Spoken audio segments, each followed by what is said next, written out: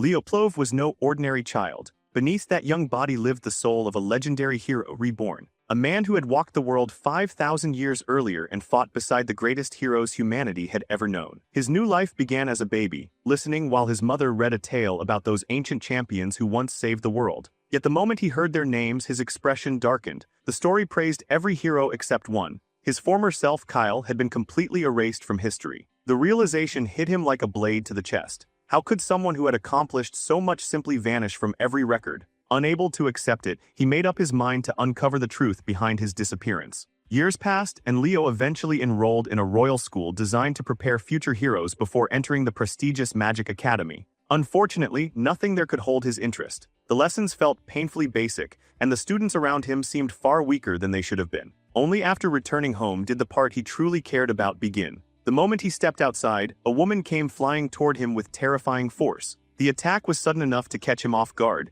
yet Leo still managed to raise his sword and stop the strike. Judging by their reactions, this wasn't their first encounter. Exchanges like this were practically routine between them. The woman looked delighted, saying she had been waiting for this rematch for a long time. She declared that this battle would serve as Leo's final examination before she allowed him to attend Lumine Academy. Then the truth became clear. The fearsome warrior standing before him was his own mother. Without hesitation, she launched another attack and steel crashed against steel. Leo was already finding it difficult to keep pace, yet his mother casually mentioned that she wasn't even using a fraction of her true strength. The duel continued relentlessly, each clash carrying more pressure than the last. But eventually, the tide shifted. Through pure technique and overwhelming mastery of the sword, Leo slowly gained control of the battle. His skill surpassed expectations, and before long he forced his mother into surrender. For a moment she could only stare at him in amazement. After recovering, she asked him a simple question. Why was he so determined to enter Lumine Academy? Lumine Academy, the Academy of Human Heroes,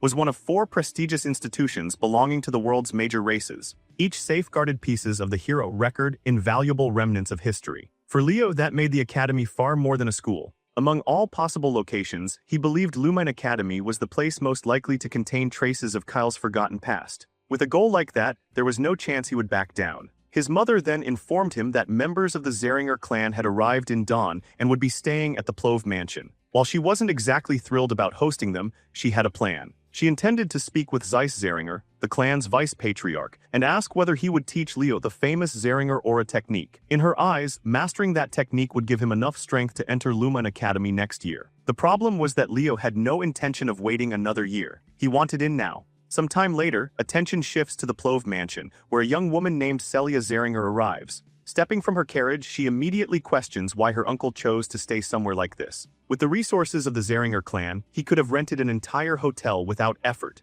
Celia Zeringer, 15 years old, was widely known as the Sword Princess of the Zeringer clan. At the moment, her entire focus was fixed on the Lumine entrance examination, making her doubtful that a relatively minor family like the Plovs could contribute anything meaningful to her preparation. Just then, her uncle called out to her. The man was Zeiss Zeringer himself, vice-patriarch of the clan. With an amused smile, he asked whether she wasn't at least curious about meeting Leo, the boy who had boldly claimed he wasn't interested in the Zeringer clan. Celia barely reacted. If Leo couldn't even use aura yet, then as far as she was concerned, there wasn't much worth seeing. Zeiss disagreed completely. In fact, he seemed unusually interested in the boy's potential. After entering the mansion, Zeiss formally greeted Dade Plov, head of the household, along with his wife, Reina. Respect was exchanged on both sides as the hosts welcomed their guests. He then introduced Celia, who responded with flawless manners and thanked them for allowing her to stay. Reina took a closer look at the young girl and quickly noticed how much she resembled both her father and her uncle. Meanwhile, Celia observed Reina's black hair and crimson eyes. The resemblance was impossible to ignore. Almost immediately, she realized Reina was part of the Zeringer bloodline as well, making her Celia's aunt. Later, Zeiss and Reina sat together and caught up as brother and sister. During their conversation, Zeiss mentioned that they had recently visited the Royal School of Dawn in hopes of meeting Leo. Unfortunately, the boy had already left and apparently wasn't interested in seeing anyone. Reina apologized for her son's behavior, knowing it might have seemed rude. Curious, Zeiss asked what kind of person Leo truly was. Reina's answer came without hesitation. She described him as extraordinarily talented. That praise immediately made Zeiss wonder whether Leo was truly worthy of inheriting the Zeringer flames. Reina continued speaking highly of her son, but she made one thing clear. This wasn't blind parental pride. Leo genuinely possessed the talent and potential required to stand among the clan's finest. The statement only increased Zeiss's curiosity. While he trusted his sister's judgment, he decided he would evaluate the boy personally before reaching any conclusions. Elsewhere, Leo sat alone, quietly focusing. After completing a small ritual, he finally declared that his vessel was ready. At last, his body had reached the point where it could contain everything he needed. He then reflected on the reason he had delayed learning aura for so long. The issue was tied to the unique nature of his body. If he accepted aura too early, it would naturally shape and specialize itself around that power. Doing so would greatly restrict his ability to gather mana and soul energy, both of which were essential to his long-term ambitions. His previous life had taught him a painful lesson about uncontrolled power. Back then, if he had fully mastered the abilities and essence left behind by his fallen companions, he never would have allowed a seed of disaster to remain. He refused to repeat that mistake. This time he would achieve absolute control. And that journey began with aura, but he intended to master it his own way. Before he could continue thinking, a voice interrupted him. Turning around, he found himself face to face with Celia. Wearing a confident smirk, she remarked that he finally looked like someone taking training seriously. Though there was obvious sarcasm behind her words, she still offered to teach him swordsmanship if he was willing to learn. The problem was simple. Leo had absolutely no idea who she was. So Celia introduced herself properly, proudly declaring herself to be Celia Zeringer, the world-famous sword princess.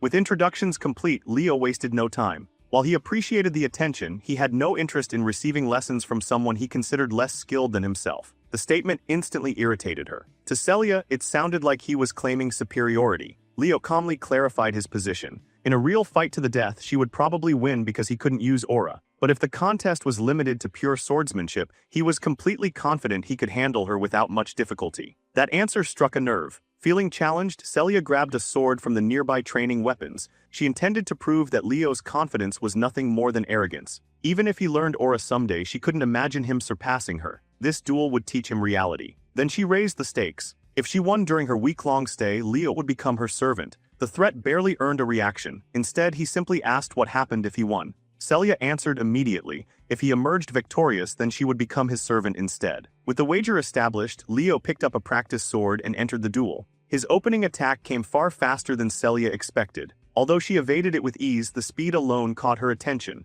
For someone without aura, it was disturbingly impressive. Still, she remained convinced that speed alone wouldn't be enough. The two rushed forward again. This time Leo's strike crashed down with shocking force. The impact overwhelmed her, forcing her backward. The pressure was so immense that when his blade slammed into the ground, the practice sword shattered instantly. Yet Leo didn't stop. Without hesitation, he charged again. At this point, Celia's confidence was already beginning to crack. She knew she couldn't block what was coming. With no other option, she braced herself and prepared to take the hit head-on. Then something unexpected happened. She emerged completely unharmed. In the final instant, she had instinctively activated aura armor. The problem was obvious. This duel had been agreed upon as a contest of swordsmanship alone. Rather than admit she couldn't avoid the attack, Celia quickly dismissed it as nothing more than a reflex. Leo wasn't interested in excuses. As far as he was concerned, the match was already over. Naturally, Celia refused to accept that conclusion. Leo had anticipated exactly this reaction, so without another word, he removed the magical weight bracelets that had been suppressing his physical strength. Then he attacked again. The next strike didn't merely hit her defenses.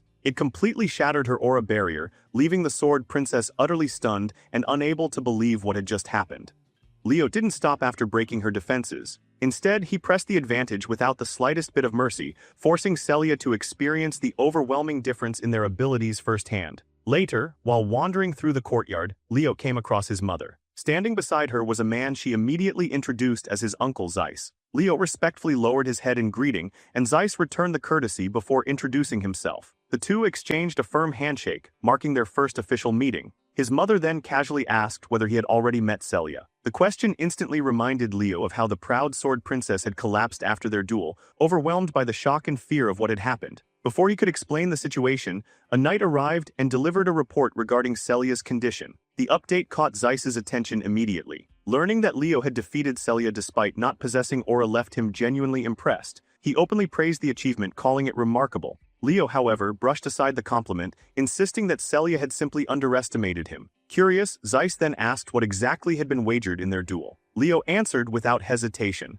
The loser was supposed to become the winner's servant, which meant that for the next week, Celia technically belonged to him as a maid. The idea clearly didn't sit well with Zeiss. Even so, he understood the importance of honoring promises. While he couldn't allow a member of the Zeringer direct bloodline to perform ordinary maid duties, he hoped Leo would agree to release her from the agreement. In return, he offered a reward he considered far more valuable. Leo rejected the proposal immediately. The wager had been made between him and Celia, nothing more. As long as she carried the Zeringer name, she was responsible for honoring her own words. Seeing that reasoning fail, Zeiss tried another angle. Would Leo really be willing to give up the chance to learn the Zeringer aura breathing method? Leo's answer came with a sharp edge. In his eyes, a technique offered merely to save someone from embarrassment wasn't worth learning in the first place. At that point, Zeiss decided to challenge him directly. After all, Leo had just implied that a direct descendant of the Zeringers would serve him and had effectively called the clan's treasured breathing technique worthless. Most children would have folded under that pressure. Leo didn't even blink. He calmly stated that everything Zeiss said was technically correct.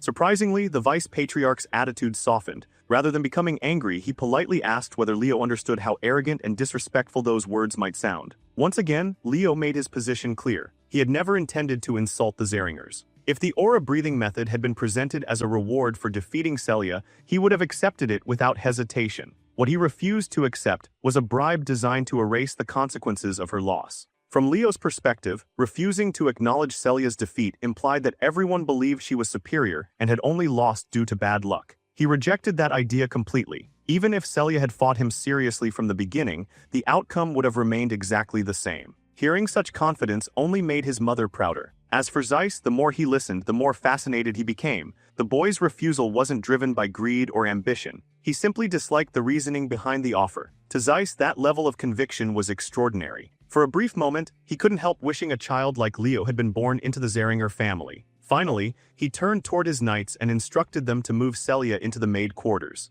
Then he granted Leo a special privilege, allowing him to address his uncle without formal honorifics. After their conversation ended, Leo departed. Watching him leave, Zeiss confidently told his sister that once he returned home, he would do everything possible to convince the patriarch to allow Leo access to the clan's legendary technique, Phoenix Breath. The story then shifts to Leo's room. The first thing anyone would notice was Celia's expression. The one-sprout sword princess looked like she wanted the floor to swallow her whole. With visible embarrassment, she introduced herself as Celia the maid, assigned to serve Leo for the next week. Meanwhile, Leo was enjoying every second of it. What surprised him even more was how well the simple maid outfit suited her. Her usual noble appearance was gone, yet somehow she looked even more striking. Celia looked irritated by the compliments. As far as she was concerned, her beauty wasn't exactly breaking news. Leo quickly clarified that he wasn't trying to mock her. The habit came from someone he once knew, a man who praised beauty whenever he had the chance. That memory brought him back to a companion from his previous life, the dwarven master Duino. Leo remembered how the dwarf constantly claimed that true beauty surpassed eternity itself. If peace ever returned to the world, he wanted to spend the rest of his life sharing beautiful things with everyone he met. Their conversation shifted when Celia noticed the book Leo had been reading. Curious, she asked about it. Leo explained that it was a book he had enjoyed since childhood, a story known as The Great Hero of the Beginning. Celia immediately recognized it. She remembered reading the same book when she was only 5 years old. Seeing his interest, she walked to the bookshelf and picked out another volume, mentioning that there were countless books written about Kyle. Leo responded thoughtfully. History, he explained, often oversimplifies achievements. Many legendary accomplishments attributed to a single hero may actually be the result of multiple heroes working together across time. In other words, he was subtly suggesting that Kyle's contributions had likely been credited to others. Celia wasn't convinced. According to popular belief, Kyle was nothing more than a fraud who tried to steal glory from genuine heroes, and she happened to share that opinion. Needless to say, hearing people reduce his former self to a scammer wasn't exactly pleasant for Leo. Rather than continue the discussion, he decided to move on. Breakfast came first, training came after. Instantly slipping into her maid role, Celia politely asked whether she could train alongside him. Outwardly, she looked respectful and obedient. Internally, she was fighting the urge to strangle him. Still, she endured it because she desperately wanted to uncover the secret behind his ridiculous strength. Leo accepted the request and headed toward the training grounds. Sometime later, Celia could be seen kneeling on the floor, exhausted and gasping for air. After the session, Leo calmly analyzed her performance. Once her stamina began running low, her reactions slowed noticeably. Small gaps appeared between movements, and those openings created opportunities for opponents to exploit. The exact same thing was happening to her now. Celia wasn't convinced. To her, pushing the body to such extremes felt less like training and more like abuse. Leo disagreed completely. Compared to the heroes of the past, modern fighters had become too dependent on aura. Aura techniques had evolved dramatically, and as a result, physical conditioning had been neglected. But aura strengthened the body, and a stronger body amplified aura in return. The two worked together. Celia absolutely refused to be labeled weak. Driven by pure stubbornness, she forced herself back onto her feet. Before charging in again, she warned Leo not to underestimate her. Unfortunately, confidence alone wasn't enough. The moment she rushed forward, Leo casually swung his sword and launched her across the training ground. She crashed to the floor once more. At this stage, humiliation was beginning to pile up faster than she could recover from it. Then Leo suddenly handed her a bracelet. Without thinking much about it, Celia reached out and accepted the item. A terrible mistake. The bracelet was enchanted with weight magic. The instant it settled onto her body, its absurd heaviness became apparent. Meanwhile, Leo revealed a rather frightening smile. From now on, she would be training while wearing it. The following day, even Zeiss came to observe their training. Watching Celia struggle under the relentless regimen, he couldn't help but think this experience might be exactly what she needed. Before heading to Lumine Academy, having her pride shattered once or twice could do her some good. Then he called out to Leo and shared some exciting news. He was considering requesting permission from the Patriarch to allow Leo to inherit Phoenix Breath. The name immediately caught Leo's attention. As far as he remembered, Phoenix Breath was the foundational aura technique of the Zeringer family itself. Only individuals officially acknowledged by the clan could inherit it. Even Celia doubted her father would approve such a decision. Zeiss had already considered that possibility, which was why he presented a condition.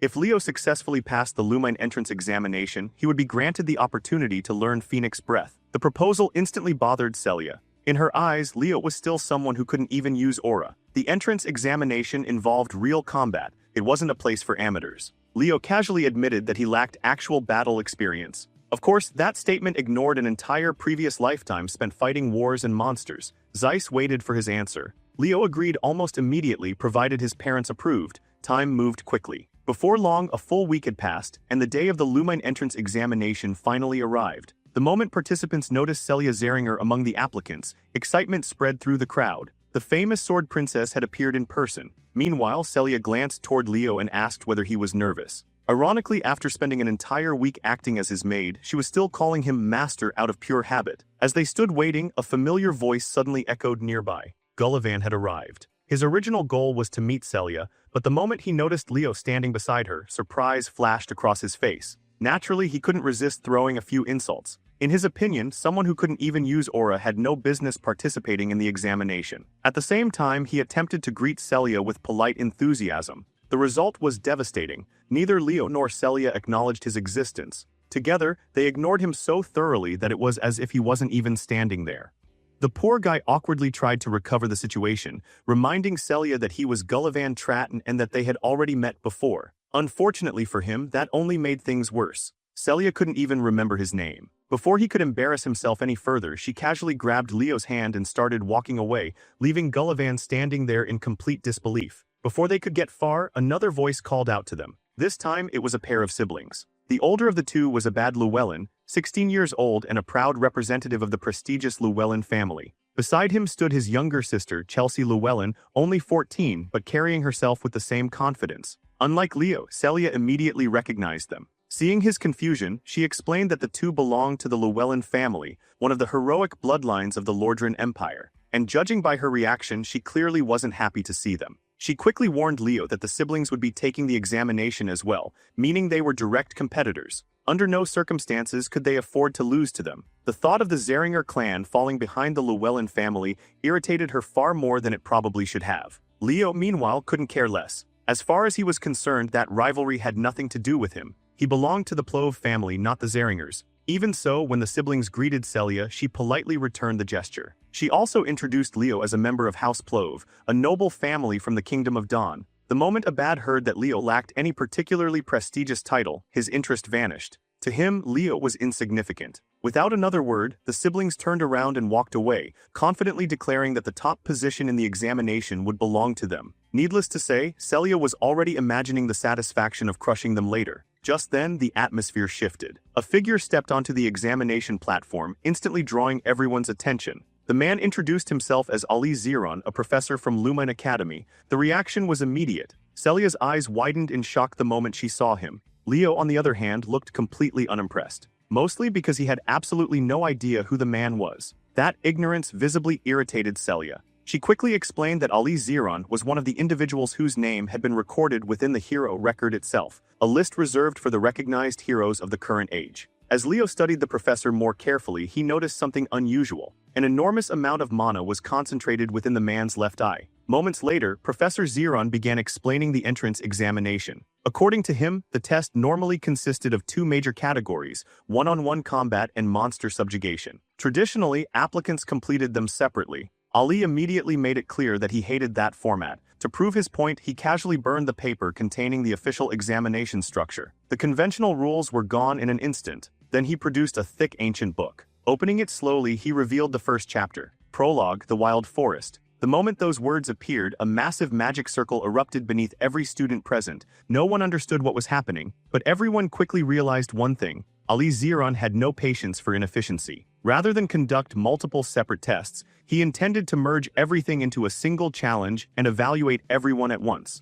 To understand the significance of this, it's important to know that the hero record is more than a collection of historical stories. Its true value lies in its ability to recreate the worlds experienced by past heroes. Within those worlds exist the memories, struggles, and experiences of legendary figures, allowing future generations to learn from them and potentially inherit their power. In simple terms, it was a training system built from the lives of heroes themselves. And now every applicant had been transported into one of those recreated worlds, the Wild Forest. After the transportation was complete, Professor Zeron announced their objective: survive, nothing more. Students could cooperate, betray each other, fight, hide, or form alliances. The method didn't matter. Only survival did. Anyone wishing to quit simply needed to destroy the orb they had been given. That was the only rule. As Leo surveyed his surroundings, recognition immediately flashed through his mind. He knew this place. It appeared exactly as he remembered it. Long ago, this had been an elven forest before it eventually fell under the control of the witch queen Salatna. Meanwhile, many students remained unconcerned. Some even wanted to leave immediately, convinced that everything around them was merely an illusion. Leo strongly disagreed. Even if this world originated from someone's memories, the dangers inside it were very real. A careless mistake here could easily cost someone their life. Almost as if the world wanted to prove him right, danger arrived immediately. Leo sensed a presence. An instant later, an arrow slammed into the ground beside him with enough force to shatter the earth. Thankfully, he had already moved. Turning toward the source, he discovered the attacker was none other than Chelsea Llewellyn. Apparently, she had mistaken him for a member of the Zeringer clan and had decided to eliminate him before he became a threat. Leo quickly clarified that he belonged to the Plove family. Chelsea wasn't buying it. She had personally seen him standing beside Celia earlier. Convinced he was lying, she became even more aggressive. Without hesitation, she unleashed a spell known as Wind Scythe. The attack caught Leo's interest. The spell itself didn't exist during his previous life. Even so, after examining it briefly, he realized its fundamental principles weren't all that different. Meanwhile, Chelsea grew increasingly frustrated. No matter how threatening her attacks were, Leo remained completely calm. To shake him up, she poured even more power into her next assault. The result was disappointing. Leo casually cut through the attack with a single swing of his sword, causing the incoming blade of wind to collapse effortlessly. For the first time, uncertainty appeared on Chelsea's face. From what she could tell, he hadn't used aura at all. So how had he stopped her attack so easily? Leo made things worse by casually commenting that her magic was overly simplistic. Then, as if insulting her wasn't enough, he offered her an alliance. After all, survival awarded the highest score. As a mage, she should focus on lasting as long as possible instead of getting eliminated early. Chelsea immediately took offense. She wasn't some ordinary mage. She considered herself a battle mage. And after hearing him dismiss her attacks as simple, she became determined to crush him right there and prove him wrong. Channeling all of her strength, she unleashed a barrage of attacks. Every single one missed. By the time the spells reached their target, Leo was no longer standing there. Even worse, she couldn't sense any mana nearby, making it impossible to track his position. Then she suddenly saw him, right in front of her, close enough to touch. His fist was already clenched. The story never explicitly shows whether that punch connected. But judging from Chelsea's reaction, it hardly mattered. The strength vanished from her legs and her knees nearly gave out beneath her. That alone revealed who had won the exchange. Even then, Leo calmly reminded her that his alliance offer remained available if she reconsidered. Before her answer could be heard, the perspective shifts. Inside Lumine Academy, members of the faculty watched the examination unfold through magical screens. Many were excited. The competition was finally becoming interesting. Back in the forest, however, Chelsea quickly discovered that Leo wasn't nearly as kind as he appeared. Rather than receiving special treatment, she found herself tied tightly against a tree. The expression on Leo's face made it painfully obvious that he had a plan, and it wasn't one she was going to enjoy. To make matters worse, he built a small campfire nearby as night began settling over the forest. Slowly, the flames grew larger. Then they started creeping toward Chelsea. Panic immediately set in. The situation became even worse when the fire reached her clothes. Leo calmly explained that everything could be avoided if she simply agreed to cooperate. Unfortunately, Chelsea was unbelievably stubborn. She flatly refused. The only person she intended to ally with was her brother. Attempting to escape, she tried casting wind magic. Nothing happened. Leo had already prepared a magic-restricting skill specifically to prevent that, although internally he knew the technique wouldn't hold forever. His mana reserves weren't large enough to maintain it indefinitely. Eventually, Chelsea gave in slightly. She reasoned that she didn't need magic to escape. Leo had already anticipated that thought, which was exactly why he never took his eyes off her. The moment she considered trying something clever, he increased the fire even further. Now the flames genuinely began catching onto her. That finally broke her resolve. At last, Chelsea agreed to form an alliance. But Leo wasn't satisfied with words alone. He demanded an oath sworn upon her family name. Realizing she had no choice, Chelsea swore upon the honor of the Llewellyn family that she would cooperate. Only then did Leo untie her. As her weakened body tipped forward toward the flames, he caught her before she could fall. The scene then shifts back to the Academy observers. The professors continued monitoring the participants carefully. So far, Ali Ziran remained unimpressed. None of the students had demonstrated the qualities he was looking for. In fact, he found it ridiculous that so many of them had immediately chosen to fight each other instead of focusing on survival. Among all the participants, only two groups had truly stood out: Celia Zeringer and Abad Llewellyn, who were working together effectively, and Leo alongside Chelsea. Ali paid particular attention to Leo. While the stunt involving the fire was undeniably immature, successfully forcing someone as capable as Chelsea Llewellyn into cooperation still impressed him, especially because Leo lacked the overwhelming prestige and natural talent possessed by students like Celia and Abad, at least from Ali's perspective. What the professor didn't realize was just how wrong that assumption was. After all, the very same Leo he was underestimating had already defeated Celia Zeringer without breaking a sweat. Even so, Ali Ziran couldn't ignore what he was seeing. Whether anyone liked it or not, Leo had already established himself as one of the competition's biggest wild cards. After clearing several monsters from their path, Leo and Chelsea continued deeper into the forest. By this point, Chelsea had started to realize that partnering with him might have been one of the smartest decisions she could have made. Curiosity eventually got the better of her. She asked what kind of aura he was using. The strange thing was that she couldn't sense any mana from it. Leo's answer nearly short-circuited her brain. He casually revealed that he didn't know how to use aura at all. The statement hit harder than any spell. Chelsea stared at him in disbelief. As they continued talking, neither of them noticed the creature lurking within the bushes nearby, at least not immediately. The hidden monster watched patiently, waiting for an opening. Chelsea spotted it first. Without hesitation, she unleashed a powerful attack. Honestly, the poor monster never stood a chance. The amount of force she used was complete overkill for a creature that weak. Even Leo admitted she possessed considerable power. The problem wasn't her strength, it was how she chose to use it. Before he could elaborate further, Leo suddenly sensed something unusual.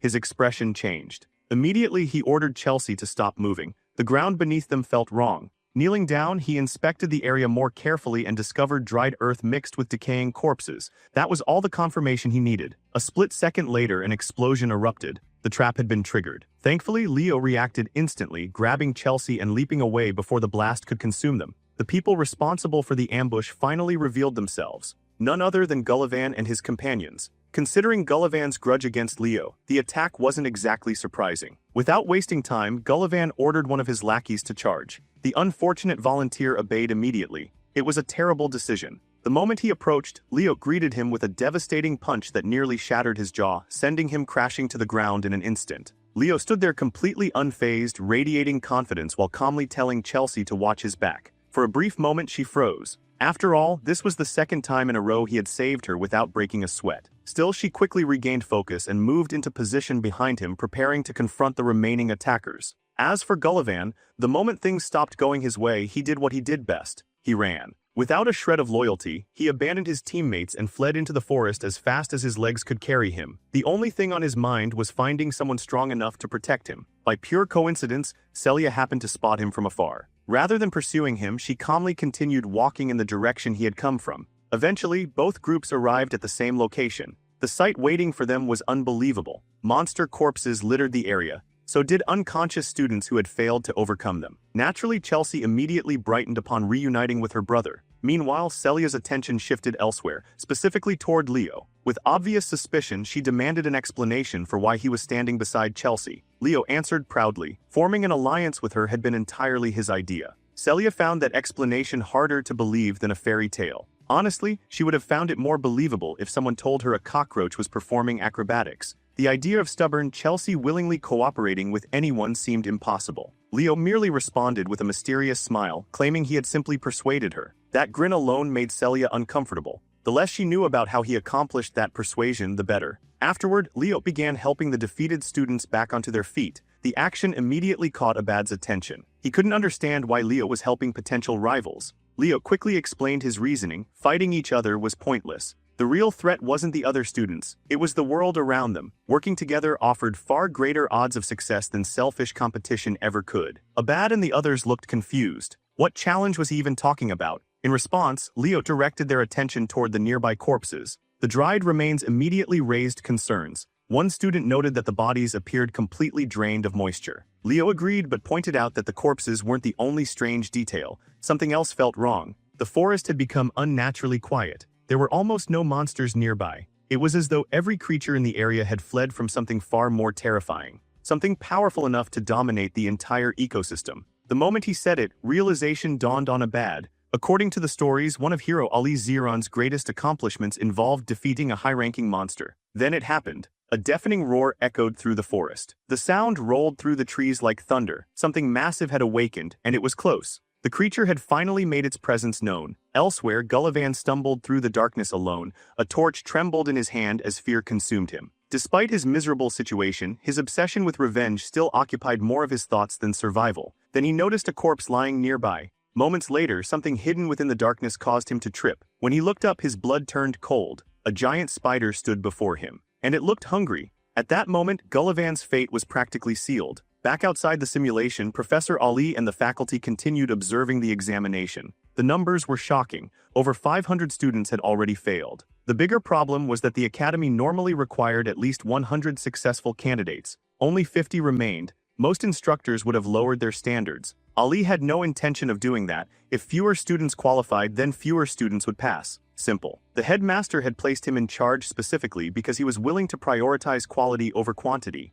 Ali believed true heroes revealed themselves during moments of crisis, and among all the candidates, one name had begun drawing his attention: Leo Plove, the unexpected dark horse. The question was whether this dark horse could survive what came next. Back within the examination, the remaining students hurried through the darkness. Visibility was poor. Navigating the forest had become increasingly difficult. Eventually, Celia illuminated her sword, creating a crimson glow that cut through the darkness. That's when she saw it, the spider. Its horrifying form emerged from the shadows while feeding upon its prey. The sight alone sent chills through everyone present. Abad reacted immediately. Gathering mana, he prepared a powerful spell, but before he could release it, Leo stopped him. At the same time, he instructed Gullivan to break his crystal. The poor fool was practically being eaten alive, making resistance impossible. Desperate, Gullivan crushed the crystal. Electric energy erupted within the spider's mouth as the emergency escape activated. With preparations complete, Abad unleashed Wind Fang. The spell struck true. The monster was wounded, but not defeated. As the dust settled, everyone finally grasped the level of danger standing before them.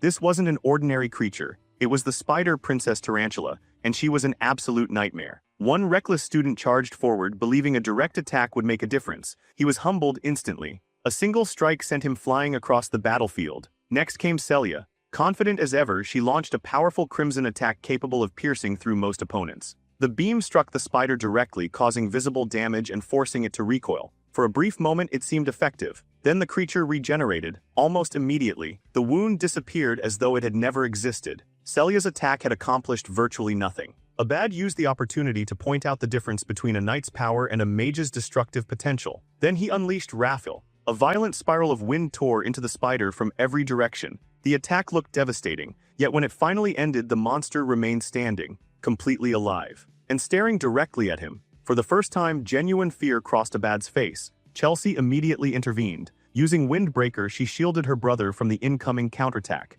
Even then, one of the spider's claws managed to slash him. Thanks to Chelsea's assistance, he escaped losing an arm by the narrowest margin. At this point, despair began creeping into everyone's hearts. Every attack failed. Every wound regenerated. Nothing worked. Slowly, the Spider Princess advanced, preparing to finish them all. That was when Leo finally stepped forward. He revealed that this monster was the daughter of Salatna herself, a notorious beast that once served within Arabos' army, the same monster responsible for burning down the elven forest. As Leo spoke, another realization surfaced. The mana contained within Professor Ali's left eye carried traces of the Fairy King's power. Suddenly, everything started making sense. The tarantula had once ruled over the cursed wild forest. She didn't merely destroy the elves' homeland. She devoured one of the Fairy King's most trusted companions. A being who possessed an artifact known as the Ring of Life, an artifact containing seemingly endless life energy. Originally, Leo believed the hero Luna had defeated the creature. The truth was far different. The tarantula survived. By consuming the Fairy King's ally, she had gained access to that endless vitality,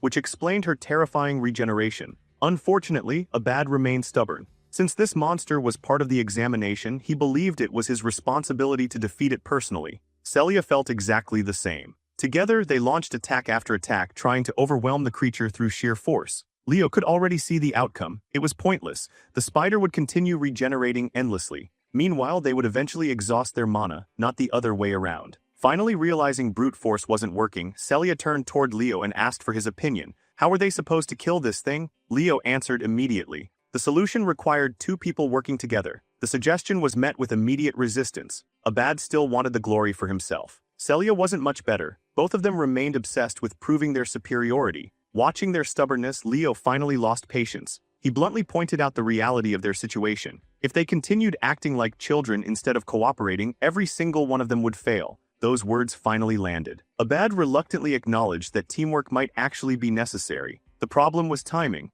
A combined attack powerful enough to kill the monster would require preparation. Someone needed to buy them that opportunity, and none of the remaining students seemed capable of holding the creature back. That was when Leo stepped forward, calmly, confidently, and volunteered himself. He claimed he could stall the monster long enough for them to prepare the finishing blow. The statement immediately stunned everyone, especially Celia. From her perspective, Leo had completely lost his mind. After all, he still couldn't even use aura. Leo calmly estimated that in his current condition, he could keep the monster occupied for no more than 5 minutes. That answer didn't exactly inspire confidence. Abad immediately voiced his concern, worried that even with that much time, their combined attack might still fail. Leo wasn't worried in the slightest. With complete confidence, he picked up a weapon lying nearby and explained that fire and wind naturally complemented each other. If Celia and Abad combined their powers properly, it would be enough. For perhaps the first time, the proud sword princess and the arrogant genius mage agreed to fight toward the same goal. Meanwhile, Leo fixed his gaze on the monstrous spider. To everyone else, it was a nightmare. To him, it was something different, a challenge. A reminder of the world he once lived in. The battle began immediately. Before anyone could react, Leo rushed forward and severed one of the creature's limbs with a clean strike. The sight alone stunned Celia and Abad. Then he followed up by carving into the monster's face, showing absolutely no fear while confronting the terrifying creature. Seeing it again stirred old memories. Suddenly, the story flashes back to the distant past. An elven child sprinted through the forest in tears, desperately trying to escape. It was hopeless. Tardaros caught him with its webbing and wrapped him completely. The boy struggled, nothing worked. Bound within the sticky prison, escape was impossible. Then the spider approached, slowly, hungrily. The child cried out for his mother, convinced his life was over. Just before despair consumed him, a radiant figure descended. A being of pure light, Luna. Fury burned within her heart as she witnessed the destruction of her homeland. The monster had already consumed the contractor who served as the Fairy King's trusted right hand. Without hesitation, Luna unleashed her power. Brilliant light enveloped Tardaros, trapping it in place before a devastating pillar of lightning descended from the heavens. At the time, even Luna hadn't expected Arabos' army to have completely overrun the elven forest. Meanwhile, Leo, in his previous life as Kyle, rushed to free the trapped child and tear away the webbing that bound him. The memory fades. The present returns. Leo stood before the spider princess with an axe in hand. His role was simple, by time. Unfortunately, lacking aura limited what he could do. Turning toward Chelsea, he requested her assistance. He instructed her to attack him with elemental weapons. Naturally, the request sounded insane. Still, Chelsea followed his instructions. Leo effortlessly dodged the first attack. His movements were so absurdly fast that Chelsea began worrying he might eventually get caught by one of her spells. Leo dismissed the concern immediately. As long as she kept supplying weapons, he would be fine. Chelsea activated her magic. She prepared to create whatever weapon he needed. Leo didn't care what shape they took. As long as they could cut, they were useful. Moments later, she formed new weapons. Even before seeing them clearly, Leo correctly guessed their forms. A scimitar, a bastard sword. Armed with both, he launched another relentless assault. Every swing tore through the spider's body. Whenever a weapon shattered, Chelsea immediately forged another. A dagger, a battle axe, another blade, then another. The exchange continued non-stop. Watching Leo fight was honestly difficult to comprehend. Chelsea had never seen anyone wield so many different weapons so naturally. His physical ability alone bordered on the absurd. At this point, she was convinced she was watching a master martial artist. Even Abad couldn't deny Leo's strength anymore. Still, even Leo wasn't untouchable. A sudden strike managed to graze his face, leaving a shallow cut. The wound only strengthened his resolve. If he couldn't stop a spider here and now, his fallen companions would never let him hear the end of it in the afterlife. That thought alone pushed him forward. He intensified his assault and cut through the monster once again. Then he called out for another weapon. This time, however, Chelsea had bad news. She was completely out. No weapons remained. Even Leo looked surprised. Fortunately, they had already bought enough time. Behind them, Celia had finished preparing her strongest attack. The moment arrived. A massive spiral of roaring fire erupted forward and swallowed the spider whole. The inferno completely engulfed the creature. This time there was no recovery, no regeneration, no survival. The spider princess was finally defeated. As its body collapsed, the ring of life emerged from within. The monster had been subjugated at last. Celia dropped to the ground in exhaustion. Relief washed over everyone. The nightmare was over. Yet despite everything, one thought kept replaying in her mind. Leo had actually held Tardaros back for 5 entire minutes, without aura, without fear, without backing down. She wanted to acknowledge his achievement.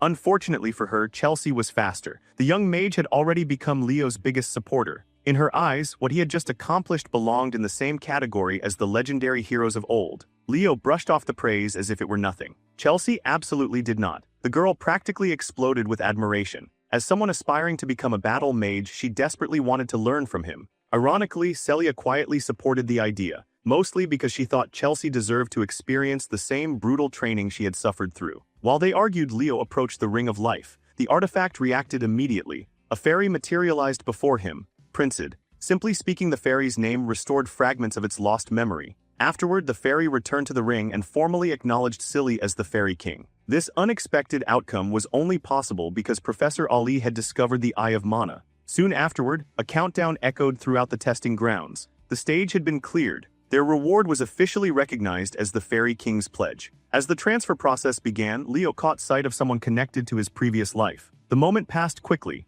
Then the scene shifts. Far away, Kalan Badian, the Academy's headmaster, reviewed the examination results from the Western Territory. His assistant couldn't help wondering how many students Ali had actually allowed to pass. Given the professor's impossible standards, expectations were low. To their surprise, 40 students had successfully cleared the examination. The number was still small, but considering Ali's involvement, it was practically a miracle. The headmaster admitted he had expected 10 survivors at most. 40 was a remarkable outcome. Naturally, everyone assumed the top performers would be Celia Zeringer or Abad Llewellyn. Then another report arrived. Apparently, Ali had personally recommended one student as the representative of the year. The revelation stunned everyone. Ali almost never recommended anyone. Surely it had to be Celia or Abad. Instead, the report revealed a completely unexpected name. A student who had outperformed both of them, Leo Plove. Back on Ali's side, the professor continued evaluating the boy. In his official assessment, he recommended Leo as the representative of the Night Division. Even the headmaster was shocked. For Ali to praise a student so highly was nearly unheard of. More astonishingly, the professor described Leo as someone possessing the talent of a true hero. With the examination finally concluded, Leo found himself relaxing alone inside a steaming sauna. For the first time in a while, he could simply enjoy the warmth. His reward for clearing the hero world was the Fairy King's pledge. Normally, hero worlds didn't hand out rewards. Yet somehow he had become an exception. The reason remained a mystery. As he pondered it, his mother appeared before him. Without warning, she asked whether he knew why she had been expelled from the Zeringer clan. The answer lay in her past. While attempting to save an ally, she lost control and unleashed the Zeringer flames. Even now, she didn't regret her decision. Not for a second. Looking at her son, she expressed a single wish. She wanted his extraordinary talent to be guided down the right path. More importantly, she congratulated him on earning admission into the academy. Soon afterward, Leo arrived at the magnificent city of Lumeria. Students were instructed to collect their belongings before entering through the gates. Lumeria stood at the center of the world, and at its heart stood the legendary Lumina Academy. Leo had finally reached it. Waiting for him near the entrance was Zeiss. His uncle welcomed him warmly and congratulated him on passing the examination. Leo naturally wondered why he was there. Zeiss explained that the Zeringer clan was currently caught in an intense debate that had continued for over a month. He then tested Leo's intuition. Could he guess the subject? Leo immediately suspected it involved Phoenix Breath. Zeiss smiled. That was exactly the issue. Technically, Leo wasn't a direct member of the clan. His mother had already left the Zeringers, yet he was still her son. And after his performance during the notoriously difficult Western examination, many elders had become deeply interested in him. Then Zeiss presented him with a special subspace key. Leo activated it immediately. A hidden book appeared. Following his uncle's instructions, he stained its pages with his own blood. Biting his thumb, he allowed droplets to fall across the paper. The moment the blood touched the pages, the book accepted him. Its contents became accessible only to him. No one else could read its secrets. Zeiss admitted that mastering the Zeringer techniques was far from easy. Even so, he had complete faith in Leo's talent. Finally, he formally welcomed him into the house of Zeringer. Later, Celia requested a private meeting. On his way there, an unexpected accident occurred. A girl suddenly collided with him. The impact sent both of them tumbling. Flustered, the bespectacled girl hurriedly gathered her scattered books while repeatedly apologizing for her carelessness. She rushed away before Leo could say much. Only afterward did he notice a card she had dropped. Picking it up, he discovered her identity. K.H. Mueller, a first-year student at the academy. When Leo finally arrived at the meeting spot, he was greeted by an irritated Celia. She immediately complained that they still had plenty of shopping to do and that he was already late. Leo apologized and explained that he had unexpectedly run into his uncle. Curious, Celia eagerly asked what happened. Rather than answer directly, Leo raised his hand. A moment later, the flames of the Zeringer clan ignited. He casually asked whether he was using the technique correctly. Celia's mind practically stopped functioning. The impossible had happened. Leo had mastered the clan's secret technique in less than a month. The achievement was so absurd that she genuinely began questioning whether he was even human. Later that day, the Sword Princess and the Forgotten Hero watched a ship arrive at the harbor. A man introduced himself as Professor Alandu, instructor of the night class. He instructed the students to board immediately. Their journey toward Lumina Academy was finally beginning. As the ship sailed onward, the students relaxed and enjoyed the voyage. At one point, Leo and Celia stood together. Unfortunately, their appearance immediately gave the wrong impression. A confident young man approached and jokingly treated them like a couple. The comment instantly irritated Celia. The newcomer introduced himself as Thomas, an alchemist from the Kingdom of Mora. He was also a merchant, apparently willing to sell just about anything. Ever the businessman, he immediately offered his services in case they needed supplies at the academy. Leo introduced himself in return and explained that he came from the Kingdom of Dawn. The revelation caught Thomas off guard. After all, the Kingdom of Dawn was famous for tackling the notoriously difficult Western examination. Something about the entire situation kept bothering Leo. The atmosphere felt wrong, far too peaceful. After everything they had endured to reach this point, the calm felt unnatural. Celia, however, saw nothing unusual about it. In her eyes, this was simply the treatment freshmen received after successfully clearing the entrance examination. Thomas agreed with her reasoning. Leo wasn't convinced. His attention drifted toward their instructor instead. And then, without warning, the ocean exploded. The entire ship lurched violently as a gigantic tentacle erupted from the sea. The massive appendage crashed onto the deck and nearly flattened Thomas on the spot. Panic spread instantly. Students began shouting for their instructor to intervene. Meanwhile, the man casually sipped his wine. Not only did he refuse to help, he openly mocked them for expecting it. Students of Lumina Academy weren't supposed to wait for rescue. Heroes were expected to perform under pressure. If danger appeared, they dealt with it themselves. This was simply another test. And the challenge standing before them was an absolute nightmare. A colossal kraken emerged from the ocean depths and stared down at the freshmen. While others panicked, Leo remained calm. The Forgotten Hero stepped forward and sliced through one of the monster's tentacles without hesitation. Celia wasn't struggling either. The Sword Princess unleashed a blazing strike that scorched the creature. The kraken immediately retaliated. A violent blast of water drenched her from head to toe. Elsewhere, Thomas wasn't having nearly as much success. The creature grabbed him and lifted him into the air while he screamed loud enough for everyone to hear. Seeing the situation, both Leo and Celia rushed forward at full speed. Their attacks landed almost simultaneously. Watching them fight left Thomas stunned. Celia's strength wasn't surprising. Her reputation spoke for itself. But seeing another freshman matching her intensity was something he never expected. His amazement didn't last long. A frozen tentacle suddenly crashed nearby and nearly crushed him. Naturally, Thomas immediately started yelling at whoever had almost killed him. The culprit turned out to be K.H. Low, the glasses-wearing girl Leo had bumped into earlier. While controlling powerful ice magic, she was helping hold the monster back almost single-handedly. She didn't hesitate to criticize Thomas either. From her perspective, he was contributing more noise than value. Thomas fired back immediately. In his eyes, talented people like her never cared about weaker individuals trying to help. As the battle continued, another tentacle shattered. Then familiar faces arrived. Abad and Chelsea entered the fight. Despite joining forces against the Kraken, the rivalry between their clan and the Zeringers clearly wasn't going anywhere. Even so, Chelsea's attention kept drifting toward Leo. Apparently, being enemies hadn't stopped her from becoming his admirer. Meanwhile, countless sea monsters continued surrounding the vessel on its journey toward the academy. Watching the chaos unfold, the instructor looked completely satisfied. To him, this was the perfect welcome party for the incoming freshmen. Wine still in hand, he evaluated the strongest performers. Celia, Abad, Khlo, Walden, Duran, Moira. The regional captains were performing exceptionally well, yet there was one student who stood apart from all of them. Someone who didn't dominate any specific region, someone almost nobody knew, Leo Plove. His swordsmanship bordered on perfection. Even more frightening was his ability to react. It almost looked as if he could predict attacks before they happened.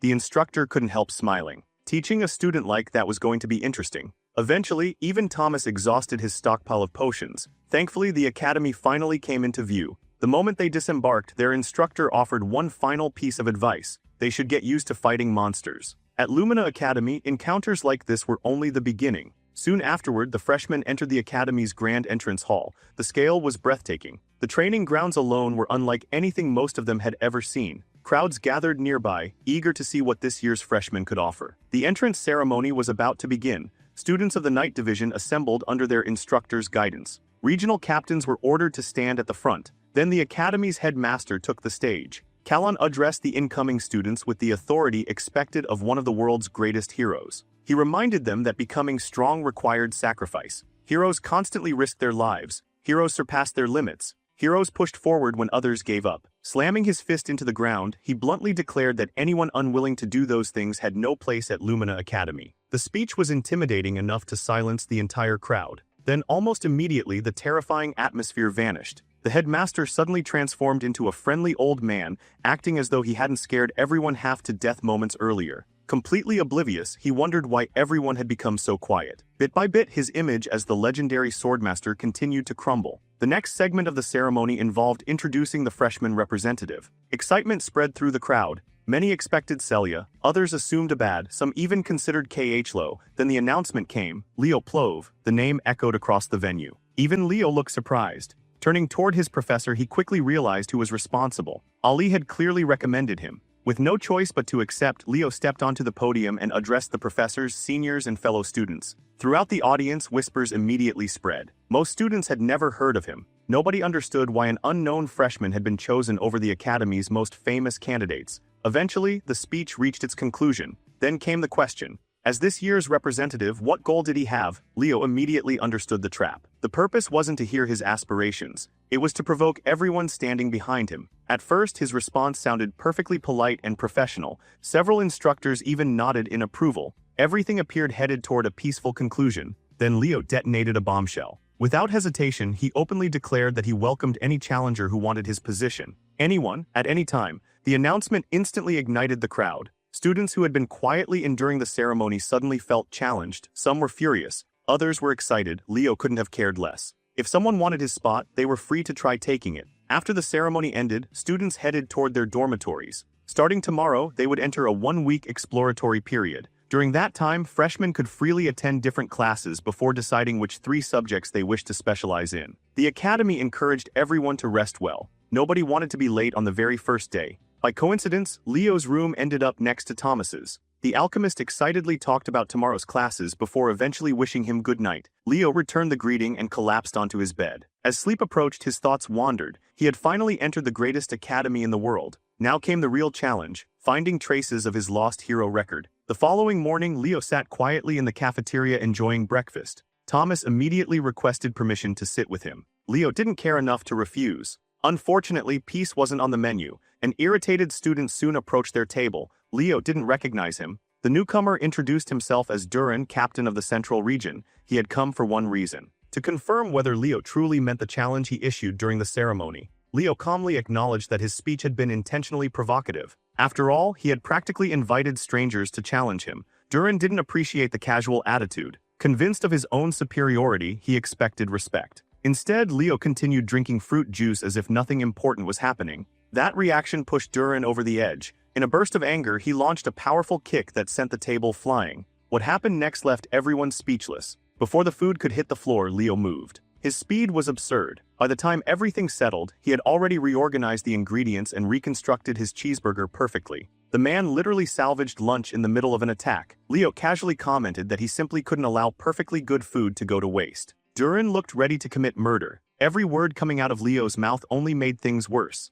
In Duran's mind, the freshman representative wasn't worthy of standing above him. Then their instructor appeared. Without warning, he casually draped an arm around each student. The smile on his face was friendly. The message wasn't, He politely reminded them of their positions as representative and regional captain. Then he asked whether they were prepared to accept punishment for starting a fight on the first day. The expressions on both students immediately changed. Neither wanted that outcome. Sometime later, the first exploratory class of the night division began. One detail immediately caught Celia's attention. Leo was nowhere to be found. For reasons she didn't fully understand, she found herself worrying. Eventually, he arrived, completely exhausted. His appearance was rough enough to make Celia suspect he had already been fighting someone. Leo chose not to explain. The class was beginning. Their instructor introduced himself and started the lesson. Thomas quickly noticed the tension between Duran and Leo while the professor explained the three major forms of power derived from mana: magic energy, soul energy, and aura. Among the three, aura was considered the most difficult to master. Celia confidently explained why. Unlike the others, aura required mana to lose its natural fluidity during the conversion process. The instructor praised her answer. Magic and soul energy utilized mana in its natural form. Aura was different. It absorbed mana and transformed it into a force suited for strengthening the body. To demonstrate, he released aura before the class. Then he asked a question. Did anyone know what allowed aura to function once it had been processed? The room fell silent. Even Celia couldn't produce a complete answer. Then Leo spoke. According to him, aura required mana to be burned. The instructor immediately confirmed he was correct, but Leo didn't stop there. When asked about the most important factor in that process, he answered again. Stamina. Once more he was right. The instructor became visibly impressed. Had Leo studied aura before? No, he hadn't. Which somehow made his answer even more unbelievable. A student with no formal aura education had accurately explained its fundamental principles. Satisfied with the theory lesson, the instructor decided to move on. Using aura, he created a platform beneath his feet, aura step, a technique that concentrated aura into the legs.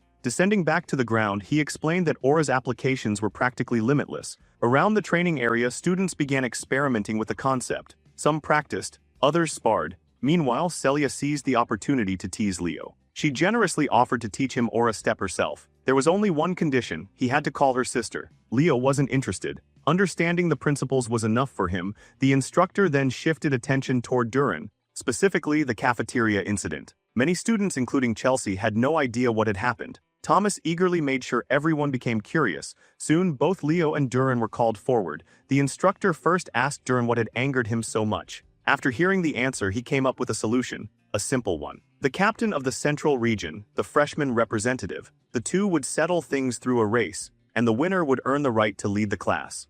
Professor A made the rules crystal clear. Both competitors were free to use aura however they wished. No restrictions, no limitations. On paper, that sounded like the perfect setup for Duran. After all, speed was his specialty, and the day of the competition arrived faster than expected. Naturally, Thomas saw a business opportunity. The self-proclaimed merchant genius immediately opened a betting pool, happily collecting wagers from students eager to make a profit. The first contender needed no introduction. Duran Moira, pride of House Moira, master of lightning aura, captain of the central region. Standing opposite him was a student nobody could properly explain. A dark horse with no famous title attached to his name, the mysterious freshman representative, Leo Plove. Expectations couldn't have been more divided. Many students had already convinced themselves that Leo's position was undeserved. After all, he couldn't even perform a basic aura step. Meanwhile, Duran was widely considered the fastest first-year student. To most spectators, the result seemed obvious. Professor A stepped forward and announced the final condition. The first person to cross the finish line would be declared the winner,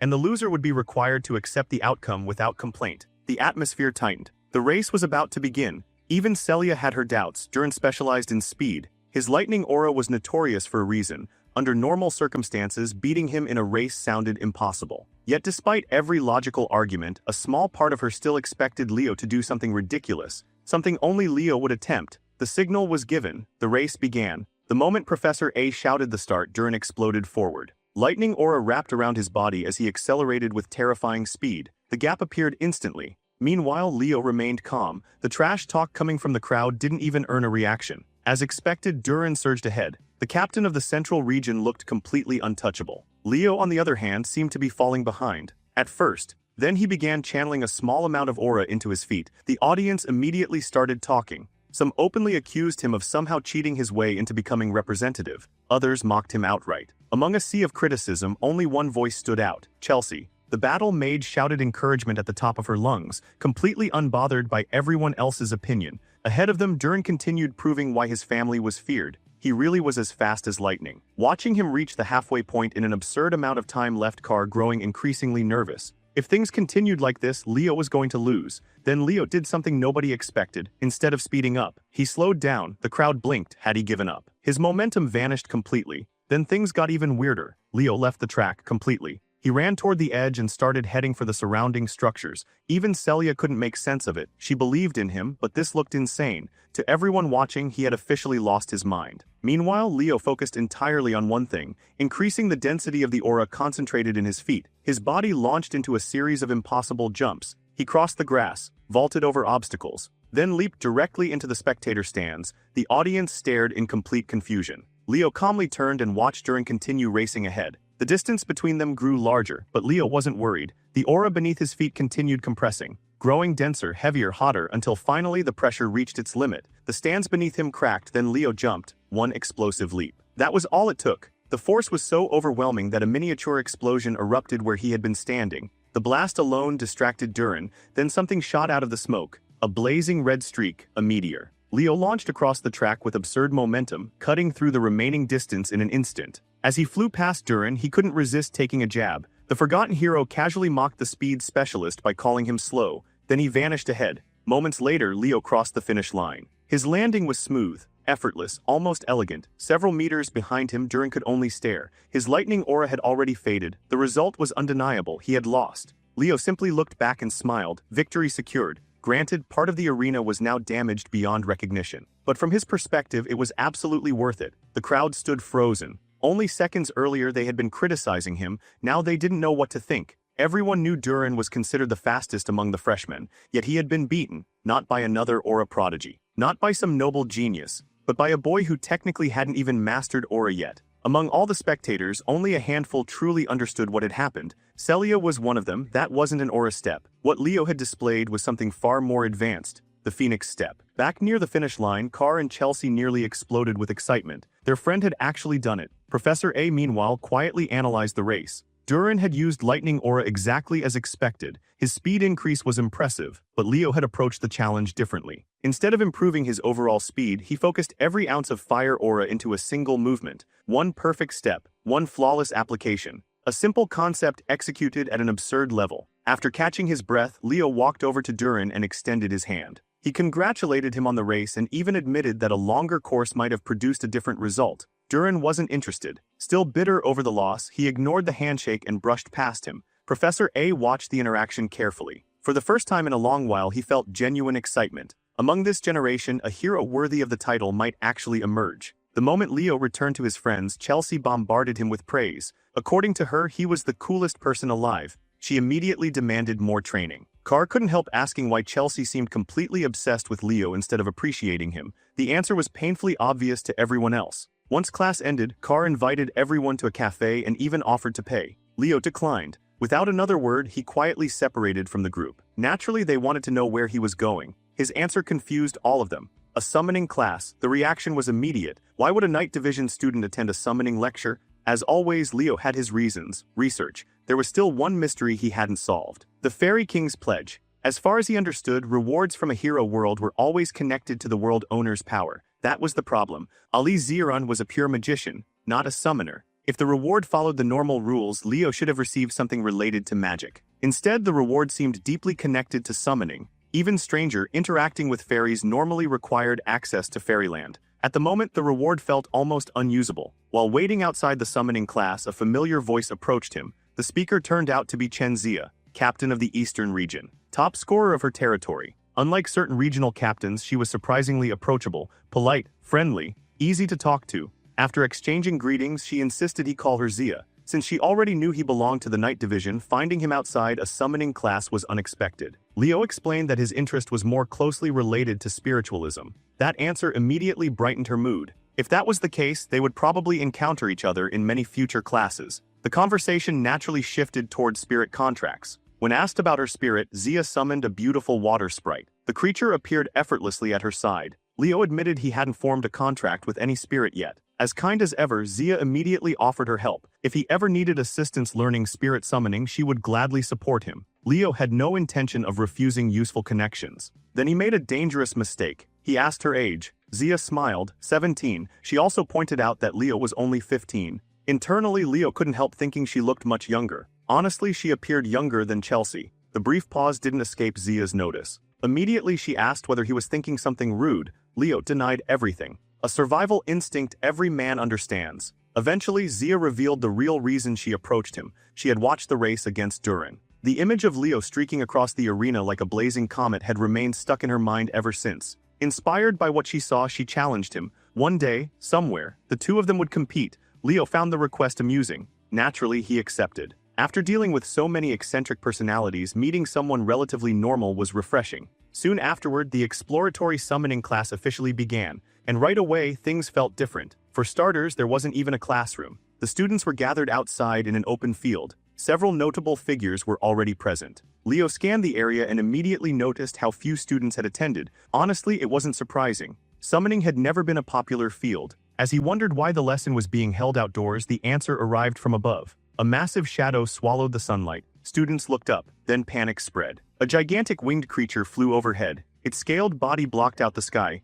Moments later, it descended. The beast landed with enough force to shake the ground beneath them. A black wyvern. The sight alone caused several students to nearly collapse. Some lost all strength in their legs. Others forgot how to breathe. Then a woman jumped down from the creature's back. Smiling confidently, she remarked that her wyvern seemed quite fond of the class. The woman introduced herself. Yura Murin, their summoning instructor for the entire academic year. The reaction from the male students was immediate. Long white hair, athletic physique, striking features, a dangerous charm that drew attention without effort. Half the class looked ready to become her summoned creatures on the spot. Seeing her reminded Leo of Duino. If the dwarf had been here, he would have completely lost his mind. Unlike Luna or Lucas, Yura possessed an entirely different kind of beauty, the sort that would have inspired an endless amount of artistic research. Ignoring the students' internal chaos, Yura got straight to business. She addressed the freshmen as her little hatchlings, and explained that anyone accepted into this prestigious program must possess at least some talent for summoning. Now it was time to find out exactly how much. The freshmen answered with confidence. Miss Yura seemed pleased by the energy in their voices. Good, that meant there was no reason to waste time. They would be moving straight into practical training. Without delay, she called for Carlo, the first-year associate professor of the summoning department, and instructed him to bring out the griffins. The moment the creatures appeared, excitement spread through the students. Yura explained the plan. Everyone would ride in pairs. There were enough griffins for every student, simple. The problem was that almost none of them had ever ridden a griffin before. The moment someone voiced concern, Yura's expression darkened. The temperature around the group seemed to drop. She bluntly asked whether they intended to listen to her lesson or not. Then, without waiting for an answer, she climbed onto her black wyvern. Her message was clear. Anyone who thought riding a griffin was too difficult was free to quit and head home. The wyvern seemed to agree. It unleashed a deafening roar and spread its massive wings, instantly reminding everyone who was in charge. A moment later, both rider and beast shot into the sky. The display was enough to silence the entire class. Well, almost everyone. One student remained completely unshaken, Leo.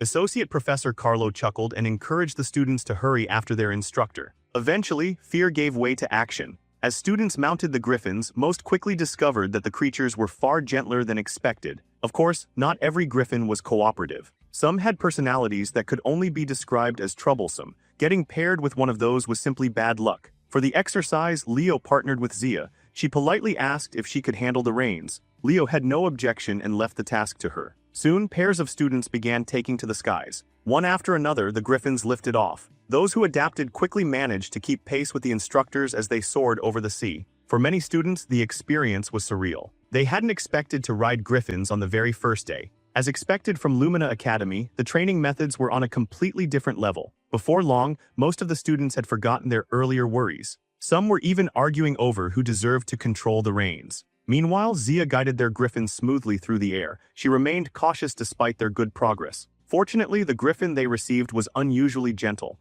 Even so, she knew better than to get careless. For inexperienced riders, griffins could become difficult at any moment, and that's exactly what happened. Seeing everyone become comfortable, Miss Yura decided it was time to make things interesting. She pulled out a whistle, then she blew into it. No audible sound reached the students, but the griffins heard it. Immediately, something primal awakened within them. The creatures became restless, then chaotic. Within seconds, the skies turned into complete disorder. Students panicked as their mounts started acting wildly. Many instinctively looked toward their instructor for help. Ironically, she was the one responsible. Yura simply watched. In her eyes, anyone incapable of handling a misbehaving griffin had no business calling themselves a Lumina Academy student. Even Zia struggled. Despite being an experienced summoner, controlling their griffin became increasingly difficult. As she wrestled with the reins, Leo reached forward. One hand steadied her waist. The other guided hers. He calmly explained that griffins were proud creatures. Trying to dominate them through force would only make them rebel harder. His movements were precise, subtle. Instead of fighting the griffin, he worked with it. Gradually, the creature responded. The chaos disappeared. Then Leo took control from behind. The griffin surged forward, faster, smoother, more controlled than ever. To everyone's surprise, they eventually flew past both Yura and Carlo. Even Miss Yura couldn't help being impressed.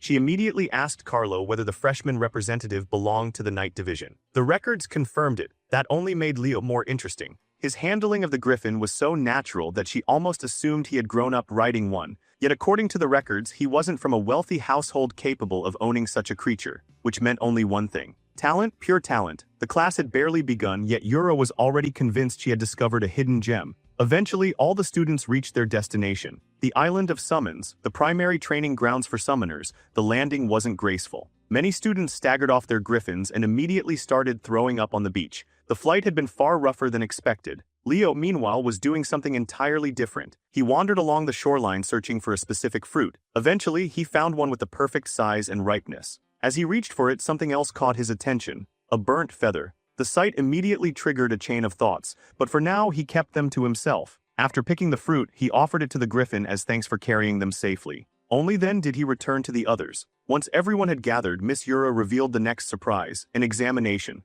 On the first day, the announcement hit the students like a truck. Many of them had only come to sample the exploratory class. Now they were being tested. Yura remained unapologetic. Compared to other paths, summoners walked a far more demanding road. Everyone already knew that. Controlling mana alone wasn't enough. To form contracts, one needed spiritual affinity. To command summons properly, one needed taming ability. The profession required countless skills, which was exactly why summoner heroes were so rare. Yet those who reached the top often left greater marks on history than most traditional heroes. That possibility, that potential, that was the true allure of summoning. Every student present dreamed of becoming one of those legends. One student stepped forward. Eliza Han, a member of the prestigious Herjin clan famous for producing summoner heroes, she asked the obvious question. What exactly was the examination? Yura smiled. The answer was simple. The island of summons was filled with beasts and spirits. Since summons served as a summoner's primary weapon, the test would evaluate each student's taming ability. Their objective was straightforward. Enter the forest, tame a summon, bring it back. Better yet, any summon they successfully contracted would become theirs permanently.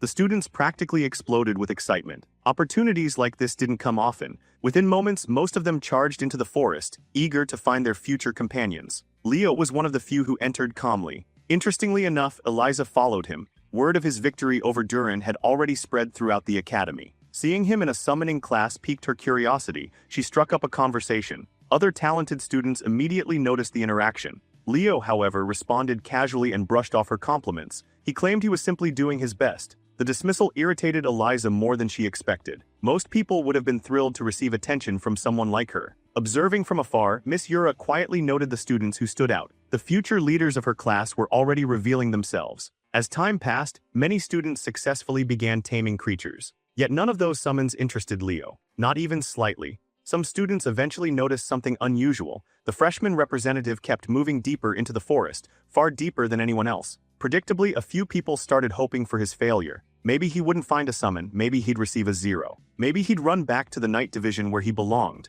Leo couldn't have cared less. Ignoring the noise, he continued following a trail. His guide was the feather he had discovered earlier. Moments ago, the feather's tip had been burned black. Now it had completely restored itself. That alone was enough to confirm his suspicions. Eventually, he reached a secluded clearing. After making sure nobody was nearby, he summoned the flames of the Zeringer clan. The feather was reduced to ashes. Instantly, an overwhelming heat erupted behind him. The kind of heat that seemed capable of burning the world itself. Back in his hometown, life had become quieter after Leo left. Reina spent her day preparing food outdoors, creating meals worthy of a fantasy movie. Yet despite the peaceful atmosphere, she couldn't stop worrying. It was only her son's first day at school. Surely she was overthinking things. Right, if she could see what Leo was currently facing, she would realize her concern was completely justified. Trying to reassure herself, she reminded herself that Leo was strong. Meanwhile, that very boy stood surrounded by flames powerful enough to melt reason itself. The source of the inferno was one of the 3 great summons, the legendary Phoenix. The majestic creature stared at him with blazing eyes. Confusion flickered within its gaze. Why was a mere child wielding the flames of the Zeringer clan? The phoenix explained that it had only appeared because it sensed Reina's flames. Hearing his mother's name immediately caught Leo's attention. Curious, he asked how the legendary summon knew her. Apparently the timing of their meeting was no coincidence. The phoenix knew Reina personally. More than that, it owed her a tremendous debt. The creature finally introduced itself. Fina, one of the three great mystical summons, the legendary phoenix. Out of respect for Reina's bloodline, Fina greeted Leo with equal respect. Leo returned the courtesy and asked about her connection to his mother. Fina revealed the story. Years ago, Reina had saved the life of Fina's summoner, a hero named Ellen Lunda. The name alone nearly made Leo jump. Ellen Lunda wasn't just anyone, she was a genuine hero. The incident occurred during a dungeon expedition in Siren. Ellen had lost every companion she entered with. Her own death was moments away. Then Reina appeared, charging into the battlefield like a blazing comet. She saved the hero. But the cost was enormous. In the process, Reina lost her own blazing aura. Had that event never happened, Fina believed Reina would have eventually claimed a seat among the world's heroes. It was the first time Leo had heard the full story. Still, it matched everything his mother had ever said. She never regretted her choice. Not once. Fina laughed warmly. That answer sounded exactly like the Reina she remembered. Changing topics, Leo asked why a legendary phoenix was hiding at Lumina Academy. Unfortunately, Fina couldn't answer. That information remained secret. Instead, she turned her attention toward Leo. Why was a young knight wandering the island of summons? When Leo explained that he was studying summoning, Fina took a closer look. And then she froze. The aura inside him was absurd, dense, ancient. Far beyond what should exist within a 15-year-old boy. For a brief moment, he didn't look like a child at all. The phoenix burst into laughter. Fate truly worked in mysterious ways. At long last, an opportunity had appeared. A chance to repay the debt she owed to Reina Zeringer.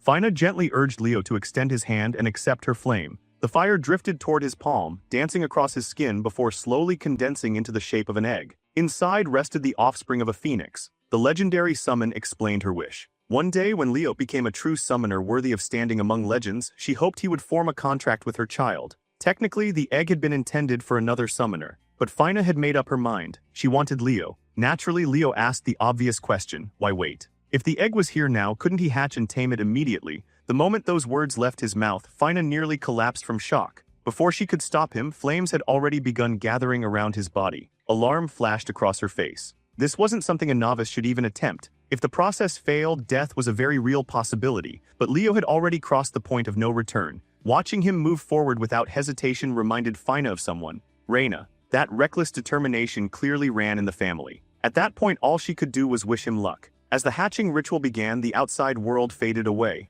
For a brief moment, nothing existed except Leo and the fire within the egg. The blaze was beautiful, hypnotic. Unable to resist, he reached out toward it. The instant his fingers touched the flame, everything changed. The tiny spark erupted into a raging inferno. Leo instinctively pulled back. The heat was unbearable. Breathing became difficult. Every instinct screamed at him to run. This was the true nature of Phoenix fire. Then realization struck. Perhaps this trial existed for a reason. Perhaps it was meant to show him the burden carried by the mythical birds themselves. A phoenix generated those flames by continuously burning its own body. Every day, every moment, their flesh was constantly consumed and regenerated. An endless cycle of agony and rebirth, a pain few beings could ever comprehend. For the first time, Leo understood even a fraction of that suffering. And so he stopped resisting. Instead of fighting the fire, he embraced it. He accepted the pain, accepted the flames, accepted the burden. The inferno swallowed him completely. The blaze surged through his body and reached its peak. Then suddenly crack. The egg began to break. Leo opened his eyes. Something inside him had changed.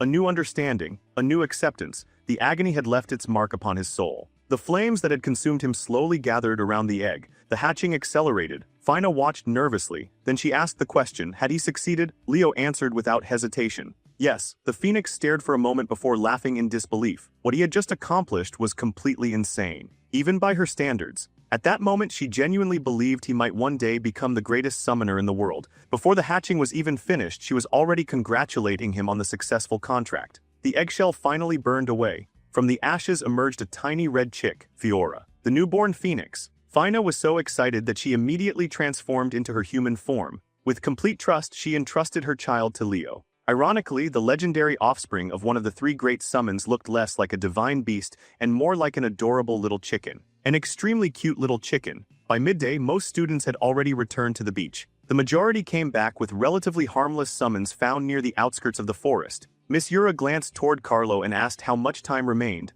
Only 5 minutes. Everyone who hadn't returned would soon fail. As expected, only 4 students remained inside the forest. Coincidentally, they were also the 4 individuals who had caught Yura's attention from the very beginning. Then the ground started shaking. A giant bear burst from the forest, smashing through trees as it charged toward the beach. Riding atop the massive creature was Zia. Covered in dirt and looking slightly rough around the edges, she proudly arrived on the back of an aqua bear cub she had successfully tamed. For a prospective knight, that was an impressive accomplishment. Unfortunately, her grand entrance didn't remain the center of attention for long. A massive shadow passed overhead. Students looked up. One of the quiet boys descended from the sky while holding onto the talon of a shadow crow. The summon alone was enough to shock everyone. Even prestigious summoner families would struggle to tame such a creature. Although he hadn't completed a contract yet, simply subduing it already exceeded expectations. Miss Yura considered the result more than satisfactory. Moments later, another commotion erupted. A flawless white serpent slithered out of the forest.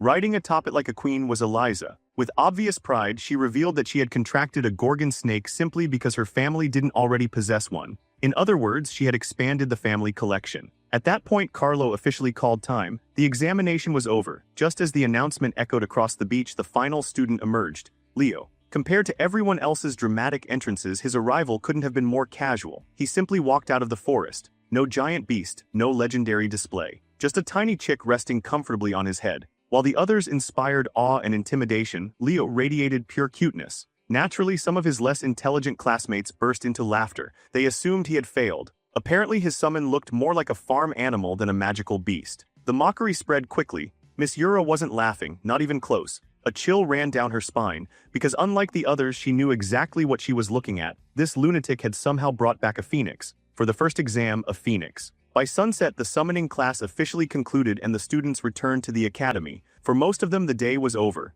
Not for Leo. He still had unfinished business. After straightening his tie, he made his way to a certain office and knocked on the door. A pleasant voice invited him inside. The moment he entered, he found Professor Yura dressed casually beneath the warm glow of the setting sun. She immediately set her work aside and welcomed him. Taking a seat, Leo listened as she confessed something surprising. Today had been the first time in her entire life that she had seen a baby phoenix. In fact, she hadn't even known a mystical summon was hiding on Summoner Island. What Leo had accomplished wasn't merely impressive. It was unprecedented. No freshman in Lumina Academy's history had ever formed a contract with a phoenix. Not once. As she spoke, Yura gradually moved closer, then even closer. Eventually, she had Leo completely cornered. A serious expression settled on her face. She claimed she knew exactly what he really was. Leo swallowed nervously. For a second, he genuinely wondered whether he had somehow exposed his true identity. Then Yura suddenly pulled him into a tight embrace. Her conclusion couldn't have been further from the truth. In her eyes, he wasn't a reincarnated hero. He was an unprecedented summoning genius unlike anything the Academy had ever seen. Although she wanted to celebrate his achievement publicly, she believed secrecy was the smarter option. News of a freshman contracting a phoenix would spread like wildfire. The attention alone would become unbearable. For now, she wanted that information hidden. There was only one thing she demanded in return. When the exploratory classes ended, Leo had to choose summoning as one of his primary majors. As far as Yura was concerned, he possessed all the potential necessary to become a summoning hero remembered for generations. The next morning arrived peacefully. Lumina Academy slowly awakened beneath the sunlight. Lo wandered through the hallways half asleep, repeatedly yawning as she walked. Car immediately noticed. Being Car, he couldn't resist teasing her. At this rate, he joked her mouth was going to tear apart. Lo looked exhausted. Apparently she had spent most of the night studying magic theory. Spotting the girl he'd collided with earlier, Leo finally remembered something. He pulled out Lo Muller's missing identification card and returned it. She thanked him. Replacing academy credentials would have been a massive inconvenience. What surprised her more was seeing Leo heading toward the magic classes. His explanation was simple. The exploratory period existed for a reason. He intended to attend as many lectures as possible. Lo couldn't relate. She only cared about magic. As far as she was concerned, every other subject was a distraction. Car leaned toward Leo and whispered that Lo was aiming for the very top of the magic division. Unfortunately, Car's version of whispering was loud enough for half the room to hear, including Lo. The atmosphere immediately dropped several degrees. Car slowly turned. The look in her eyes told him everything. He had made a mistake. Attempting to retreat, he took one step backward. An enormous pillar of ice instantly rose behind him, perfectly formed, completely blocking his escape route. With nowhere left to run, Carr was dragged toward the front seats and effectively sentenced to good behavior. Not long afterward, two more familiar faces entered the room. Abad, Chelsea. Naturally, members of a prestigious mage family had also chosen the magic lecture. Then the classroom doors opened again. The atmosphere changed instantly. Every eye turned toward the entrance. A sharply dressed man strode inside, perfectly groomed, impeccably dressed, effortlessly commanding attention. Several students were already whispering about how handsome he was before he even reached the podium.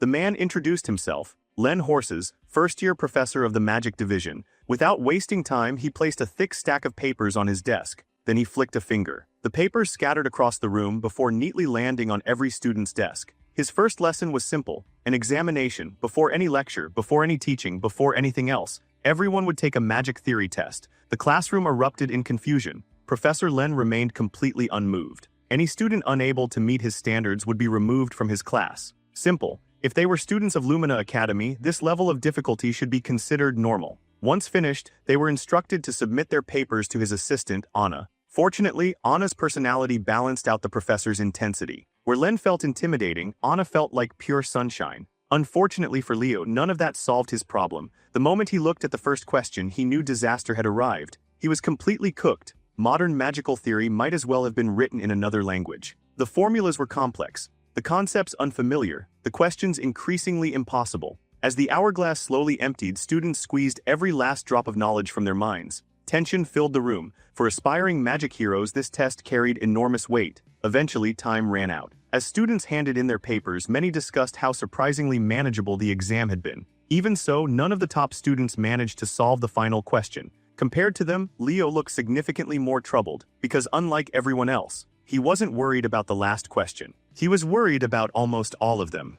Leo had only managed to answer a single question. One, despite genuinely trying his hardest, the rest of the exam might as well have been written in an alien language. As he handed in his paper with trembling hands, regret washed over him. Maybe he should have spent more time studying modern magic before enrolling. Convinced there was no hope left, he immediately left the lecture hall. The embarrassment alone was unbearable. At this point, self-study sounded far less painful. Over the last century, magic had evolved at a ridiculous pace. Concepts that once required profound understanding could now be activated simply by memorizing increasingly complicated conditions and formulas. Back inside the classroom, Professor Len Horses began reviewing the papers. No tools, no assistants, just his fingers moving across the pages as he graded them at an absurd speed. Back in the classroom, Professor Len finally addressed his students. To make a point, he summoned a radiant sphere of light above the room. Runes floated inside it. Countless magical principles intertwined and shifted continuously. The students stared in awe. This wasn't borrowed magic, it wasn't copied, it was entirely his own creation. A spell he had developed from the ground up. Every theory, every calculation, every formula, built brick by brick, that he explained was the purpose of his class. He didn't want students who merely memorized magic. He wanted researchers, creators, magicians capable of developing entirely new systems. That was precisely why he had given them an examination on the very first day. The first 49 questions were worth 1 point each. Simple memorization, increasingly difficult concepts. The final question, however, carried 51 points. That single question tested whether someone understood the true essence of magic. One day, he hoped his students would become sorcerers capable of answering that final question. Chelsea immediately relaxed. At least now she knew nobody had solved it. She hadn't even known where to begin. Then her eyes drifted toward Leo's empty seat. His paper still rested neatly on the desk. Apparently he had given up. For some reason that disappointed her. It would have been fun attending magic classes together. After Len's passionate speech concluded, Assistant Professor Anna hurried over and whispered something into his ear. Immediately the professor froze. A student had solved the final question. For the first time all day, Len Horses lost his composure. The normally stern professor burst into laughter. His eyes lit up. His excitement was impossible to hide. He demanded to know which student had just become the first person to solve question 50 on their first attempt. The mere thought of discovering a generational magical prodigy had him practically glowing. Then Anna corrected him. The student hadn't achieved a perfect score. That didn't matter. Len immediately assumed they must have sacrificed a few easier questions while focusing on the final problem. Then Anna delivered the second bombshell. The student hadn't solved a few questions. The student hadn't solved any of them. The only answer on the entire paper was the final question. The room went silent. Len demanded a name. Anna handed over the student file. Leo Plove. Without hesitation, the professor shouted for Leo to stand. Nothing happened. The seat remained empty. Even Leo's friends hadn't realized he slipped away the moment he submitted his paper. An awkward silence spread through the classroom. Chelsea eventually raised her hand and explained that Leo had already left. The situation somehow became even more absurd. Technically, Leo had earned the highest score in the room by solving only the final question. Meanwhile, the source of the chaos was completely unaware of the storm he had created. At that very moment, Leo was sitting in the cafeteria with Celia. After hearing what happened, she laughed directly in his face. The contrast was honestly incredible. Yesterday, he contracted a baby phoenix. Today, he completely crashed out during a magic exam. According to Celia, something was fundamentally wrong with the way he was experiencing school life. She firmly believed he should focus on swordsmanship. After all, he was a night division student. The moment Leo suggested stamina training, however, she immediately changed the topic. Their peaceful conversation didn't last. A terrifying presence suddenly appeared behind Leo, Professor Len Horses, and he looked furious. The professor genuinely believed Leo had mocked his class. How else was he supposed to interpret someone answering only one question before walking out? He demanded an explanation. Had the exam been too easy, or the questions beneath him? Leo immediately stood and clarified the misunderstanding. The truth was much simpler. He honestly thought he had failed. Every question except the final one seemed impossibly difficult. He couldn't even figure out where to begin solving them. Leo further explained that most of his magical knowledge came from ancient books. Modern magical theory was completely unfamiliar territory. As the explanation continued, a thought began forming inside the professor's mind. Suddenly, Leo found himself lifted off the floor, like a stray cat. The confused boy barely had time to react. Meanwhile, Len's eyes sparkled with excitement. The possibilities flooding his mind were endless. Without explanation, he demanded that Leo follow him. Leo never even got the chance to ask why. The professor grabbed him by the collar and dragged him out of the cafeteria. Celia remained frozen in her seat. That was her first real interaction with the Academy's magic professor. He was far stranger than she expected. A few moments later, Anna arrived. Unfortunately, she was seconds too late. Once again, her boss had already escaped. The exhausted assistant immediately took off after him. She didn't even have time to catch her breath. Elsewhere, Leo was dragged straight into the professor's office. The moment they arrived, Len rushed to a chalkboard and started covering it with advanced magical theory problems. Then he pointed toward the board. Solve them. That was all he said. The professor had a theory. If Leo genuinely solved the final exam question, then he must already possess a complete magical framework inside his head. Len eagerly waited to see evidence. What happened next nearly gave him a heart attack. Not even 10 seconds passed. Leo was already finished. The final answer sat on the board. Professor Len stared, then stared harder, then questioned reality. Had Leo solved all of those problems mentally? More or less, that was Leo's answer. At that moment, Len realized something. He had hit the jackpot. After years of disappointment, he had finally discovered a student worth cultivating, a future hero. Elsewhere on campus, Professor Ali was enjoying a perfectly peaceful day. Unfortunately for him, that peace was about to end. From down the hallway came a familiar figure sprinting toward him, Len Horses, smiling, excited. Far too excited. The moment Ali saw him, he immediately turned around and started walking the other direction. Experience had taught him that nothing good followed that smile. Len refused to be denied. He latched onto Ali and started enthusiastically thanking him. Ali responded by suspending him in the air with magic. This wasn't the first time Len had acted insane, but today's behavior felt particularly severe. Len didn't care. Floating upside down changed nothing. He just wanted to express his gratitude. After all, Ali had discovered Leo Plove. Ali blinked, confused. Why was a magic fanatic obsessing over a future knight? The moment he mentioned knighthood, Len nearly exploded. Absolutely not. In his eyes, Leo had to become a sorcerer. Anything else would be a crime. Allowing talent like that to waste away swinging swords was unacceptable. Eventually, Anna finally caught up. While Len continued ranting about the future of magic, Ali casually dropped him onto the ground. At least Len appreciated the landing. After chasing him across half the academy, Anna's cheerful personality had completely evaporated. She immediately ordered him back to class. No arguments. Right then, Leo happened to walk past the scene. Ali greeted him with a reassuring smile. Watching the spectacle unfold, Leo reached a simple conclusion. Sorcerers really hadn't changed at all. No matter the era, they were still complete lunatics. A week later, the exploratory classes officially came to an end. Leo spent the afternoon relaxing on a rooftop, book in hand, far away from drama, far away from professors, far away from trouble. As usual, he was researching fragments of his former legacy. In the modern world, Kyle, the hero of the beginning, was widely viewed as a fraud. The distorted history continued to weigh heavily on his mind. The world had moved on without him, and somewhere along the way, his image had become completely twisted. While Leo quietly reflected on the passage of time, chaos erupted elsewhere. Several first-year professors stormed directly into the principal's office. Knocking was apparently optional. At the center of the argument sat Leo's application form. Knight, sorcerer, summoner, all three major disciplines. The professors were losing their minds. After witnessing Leo's potential in every field, none of them wanted to let him go. Even more shocking, no student in any hero academy had ever attempted to pursue all three disciplines simultaneously. To most educators, such a thing was absurd. A hero should dedicate themselves to one path. Not all of them, Principal Badian simply laughed. The entire argument amused him. In fact, Leo reminded him of someone, a fictional figure from old heroic tales. The professors paused, then Badian elaborated, the fifth great hero. The hero of the beginning, Kyle. According to the legends, he was the only person in history who mastered every heroic discipline. Meanwhile, far away from the academic battlefield, Celia and Chelsea were suffering.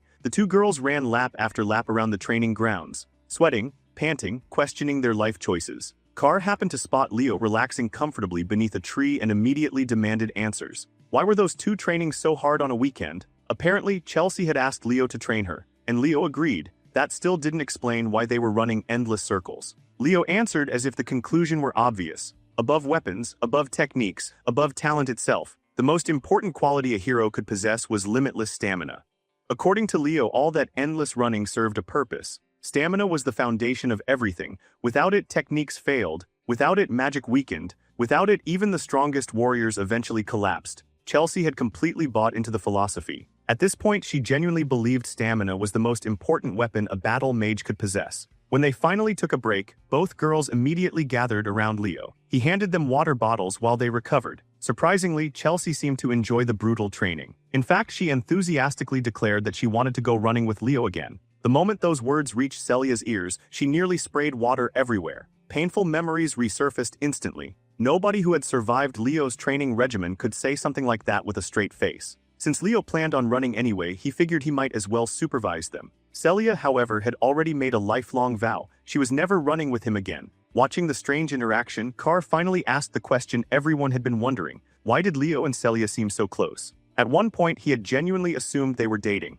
Celia immediately ended the misunderstanding. The truth was much simpler. They were cousins. Leo was the son of her paternal aunt. The revelation hit Carr and Chelsea like a truck. Leo had Zeringer blood flowing through his veins. Suddenly, several things started making a lot more sense. Ignoring their reactions, Leo stood up and began stretching for another round of punishment disguised as exercise. Carr took one look at the situation and made the correct decision: retreat. Instead of wasting his weekend training, he planned to explore more of Lumeria City. Celia immediately attempted to join him. Unfortunately for her, Leo had already grabbed her by the hair. Today was a training day. End of discussion. Watching the chaos unfold, Carr couldn't help concluding that nobles truly possessed a unique lack of dignity. Time passed. Eventually, the long-awaited class assignments were announced. Leo made his way toward his designated classroom, Class 1-5. The moment he entered, he spotted a familiar face. Carr, already seated, already informed, already waving him over. Apparently, the merchant genius had somehow learned his assignment ahead of time. Love him or hate him, Carr was frighteningly good at gathering information. There was another familiar face present as well: Chelsea. Judging by her appearance, it was difficult to determine whether she was alive or simply existing through sheer stubbornness after surviving Leo's weekend training. Carr immediately demanded details. What exactly had Leo done to those girls? Leo casually replied that they had only covered the basics. The answer somehow made it sound even worse. Suddenly, two upperclassmen peeked into the classroom. Their expressions practically screamed trouble. They mockingly referred to Class 1-5 as the class of anguish and wondered how many freshmen would survive the semester. Before they could continue, a lazy voice interrupted them. The newcomer casually remarked that the two seniors seemed far more pathetic than the freshmen they were mocking. The upperclassmen turned around. Instant regret. A man with messy dark hair and an unkempt beard stood behind them. The pressure radiating from him was overwhelming. Their blood instantly ran cold. This was Herod Edmund, the homeroom teacher of Class 1-5, the infamous Wailing Wall. Without changing his expression, Edmund ordered the two seniors to become chairs, and they obeyed. Immediately, fear was a powerful motivator. Once his human furniture was prepared, Edmund sat down comfortably and finally addressed his students. His greeting was less than inspiring. According to him, they were worthless scraps. Class 1-5 existed for one reason. It was the class assigned to students who had achieved the lowest rankings among the incoming freshmen. Naturally, rumors about him had already spread throughout the academy. Edmund asked if anyone knew why he personally volunteered to oversee this cursed classroom. Carr cautiously raised his hand. According to him, the legendary Wailing Wall must have chosen the class because he wanted to help everyone improve. The professor immediately identified Carr by his full name. Honestly, he expected no less from the academy's lowest-ranked student. The answer was fitting. Then Edmund changed the subject. Did anyone understand the true duty of a Lumina Academy student? Chelsea raised her hand. Her answer was correct. Students were expected to conquer hero worlds through practical missions. Edmund acknowledged the response. then immediately crushed everyone's optimism. All he saw before him were students who would die minutes after entering a real hero world. From his perspective, expelling weaklings before they endangered others sounded far more efficient. That mentality was precisely why he had taken charge of Class 1-5,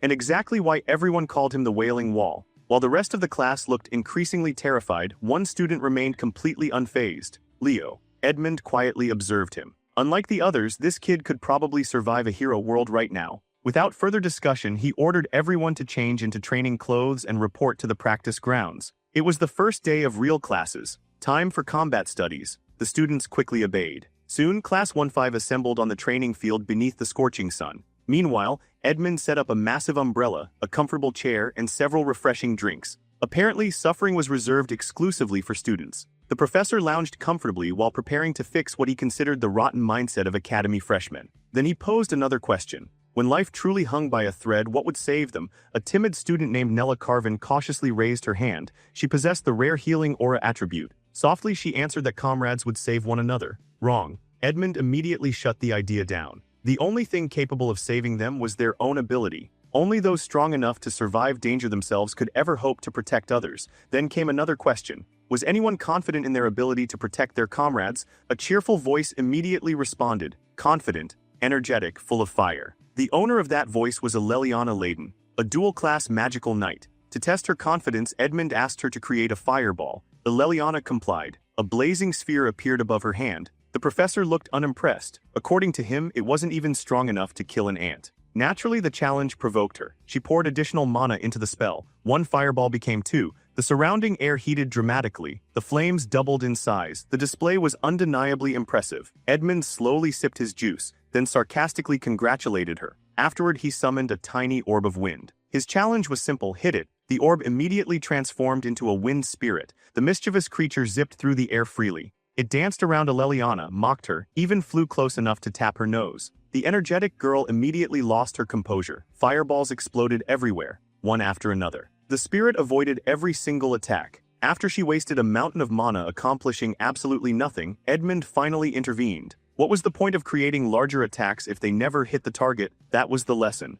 The students lacked practical skill. Their abilities were meaningless if they couldn't use them effectively. Heroes improved by pushing beyond their limits. That was the reality of the path they had chosen. With a rare smile, Edmund announced the day's assignment. Class would not end until someone caught his wind spirit, Sylph. The reaction was immediate. Panic, despair, complaints. Leo simply listened. Harsh as Edmund's words sounded, they were completely true. Maybe participating wouldn't be a bad idea. Perhaps catching Sylph would be interesting. As the entire class desperately chased the spirit around the training grounds, Edmund's attention remained fixed on a single student, Leo Plove. The stories surrounding the boy had become impossible to ignore. Edmund wanted answers. Was Leo truly exceptional? Or was he another fraud like the legendary Kyle of modern history? Unfortunately for the students, Sylph was absurdly fast. Even with the entire class hunting it, the spirit effortlessly toyed with them. Then Leo moved. Aura gathered around his feet, compressed, focused, controlled. The next instant, he launched forward like a crimson cannonball. The ground cracked beneath him. His speed exploded.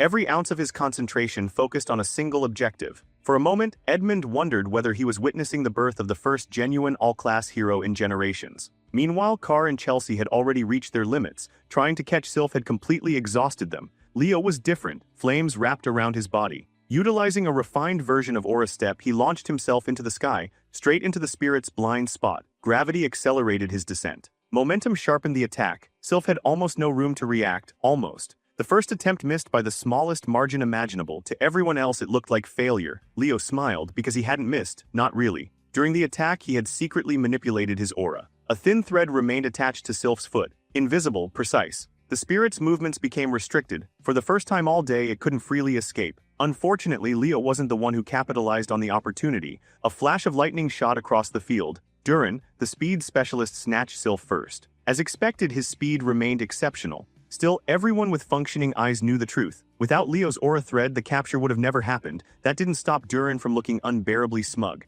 Before anyone could comment, applause echoed across the field. A new arrival approached. This was Sedan, the homeroom professor of Class 1, the prestigious class, the elite class, currently ranked second among graduating instructors. With impeccable timing, he used the moment to showcase the talent of his students. He even offered to teach Class 1-5 a thing or two. Meanwhile, Edmund wasn't paying attention at all. The man remained perfectly relaxed beneath his umbrella. juice box in hand, completely unbothered. Then he casually informed Sedon that he could handle Class 1-5 for the rest of the day. The students immediately perked up, especially Carr. A clash between these two professors wasn't something they got to witness every day. Both men had taught at Lumina Academy for over 20 years. Professors Ali, Yura, and Len had once studied beneath them. They were living legends. As Carr enthusiastically explained all of this, Nella quietly asked how he knew so much about academy affairs. Unfortunately, Carr possessed absolutely no survival instincts. The conversation nearly scared the poor girl to death. Professor Sedon laughed confidently. He had no idea what Edmund was planning with the academy's weakest class, but he was definitely interested in finding out.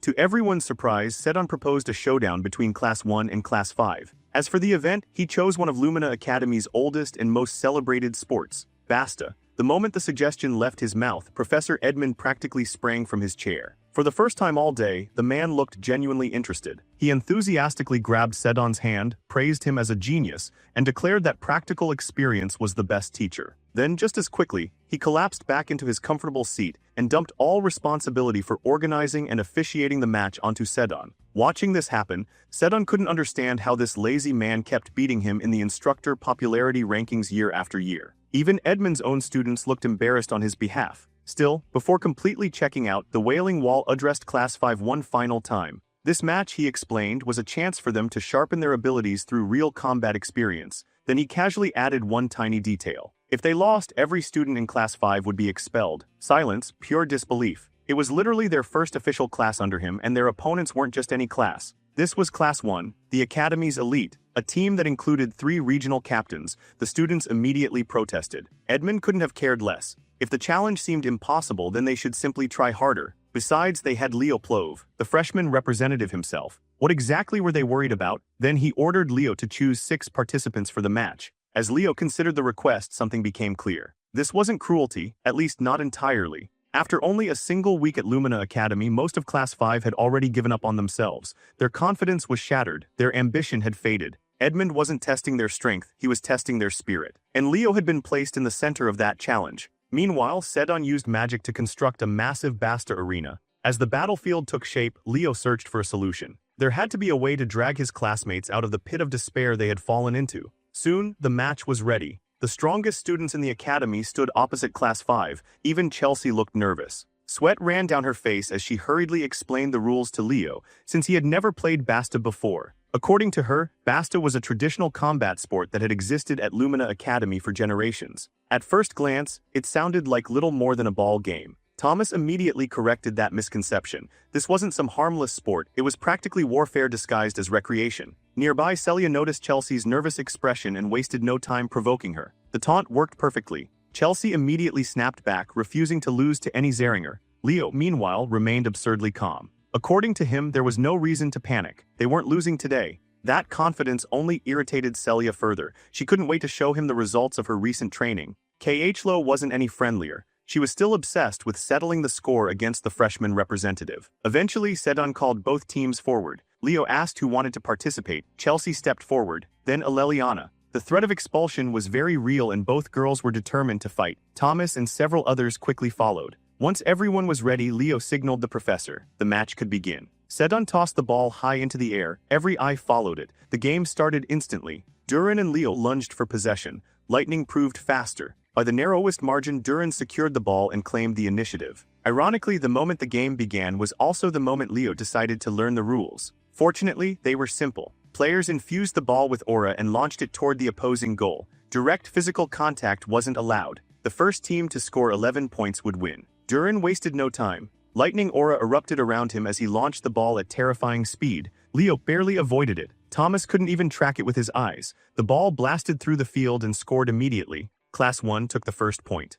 And with it came even greater despair for Class 5. Some students already looked ready to accept defeat. Leo calmly asked how possession could change hands. Apparently there were 3 methods. The ball could go out of bounds, it could be caught. Before Thomas could explain the third method, chaos erupted. Aleliana was struck head-on by one of Celia's devastating throws. The Sword Princess mocked them for chatting during a match instead of paying attention. The situation instantly became clear. Players couldn't directly attack opponents. However, eliminating them with the ball was completely legal. If someone could no longer continue, they were removed from the game. That was the third method. Leo had heard enough. He seized possession. But before Class 5 could mount a comeback, Leliana collapsed from her injuries, one player down. The situation was getting worse. From the sidelines, both professors observed carefully. Sedon reflected on a simple truth. Teams with strong fire users usually dominated Basta, and among fire users nobody surpassed the Zeringers. Knowing Celia was on Class 1's roster, he couldn't understand why Edmund had accepted this challenge. The lazy professor simply yawned,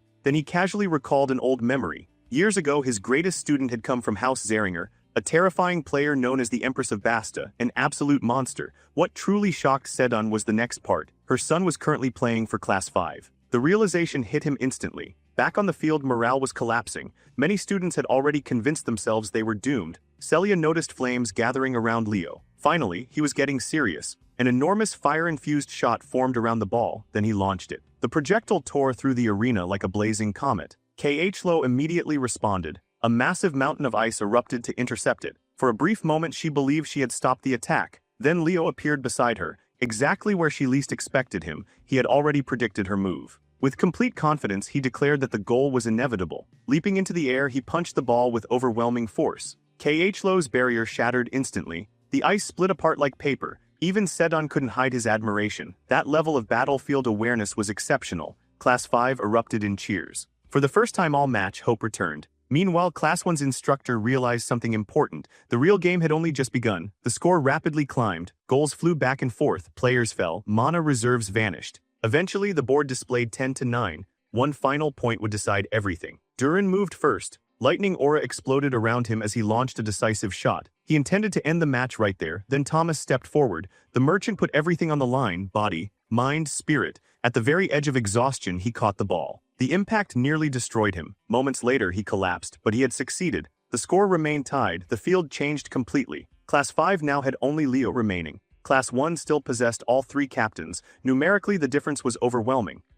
Lo immediately moved to lock down the field. Still carrying the sting of previous defeats, she created countless magical duplicates to strengthen her defenses. Then Leo moved. This was his final push. His feet left the ground. In an instant, he vanished. Even the captains were stunned. The speed was absurd. Leo slipped past Celia before she even realized he had moved. He ignored direct confrontation entirely. His target was the goal. That left everything in Lo's hands. She desperately searched for the real Leo among countless afterimages. The sheer complexity of the movement exhausted her. Then he passed her too. Lo collapsed, defeated, shocked. Unable to comprehend how a human could replicate techniques reminiscent of elven magic. In the end, not even three captains working together could stop him. The final point was scored. Class 5 won. The arena exploded with celebration. Students screamed Leo's name. Moments earlier, they had been staring at expulsion. Now they stood victorious. Sedon could hardly believe it. Edmund had thrown his students into a life-or-death situation just to force them to grow. As for the three captains, defeat hit them hard. Still, Sedon approached his students, especially Lo. He asked whether she was frustrated. Of course she was. But tradition mattered. Win or lose, opponents deserved respect. He praised every student who fought, every student who supported their teammates, every student who pushed themselves beyond their limits. His words soothed wounded hearts. Then Edmund ruined the atmosphere, immediately. He bluntly called them losers, nothing more, nothing less. Both classes had given everything. Class 1 displayed incredible talent. Class 5 displayed incredible perseverance. According to Sedon, the reason Class 5 prevailed was simple. They broke through their limits. He hoped both classes would learn from one another moving forward. Eventually, rivals became comrades. Handshakes were exchanged. Celia and Chelsea immediately resumed insulting each other. Thomas enthusiastically shook Durin's hand while the lightning user looked like a man who had just witnessed a ghost. Lo looked moments away from tears. Then Leo approached her. He sincerely praised her performance. With more experience and a little refinement, he believed she could become someone truly extraordinary. At first, she assumed he was mocking her. Then she saw his expression. There wasn't a trace of sarcasm, only honesty. Determination returned to her eyes. One day, she would surpass him. And this time, she accepted his handshake. A month passed. Life at the academy settled into a rhythm. One day, while sharing a meal, Thomas suddenly asked about club activities. Most students were joining established organizations. Leo had a different idea. He wanted to create one himself. The statement nearly caused Thomas to lose his mind. Naturally, Chelsea volunteered before anyone else could react. As Leo's most enthusiastic supporter, she was already on board. The name of the organization was simple: the Hero Research Society. The name of Leo's proposed club sounded strange enough to make most people raise an eyebrow. The Hero Research Society. But Leo had a very specific reason for creating it. He wanted to uncover the truth behind the forgotten hero, Kyle, a figure modern history dismissed as little more than a fictional character with no real significance. Thomas immediately pointed out the obvious problem: nobody would join a club like that. Chelsea, however, once again proved herself to be Leo's most loyal supporter. She volunteered before anyone even asked. Before the discussion could continue, a loud commotion erupted nearby. The noise reminded Thomas of something important. Today was a special day. The fifth-year students had finally returned from a dungeon expedition. Across the world, fragments of hero records occasionally created dangerous spaces known as hero dungeons. Recovering those fragments was one of the Academy's most important duties. Senior students were often dispatched for weeks or even months at a time to conquer these dungeons and retrieve the records hidden within. Listening quietly, Leo couldn't help wondering whether his mother had once participated in similar expeditions.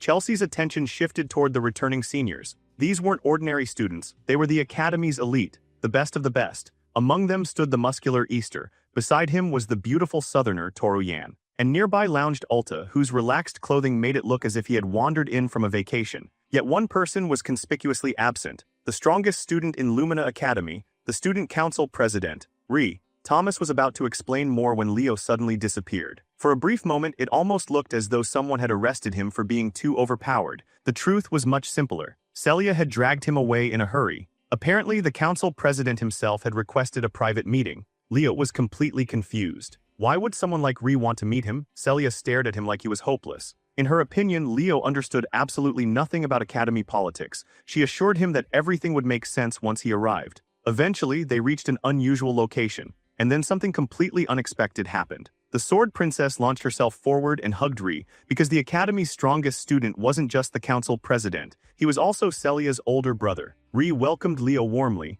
especially after hearing about the younger boy's ambition to master every discipline. The three of them sat together and shared dumplings. For some reason, Celia seemed nervous. Apparently she had never eaten them before. The moment she took a bite, however, her eyes lit up. The taste instantly won her over. Ri laughed. He had wanted to bring her here ever since she enrolled. More importantly, he had been curious about Leo. After all, Leo's mother once possessed an enormous reputation within the Zeringer family. Even during her academy years, she had been legendary, and not always for normal reasons. One story involved her passionately discussing academy desserts. Another involved gathering students together and practically leading an invasion of the principal's office. Celia nearly choked when she heard that. Apparently, her aunt had been involved in one of the academy's most infamous incidents. The siblings continued chatting happily while Leo quietly observed. The more he watched Ri, the more convinced he became. This man genuinely deserved his reputation. Without question, he was destined to become a hero. Eventually, dessert arrived. Ri suggested the younger two head outside while he settled the bill. As they left, Ri discovered a strange object tucked inside his blazer. He had no idea how it ended up there.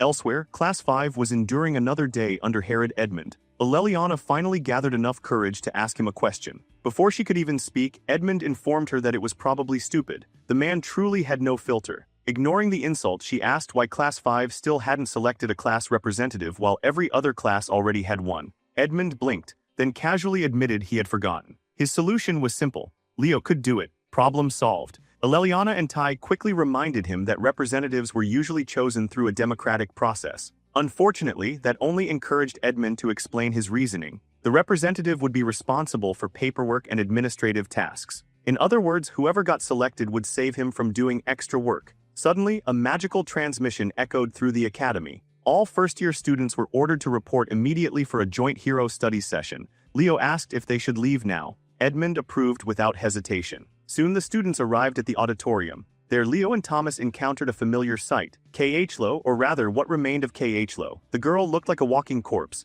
Dark circles, exhaustion, pure academic suffering. Without shame, she immediately begged Thomas for recovery potions. The alchemist sold her the last bottles he had. Leo couldn't help thinking she was overworking herself. The school year had barely begun. Khlo ignored him. After downing the potions, she made her position very clear. She had no intention of relaxing. As the top-ranked student in magical theory, she was under constant pressure. Sooner or later, Leo would master modern magic, and when that happened, she was convinced he would bulldoze her rankings too. Thomas genuinely failed to understand the issue. Was second place really that bad? Chelsea stared at him in disbelief. Khlo wasn't just any student, she was aiming for the magic tower. For battle mages, theory rankings weren't everything. For someone like Khlo, however, magical research was her entire identity. Her pride depended on it. Chelsea honestly questioned whether Thomas qualified as a magician at all. Meanwhile, despite the potions, Khlo still looked half dead. Then she noticed something strange. At that same moment, Headmaster Kalyan was examining a damaged hero record fragment. Ri had brought it to him. According to the council president, the fragment had reacted unexpectedly. That shouldn't have been possible. The record was heavily damaged. No relics had been nearby, and yet it had responded to something. Kalyan asked whether it had reacted again afterward. The answer was no. The headmaster fell silent. Deep in thought, eventually he decided to investigate personally. For now, he told Ri to rest. The student had only recently returned from a mission. Then Kalyan instructed his assistant Alina to bring the damaged fragment to the Hall of Beginnings for the first-year joint class. The fragment might be small, but hero records possessed unique properties. Even damaged pages could react when someone directly connected to the recorded hero came into contact with them. Neither Kalyan nor Alina realized the truth. That person was Leo. Inside the auditorium, first-year students gathered for their first joint lesson. The room was chaos. Conversations echoed everywhere. Professor Arian politely asked everyone to quiet down. Nobody listened. A few moments later, the sweet and gentle professor snapped. A terrifying killing intent erupted from her body. The atmosphere instantly froze. With frightening intensity, she warned everyone to shut up unless they were actively seeking death. The transformation was terrifying. One second she was adorable. The next she looked ready to erase someone from existence. The students immediately fell silent. Then, as though nothing had happened, Arian returned to her usual timid demeanor. Everyone else sat frozen in fear. At this point, the academy had simply accepted that she was absolutely terrifying when angry. Leo carefully observed her power. A spiritualist. Even in his previous life, specialists like her had been incredibly rare. With a dagger in hand, Arian began the lecture. She explained the origins of hero records and the rise of hero clans. To open a hero world, one required a meaningful object connected to that hero, a medium. A key. That was why descendants could access certain hero worlds more easily. The relationship between hero records and hero clans was like a key and a treasure chest. The explanation impressed Leo. He listened attentively. Arian continued. Hero studies existed to uncover information about hero worlds and deepen understanding of past heroes. Eventually, every student would choose a hero whose strength they hoped to inherit. At that moment, Alina entered carrying a newly recovered hero record fragment. The students immediately exploded with excitement. The artifact radiated mystery. Alina opened it briefly, then closed it again. Before allowing anyone to interact with it, Arian decided to ask a question. What kind of hero did they wish to become? Celia answered first. She intended to become the strongest knight in Zeringer history. Arian praised the ambition. Khlo followed. Her dream was to create a spellbook filled entirely with her own original magic. One by one, students shared their goals. Thomas wanted to support heroes from behind the scenes. Eventually, Leo stood and casually declared something outrageous. His goal was to destroy Arabos completely. The room froze, students, professors. Everyone, Arian herself, was visibly shaken. Still, she somehow managed to continue the lesson. Around the room, students whispered among themselves. Most assumed it was empty bravado. The professors weren't so certain. Herod knew Leo rarely spoke without reason. Arabos had been divided and sealed for centuries. Even a single fragment could devastate entire regions. Yet Leo wasn't talking about defeating one fragment. He intended to eradicate Arabos entirely.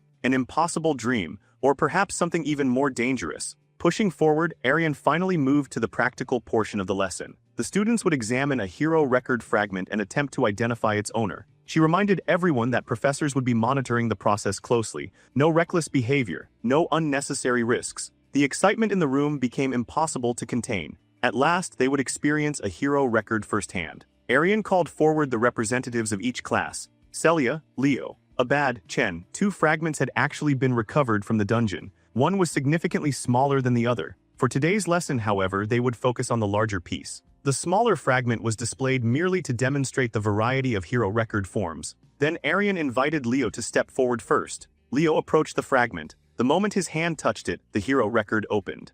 The moment Leo touched the fragment, everything went wrong. Neither the hero's name nor the chapter title appeared. Both remained hidden. Even worse, the reaction wasn't normal. The professors immediately sensed that something was off. Then reality shattered. Before anyone could react, the representatives and instructors were dragged into a completely different world. What greeted them was pure devastation. Chaos stretched as far as the eye could see. Countless monster corpses covered the landscape. The ground itself looked like the aftermath of a war that had already consumed everything. They had arrived in what could only be described as a battlefield. Professor Edmund instantly took command. Whatever this place was, it wasn't part of the lesson anymore. He ordered everyone to stay alert. As far as he was concerned, they had just been thrown into a hero dungeon. Meanwhile, Sedon quickly searched for anything recognizable. Eventually, he spotted a distant fortress wall that could serve as a landmark. For everyone else, it was just a ruined structure. For Leo, it was something else entirely. He recognized it, the walls of Gardes, the final defensive line of the last surviving city during the Age of Catastrophe. If his suspicions were correct, then he was the only person present who truly understood where they were.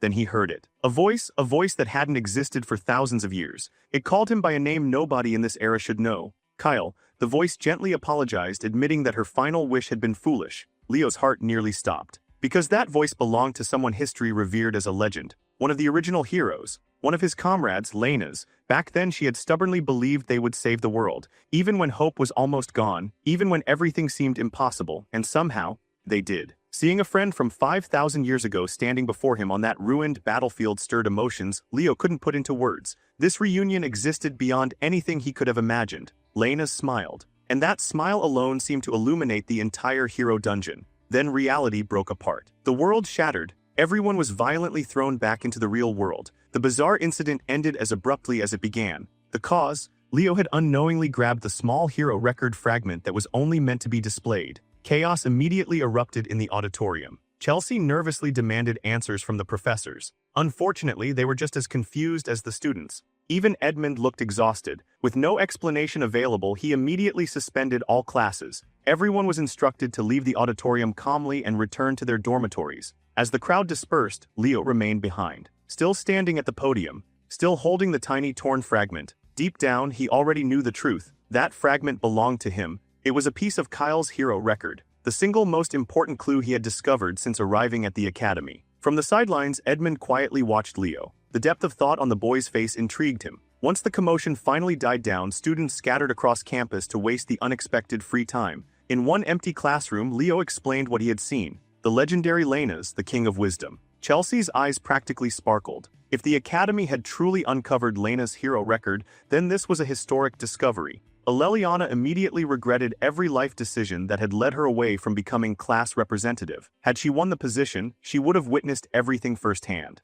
Carr looked at her with complete disbelief, as if she had ever stood a chance against Leo. Naturally, Aleliana responded with violence. Poor Carr became the victim of several punches. The noise eventually attracted Professor Edmund. He stepped into the room and demanded to know why they were being so loud. Then he gave them a simple choice: study quietly, or get expelled. Considering who delivered the warning, nobody could tell whether he was joking. After he left, nobody was willing to take the risk. Meanwhile, Leo's thoughts remained elsewhere. Why was his hero record in such terrible condition? Compared to every other record, it was practically destroyed. Even he struggled to recognize its world. The system had hidden both the world's name and its chapter title, almost as if someone had deliberately erased every trace of its identity. That possibility disturbed him. Hero records existed to pass on a hero's power. Destroying one meant preventing future heroes from inheriting that legacy. There was only one being with both the motive and capability to commit such sabotage. Arabos, even divided into countless fragments, the demon's influence remained terrifying.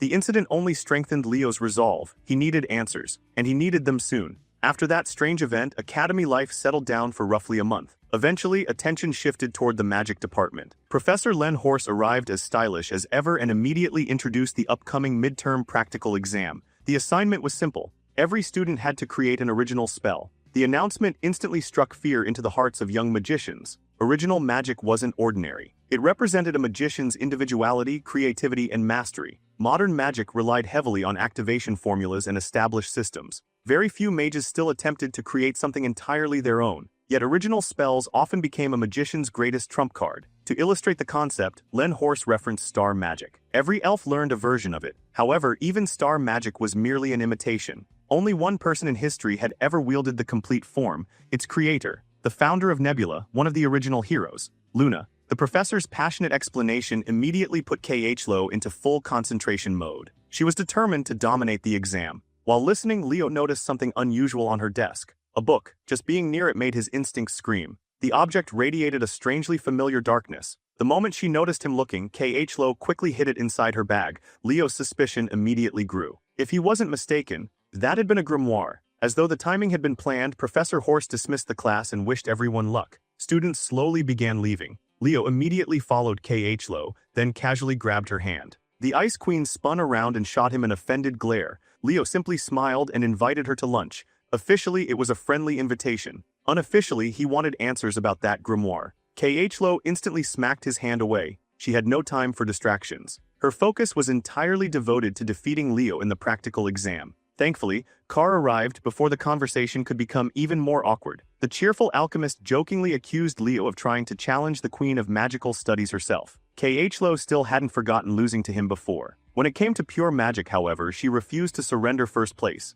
With absolute determination burning in her eyes, she swore she would win. Leo respected that conviction. Backing down now would be disrespectful, so he accepted her challenge properly. Extending his hand, he promised to prepare seriously. Kh shook it. The intensity in her eyes was almost frightening. Car watched from the side, utterly amazed. In his mind, Leo had somehow managed to trick another girl into holding his hand. Later that day, Leo arrived at one of the Academy's most imposing structures, the Tower of Heroes. Somewhere inside this enormous monument was the legendary Forbidden Library, and if answers about his ruined hero record existed anywhere, it would probably be there. As he climbed the stairs, several upperclassmen glanced his way. Word about the freshman representative had clearly spread. Halfway up, someone called his name. A senior student with tan skin, curly hair, large glasses, and an unmistakably confident presence was waiting nearby. Chewing bubble gum casually, she informed him that Professor Len Horse had spoken about him quite often. This was Toru Ian, a fifth-year magic student. Leo politely greeted her and attempted to continue climbing. Unfortunately, Toru stretched out her leg and completely blocked his path. She wanted to know why a first-year student was wandering around the Tower of Heroes. Leo answered honestly. He was here to meet the student council president. The response only made her more interested. Toru immediately started promoting the magic department. If he committed fully to magic, opportunities within the tower would open up everywhere. She was surprisingly persistent, especially considering Leo was already taking magic classes. Eventually, she relented and moved aside. Leo thanked her politely and continued onward. Still, Toru left him with a final warning. Before the semester ended, she wanted him to make magic his primary discipline. The message was clear. Whether it sounded like encouragement or a threat depended entirely on how he chose to interpret it. Leo simply smiled, the perfectly polite smile he always used when refusing to commit to anything. Eventually, he reached the elevator leading to the upper floors. Several senior students stepped inside. Leo joined them and pressed the button for the 9th floor. Nothing happened. He pressed it again, still nothing. Again, nothing. The elevator remained completely unresponsive. His patience began dying one button press at a time. Thankfully, a friendly voice finally explained the problem. The buttons only responded when mana was infused into them. The speaker was another 5th-year student, a broad-shouldered man with a warm smile. Unlike Toru, this senior seemed genuinely approachable. His name was Lisa Zamua, a 5th year from the night department. Recognizing Leo immediately, he greeted the freshman representative with a grin. Leo politely returned the greeting. Much like Toru earlier, Lisa asked why he was visiting the Tower of Heroes. When Leo explained that he intended to meet the student council president, the senior's interest visibly increased. After all, very few freshmen could stand in front of the academy's strongest student without fear, and even fewer would boldly march straight toward his office alone. Lee was genuinely impressed by Leo's composure. Most freshmen froze the moment they heard the student council president's name, yet Leo remained unfazed. Because of that, Lee once again encouraged him to seriously consider making the night department his primary path. At this point, Leo had heard the same recruitment pitch so many times that all he could do was let out a tired laugh. After surviving an endless gauntlet of interruptions, he finally arrived at his destination. Standing before the office door, he knocked politely, introduced himself, and asked for permission to enter. A calm and welcoming voice immediately invited him inside. President Ri was buried beneath mountains of paperwork despite the sun already sinking toward the horizon. Even so, he greeted Leo with a warm smile. Not wanting to waste any more of the president's time, Leo went straight to the reason for his visit. He wanted access to the Academy's Forbidden Library. The atmosphere shifted instantly. Ri's expression grew noticeably more serious. He knew Leo wasn't the type to make reckless requests. Because of that, he carefully explained just how difficult such access truly was. For ordinary students, there were only two possible routes. The first was straightforward in theory and nearly impossible in practice: conquer a hero dungeon. Those who successfully cleared one were traditionally allowed to personally return the recovered hero record fragments to the records preserved within the Forbidden Library. Naturally, Leo understood he was nowhere near qualifying through that route, so he asked about the second method. Ri leaned forward. A sly smile spread across his face. Then he revealed that the secret would be shared the moment Leo officially joined the student council. Several days later, the night department's practical midterm finally arrived. The academy's massive outdoor arena was packed. Students, instructors, and spectators gathered from every direction. Naturally, Carr saw opportunity. The entrepreneurial menace rolled out an entire popcorn stand and immediately got to work. His sales strategy was simple: According to him, nobody should watch an exciting tournament without snacks. Chelsea wasn't sure whether to admire him or be embarrassed for him. Meanwhile, Eleliana couldn't help thinking that Carr would already be absurdly wealthy if he weren't trapped at Lumina Academy. As Leo lined up beside the other night department freshmen, he scanned the audience. One person was noticeably absent. Lo wasn't there. Professor A stood in the center of the arena, radiating enough pressure to remind everyone that this was no ordinary exercise. Without delay, he announced the first match, Class 1's Hall Snave versus Class 5's Leo Plav. The crowd immediately perked up. Meanwhile, Carr continued searching for customers. His gaze eventually landed on Professor Sedan. Like a predator spotting prey, he rushed over with samples in hand. Would the esteemed professor like a popcorn and drink combo for the upcoming match? Sedan looked offended by the mere suggestion. In his opinion, snacks were clearly meant for people like Edmund, not respectable professors. Realizing brute force wouldn't work, Carr looked toward Class 1 for support. Thankfully, Celia immediately understood the assignment. Activating maximum charm, she innocently wondered whether their beloved professor might treat the entire class. The trap was perfect. All Carr needed to do afterward was encourage the students to cheer for Sedan's generosity. Watching his students chant his name with shining eyes slowly destroyed the professor's defenses. He might have been prideful, but he was also a teacher who genuinely cared about his students. Eventually, he surrendered. Every student would receive one combo. No more. Carr's profits exploded instantly. Back in the arena, the combatants took their positions. Leo wore a confident smile, almost too confident. He casually remarked that Hall was fortunate enough to become his first victim. Hall immediately understood the implication. Leo didn't view him as a genuine threat. That irritated him. Hall Snave came from the heroic Snave lineage. This wasn't someone willing to be overlooked. Before the duel began, the audience received a quick explanation of the exam structure from Lumina Academy's unofficial popcorn merchant. The night department midterm consisted of a series of duels. Achieve 5 victories, earn a passing grade. Simple. Even so, uncertainty lingered throughout the stands. Most students knew Leo was the freshman representative. Very few had actually seen him fight. On top of that, he was juggling 3 different majors. Many assumed he couldn't possibly match specialists who devoted themselves entirely to a single discipline. Hall was already considered Class 1's third strongest student. Only Celia and Durin ranked above him. His specialty was spear combat. His aura possessed a toxic and razor-sharp nature. With practiced precision, he twirled his spear and displayed his skill. As far as Hall was concerned, Leo was simply the arrogant guy constantly hanging around Celia. Professor A gave one final reminder. The winner would be whoever rendered their opponent incapable of continuing. Students were expected to treat every duel like a real battle. The signal was given, and immediately Leo's attention shifted, not toward Hall, toward something else entirely. A dark aura. An aura he hadn't felt in an extremely long time. It wasn't coming from the arena. It wasn't coming from his opponent. It was coming from somewhere deep within the academy itself. The sensation was vile, unsettling. The moment it touched his senses, a terrible premonition formed in his mind. Unbeknownst to Leo, the source sat elsewhere on campus, inside the library. Lo had isolated herself among endless stacks of books while desperately preparing for the magic department midterm. Every formula she attempted joined an ever-growing pile of failed ideas. Pressure was crushing her. No matter what she tried, she couldn't create a spell capable of surpassing Leo. Frustration mounted. Eventually she snapped and scattered books across her workspace. Leo's talent haunted her thoughts. The fear of being surpassed was slowly consuming her from within. She refused to lose. Absolutely refused. As she stared across the mess she'd created, one object seemed to stand out from everything else. The grimoire. Almost as if it were calling to her. With nowhere left to turn, she convinced herself it was her only path forward. The desperation to remain number one left her vulnerable, and the dark energy radiating from the grimoire eagerly answered. That same sinister presence was what Leo sensed in the middle of his match. Unfortunately, Hall mistook Leo's distraction for weakness. He immediately rushed forward, his spear shot toward Leo's head. At the last possible moment, Leo regained focus and slipped aside. Hall pressed the attack. Activating the signature technique of the Snave family, he transformed the spearhead into a twisting venomous blade.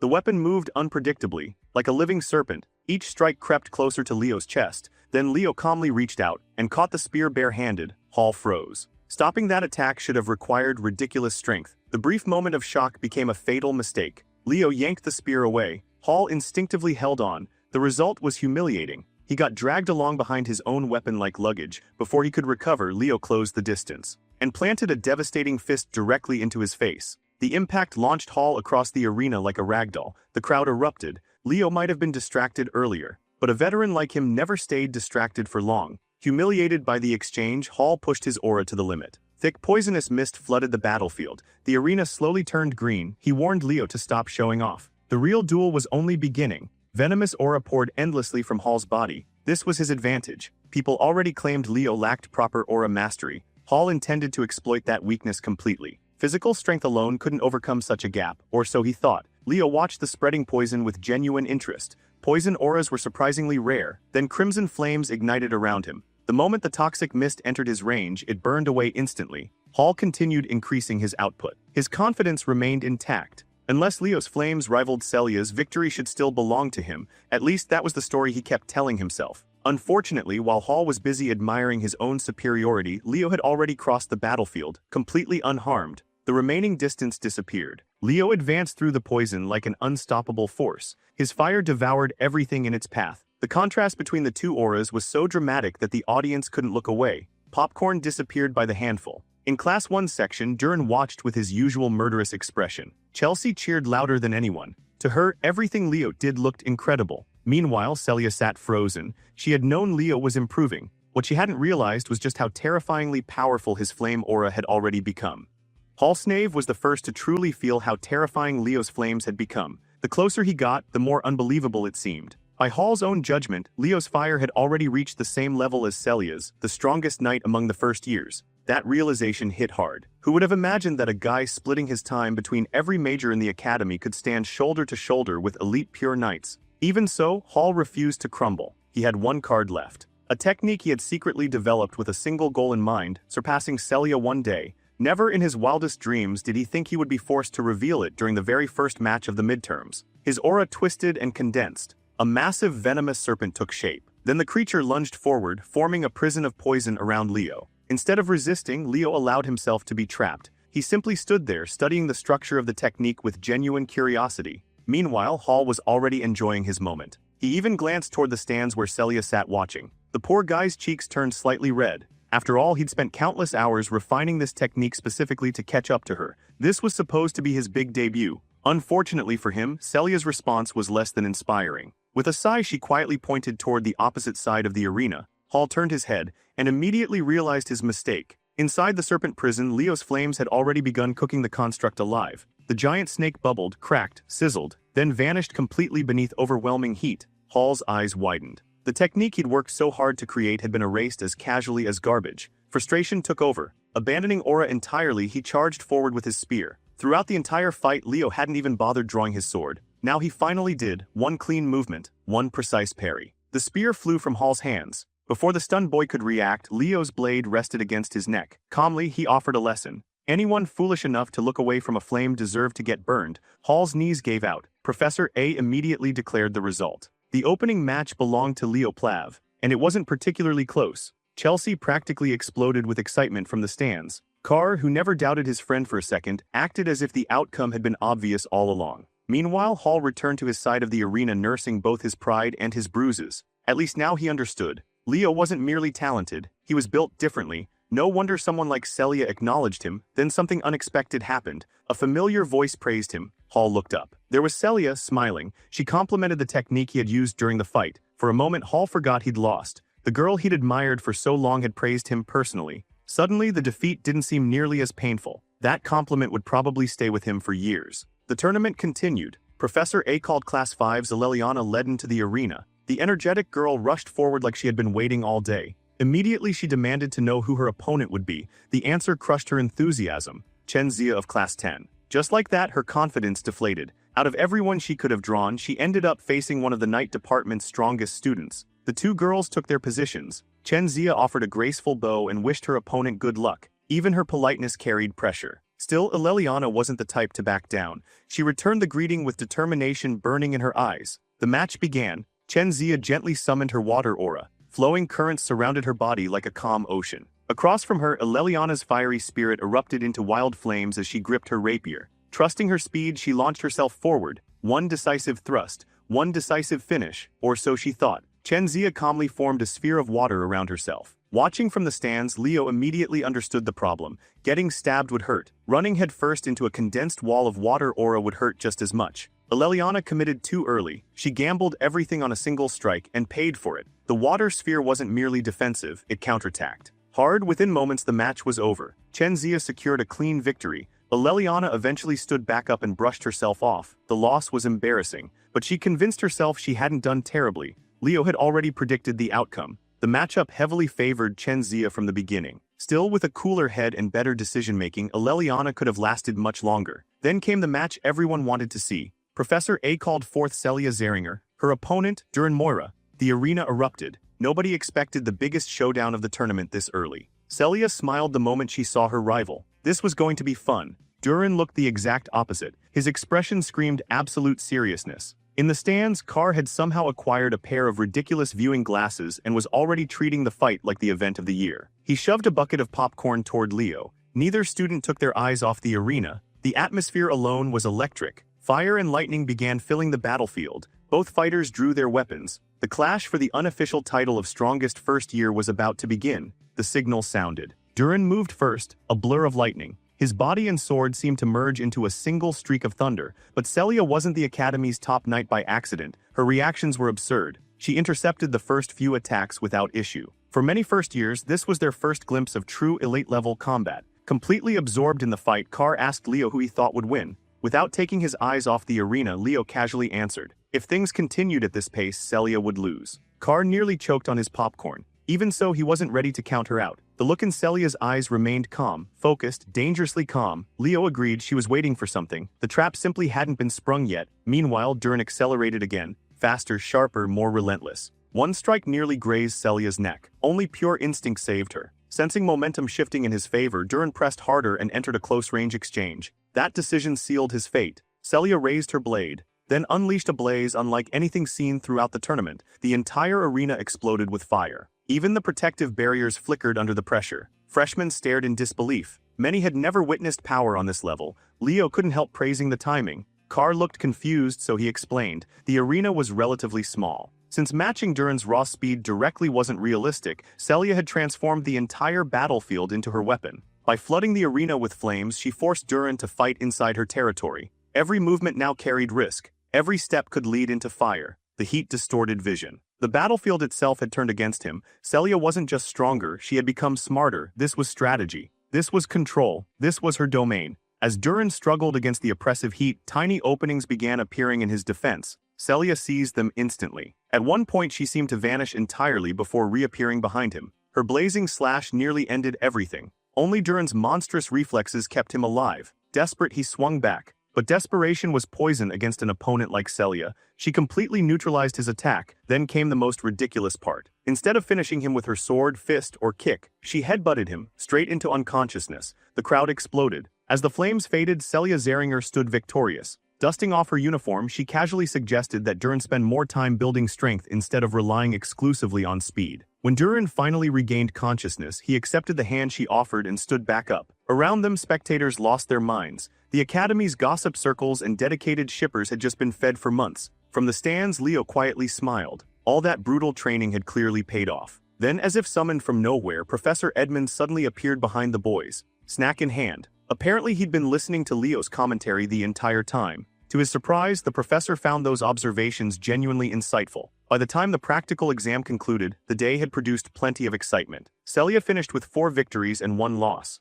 Duran ended with the exact same record. So did Chen Zia. Each of the Academy's elite freshmen had suffered only a single defeat. Leo, however, stood alone. 5 matches, 5 victories, 0 losses, a flawless sweep. By the end of the tournament, Leo Plav officially claimed the position of number 1. 1 week later, after the written linguistics examination concluded, Professor Edmund arrived looking as disheveled as ever. Even so, he acknowledged the effort his students had put in throughout the semester.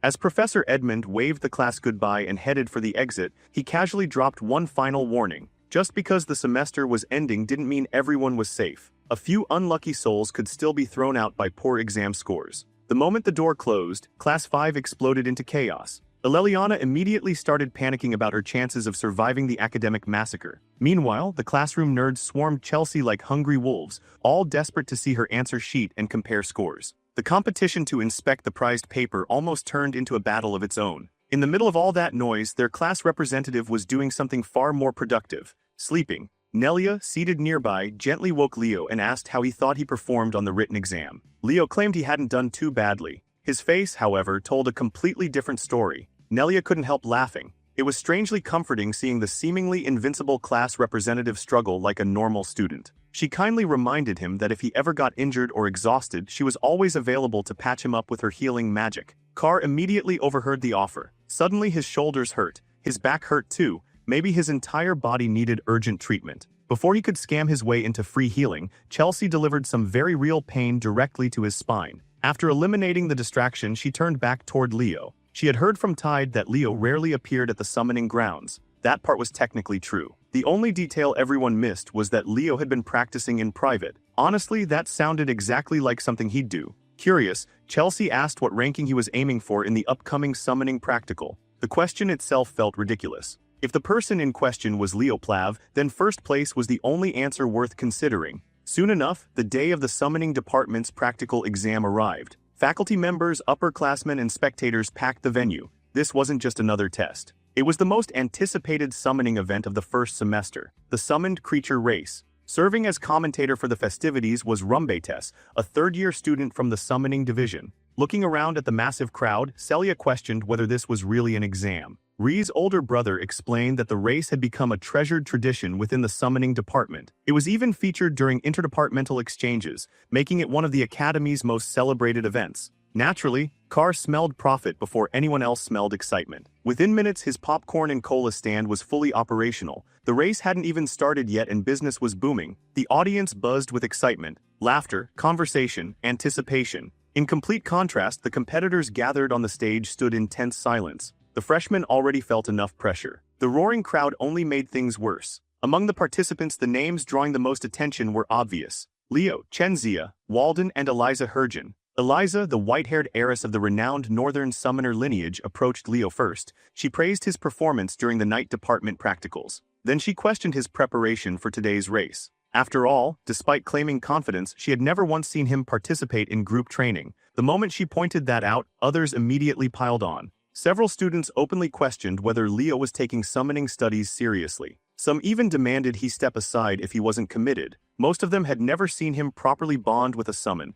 Tide tried to calm everyone down. Unfortunately, the mob mentality had already kicked in. The complaints kept coming. They accused him of disrespecting the department. They accused Tide of blindly defending the Academy's golden boy. The atmosphere grew uglier by the second. Chenzia could only watch nervously as tensions escalated before the race had even begun. Then another voice joined the conversation. Senlu, a freshman from the Eastern Continent, approached Chenzia. Since she had already performed well in the night department exams, he suggested she stop taking summoning studies so seriously. Before the argument could continue any further, someone else stepped in. Walden Titan, the Southern Continent's captain, the top-ranked summoning student. His presence alone silenced most of the crowd. Walden coldly informed everyone that if they wanted to argue about training hours, they could do it somewhere far away from him. Senlu instantly took offense. Walden didn't care. Listening to amateurs brag about writing summons was annoying enough already. Still missing the point entirely, Senlu challenged him. After all, Walden hadn't attended practice sessions either. Walden's response was brutally simple. Basic Griffin training wasn't worth his time. He wasn't incompetent enough to need lessons for something so elementary. Senlu nearly threw a punch. Fortunately, Leo intercepted him first. Grabbing his arm, Leo warned him that starting a fight before the exam wouldn't earn a simple penalty. It would mean disqualification. That finally cooled things down. Tide later approached Leo with an apology. The tension wasn't really personal. The summoning department naturally created massive gaps between dedicated specialists and students who treated it as a secondary focus. The fact that people like Chenzia and Leo ranked so highly despite not being full-time summoners had bruised plenty of egos. Combined with Leo's absence from public training sessions, many students viewed him as an irresponsible prodigy. The irony was that Leo was taking the race very seriously. Far away from the crowd, however, something far darker watched the scene unfold. A hooded figure lingered in the shadows. An unsettling presence surrounded him. His attention wasn't focused on the race itself. It was focused on a single participant, Senlu. Some unnatural force lurked within the young summoner, and that force intended to win at any cost, even if that meant causing injury or worse. Before the race officially began, Rumbetes explained the rules. For this exam, students could only use summoning-related abilities. No aura, no magic, no shortcuts. Once the race started, contestants would tame a random griffin from the stables. From there, they would fly across the island of summons, reach Silent Lake as the turning point, then race all the way back to the academy. The stage was set. Would Walden dominate as expected? Would Chenzia or Eliza rise to the occasion? Would Senlu's hidden secret change everything? Or would Leo Plav somehow steal the spotlight yet again? The racers lined up. Miss Yura addressed her students one final time. She told them to trust their training, trust their instincts, and most importantly, avoid panicking. Ironically, her attempt to calm everyone only made them more nervous. Moments later, she called for positions. The entire arena held its breath. Then, with a booming command that echoed throughout the stadium, the race began. Most competitors immediately sprinted toward the Griffin's stables, but a certain group had a different plan.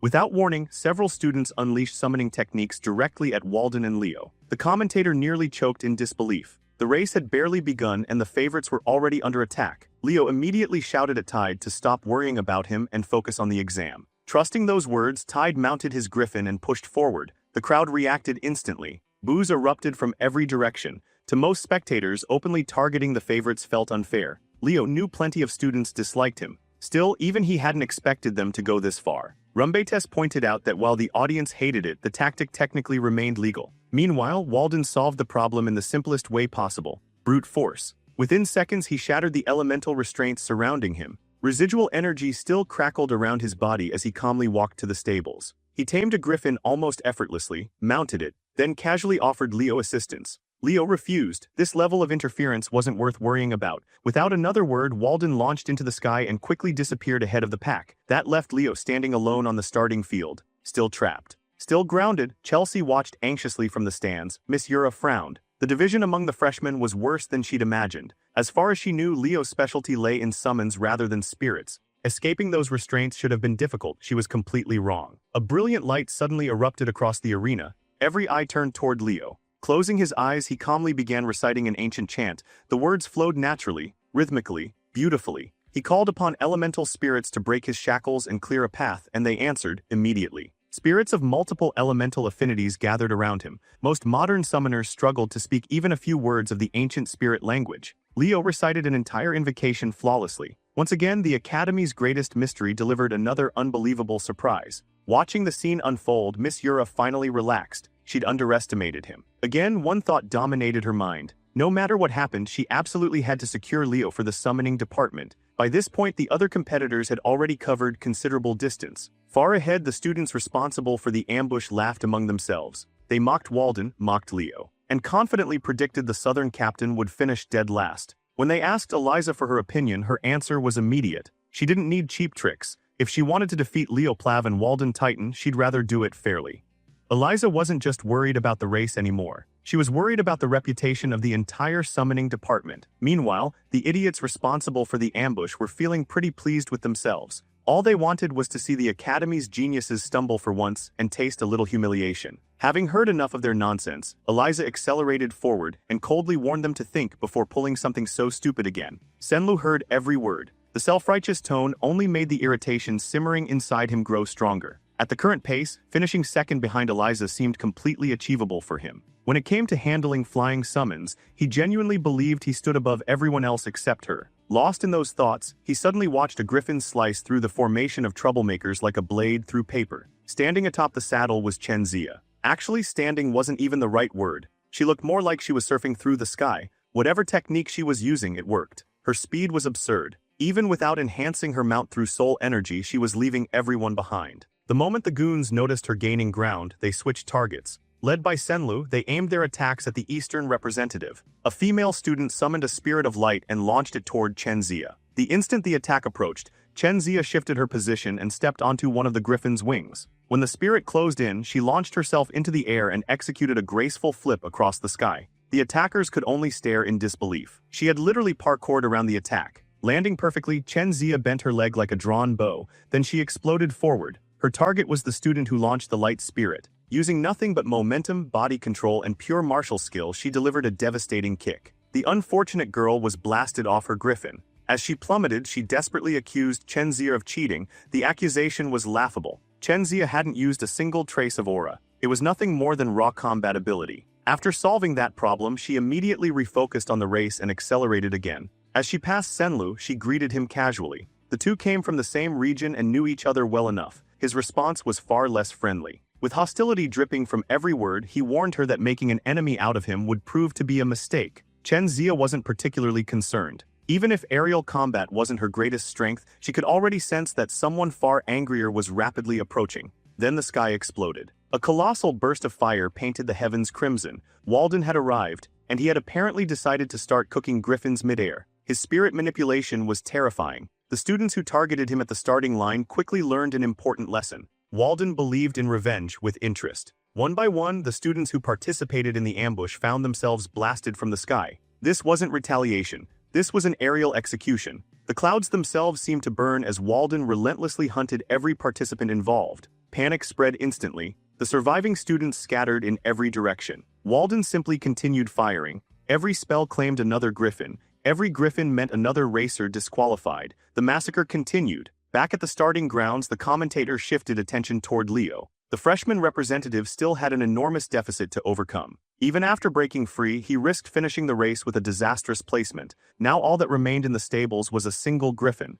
If he failed to tame it, everything would end here. Leo examined the creature carefully. Almost immediately, he noticed a fresh wound on its left wing. The injury wasn't accidental. The cut was too deliberate, too recent. The same idiots who trapped him had clearly done this as well. For future heroes to resort to something so petty and cruel was beyond disgraceful. The moment Leo grabbed the reins, the griffin erupted into chaos. The creature thrashed wildly. Everyone knew forcing yourself onto a guarded griffin without earning its trust was a terrible idea. From the audience, the Zeringer siblings watched closely. Celia looked worried. Rhea looked intrigued. From their perspective, it seemed like Leo intended to brute force the entire taming process. Leo understood the griffin's anger. He understood its fear, but there wasn't enough time for a slow approach. Meeting the beast's eyes, he released a chilling glare, then he gave a simple command. Kneel. The griffin froze. For a brief moment, it genuinely felt like death itself was staring back at it. The resistance vanished. Calm returned. A bond formed. The griffin accepted him. Leo reached toward the injured wing and carefully removed the shard embedded within the wound. Then in one smooth motion, he mounted the saddle. Finally, the race could begin. Guiding the griffin expertly, he launched from the stables and entered the skies. The audience immediately noticed the damaged wing. Even the commentator began wondering if the freshman representative might actually finish last. Leo ignored the noise. He could feel the pain his mount had endured, and because of that he decided to help. Calling upon his only contracted summon, he summoned Fiora. The tiny phoenix appeared in the air, as adorable as ever. At Leo's command, she drifted toward the injured wing. Phoenix flames wrapped around the griffin. The confused creature instinctively tried to resist. From the stands, Celia narrowed her eyes. Those flames were unfamiliar. Even Rhea couldn't identify them. They weren't Zeringer flames. They weren't aura flames. They were something entirely different. Meanwhile, farther ahead, the surviving troublemakers were desperately trying to escape Walden's wrath. Most had already been eliminated. The rest were simply fighting not to finish last. Unfortunately for them, an even bigger problem had just entered the race. Bathed in phoenix fire, Leo's griffin surged forward. The transformation was unbelievable. The wounded creature now flew faster than ever. The moment Leo spotted the competitors ahead, he decided to see exactly how fast this griffin could go. Then something unexpected appeared in the distance. A dragon. At least that's what it looked like. Leo's eyes narrowed instantly. Unlike everyone else, he recognized the creature immediately. His heart sank. That wasn't a dragon, it was a Fafnir, a monster he knew all too well. For a moment he wondered if his eyes were deceiving him. They weren't. Several minutes earlier, Eliza had abandoned her pursuit of first place and doubled back to confront Walden. If she wanted victory, she needed to stop him. Walden responded to her arrival with a simple snap of his fingers. Spirits obeyed instantly. Fire erupted across her flight path. The explosion shook the sky. Yet Eliza maneuvered flawlessly and escaped without a scratch. She quickly figured out his trick. Walden was combining wind and fire spirits to create explosive attacks. Pulling off something like that required monstrous talent. Even Eliza was impressed. Riding atop his griffin, Walden looked like an unstoppable force. A wall capable of crushing anyone who stood in his way, but Eliza was no ordinary student. As an heir to a legendary summoner lineage, she had her own cards to play. Her strategy was simple. No matter how devastating an attack was, it meant nothing if it couldn't connect. Relying on superior reactions and flight control, she weaved through every attack. Seeing that, Walden switched tactics. The fire spirits vanished. The wind spirits followed. Moments later, enormous ice spears materialized throughout the sky. Each one shimmered with additional elemental enchantments. The scale alone was terrifying. Eliza simply scoffed. Channeling power into her griffin, she awakened more of its latent potential. The creature grew stronger, larger, more ferocious, like something straight out of a monster battle. Its jaws opened. A torrent of flame erupted forward. The firestorm melted every incoming spear before they could reach her. Walden's assault was successfully neutralized. Watching the clash unfold, the commentator could barely contain his excitement. Yet while those two titans battled each other, someone else quietly slipped past. Chenzia. Taking advantage of the distraction, she surged into first place. Eliza wasn't about to let that happen for free. With a flick of her hand, a purple magical rope shot through the air and wrapped around Chen Zia's neck. The sudden restraint dragged her backward. At the same time, a spark of flame appeared nearby. Chen Zia instantly sensed disaster approaching. She and her griffin escaped just before Walden's spirits combined into yet another massive explosion. Still airborne, she shattered Eliza's rope by force. Calling to her mount with perfect timing, she regained momentum and reclaimed the lid. Instead of fear, excitement filled her eyes. This was exactly the kind of challenge she'd hoped to experience. Then she spotted something strange ahead, a dark flying silhouette. At first glance, it resembled a black wyvern. Looking closer only deepened her confusion, and riding atop it was Senlu. His expression looked wrong. His eyes were filled with growing madness. Chen Zia immediately called out to him. Using any mount besides a griffin violated the race rules. Senlu no longer cared. His resentment toward talented people had completely consumed him. By now, Eliza and Walden had noticed the creature as well. With her extensive knowledge of monsters, Eliza reached a disturbing conclusion. That wasn't a black wyvern. It was something else, something abnormal. At that exact moment, Leo finally caught up to the frontrunners. His griffin, empowered by Phoenix Fire, had reached unbelievable speeds. Senlu laughed. 3 geniuses, 4 geniuses, it didn't matter. He believed he could kill them all. Leo's voice suddenly cut through the air. Cold, sharp, dangerous. Looking down from above, he demanded to know where Senlu had obtained that creature. Senlu mistook the question for jealousy. Proudly, he claimed that he had tamed and contracted it through his own summoning ability. Leo stared at him in disbelief. The idiot genuinely thought he was riding a black wyvern. What he was actually sitting on was a Fafnir, a monster once used by the mages of Tardaros, a monster that should no longer exist. During the Age of Despair, Kyle and his companions hunted the species to extinction. They were supposed to be gone, completely erased from history. So how was a brat from the academy casually flying around on one? Senlu ignored the warning signs entirely. Still convinced he controlled a black wyvern, he pointed toward the others. Then he gave the order, attack. The creature answered Senlu's command immediately. A beam of destructive energy erupted from its jaws and ripped across the sky. Leo and Walden barely managed to throw themselves out of its path. Eliza was forced into an awkward aerial spin just to avoid getting vaporized. But none of them were the real target. The attack had locked onto Chen Zia. Leo shouted a warning. Chen Zia reacted instantly and attempted to raise an aura barrier. Unfortunately, she was a fraction too late. The shield hadn't fully formed before the beam crashed into it. Cracks spread across the protective layer like shattered glass. Then the barrier exploded. The impact devastated her griffin. The beast lost consciousness immediately. Rider and mount plummeted from the heavens together. A free fall, no protection, no safety net. Leo moved without hesitation. Compared to everything he'd survived in the past, catching a falling student was simple. His only concern was getting her somewhere safe. He quickly ordered Walden and Eliza to land and regroup on the ground. For once, neither of the proud summoning prodigies argued. They trusted his judgment. High above them, the Fafnir circled the skies like a predator that had discovered prey. Meanwhile, something inside Senlu was beginning to awaken. For the first time in his life, he was looking down on the people he envied, and he loved it. Back at the stadium, the commentator could only report what little he had seen. The leading contestants had completely disappeared from the recording field. The final image shown to the audience was Senlu summoning what appeared to be a black wyvern and attacking the academy's elite students. Miss Yura immediately stormed into the commentator's booth. Without wasting a second, she kicked the kid away from the microphone. This was no longer a race. This was a rescue operation. Grabbing the microphone herself, she ordered every summoning professor and assistant to prepare additional flying summons. The race was officially suspended. Saving the students came first. Professors Len and Sajin arrived moments later, confused and alarmed. Yura quickly explained the situation. One of the students had somehow contracted a high-ranking demonic beast, and that beast was currently rampaging. The words alone sent chills through the room. Everyone understood what demonic beasts did to their hosts. Eventually, the corruption would consume the user's mind completely.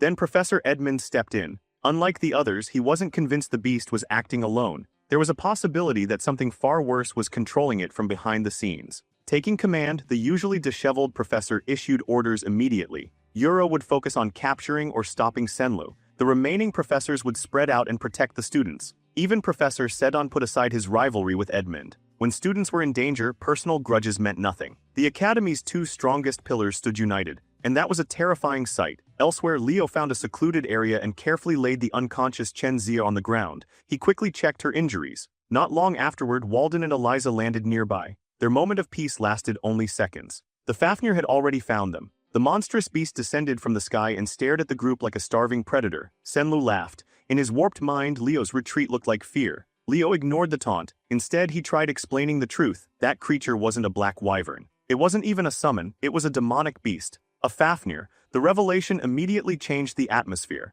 As Leo slowly stepped forward, his figure seemed to overlap with a memory from another age, an age where he had hunted creatures like this to extinction. Back then, he had spent years slaughtering monsters just like the one standing before him, and now history was offering him another opportunity, one more name to add to the list, one more beast to put down. Senlu only laughed harder. At this point, the boy's mind was barely his own. His eyes were bloodshot. His aggression had reached an absurd level. Every ounce of insecurity and resentment inside him had been amplified. He wanted to prove he wasn't beneath the Academy's prodigies. He wanted validation. Once again, he ordered the Fafnir to fire. The creature opened its jaws, energy gathered, then the earth exploded. A gigantic stone hand erupted from underground. Moments later, the rest of its body emerged. A towering stone golem. The construct intercepted the incoming beam and absorbed the attack head-on. Walden stood behind it. Hearing Leo talk about exterminating monsters had clearly awakened something in him. For the first time, genuine enthusiasm appeared on his face. Senlu's confidence faltered. Watching his attack get stopped shook him. Eliza immediately joined forces with Leo as well. Even she understood the stakes now. Though she still couldn't resist rolling her eyes at Walden acting cool. The three prodigies quickly formed a plan. First, they needed to separate Senlu from the demonic beast. Walden's golem wouldn't survive much longer. Once it collapsed, they would attack together. Watching Eliza and Walden argue in the middle of a life-or-death crisis made Leo smile. Some things never changed. Heroes were always weird, no matter the century. As the golem slowly crumbled apart, Senlu regained some of his arrogance. He mocked Walden and demanded something stronger. Then the golem collapsed completely, and the trio vanished. Eliza moved first. Her purple rope shot forward and wrapped around Senlu. While she handled restraint, Walden snapped his fingers. Tiny sparks appeared across the Fafnir's body. He had already planted spirit bombs everywhere. The explosions erupted simultaneously. The sky shook. Smoke engulfed the battlefield. And that was Leo's signal. The moment visibility dropped, he crossed the distance in an instant. Appearing directly beside Senlu, he grabbed him by the hair and delivered a devastating kick to the face.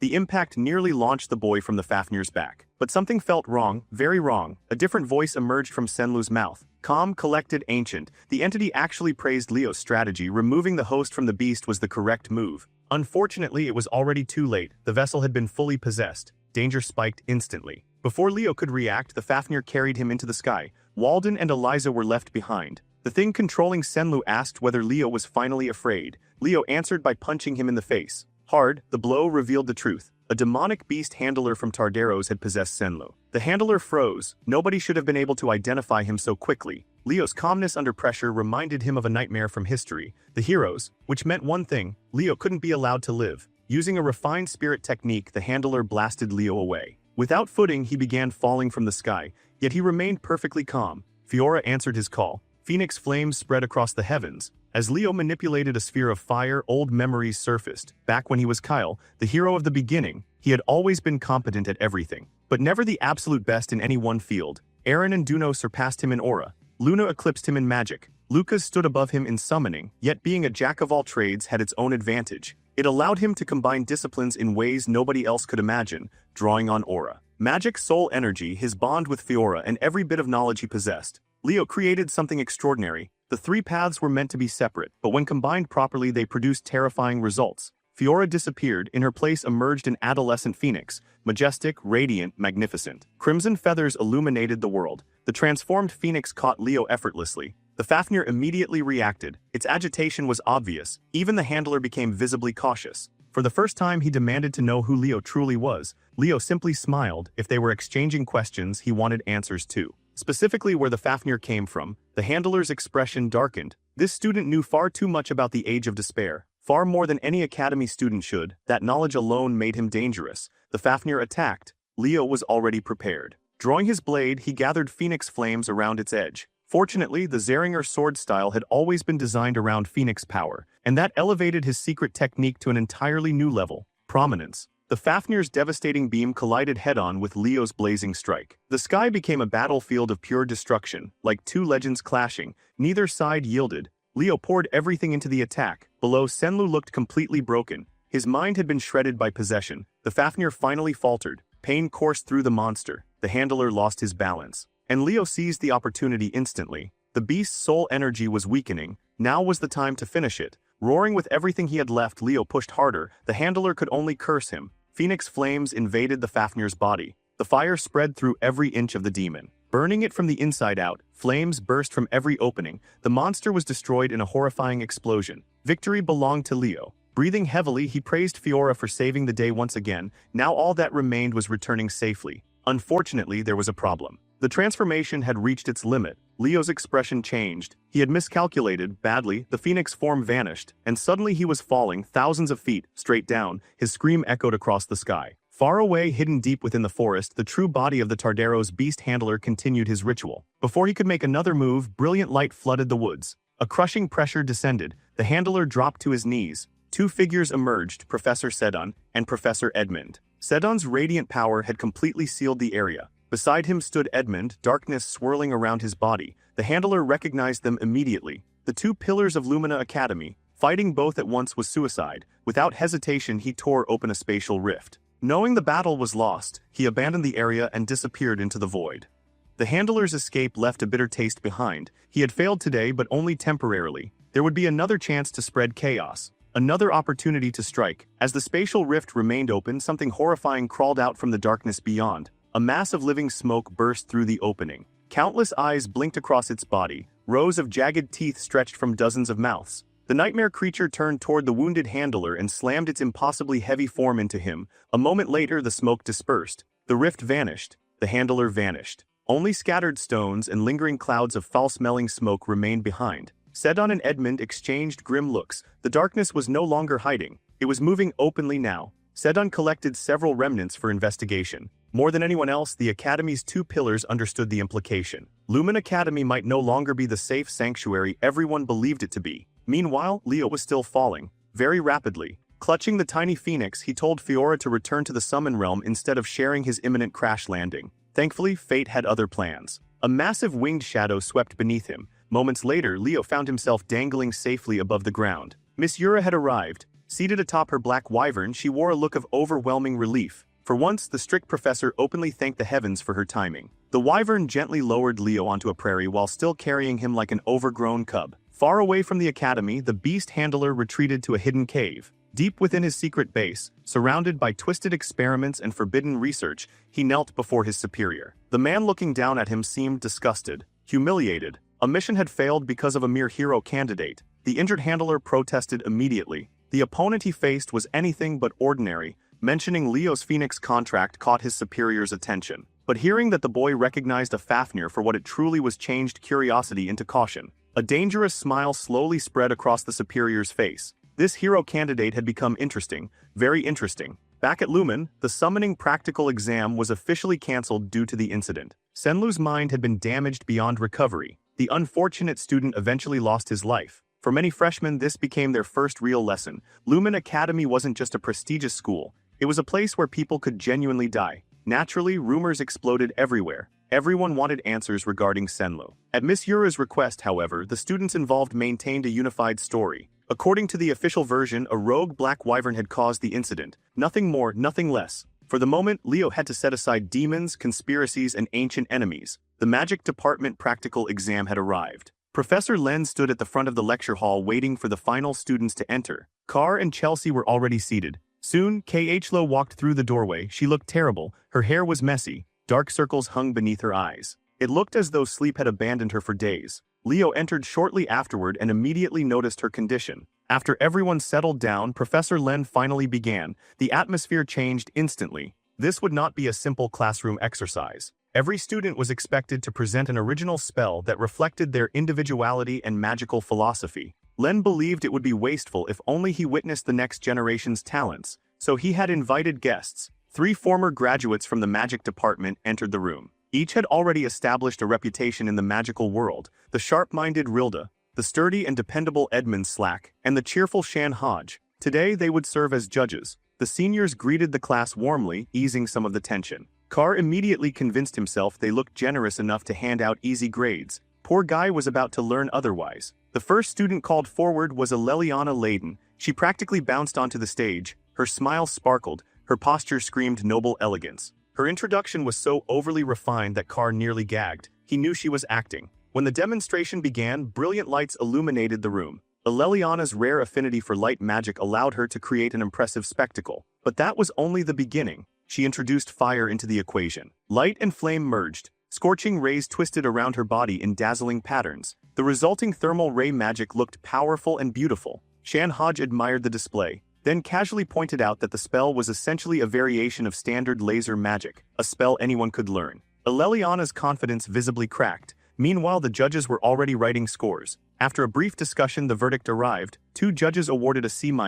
One gave a C. Final result, C-. The room immediately tensed. If a performance like that earned such an average score, what chance did everyone else have? Student after student stepped forward. Student after student left disappointed. Most performances landed around C range. There were exceptions. Carr Thomas surprisingly secured a B+ with his creative manipulation of metal and gold. Chelsea impressed the judges even further. Her breathtaking wind magic earned the highest score so far. And A. the fox and the cat celebrated their success proudly. What they didn't know was that the judges were still unsatisfied. Professor Len had promised extraordinary talent. So far, nobody had delivered. Looking through the remaining names, Edmund Slack realized only 3 students were left. And those 3 were likely the true main event. The first among them was Abad Lewin. The moment he stood, half the girls in the room nearly lost focus. If appearance alone determined grades, he'd already earned an A+.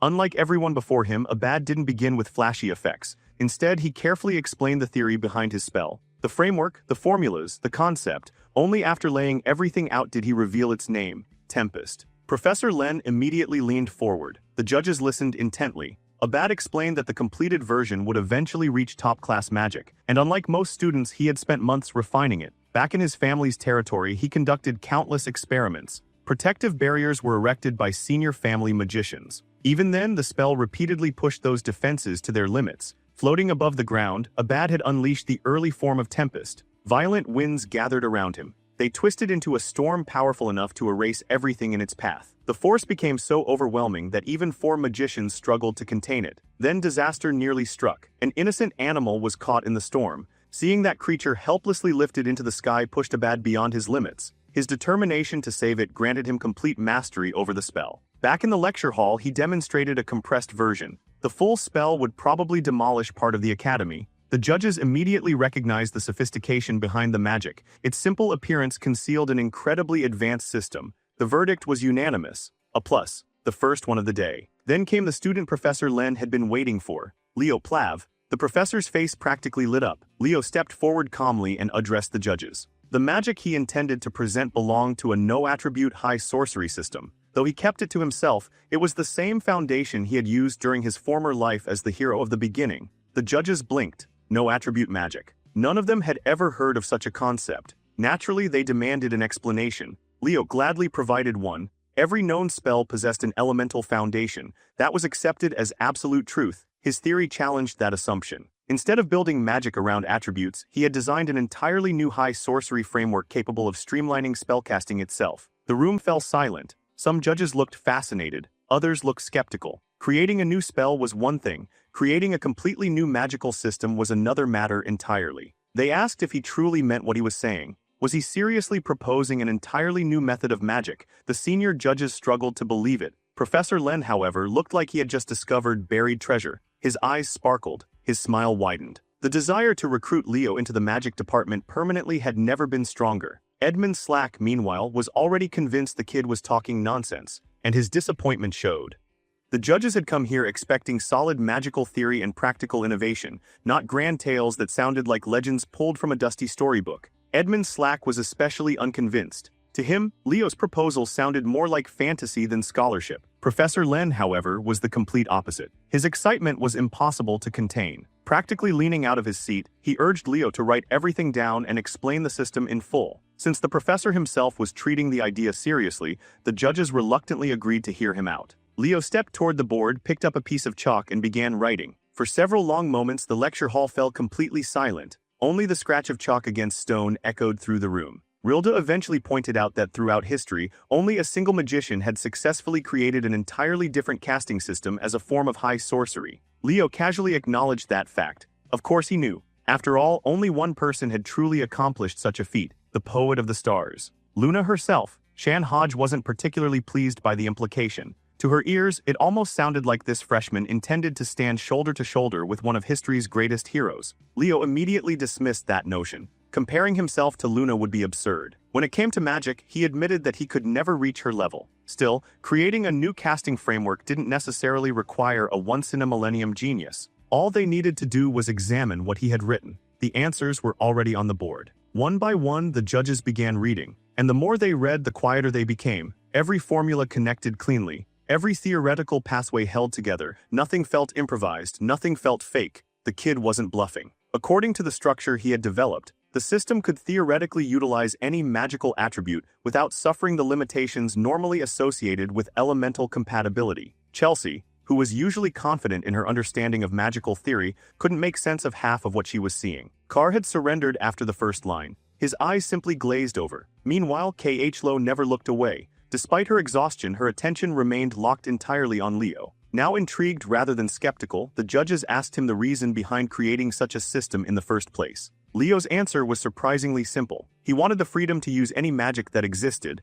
nothing more, nothing less. Slack's disbelief slowly transformed into fascination. Now he finally understood why Professor Len had been so obsessed with this year's class. When asked what he intended to call the system, Leo smiled. Raising a hand, he summoned a glowing thread of mana. The strand illuminated the room before gathering into a brilliant sphere of pure magical energy. Watching the phenomenon unfold, Leo calmly revealed the name. The Bible. Shan Hodge froze. That word wasn't unfamiliar. Digging through her knowledge, she could only remember one figure who had ever used that name in relation to magic. Kyle, the supposed fictional hero. For the first time, she found herself genuinely curious about Leo's future. Perhaps this strange freshman would prove that the old legends weren't fiction after all. The judges barely needed time to deliberate. Their scores were handed over almost immediately. Professor Len looked at the results and smiled knowingly. As expected, Leo Plav received a unanimous A+. Returning to his seat, Leo quietly reflected on the fact that he had never managed to complete the Bible during his previous life. Back then, it remained unfinished. This time would be different. This time, he intended to see it through. With Leo's presentation concluded, only one student remained. K.H. Lowe Mueller. The pressure was immense. After the performances of Abad and Leo, expectations had reached absurd heights. Before sitting down, Leo quietly asked whether she was all right. Frankly, she looked terrible. K.H. Lowe ignored the concern. Walking to the stage with rigid posture and unwavering determination, she faced the judges. They had already been informed that she was the highest-ranking student in the magic department. Naturally, they expected greatness. Then her presentation began, and her entire demeanor shifted. She announced that she had successfully created an imperishable flame. A crimson fire appeared above her palm. Violent, aggressive, unnatural. The classroom immediately grew confused. K.H. Lowe was an ice mage. Creating fire-based high sorcery already sounded strange. Creating a fire spell as her signature achievement sounded downright insane. At first glance, the judges seemed underwhelmed.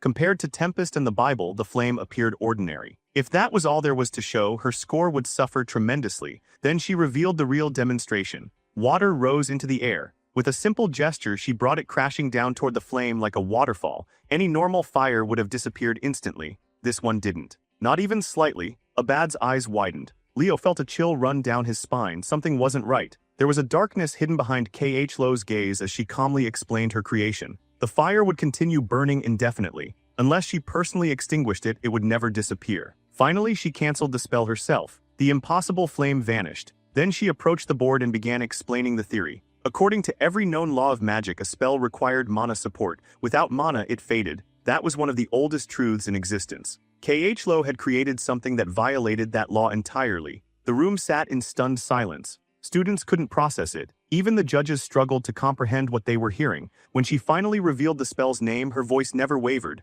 Eternal Flame. Out of everyone present, Leo was the only one absolutely certain that this should have been impossible. And yet the theory appeared coherent. The demonstration was undeniable. As unbelievable as it was, the judges awarded her the same score as Leo, A+.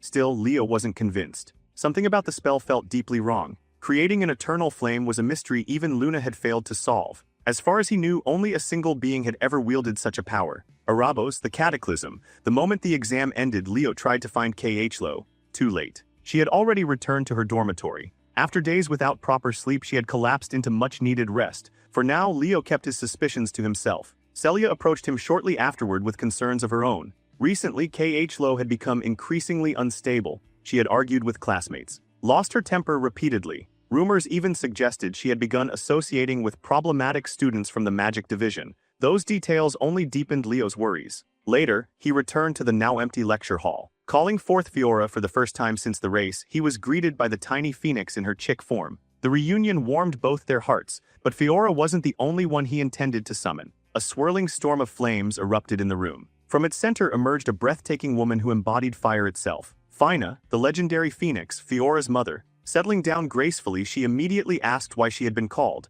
Leo got straight to the point. He wanted to know why she had remained at Lumen for so many years. As the natural enemy of demonic beasts, there had to be a reason. Fina eventually revealed the truth. 5 years earlier, a horrific terrorist attack had struck the academy. 2 students and 3 staff members died. The perpetrators were never identified. Desperate for answers, Headmaster Kalyan requested her assistance. Since then, she had remained at the academy searching for clues. That revelation connected directly to recent events. The demonic beast incident, Senlu's death, the mysterious handler. Leo asked whether Tardaros was involved. Fina hesitated. She admitted her suspicions pointed toward the organization, but she couldn't reveal anything further. Seeing he wouldn't get more answers, Leo shared a warning instead. Perhaps Senlu wasn't the only student who had fallen under Tardaros' influence. The following day brought another challenge. The relentless gauntlet of exams continued. This time, every freshman gathered for the combined heroics and combat studies practical assessment. Standing at the front was the ever-relaxed Professor Edmund. After confirming attendance, he immediately dumped the responsibility of explaining the exam onto Leo.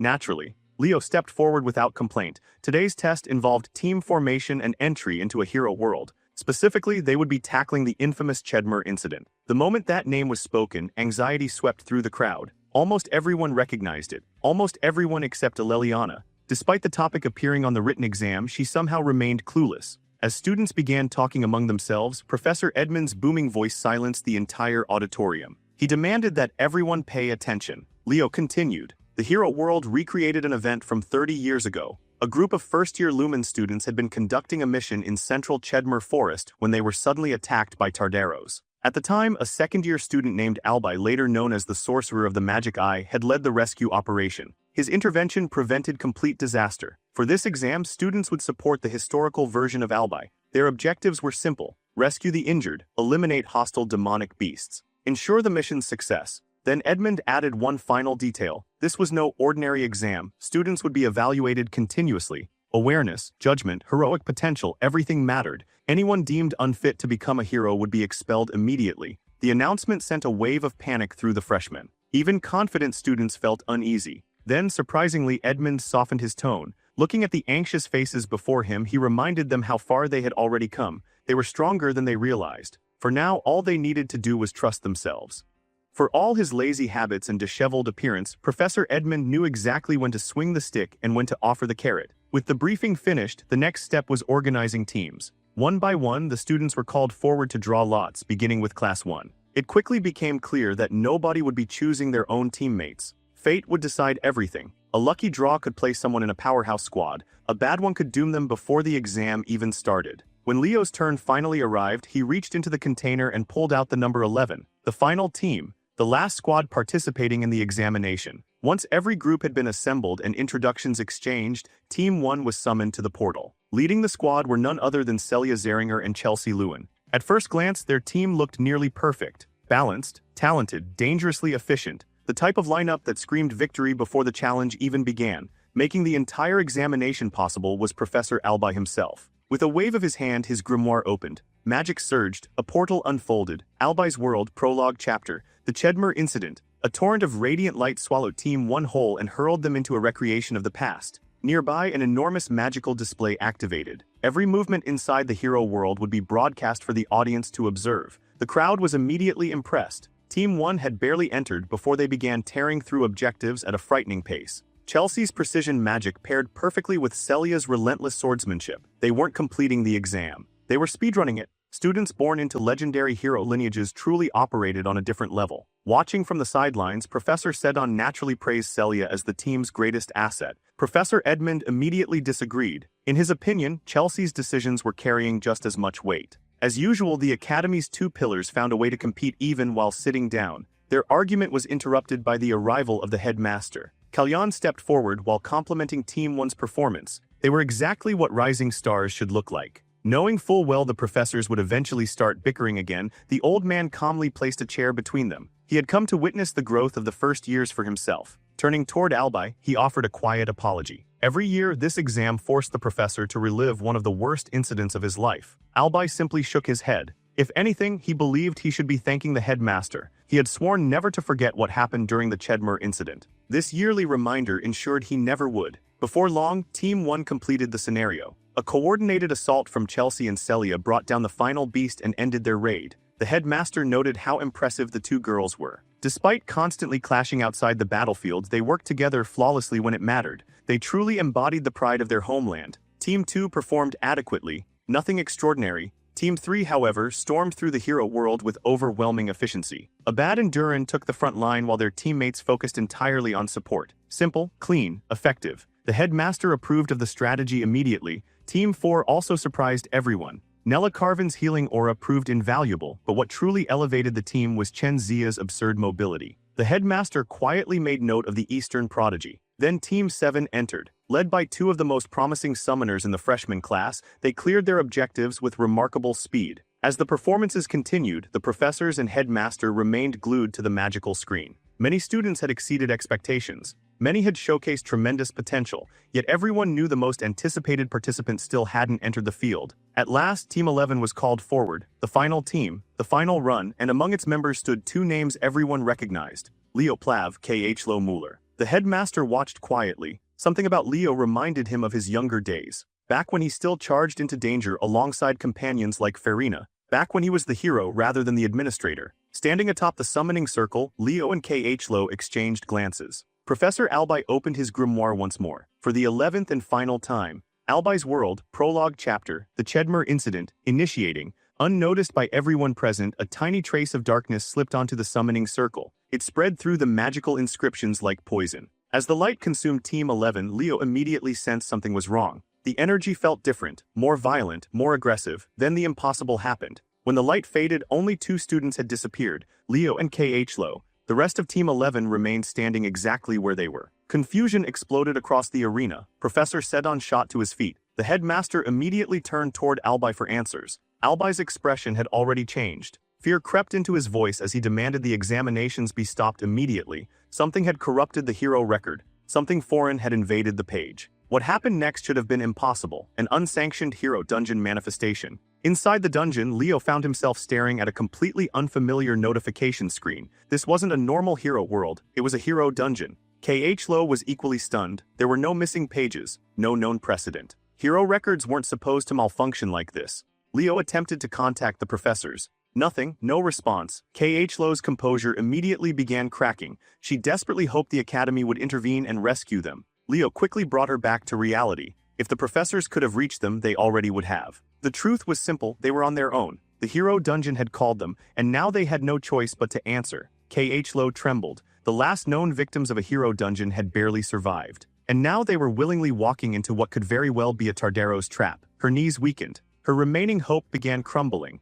Leo, meanwhile, remained annoyingly calm. He reminded her that she was still one of the smartest students in the academy. More importantly, they weren't alone. As long as they worked together, they could survive. That confidence only irritated her more. Even in a nightmare scenario, Mr. Perfect somehow refused to panic. Grinding her teeth, she forced herself to focus. If he had a plan, she wanted to hear it. Leo explained that they currently had two priorities: find the missing freshmen, get everyone out alive. To accomplish that, they needed more strength. K.H. Lo immediately rejected the idea. There was no way to power up inside a sealed hero dungeon. Leo simply pointed out one detail she had overlooked. They weren't the only students trapped here. That realization stopped her cold. Then he looked straight at her and casually told her to climb onto his back. K.H. Lo nearly short-circuited. The sheer audacity of that statement hit her harder than any spell. Leo remained completely serious. They couldn't allow their seniors to encounter Tardaros first, and a mage with poor stamina would only slow them down. Logically speaking, a piggyback ride was the fastest solution. Somewhere deep inside the forest, a demon named Chube observed everything through grotesque magical surveillance.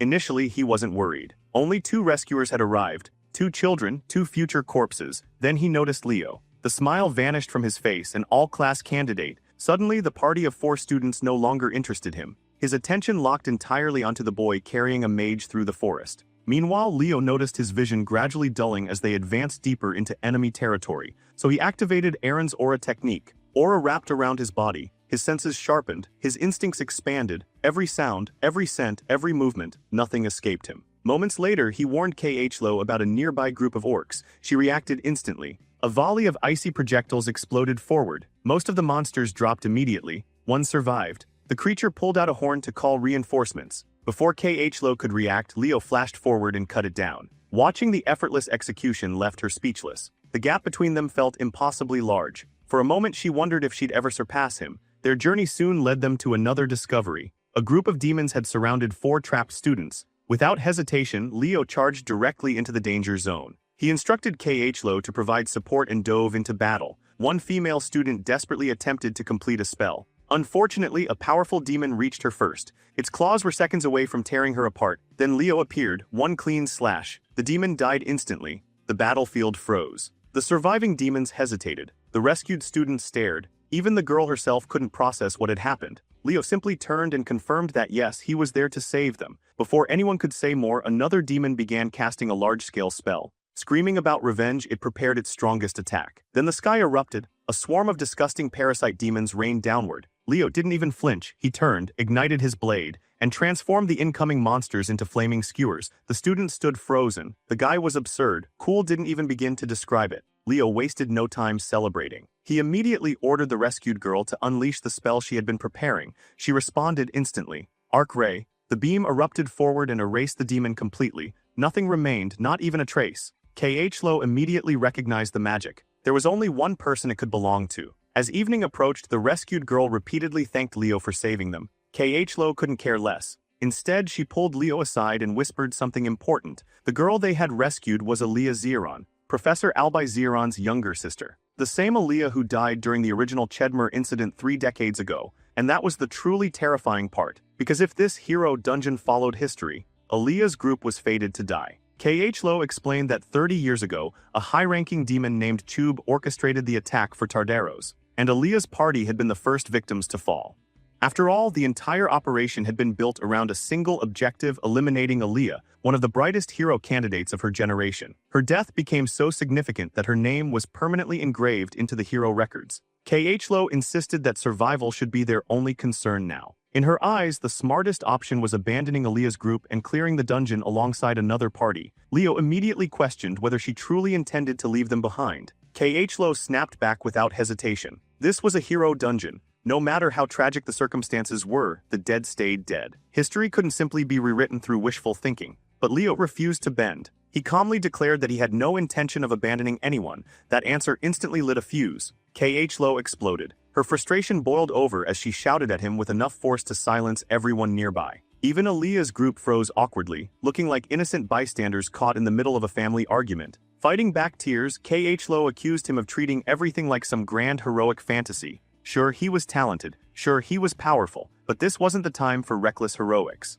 It was time to face reality, to grow up, to stop pretending he could save everyone. Leo remained unfazed. He stepped forward and gently patted her head. The simple gesture completely disrupted her emotional storm. He reminded her that they weren't children playing make-believe, they were hero candidates. This was part of the journey, part of what it meant to become true heroes. Then he pointed out something she had completely overlooked. The timeline had already changed. That statement stopped her cold. Leo explained that the sky had darkened much earlier than it should have. According to the original sequence of events, Aaliyah's group should already have been hunted down by Chub, yet they were still alive. The future had already begun shifting. Looking into Leo's eyes, Khlo finally swallowed her doubts. Reluctantly, uneasily, but she agreed to follow his lead. Their goal was simple. Everyone would escape, Aaliyah's group included. Watching him move ahead with absolute certainty left Khlo feeling conflicted. His confidence, his determination, that overwhelming presence. Once again, it felt like he stood impossibly far ahead of her. Jealousy tightened around her heart. Her fingers unconsciously drifted toward the mysterious book she carried. Nearby, a green-haired student named Taya voiced the question everyone had been wondering.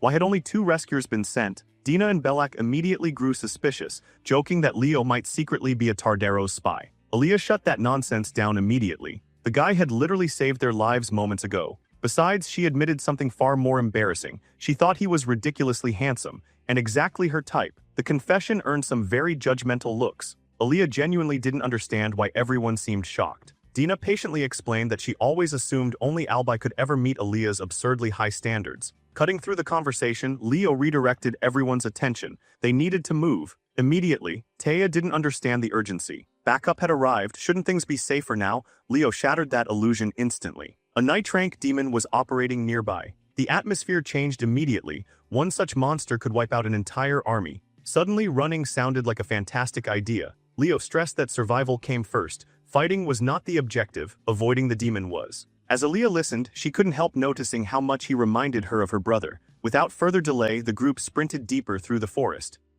Lo remained noticeably quiet. The tension from their earlier argument still lingered. Aaliyah picked up on it almost instantly. Back at the academy, the staff scrambled through ancient records searching for anything remotely related to hero worlds mutating into hero dungeons. The headmaster noted that at least no outside forces had successfully interfered yet. Professor Albi confirmed that only 2 living individuals currently existed inside the corrupted world. The old man estimated that night must have already fallen. 3 hours had passed. He then asked Albi when he originally defeated Chube during the incident. Albi answered without hesitation, around midnight. Before the discussion could continue, Eleliana burst into the room carrying new information regarding the source of the demonic summoning catalyst sold to Leu. Before she could finish speaking, however, a violent surge of mana filled the room. Everyone immediately turned toward Albi. His emotions were spiraling out of control. The headmaster attempted to calm him, but Albi pulled away. He claimed he needed some air. Alina quickly understood what was truly happening. Albi's hatred for demons ran deeper than almost anything.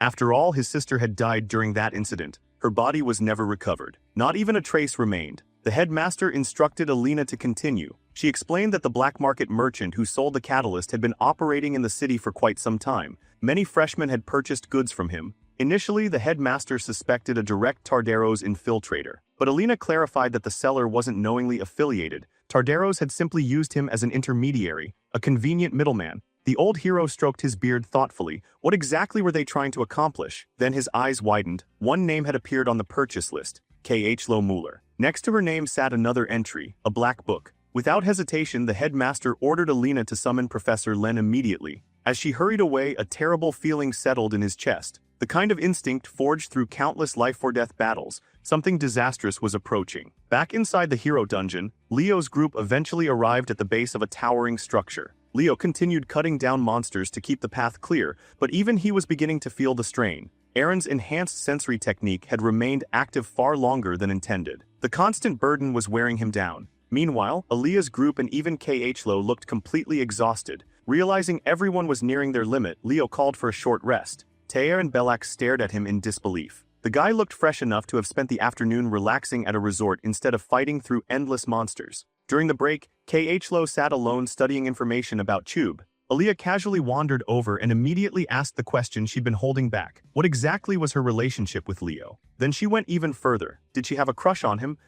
Lo looked physically offended by the suggestion. Aaliyah only grinned wider. That reaction seemed a little too extreme to be innocent. Sighing heavily, Lo glanced at the legendary genius who was somehow behaving exactly like a normal teenager. Then she fired the question right back. Maybe Aaliyah was the one developing feelings. To everyone's surprise, Aaliyah admitted that Leo absolutely made her heart flutter. That answer annoyed Lo far more than it should have. Apparently, even legendary heroes from the past weren't immune to Leo's ridiculous charisma. Still, Aaliyah wasn't sure whether it was romance. The feeling reminded her of watching her brother struggle through impossible challenges and somehow succeed. Lo asked if she meant Albi. Aaliyah nodded. Her brother loved impossible problems, the kind of challenges sane people avoided. The comparison only made Leo sound even more similar. Without realizing it, Lo began opening up. She admitted how jealousy had poisoned her friendship with Leo. To her surprise, Aaliyah immediately related. She confessed that she had spent years feeling jealous of her own genius brother. No matter how ridiculous he acted, he somehow continued making groundbreaking discoveries. Her own signature magic wasn't entirely original either. It had grown from concepts her brother developed. She even admitted failing the academy entrance exam twice. That failure deepened her inferiority complex. For a long time, she hated him for it. Eventually, however, that jealousy transformed into admiration. As Lo listened, she realized the same thing had happened to her. Before she could process the revelation, Leo suddenly stood. His expression hardened. The escape route had just been cut off. Instantly, everyone grabbed their weapons. Fear spread through the group. Leo reminded them that they were future heroes. Fear wasn't part of the curriculum. Unfortunately, the terrifying presence approaching them clearly hadn't read that memo. A gigantic demonic figure emerged from the darkness. The creature declared that it had finally discovered the seed of a great hero. Then it launched a devastating blast directly at Leo. As he evaded the attack, a memory surfaced. This demon's purpose had always been crushing heroes before they could bloom. The fact that it now referred to him as a great hero felt deeply irritating. Fortunately, K.H. Lo was already prepared. At Leo's signal, she unleashed a massive ice formation. A colossal iceberg erupted into existence and intercepted the attack. Meanwhile, Leo infused his blade with magic. In a flash, he appeared behind Tube and delivered a brutal slash across the demon's thick neck. For a brief moment, everyone thought the battle was over. Then the wound moved, flesh twisted, muscle stretched. The severed tissue knitted itself back together like living corruption. Hope vanished instantly. Leo immediately ordered everyone to retreat. The demon activated a cursed ability known as Void, an absurd power capable of nullifying incoming attacks. Taya and Aaliyah stared in disbelief. How was anyone supposed to defeat something like that? Leo remained focused. Every ability had limits, Void included. Tube mocked him, ridiculing the idea that a mere remnant of heroism could ever stand against him. Leo answered with a question of his own. If Tube was truly so powerful, why was he so desperate to eliminate a simple sprout before it could grow? Without waiting for a response, Leo ordered everyone to attack together. The combined assault began immediately. Among all the attacks, Aaliyah's unique magic stood out the most. Countless star-like projectiles descended from above and battered the demon relentlessly. Watching the display forced Tube to acknowledge something unpleasant. His mistress Lady Saletna had been right. Hero seeds had to be destroyed before they matured. Surrounded and pressured, the demon suddenly raised his weapon. The instant Leo recognized the attack, he shouted for everyone to get down. A fraction too late, one of the spikes tore through Belek's side. Leo immediately grabbed him and retreated behind an ice barrier. K.H. Lo reinforced the defense while Leo assessed the injury. He assured everyone that aura would stop the bleeding. Then he turned toward K.H. Lo. It was time. She needed to prepare an attack powerful enough to exceed Void's limits. And to buy her that opportunity, Leo charged straight back toward the Nitrank demon alone.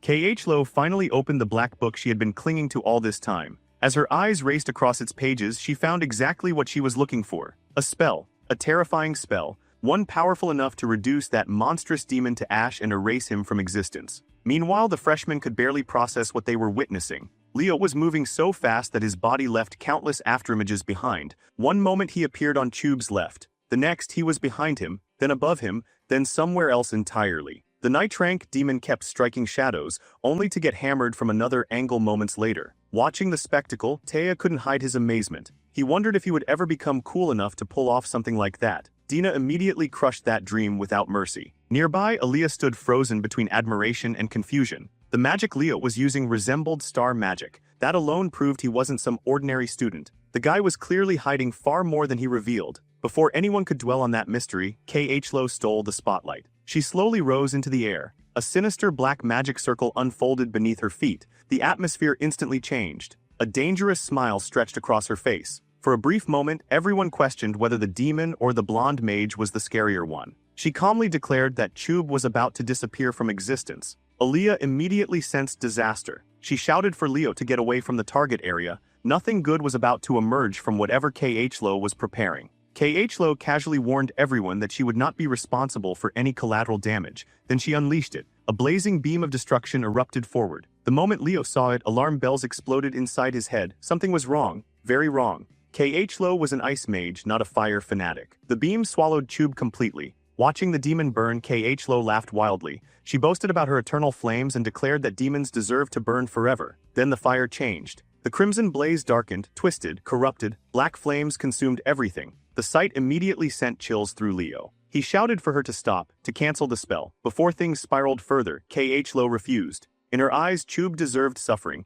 Mercy wasn't an option. Realizing she was losing herself completely, Leo rushed forward. Without hesitation, he smacked the cursed book from her hands and sent it flying. A short while later, the madness faded from her eyes. K.H. Lo slowly returned to herself. When she calmed down, Leo asked a simple question. Did she truly create that eternal flame herself? Or had she borrowed it from somewhere else? The answer came quietly, painfully. She admitted she wasn't a genius. The spell came directly from the book, just as Leo suspected. It was merely an imitation of Arabos's flame. At that moment, Tube began regenerating inside the black fire. Leo quickly explained the truth. The spell was black magic, the book wasn't a grimoire. It was a disguised sorcery machine, a corrupted artifact. The revelation hit K.H. Lo like a truck. Disgust twisted across her face. She quietly muttered that someone tainted by black magic had no right to call themselves a hero. Leo immediately shut down that line of thinking. He reminded her that even he hadn't known about Tube's void curse beforehand. That meant the demon likely possessed the ability during the original tragedy as well. Back then, Aaliyah and her companions were simply students.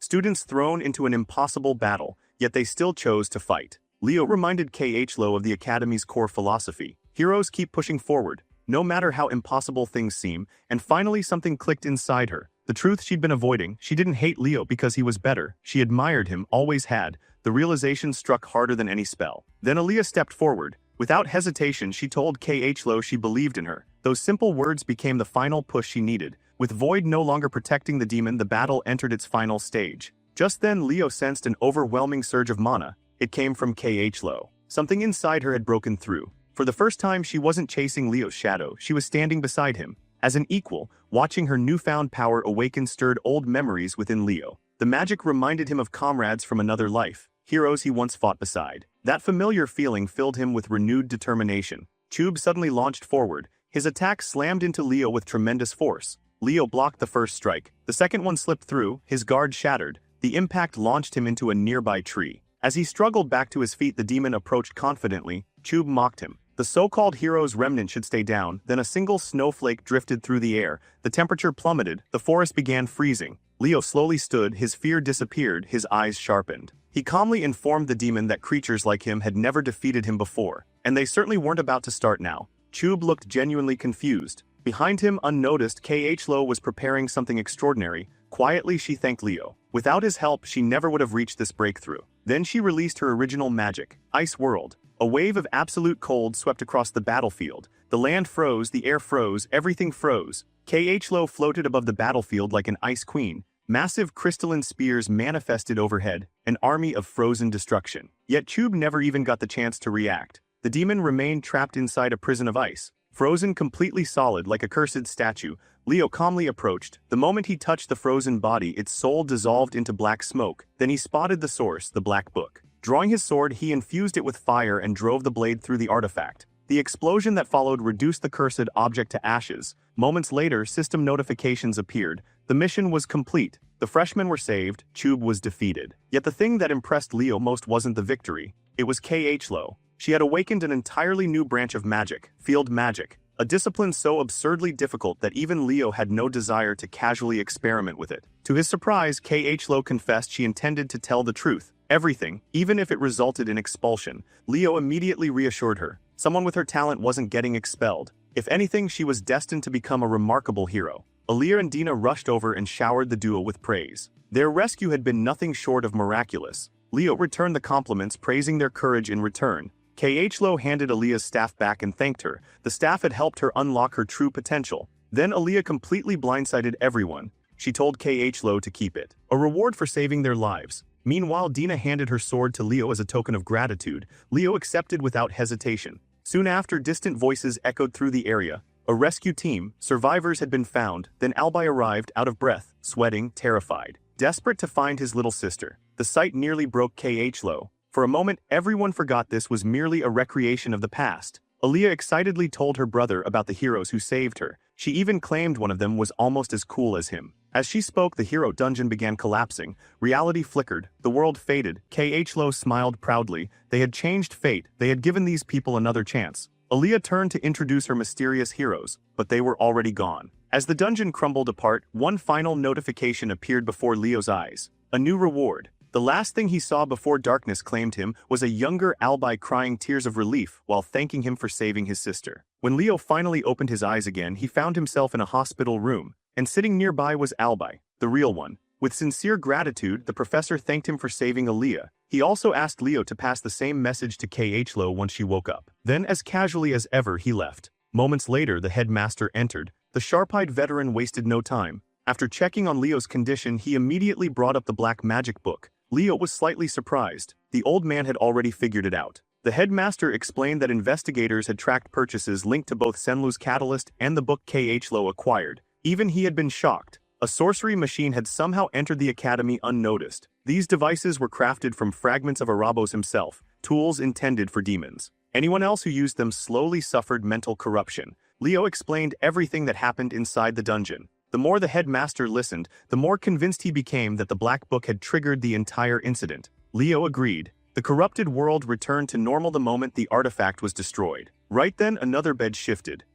Lo suddenly woke up. The sight of the headmaster standing over her nearly made her jump. The old man calmly told her to relax. Then he called Alina inside. The secretary entered carrying a long cloth-wrapped bundle. Inside were the sword Dina had gifted Leo and Aaliyah's staff. Khlo's eyes widened. The staff had somehow manifested in the real world. The headmaster immediately turned toward Leo. His gaze became suspicious. How exactly had he received a reward that shouldn't have existed? Only then did Leo realize something. Judging from Khlo's reaction, he was the only one who received such a reward, just like during the entrance examination. Under normal circumstances, obtaining an artifact reward from a hero world connected to someone still alive was impossible. That rule had never been broken, not once. The headmaster openly pointed out that what Leo obtained was clearly an artifact reward. Then he pressed further. Was he absolutely certain it originated from Albai's hero world? Leo quickly pieced together a believable explanation. According to him, the corruption caused by the black magic had transformed the hero world into a hero dungeon, and perhaps that abnormality had altered the rules themselves.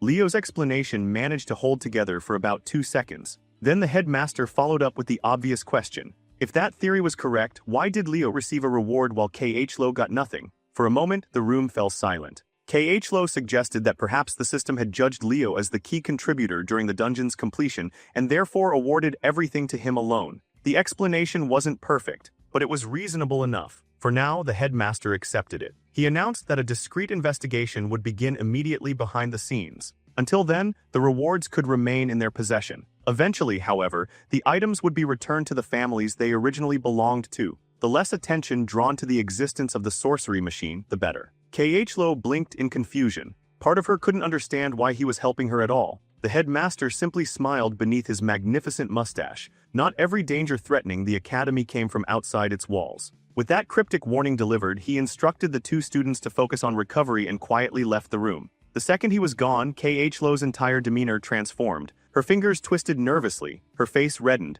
It looked suspiciously like she was preparing to confess something. Maybe, possibly, almost. Then fate intervened. 3 girls suddenly burst into the room looking incredibly concerned about Leo. The perfect opportunity vanished instantly. As if the situation wasn't chaotic enough already, the headmaster returned moments later after apparently remembering something important. The academy would be hosting a celebration party for all cadets tomorrow. Formal attire was mandatory. Then he disappeared again. In honor of surviving the brutal midterm season, the academy prepared a grand celebration for its students. The announcer looked like she was having the time of her life as she welcomed guests one after another. She eagerly wondered whether more beautiful young ladies or handsome young men would steal the spotlight tonight. Instead, Class 5's background characters arrived first and immediately started acting like nobility who had conquered the exams without effort. As more students poured into the venue, conversations multiplied. Food disappeared rapidly, and naturally gossip spread even faster. Car and Leo attacked the buffet with the determination of starving monsters.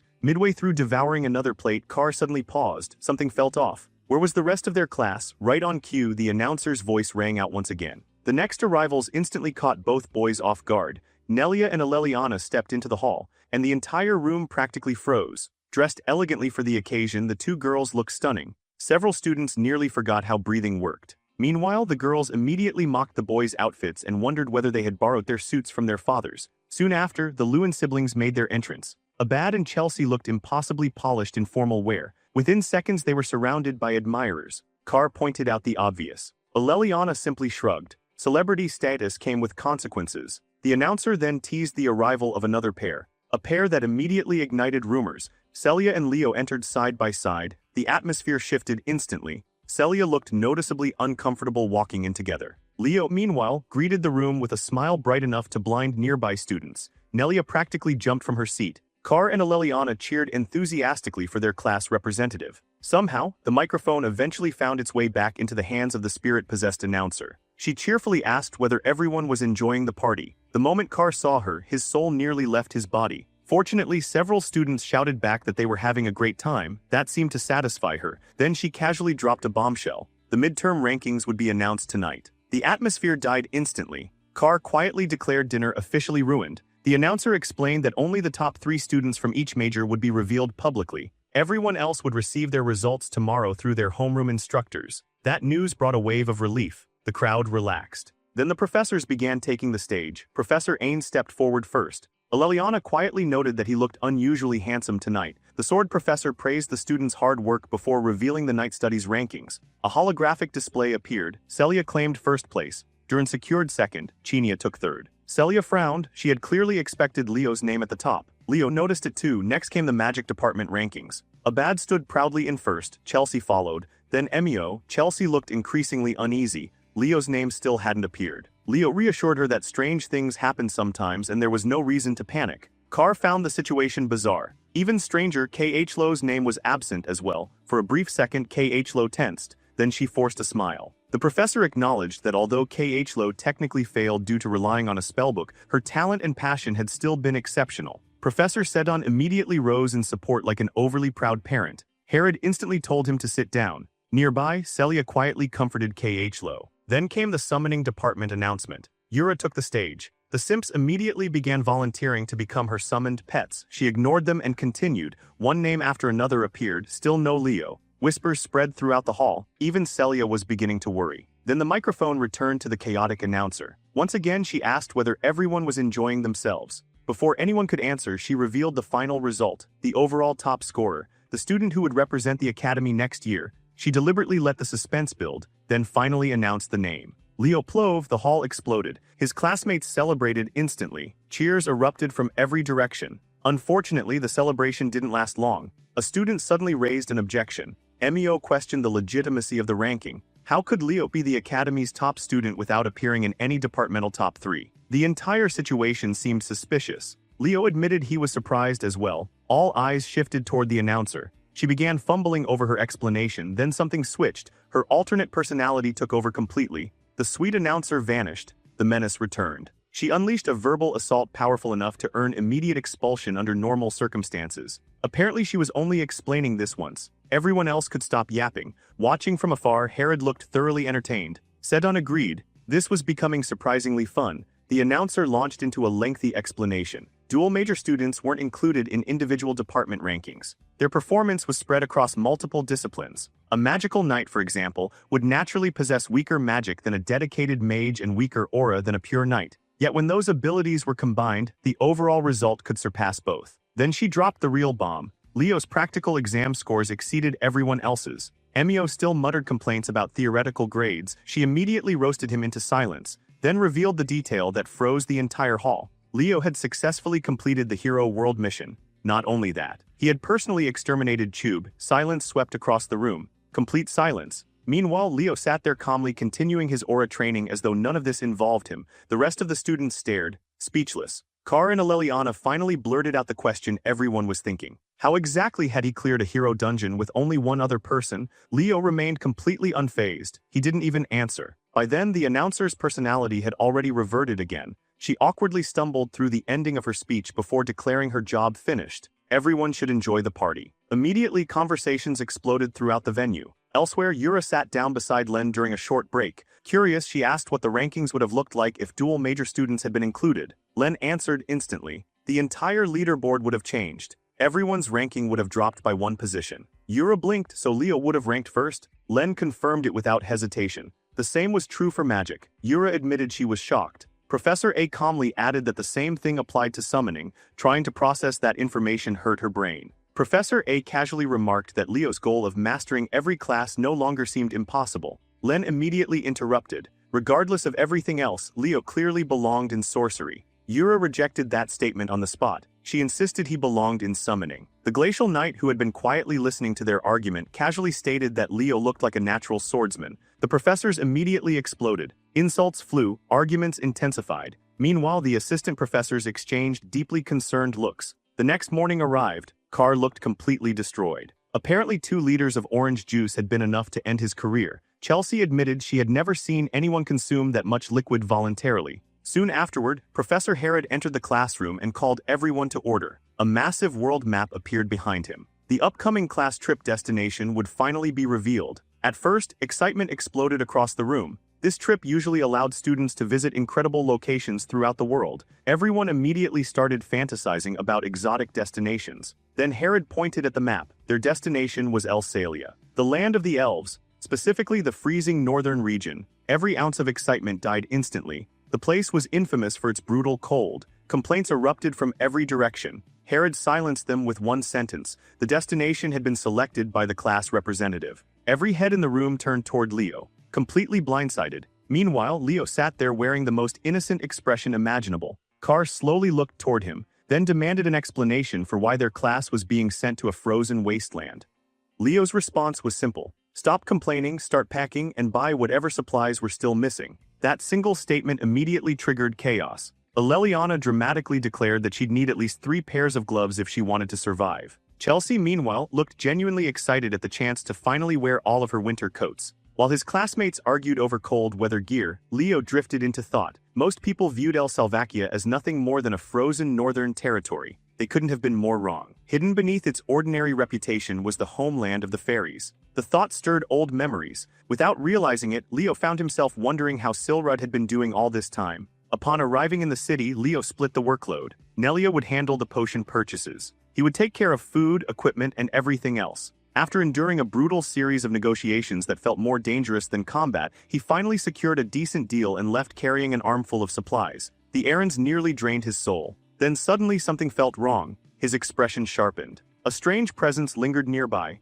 Looking around, he realized where he was. The 13th block. Without hesitation, Leo changed direction and headed toward a specific building. The same shop. The very place where Senlu and Khlo had obtained their sorcery machines. Setting his supplies aside, he stepped inside. The store appeared abandoned, empty, silent. At first glance, nothing seemed unusual. Only a small teddy bear sat awkwardly in the middle of the floor. That should have been impossible. The investigation team had already searched the area. The shop had been sealed. Every item should have been confiscated. Then the realization hit. The teddy bear shouldn't be there, not under any circumstance. The moment he understood that Leo drew his blade, the teddy bear suddenly spun through the air. Black sludge erupted from its mouth. The instant Leo saw it, he recognized the energy, a demonic curse. And not an ordinary one. The foul aura pouring from it was far too powerful. The darkness slowly gathered together into a grotesque shape. As the creature formed, it began speaking. The voice sounded strangely familiar. The demon mocked him for noticing the curse so quickly. Then their eyes met. And Leo immediately recognized her. The Witch Queen, Salatna, one of the 3 Legion commanders the heroes had failed to destroy in the past. Fortunately, this wasn't her true body, just a temporary vessel, the creature sneered. If Leo truly was a magical knight, then those heightened senses would only help him suffer sooner. It lunged. Leo barely avoided the attack. The strike still grazed his arm. A sharp realization followed. In his current state, he had absolutely no chance against something like this. The demonic figure slithered forward. Slowly, hungrily, it thanked him for presenting such a delicious offering, then it prepared to kill him, but Leo only smiled. A brilliant flash erupted behind him. Holy light exploded through the building. The demonic creature was blasted into the floor. The moment it tried to crawl away, it screamed a familiar title. The sorcerer of the magic eye, standing calmly at the entrance, was Professor Albi himself. The demon hissed, then laughed. Apparently this was even better. Having an audience made everything more entertaining. Unfortunately for it, Albi wasn't interested in playing along. When the creature tried to circle around Leo, the professor was already moving. Insults flew faster than spells.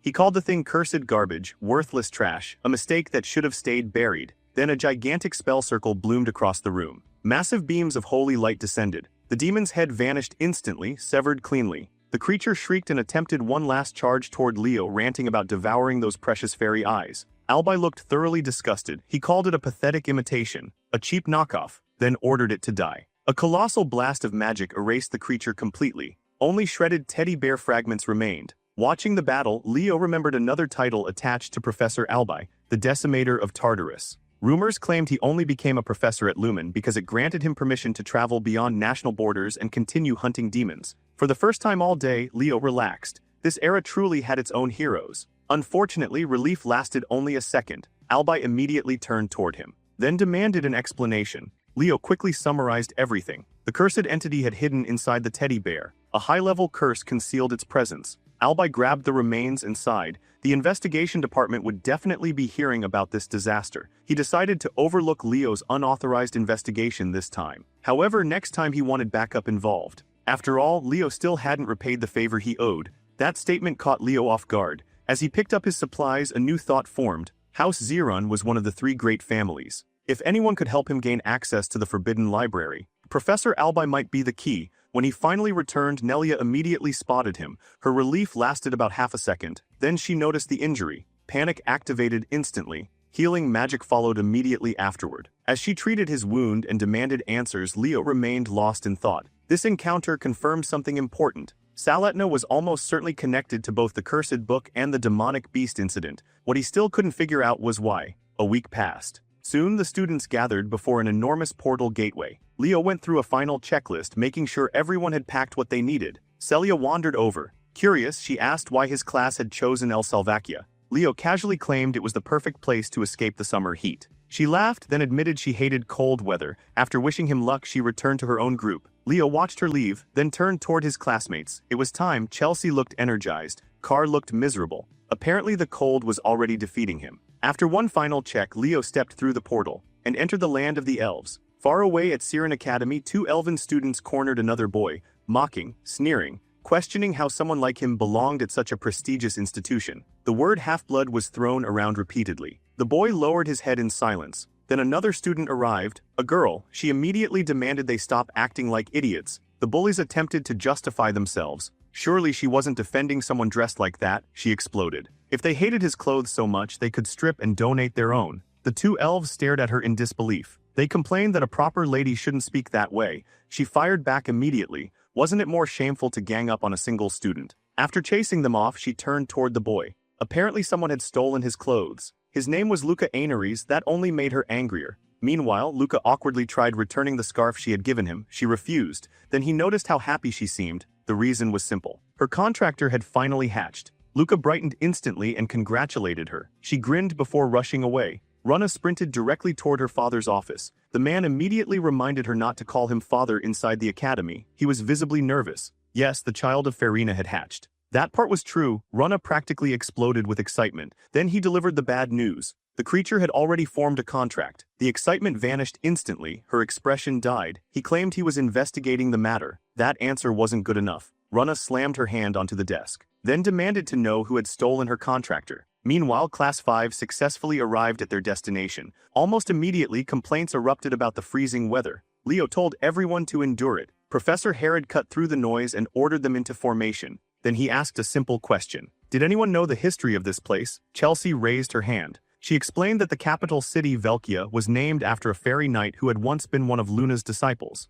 Leo remembered things somewhat differently. In his memories, Velia had been a troublesome disciple of both Luna and Aaron, a talented brat. Still, even he had eventually earned the title of fairy knight. Herod confirmed Chelsea's answer and added that House Ezra ruled this region as descendants of that very lineage. Just then, movement appeared within the fog. Someone was approaching. Carr immediately assumed they were thieves. Herod calmly noted that troublemakers existed everywhere. Even so, he seemed slightly surprised when a familiar voice greeted him. A group of elves emerged from the mist. Leading them was a sharp-looking white-haired elf. Instantly, several girls lost all sense of reason. The elf introduced himself. Lon Ezra, chairman of the student council. Herod nodded. Some things never changed. The girls practically melted on the spot. Several immediately decided they had met their future husband. The thirst levels became catastrophic. Leo interrupted by asking whether age simply didn't matter anymore. Aleliana immediately accused him of being jealous. Leo remained calm. Elves aged differently. For all they knew, Lon could be ancient. The two adults overheard the conversation.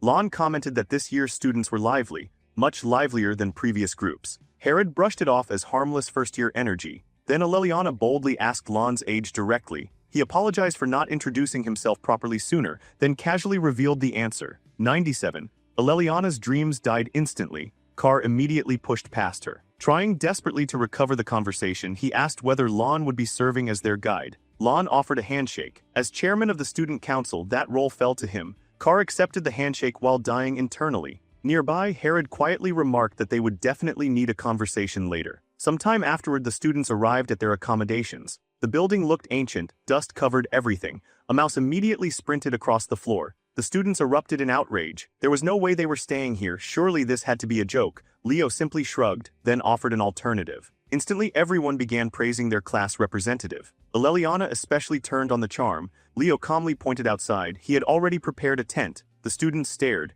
Carr immediately changed his tune. Suddenly the building wasn't so bad. Apparently they all had a lot of unpacking to do after all.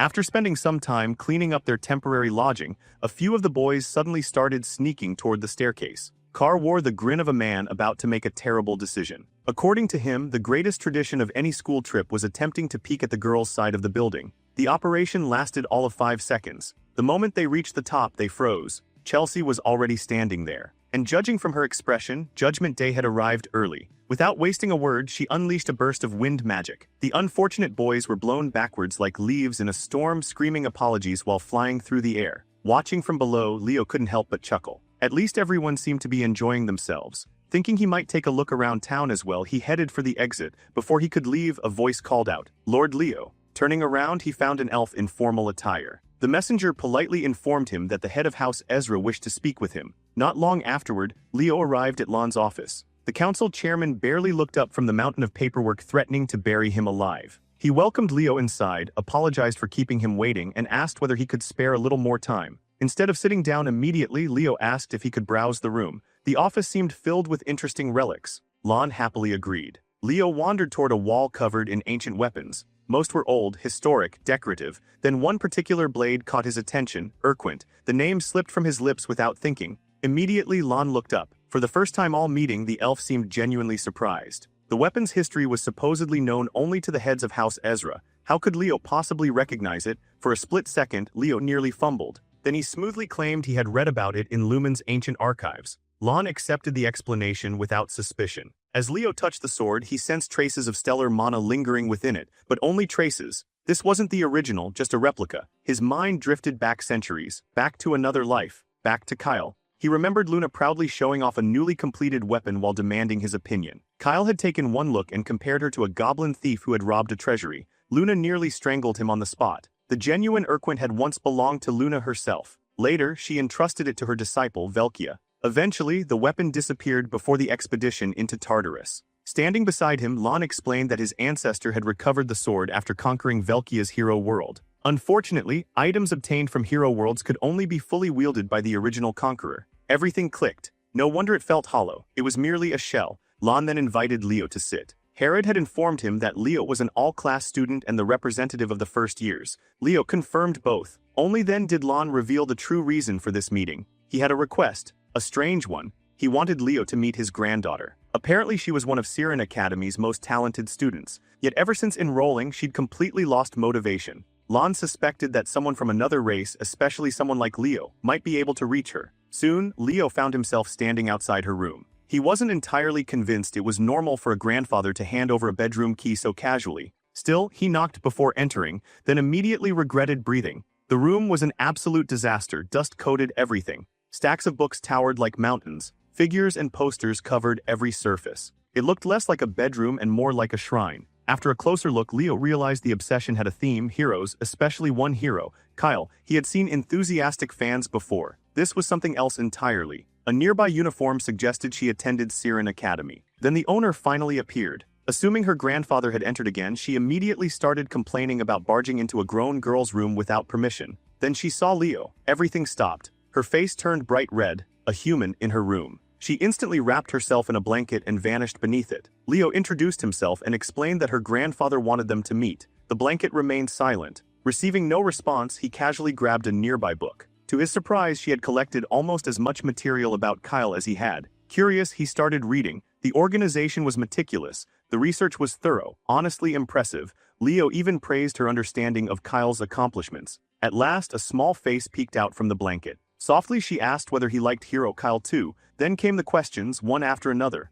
The Battle of Darnos, the defeat of Turka, the first battlefield where the heroes fought together. Leo answered effortlessly. Next came Commander Zerga's defeat. Edvik, again, he answered immediately. The girl's eyes sparkled brighter with every response. Most people remembered only the famous moments. Leo somehow knew the forgotten details. In her eyes, he suddenly looked like a hero himself. Shyly, she introduced herself. Aaron. Then she asked whether her rambling had scared him away. Leo smiled. If the heroes could see someone still cherishing their stories after all these years, they'd probably be thrilled. Aaron admitted she firmly believed Kyle had been an undocumented fifth hero. Leo agreed. In fact, he believed Kyle was a true hero as well. He even planned to join a research club dedicated to uncovering his legacy. That excited her until she remembered school. The brightness in her expression faded instantly. Leo noticed. Gently, he asked why she didn't want to return. Aaron lowered her gaze. Everyone at Siren Academy dreamed of becoming heroes. Someone as timid and weak-hearted as her didn't belong there. Leo glanced toward her perfectly maintained uniform.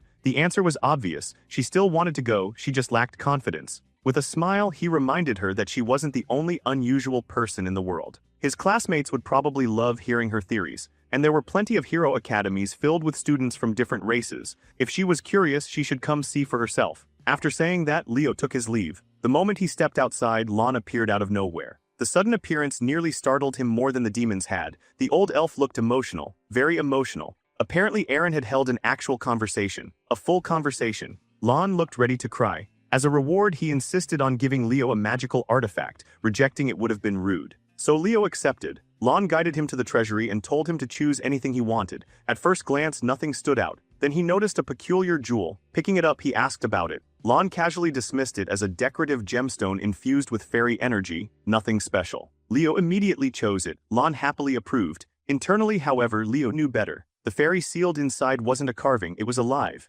Later, Class 5 gathered in the hall while Professor Herod explained the schedule. Beginning tomorrow, everyone would wake up at 6 in the morning. Personal training would follow. Mission practice would occupy the afternoons. Aleliana immediately protested. They already trained non-stop back at Lumen. Herod crushed that argument instantly. This wasn't a vacation. The entire purpose of the trip was to improve their weaknesses. Then he dropped another bombshell. The schedule had been planned by their beloved class representative. Every student turned toward Leo. The betrayal in their eyes was palpable. Meanwhile, Leo smiled proudly. According to him, this environment was perfect for combat training. Somehow, Aleliana convinced herself there must be noble intentions behind all this suffering. Herod wrapped up the meeting by informing them that today was their final opportunity to relax. Tomorrow, the real work would begin. That night, Leo sat alone examining the jewel. After studying it carefully, he reached a conclusion. The artifact contained the Fairy King's magic. No wonder Lon viewed it as little more than decoration. Ever since the Age of Calamity, the Fairy King's contractor had vanished.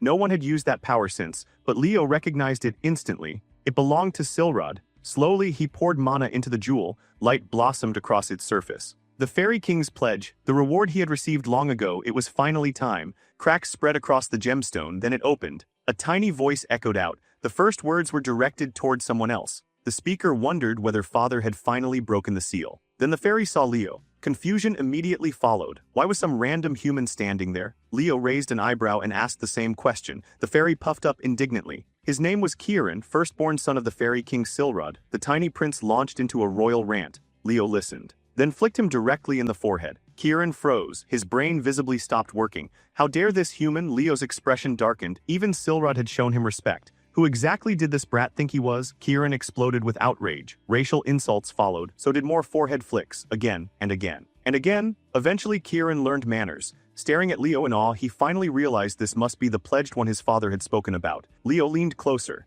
If the kid still had complaints, now was the time. Kieran immediately surrendered. Maybe a contract with a human wouldn't be so terrible. Patting his head, Leo casually remarked that Silrod wouldn't have confiscated all 6 of his wings unless he'd been a massive headache. Kieran looked stunned that Leo knew that. Before he could ask how, Leo ordered him to summon Silrod. The fairy's smugness returned immediately. That wasn't possible. Not yet. His 6 wings had been sealed away. Only after recovering them could he call upon his father. Fortunately, the first wing was somewhere nearby, in the forest. Leo smiled. What a convenient coincidence. Then he flicked Kieran again just because he could. The next morning, Class 5 entered the frozen forest beneath relentless winds. Before long, another shocking sight unfolded. Chelsea was sent flying by a blast of wind magic. Leo helped her back up and casually informed her that she'd better train harder if she wanted to keep up. A few minutes earlier, Aleliana had nearly exploded after Leo pointed out flaws in her ability to combine swordsmanship and magic. Naturally, everyone assumed he was secretly training alone again. Leo ignored the accusation. Instead, he shifted targets. This time he criticized the summoners. Apparently their summoning techniques still needed work. That offended them immediately. Summoning was supposed to be their strength. Chelsea then reminded everyone that Leo had said something similar during the entrance exam. According to him, she still lacked a true understanding of wind itself. Smiling confidently, she drew her weapon. Then challenged him. She wanted to see exactly how much stronger he'd become. Leo accepted without hesitation. Chelsea had already seen him surpass expectations again and again. Now she wanted to know what other monsters he was still hiding. Chelsea didn't even give Leo a moment to prepare. The instant the challenge began, she unleashed Windbreaker without warning. A roaring torrent of wind exploded forward, tearing through the snowy landscape like a miniature storm. Leo didn't so much as flinch. With perfect timing, he cast the exact same spell. The 2 currents collided head-on and annihilated each other, leaving nothing but swirling snow behind. Chelsea froze. Aleliana froze. Everyone froze. High-speed casting had always been Chelsea's signature advantage. Yet Leo had mirrored her casting speed so precisely that it felt unfair. Refusing to back down, Chelsea immediately followed up with Wind Chain. Leo could only sigh. Back during their first meeting, he had already warned her against using wind magic that way. Now she was about to learn why. A moment later, he released Wind Bolt. The spell wasn't merely stronger. It was overwhelming. His magic tore straight through Chelsea's technique and surged toward her like a living tempest. Caught completely off guard, she couldn't react in time. The blast launched her backward and straight into a nearby tree. As if nature itself wanted to add insult to injury, a mountain of snow collapsed from above and buried her on impact.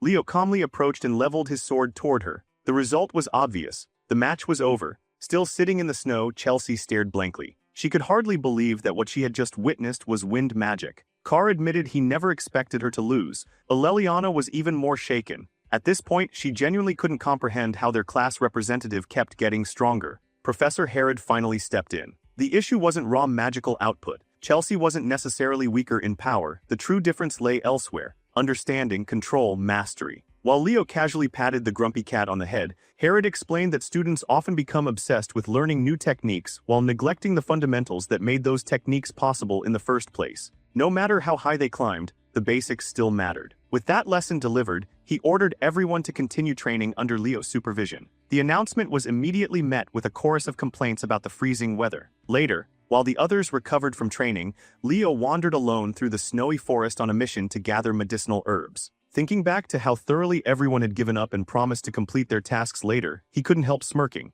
They were probably unconscious somewhere back at the inn by now. Suddenly, a tiny figure shot through the air. Kieran arrived carrying a massive collection of herbs with the pride of a warrior returning from battle. The fairy proudly announced his accomplishments. Leo rewarded him with a pat on the back. The tiny prince practically glowed from happiness. With more than enough herbs collected, Leo stored everything away. The gathering mission was finished. Now came the real objective. It was finally time to investigate the forest, and more importantly, begin searching for Kieran's missing wings. As they ventured deeper into the wilderness, Leo suddenly stopped. A thought had crossed his mind. He asked Kieran exactly when he had been sealed away. The answer came quickly. About 100 years ago. Leo's eyes narrowed. Something wasn't right. He told Kieran to look carefully. Illusion magic was hiding something. The fairy focused. Moments later, realization dawned on him. The magic definitely belonged to the fairy kings, but not his father. Leo pieced it together. This spell belonged to Silrod's father, the fairy king who ruled during the Age of Calamity. 100 years had passed since the illusion activated. Given that timeline, the power source became obvious. Kieran's stolen wings had somehow been repurposed to sustain the ancient spell. Before either of them could investigate further, a voice echoed through the forest. Someone had apparently heard rumors about a valuable treasure hidden nearby. Immediately, a sinister presence flooded the area. The atmosphere turned heavy, oppressive, wrong. A skeletal figure emerged from the shadows. The stranger questioned why humans were wandering through elven lands. Leo answered with a question of his own. Wasn't it even stranger to find undead roaming this far from Tartarus? The skeleton let out a furious roar. According to him, these lands had already fallen under Tartarus's influence. Kieran instantly fired back. This was sacred fairy territory. The undead laughed mockingly. Someone as pathetic as Kieran had no right calling himself a fairy. That comment hit a nerve. Hard, magic erupted around the tiny prince. Without hesitation, he charged. The skeleton barely reacted before a beam of fairy magic blasted straight through its chest. Its body shattered into scattered bones. Kieran folded his arms. For something that talked so much, it had fallen apart pretty easily. Leo raised an eyebrow. Why was a fairy fighting like a berserker? Kieran shrugged. Fairy power naturally countered undead energy. Simple. Then both of them froze. The skeleton started talking again. Apparently low-ranking or not, Kieran was still a fairy. And as it spoke, its body began rebuilding itself. Bone after bone. Piece after piece. Kieran immediately covered his nose. The stench alone was unbearable. Determined to finish things properly, he charged again. Halfway through the attack, Leo sensed danger. He shouted for Kieran to move. The skeleton slammed its sword into the ground. A wave of foul energy exploded outward. Kieran barely escaped and crashed directly into Leo. Steadying the dizzy fairy, Leo finally explained what they were dealing with. This wasn't ordinary undead. It was a Death Knight, an ancient monster of Tartarus. The creature straightened its posture and finally introduced itself. Kargor, servant of the Lich King. Then it attacked again. Leo met the charge head-on. Steel clashed, then Kargor vanished. A split second later he appeared behind Leo like a ghost, like a nightmare. The Death Knight calmly announced that he had come to guide Leo toward death itself. Thinking quickly, Leo activated spectral form and erected an aura barrier just in time. The impact shook the forest. Even Kargor looked impressed. A human producing an aura shield that quickly wasn't something he expected. Then the monster attacked again. This time Leo successfully blocked it. Kargor mocked the effort and pressed forward with overwhelming strength. The difference in physical power was obvious. Kieran rushed in to help. He was immediately swatted aside. The fairy slammed into the ground and groaned. His power reserves were already depleted, if only he still had his wings. Leo wasted no more time. A chant left his lips. Red flames ignited around his body. For the first time, genuine surprise appeared on Kargor's face. Phoenix wings erupted from Leo's back. Radiant light illuminated the frozen woods. Kieran stared in disbelief. Leo was a contractor too. In a single fluid motion, Leo struck. The blade flashed. The Death Knight split cleanly in half. Fiora proudly landed on Leo's shoulder. Kieran immediately followed and started arguing with the tiny phoenix over territory. The annoyed bird puffed herself up. The argument was seconds away from becoming a war. Then Kargor's voice echoed once more. The Death Knight refused to stay dead. Swearing that none of them would leave alive, he plunged his sword into the earth. Darkness spread. A massive pit opened beneath them. Undead soldiers began climbing out one after another. An army, endless, relentless. Leo quickly recognized the curse. An infinite resurrection field. The dead would continue returning no matter how many times they were slain. When Leo lowered his guard, Kieran immediately panicked. Had he given up, Leo simply smiled. At long last, he had managed to grasp Kyle's mana. Without hesitation, he cast Earth Ripple. Shockwaves burst across the battlefield. The advancing undead lost their footing instantly. Leo charged. Vortex Slash carved through the horde like a whirlwind. Skeletons shattered in every direction. Not once did he even glance toward Kargor. The Death Knight roared in frustration and demanded a proper fight. Leo wasn't interested. If anything, Kargor was the one hiding behind an army. Using a burst of enhanced movement, Leo launched himself high into the air and escaped while the Death Knight screamed after him. Eventually, he slowed down. The distance should have been enough, yet something still bothered him. Why was a Death Knight wandering through a fairy sanctuary? The situation made no sense.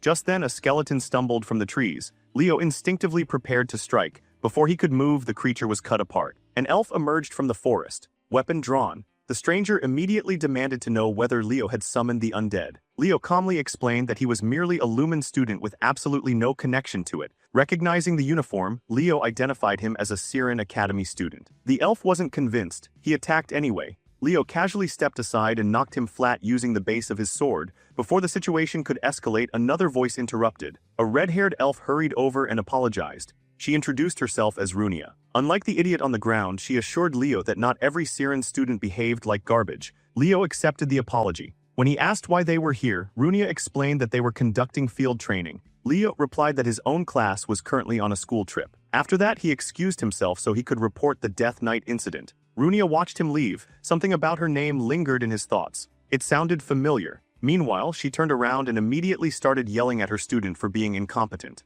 Back at the academy, Lon found the Death Knight story difficult to believe. Monster sightings had increased lately, but nothing on that level. Professor Herod immediately vouched for Leo. The boy wasn't the type to fabricate stories. Then another voice entered the conversation. According to the newcomer, ignorance often created misunderstandings. A dark-haired elf stepped forward, Professor Herdium. With obvious skepticism, he argued that Leo had likely mistaken an ordinary skeleton knight for a Death Knight. The real thing would have killed a first-year instantly. He questioned whether Herod truly believed the story. Herod answered without hesitation. Yes, because Leo was their all-class representative. That response intrigued Herdium. If Leo truly possessed that level of potential, then perhaps he could influence Siren students in ways others couldn't. Curious now, he asked whether Leo excelled in magic as well. Then he proposed a joint class between Lumen and Siren. Sometime later, the atmosphere became much lighter. Students from both academies gathered for a grand celebration. Carr stared around in awe. The scale of the event was ridiculous. Chelsea pointed out that it made sense. The Emperor himself was hosting it. Aleliana and Nella were especially excited. The chance to witness Siren's teachings firsthand was a rare opportunity. Meanwhile, Leo remained suspicious. Herdium struck him as the type of person who trusted only what he personally witnessed. His thoughts were interrupted by a familiar face. Runia approached and unexpectedly asked him for a dance. The two moved across the floor with surprising synchronization. It felt as though they had practiced together for years. Runia looked delighted when she realized Leo knew traditional elven dances. Leo casually explained that he had learned them a very long time ago. Only then did she realize she had never asked his name. The moment he introduced himself, everything changed. Her expression froze, then exploded. Without warning, she grabbed him by the collar, furious, accusing, absolutely betrayed. Because according to Runia, Leo Plove was the shameless thief who had stolen her contractor. Runia's grip tightened around Leo's collar as pure fury blazed in her eyes. She declared without a shred of hesitation that she intended to end him right there and then. Leo, meanwhile, remained completely unfazed. At that moment, a memory surfaced. The Phoenix Guardian had once mentioned that Fiora had originally been destined for another contractor before Leo entered the picture. Everything suddenly clicked. Runia was that person. Her entire body trembled with frustration as she accused him of stealing what should have been hers. Yet instead of arguing, Leo simply smiled and casually mentioned that Fiora was doing well. That single sentence only made things worse. Runia completely snapped. Shouting for him to drop dead, she lunged forward without thinking. Sometime later, after tempers finally cooled, Runia lowered her head and apologized for her reckless outburst. Leo treated it like a minor inconvenience and forgave her immediately before leaving alongside Professor Herod. Unfortunately for Runia, the real trouble was only beginning. Professor Herdium wasted no time tearing into her. As the first-year representative of Siren Academy, she couldn't afford mistakes like that. Runia accepted the criticism and quietly admitted fault. Herdium wasn't finished. According to him, this only meant one thing. Siren now had to prove beyond any doubt that it stood above Lumen. The professor became so animated that he practically shook Runia apart while shouting about surpassing every rival academy. Halfway through the rant, he suddenly wondered if he might have pushed too hard. Instead, the opposite happened. A fresh fire ignited inside Runia. With renewed determination, she swore she would crush that shameless thief and restore Siren's honor. The following day marked the beginning of the long-awaited joint class. Professor Herod introduced himself to the Siren students and explained that today's lesson would showcase how education worked at Lumen Academy. The announcement immediately sparked curiosity among the elves. Without warning, Herod called Kar, Eleliana, and Thod to the front. The three nearly pointed at themselves in confusion. Why them? Herod calmly explained that they represented some of Lumen's most promising surviving students. Now it was their turn to pass their knowledge forward. The unexpected praise nearly melted their hearts. Chelsea quickly noticed a pattern. One representative from each department had been chosen. Leo, meanwhile, immediately suspected that Herod simply didn't want to do the teaching himself. The trio stepped up regardless. Each of them passionately explained everything they knew about their respective fields. Their enthusiasm proved surprisingly effective. The Siren students listened attentively. Even Professor Herdium seemed pleased. Exposure to different races often led to entirely new perspectives on magic. Still, one thing bothered him. Lumen's class representative hadn't participated at all. Once the presentations concluded, Chelsea enthusiastically applauded while the elf students offered respectful praise. Herdium complimented the presenters and noted how much dedication they had poured into developing their abilities. Then he picked up a piece of chalk. It was time to explain Siren's educational philosophy. According to him, while elves naturally centered their growth around magic, they deliberately avoided becoming overly dependent on it. Balance remained essential. Leo immediately called nonsense. Internally, at least. To him, Siren still looked overwhelmingly focused on magic. The elves simply wrapped it in prettier words. As Herdium launched into a lengthy explanation of advanced spell theory, Leo's attention rapidly disappeared. A yawn escaped him. Herdium noticed. Not only had this kid claimed to fight a death knight, but now he looked completely bored in class. Deciding theory wasn't working, the professor changed tactics. A brilliant golden star appeared in his palm. The atmosphere shifted instantly. Even Leo became interested. Herdium explained that elves were a race born from magic itself. Then he released the star into the air. The light exploded into countless smaller stars that drifted across the classroom like a celestial rain. The students stared in wonder. Chelsea immediately recognized it. This was star magic, the legendary magical system unique to the elves. Proudly nodding, Herdium confirmed it. This spell formed the foundation of all star magic, a direct descendant of the legacy left behind by the great Luna herself. Countless variations had grown from the single source. He smiled and asked the class if such magic wasn't beautiful. Then a hand went up. Leo. The professor reluctantly allowed him to speak. Leo casually stated that he didn't particularly care about star magic. However, there was a problem. The interpretation was wrong. The room instantly froze. Herdium looked like his blood pressure had reached critical levels. Leo calmly elaborated. The spell as written simply wouldn't activate correctly. Trying to recover, Herdium explained that the formula was incomplete. Over generations, their ancestors had reconstructed it from surviving records. Leo immediately understood. This was one of Luna's lost spells. Most people wouldn't know that because the original version had never been publicly shared. Luna had specifically designed it for Kyle during the development of the star magic system. Naturally, Herdium didn't appreciate having centuries of scholarship challenged by a teenager, so he issued a challenge. If Leo believed their interpretation was wrong, then he could demonstrate the correct one. Professor Herod attempted to calm things down. Then he realized Leo was already walking toward the board. Meanwhile, Leo couldn't help feeling nostalgic. The elves had inherited only fragments. What they used today was merely a diluted version. He had received the complete spell directly from Luna herself. Unfortunately, he died before passing it on. Standing before the board, he briefly wondered whether fate had orchestrated this reunion.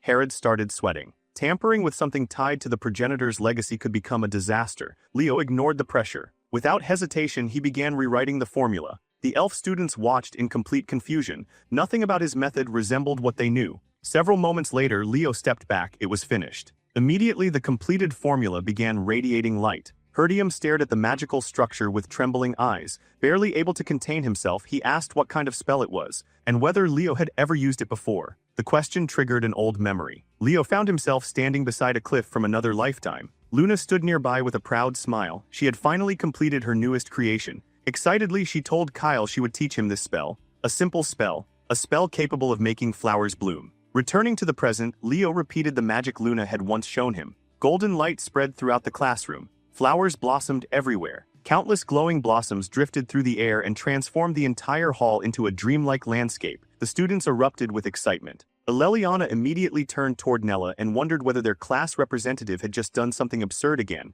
Nella silently nodded. For Runia, however, the flowers weren't the shocking part. The professor's reaction was. Herdium looked completely shattered. Had Leo really deciphered the founder's legacy right in front of everyone? Slowly dropping to his knees, the professor stared at a glowing flower resting in his hand. For years, they had believed this spell represented something grand and profound. Now it appeared to be a flower-blooming technique. Leo gently corrected him. It wasn't that simple. Flowers had nearly disappeared during the Age of Calamity. If Luna embedded this spell into her legacy, then flowers must have carried special meaning for her. As Kyle, he remembered once criticizing the spell as useless. Flowers couldn't win battles, they couldn't save lives. Luna had only smiled. She believed flowers were beautiful, and someday she wanted to see a world covered in them again. Herdium quietly agreed. The founder had undoubtedly hidden a deeper truth within the spell. As the glowing blossoms slowly faded away, whispers spread throughout the classroom. Everyone wanted answers. Who exactly was Leo Plove? Leo simply explained that he had learned the magic through ancient texts, nothing more.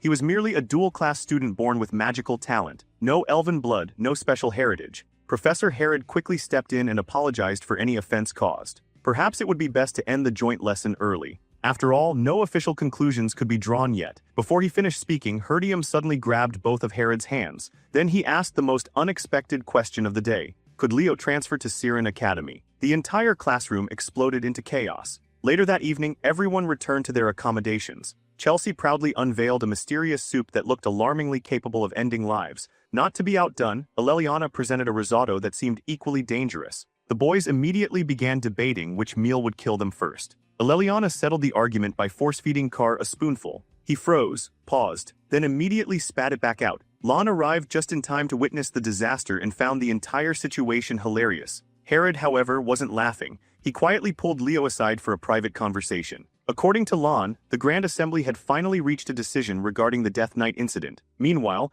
Nella silently activated stealth mode and started eavesdropping. Lon revealed that multiple sightings of undead creatures had occurred throughout the fairy forest. Even reports involving Death Knights had surfaced. A formal investigation would soon begin. To handle the situation, a joint expedition team would be assembled. The mission would be too dangerous for first years alone. Lumen students would therefore be paired with Siren seniors. Then Leo asked a simple question. Was that really the only reason Lon came here? The elf shook his head. Not at all. His granddaughter had specifically requested to see Leo. A shy figure stepped forward. Aaron. Softly she greeted him and admitted she had come because he told her she could. Leo introduced her to the others. That turned out to be a mistake. The girls immediately swarmed her with overwhelming enthusiasm. Aaron panicked, apologized repeatedly, then fled upstairs. The girls were left wondering what they had done wrong. Lon simply looked toward Leo. He was counting on him. Without another word, Leo headed upstairs. Eventually, he found Aaron sitting alone on a balcony. Quiet, curled up, cold. Without saying much, he draped his jacket over her shoulders. The gesture surprised her. She immediately tried giving it back. Leo refused. Instead, he asked why she had left Siren Academy. Aaron quietly admitted that she didn't believe she deserved to become a hero. At this point, Leo was getting tired of hearing that exact excuse. Aaron explained that during her struggles, she met someone extraordinary, someone who shined like the sun itself, Runia. In Aaron's eyes, Runia embodied everything a hero should be. Inspired by her, Aaron followed the same path. She trained relentlessly, studied endlessly. Eventually, she even reached the top of her class, but something changed after the dual assessments. For reasons she couldn't understand, Runia suddenly began treating her differently. Leo found that difficult to believe. From what he had seen, Runia didn't seem like the type of person who would hate someone without reason. Leo decided he'd ask Runia about that mystery later. For now, Aaron reminded him far too much of Verkia. Curious, he asked whether she knew the story of her famous ancestor. The effect was immediate. Erin's eyes lit up. Of course she knew it. It was the tale of her own bloodline. Leo smiled and explained that Verkia hadn't become a hero by copying someone else's footsteps. She had learned from great heroes and mentors, but ultimately forged her own road. That was what made her extraordinary. He gently told Erin that worrying about other people's expectations would only weigh her down. What mattered was finding her own direction. The words landed perfectly. Almost instantly, the heaviness in her expression began to disappear. With a warm smile, Leo invited her back downstairs and assured her that his classmates were far friendlier than they looked. A little later, as preparations for the expedition were underway, Runia marched straight toward Leo. She demanded to know what kind of sorcery he had used to win Erin over so quickly. Leo casually replied that all he had done was tell Erin there was no reason to be afraid of Runia. That answer caught her completely off guard. Then he added that Erin genuinely believed Runia hated her because of a particularly frightening glare. Runia immediately defended herself. She hadn't been angry. She had simply been focused because Erin was talented enough to be taken seriously. Leo nodded before telling her that Erin probably needed someone looking out for her. Just then, Professor Herdium called out toward a group approaching from the distance. Several third years entered the area. One of them stepped forward confidently. Lauder. Herdium praised the work he had submitted recently, clearly impressed. Leo glanced toward Runia and quietly asked who he was. She explained that Lauder had been practically invisible until this year. Then, almost overnight, he had become one of Siren's standout students. That sudden rise immediately raised a red flag in Leo's mind. Soon afterward, Professor Herod gathered everyone together. It was time to divide into teams. Each group would consist of 3 members. Then Herdium announced the first assignment. Leo, Runia, Lauder. The pairing felt far too deliberate to be random. The moment they departed, Runia started complaining. She mocked the professors for treating this mission like some opportunity for friendship. Leo casually reminded her about the thief accusations. That instantly reignited the fire. Runia snapped that she still hadn't forgiven him. Leo responded by tuning her out entirely. Eventually, she noticed something more important. Lauder was nowhere to be seen. Considering they were supposed to operate as a team, his absence was strange. Leo remembered Lauder mentioning he would investigate separately. That only made him more suspicious. Placing his hand against the ground, Leo focused. Something felt wrong. Runia pointed out another odd detail. Despite covering a huge area, they hadn't encountered a single undead creature. Leo barely heard her. His thoughts had drifted back to his conversation with Kieran. A curse lingered over this land. Most people couldn't sense it. Only someone who had survived the Age of Calamity would recognize its presence. The Death King Helizer had been Erebus's most loyal follower and one of Tartarus's most terrifying commanders. Leo doubted Helizer had appeared personally. More likely, he had dispatched Kargor, the Death Knight, as an agent. As Leo stood up, a realization struck him. Beyond this point lay something hidden deep within the fairy forest, something Silrod desperately wanted protected. Runia noticed his expression and asked whether he had sensed something. Before he could answer, approaching footsteps echoed through the trees. Instinctively, Leo raised his sword. Then Lauder emerged from the shadows, completely relaxed. He casually asked how the investigation was progressing. Had they found any undead? Both denied it. Lauder then turned to Leo and asked whether he was the student who originally reported the Death Knight. Leo confirmed it. The two shook hands. But during the exchange, Leo noticed a strange black ring on Lauder's finger. Lauder smiled and suggested that perhaps Leo had simply gotten carried away. After all, first years sometimes exaggerated things. He calmly explained that high-ranking undead like Death Knights couldn't remain active without a necromancer constantly supplying mana. That was why demonic summoners often accompanied them. Runia immediately realized the implication. If that was true, there had to be a hidden controller somewhere nearby, but Lauder disagreed. This was the capital of El Salvia, a place protected by powerful star magic. Surely a Siren student should know that. Runia nodded, then Leo cut in. His voice suddenly turned firm. There was no rule stating a necromancer had to be a demon. Dark magic wasn't exclusive to one race. Humans could use it, other races could use it, even elves. Lauder laughed. According to him, elves were far too proud to sink to that level. The conversation ended there. He encouraged them to continue investigating and moved on, but Leo could tell. Lauder wasn't searching for evidence. He was searching for something else entirely. Even Runia was beginning to feel that something about him wasn't right. By evening, all the students gathered to compare their findings. The conclusion was unanimous. Nobody had seen a single undead creature, not even a trace of one. Chelsea immediately found that suspicious. The monsters had seemingly vanished the moment an investigation began. Carr attempted to quietly escape and pretend he was heading to bed. Chelsea dragged him back before he made it 3 steps. Meanwhile, someone with clearly questionable intentions slipped out of a dormitory window without making a sound. Leo. As expected, he headed toward the academy dorms and infiltrated Lauder's room with alarming confidence. He had predicted Lauder would sneak out. Inside, he quickly found something interesting, a detailed map. More importantly, it clearly marked an entrance leading into the fairyland. Before he could inspect it further, the door burst open.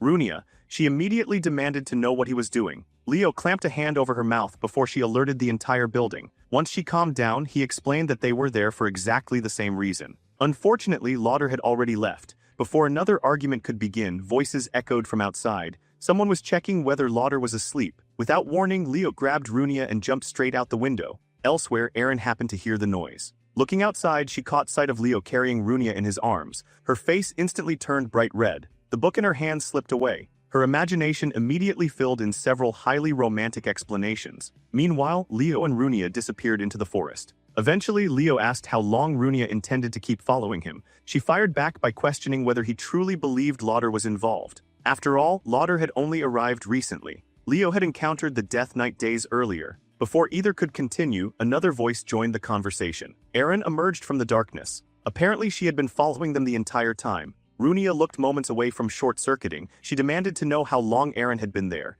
Leo casually admitted that he already knew. Aaron's face turned even redder. Then she suddenly shouted that romantic relationships between students were absolutely forbidden. Both Leo and Runia froze, completely blindsided. Aaron nervously explained that she had seen them sneaking out together. In her mind, the conclusion was obvious. They were both attractive, both impressive, which somehow made the situation even more scandalous. Leo buried his face in his hand. Runia wasn't doing much better. Both desperately tried explaining that Aaron had misunderstood everything. Unfortunately, neither sounded convincing. Then Leo's expression suddenly changed. Danger. A powerful presence was approaching. The earth split open. Rotting hands burst from the ground. One after another, undead figures began clawing their way to the surface. A chilling voice echoed through the forest, welcoming them to the fairy woods. Leo immediately drew his sword. These weren't ordinary undead, they were high-ranking undead knights. He called out to Runia and asked whether she was ready. Runia responded by slamming her hand against the ground. Flames erupted everywhere. Firestorm. The entire area exploded with light.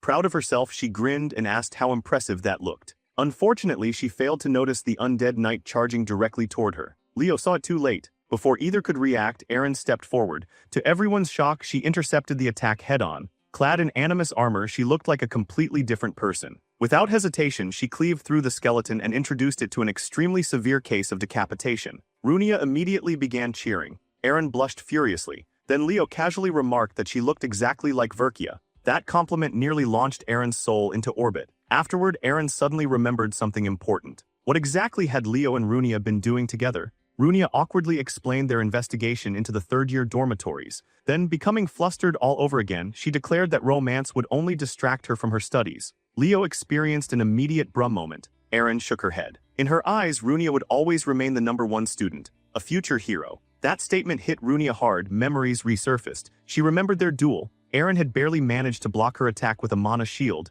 At the time, Runia had felt excited, finally. Someone strong enough to become her rival. Determined to test her limits, she unleashed a powerful fire spell. Unfortunately, the intensity of her expression terrified Aaron. Aaron hesitated, dropped her guard, and by then it was already too late. The spell detonated. Only now did Runia finally understand the look she had seen back then. It wasn't hatred, it was fear. With a sigh, she realized everything that followed had been her own fault, so she looked Aaron straight in the eye and told her to return to school. Not because Siren needed her, because she was her friend. Aaron hesitated. Runia didn't. She confidently declared that they were absolutely friends, and more importantly, rivals. She wanted Aaron competing beside her again. The shy elf looked overwhelmed. Then Aaron hesitated once more. There was still one important question. Was Runia really sure she and Leo weren't dating? Leo instantly deadpanned. Runia nearly exploded from embarrassment while denying it as fast as physically possible. Leo simply watched the chaos unfold like an exhausted grandfather observing children. Far away from the forest, another conversation was taking place.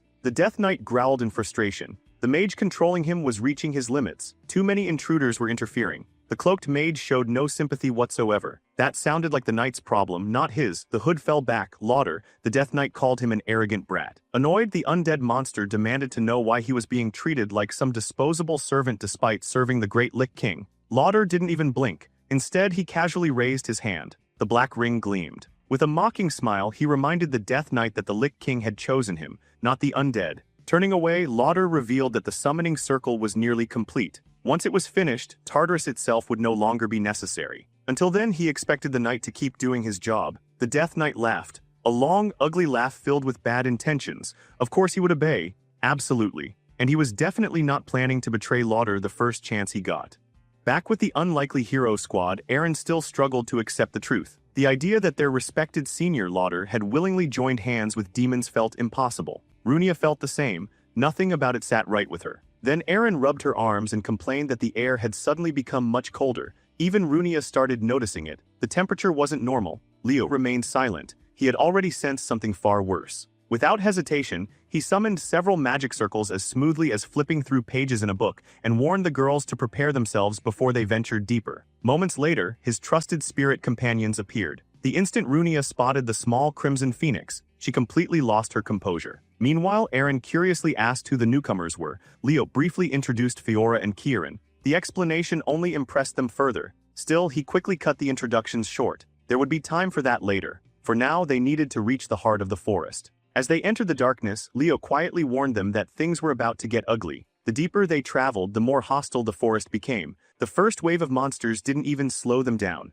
Leo and the girls tore through them effortlessly. Runia finished the last few with a blazing fireball. But then something horrifying happened. Dark energy leaked from the charred remains. The corpses twitched. Moments later, the undead rose again. Runia immediately realized there had to be a necromancer nearby. Leo cut down several skeletons with ruthless efficiency before calmly explaining that there wasn't a summoner anywhere close. That answer made no sense to her. Then Leo revealed the truth. What they were witnessing wasn't ordinary necromancy. It was an undead curse. Both girls froze. Runia admitted she had never even heard of such a thing. Eren, however, stepped forward and explained that it was a large-scale curse capable of continuously generating undead throughout an entire region, transforming the land itself into a kingdom of death. Leo completed the explanation. Only one being was known to possess the power to cast such a curse: Hell Kaiser, the Lich King of Tartarus. The moment that name left his mouth, panic spread across Runia's face. She immediately suggested informing the professors. Unfortunately, they no longer had that luxury. A freezing blast swept through the forest like a tidal wave. A sinister voice welcomed the young heroes to the land of the dead. Then the Death Knight appeared again. Without wasting a second, the monster charged Leo. Steel collided with steel. The clash echoed through the forest. The undead knight laughed like a madman, declaring that there was no escape. Leo answered with complete silence. His sword met the attack effortlessly. The Death Knight continued mocking the students while waves of undead advanced behind him. Leo stepped forward and calmly divided the battlefield. The girls would handle the undead. The knight belonged to him. The monster laughed at the confidence. This time, however, Leo wasn't running. The battle truly began. Another swing came. Leo blocked it cleanly and immediately activated his family's secret art, Providence. The technique exploded into action. The Death Knight was forced backward. A sharp slash followed. One of the creature's horns shattered apart. The skeleton retreated in surprise and demanded to know whether that flame was Phoenix fire. Leo kept advancing. He casually explained that he had combined it with Zerdinger's flame aura. For the first time, the Death Knight looked unsettled. The blade in its hand had partially melted.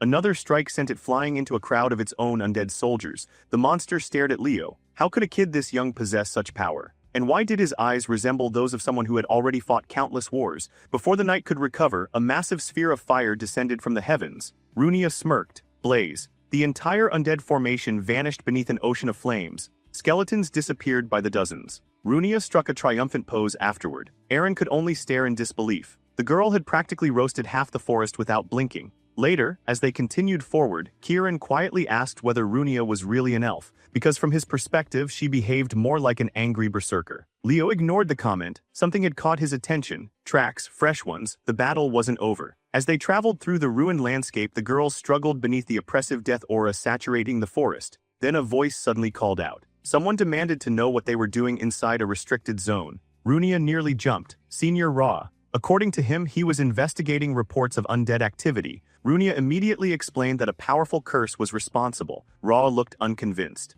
Meanwhile, he seemed strangely unaffected by the overwhelming death energy surrounding them. That alone felt suspicious. Leo's mind began connecting dots. Recently, several students from Lumen had come into contact with artifacts originating from Tartarus. Some had unknowingly used dark arts. With that thought, Leo raised his hand and activated a reveal spell. Dark traces instantly surfaced. The girls recoiled in horror. The evidence was undeniable. Looking directly at Ra, Leo accused him of willingly using black magic and cooperating with Tartarus. The senior's expression darkened, annoyingly persistent. That was how he described Leo. Then he revealed something even more shocking. A fragment of Lady Luna's hero record was hidden nearby. The revelation stunned everyone. Ra mocked the council, claiming they had no idea the relic even existed. According to him, it belonged to whoever could claim it. Eren immediately called him out. He clearly intended to keep the artifact for himself. Runia clenched her fist. Forget investigations. She wanted to drag this guy straight to the professors. Leo drew his weapon. From this point onward, there would be no second chances. This was life or death. Without warning, Ra launched a lethal lightning spell. The attack caught everyone off guard, everyone except Leo. He instantly copied the spell. The two attacks collided and erased each other.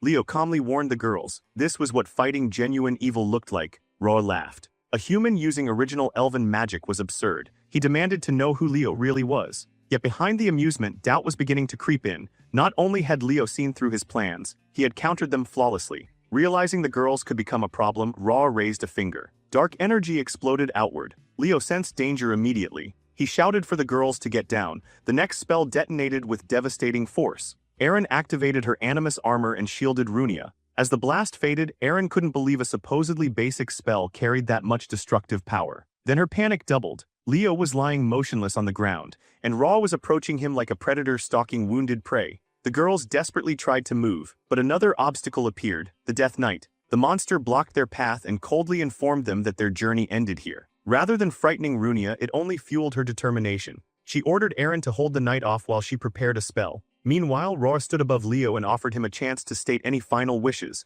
Leo simply smiled. The elf was far too confident. That was his mistake. A signal flashed toward Kieran. The fairy instantly understood. He darted forward and struck several floating purple orbs surrounding Ra. The resulting explosions launched the elf through the air. Leo rose to his feet, sword ready. Ra struggled upright. The moment he saw the look in Leo's eyes, his confidence collapsed. Panic replaced arrogance. He begged for mercy. Too late. The moment he chose this path, he forfeited the privilege of keeping his head attached. Kieran celebrated. Now they could finally deal with the Death Knight. Then Ra's body twitched. Everyone froze. A sudden blast of magic struck Kieran. Ra stood back up, calmly, casually, as if reattaching his severed head were no different from fixing a broken toy. A twisted smile spread across his face. He confessed how excited he was to personally bury Lumen's shining prodigy. The elf rambled on about combining Lady Luna's power with the Death Knight's strength. Once he succeeded, talented individuals like Leo would become insignificant. Leo quietly observed him. The demonic ring's influence was spreading deeper into his mind.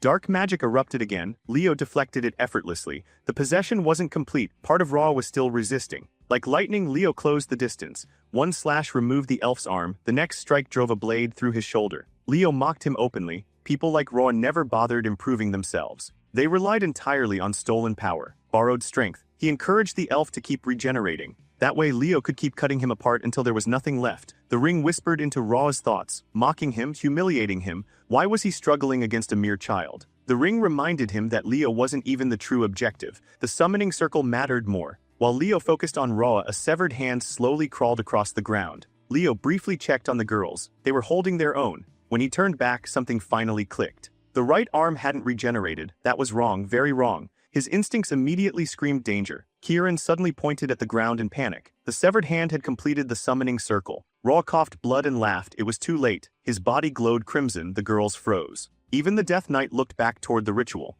Leo immediately retreated. Something terrifying was awakening below. The earth shook violently. Cracks spread in every direction. Then a gigantic skeletal hand emerged from the depths. Kieran stared in horror. What kind of nightmare was that? Leo answered immediately. A skeleton king, a truly monstrous existence. Ra laughed hysterically. Power surged through him. He convinced himself that this strength belonged to Lady Luna. Leo instantly rejected that idea. The senior had surrendered completely to black magic. Nothing about this power belonged to the founder. Leaping forward, Leo shouted that such disgusting corruption could never be associated with Luna. Ra only laughed harder. The skeleton king raised an enormous hand. Leo barely escaped the crushing blow. The impact shattered the ground. According to Ra, the king now obeyed him completely. Kieran asked whether retreating might be the smarter option. Leo disagreed. Something about the monster felt unstable. As he dodged another attack, he explained that the summoning had been rushed. Ra couldn't maintain a creature of this level forever. The most basic law of summoning remained unchanged. Every summon required mana,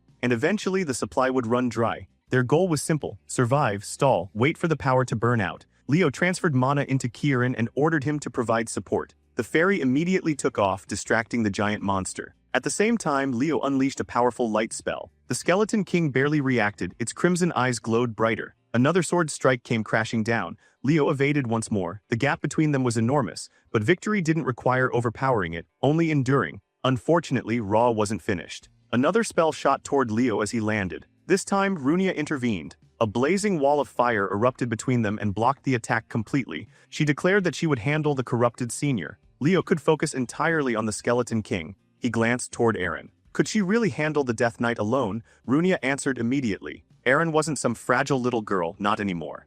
The scene shifted to Eren's desperate struggle. She raised her shield just in time to catch the Death Knight's blade, but the sheer force behind the strike sent her skidding across the ground. The monster laughed. It mocked her for thinking she could challenge him alone. Kargor attacked again the moment he sensed her presence closing in. This time, Eren ducked beneath the strike. She reminded herself that failure wasn't an option. If she fell here, her friends would pay the price. Gathering her courage, she drove her sword straight through the Death Knight's body. The monster only laughed harder. The wound meant nothing. A brutal kick followed, launching her across the battlefield. Eren struggled back to her feet. The Death Knight sneered and called her nothing more than a rookie. Soon he promised her skull would become another trophy. Eren refused to bend. She declared that great heroes had never walked their paths alone. They had always been supported by those who believed in them. Then she rose again. Something deep inside her awakened. She remembered her ancestor, Berkia, a hero who had once sworn never to waver in her convictions. Eren tightened her grip and raised her sword once more. For the first time, the Death Knight looked uneasy. That energy, it felt like fairy magic. He charged. Eren stood her ground. This was no ordinary power. It was a secret art passed down through generations of fairy knights. As the undead warrior closed in, she unleashed Evergreen. Her blade flashed forward. One clean strike, one unwavering conviction. The skeleton was cut apart. The Death Knight received the full execution package. His body began fading away. Even at the end, he couldn't accept that a child had defeated him. Eren tried forcing herself to keep standing. She still wanted to help the others. Unfortunately, her vision blurred, her strength vanished, and she collapsed. Meanwhile, another battle was reaching its climax. Ra grinned and asked Runia whether she was ready for another round. Without waiting for an answer, he unleashed a lightning dragon spell determined to erase her completely. Runia reacted at the final second. A fiery turtle materialized before her. Its shell intercepted the attack, then something unbelievable happened. The lightning reflected. It reversed course and drilled straight through Ra. The senior's eyes widened. Runia smirked. Did he really think she would just stand there and take it? Another wave of flames exploded forward. Ra was swallowed whole. When the fire finally settled, he crashed to the ground smelling like burnt meat. Runia turned away. Victory seemed certain. Then needles of energy erupted from nowhere and pierced her body. Her expression twisted in shock. Leo immediately noticed. His focus slipped. That single moment was enough. The Skeleton King struck. A colossal blow crashed into him. The explosion launched him across the battlefield. Far away from the fight, Leo pulled himself from the remains of a shattered tree. Pain surged through his arm. Kieran circled him in panic. The fairy demanded to know if he was alive. Leo calmly told him to relax. As long as he was breathing, the fight wasn't over. Then he started walking back. Halfway there, he stopped. The Skeleton King had activated a curse. The entire battlefield began twisting unnaturally. Without hesitation, Leo summoned Fiora. He asked the little phoenix to make some noise. A sharp cry echoed through the air. Instantly, the curse shattered. The healing effect spread outward, restoring both Runia and Eren. Leo thanked Fiora and called for her help once again. Power surged through him. His body ignited with blazing energy as he locked onto the enemy. The Skeleton King answered with another devastating strike. Leo narrowly avoided it. Watching him fight, Runia finally understood something. Leo had absolutely no fear of death. He moved exactly the way heroes were supposed to move. The realization left a deep impression on her. Recalling her flame turtle, she praised it for its efforts before turning her attention back toward Ra. Another attack ignited her flames. This time they latched onto his arm. Ra laughed and called her flames pathetic. Runia answered without hesitation. Her family had always shared ties with the Phoenix. Her ancestor had sworn to burn Tartarus and every demon within it to ashes. Ra told her to stop rambling, then he sensed something wrong. The flames refused to go out. That immediately put him on edge. Runia continued. As long as she lived, that oath lived with her. She reminded him that his left eye had already become demonic. The fire wouldn't stop until he became a pile of charcoal. Closing the distance, she grabbed hold of his arm. The flames intensified. Then she revealed the catch. The technique burned the user as well. Ra called her insane. Runia didn't care. She had already decided to drag him down with her if necessary. Then everything changed. The flames vanished without warning. Ra relaxed for a brief moment, a fatal mistake. He prepared to retaliate. But suddenly the ring on his finger lost control. A vortex appeared. The force dragged him toward it. Ra screamed. He ordered it to stop. The ring ignored him. Moments later, it swallowed him whole. Gone, Runia stared in disbelief. The summoner had vanished. So why was the Skeleton King still active? The answer came quickly. The ring began glowing again, this time with an entirely different aura. Leo immediately tensed. That presence. He knew it. The Demon King issued a command through the ring. Continue the mission. The Skeleton King obeyed and raised its sword once more. Leo's expression darkened. The energy was unmistakable. Hell Kaiser. The Lich King himself was now using the ring as a vessel, and if Leo's guess was correct, the target was the protective barrier surrounding the region. There was no time left. Leo charged. He shouted for Kieran to support him. The Skeleton King brought its blade crashing down. Leo intercepted it with everything he had. Even so, he felt himself losing ground. Cracks spread through the barrier behind him, then the monster overpowered him completely. Leo was launched backward. He crashed straight through the collapsing shield. Kieran screamed his name as Leo disappeared into the distance. Moments later, the barrier shattered entirely. Some time later, Leo slowly opened his eyes. His two companions rushed over, except now they had been reduced to tiny glowing orbs. Looking at his hands, Leo immediately understood. His spiritual energy was completely depleted. Forcing himself upright, he surveyed the destruction around him. His chest tightened. The fairy land had truly fallen into ruin. Then something caught his eye. A dagger rested atop a nearby stone slab. The moment he saw it, recognition hit him. A memory from another life resurfaced. Back when he was Kyle. Back when he had handed that same dagger to Berkia, she had immediately accused him of trying to dump junk on her. The girl had thrown a full tantrum, insisting the weapon looked completely useless. Leo had fired back that the dagger had carried him through countless battles. Then his companions called for him. It was time to leave. Berkia looked devastated. But all he could do was pat her head and tell her goodbye. Then he stepped through the portal while she watched him disappear. Back in the present, Leo picked up the dagger. A faint smile appeared. Berkia had called it stupid, yet she had kept it all this time.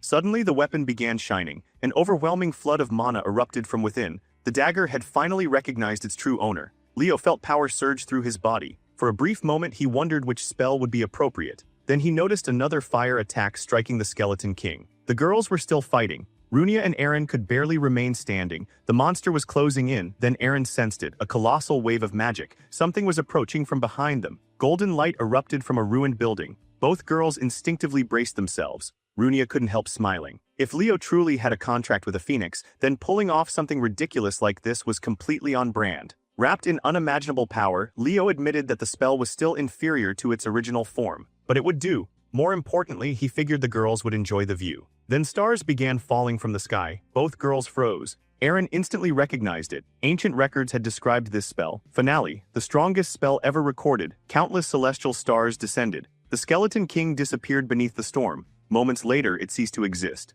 Leo casually walked forward as if none of that had been a big deal. Then he summoned Kieran. The fairy appeared ready for battle, only for Leo to inform him that the battle had already ended. Instead, Kieran had another task: recover his wings. The fairy shot off immediately. Runia and Aaron hurried toward Leo. He asked how they were holding up. Runia immediately complained that he was supposed to be the injured one. Aaron was simply relieved he was still alive. Naturally, Runia demanded an explanation for the absurd spell. Leo pointed toward the dagger. That artifact had made it possible. Aaron's eyes sparkled. A hero relic. Meanwhile, Runia started wondering whether this had been Tartarus's true objective all along. Just then, Kieran returned. Proudly, he announced that he had recovered the wings his father had hidden away. Then he asked Leo to help remove the seals. Runia's brain nearly crashed. The artifact had started glowing again. Could that really be a hero fragment? Moments later, the answer arrived. The hero record unfolded. The entire group was instantly dragged into another world. Runia spun around in confusion. Then a voice echoed through the strange landscape. Who in their right mind planned to challenge Erebus?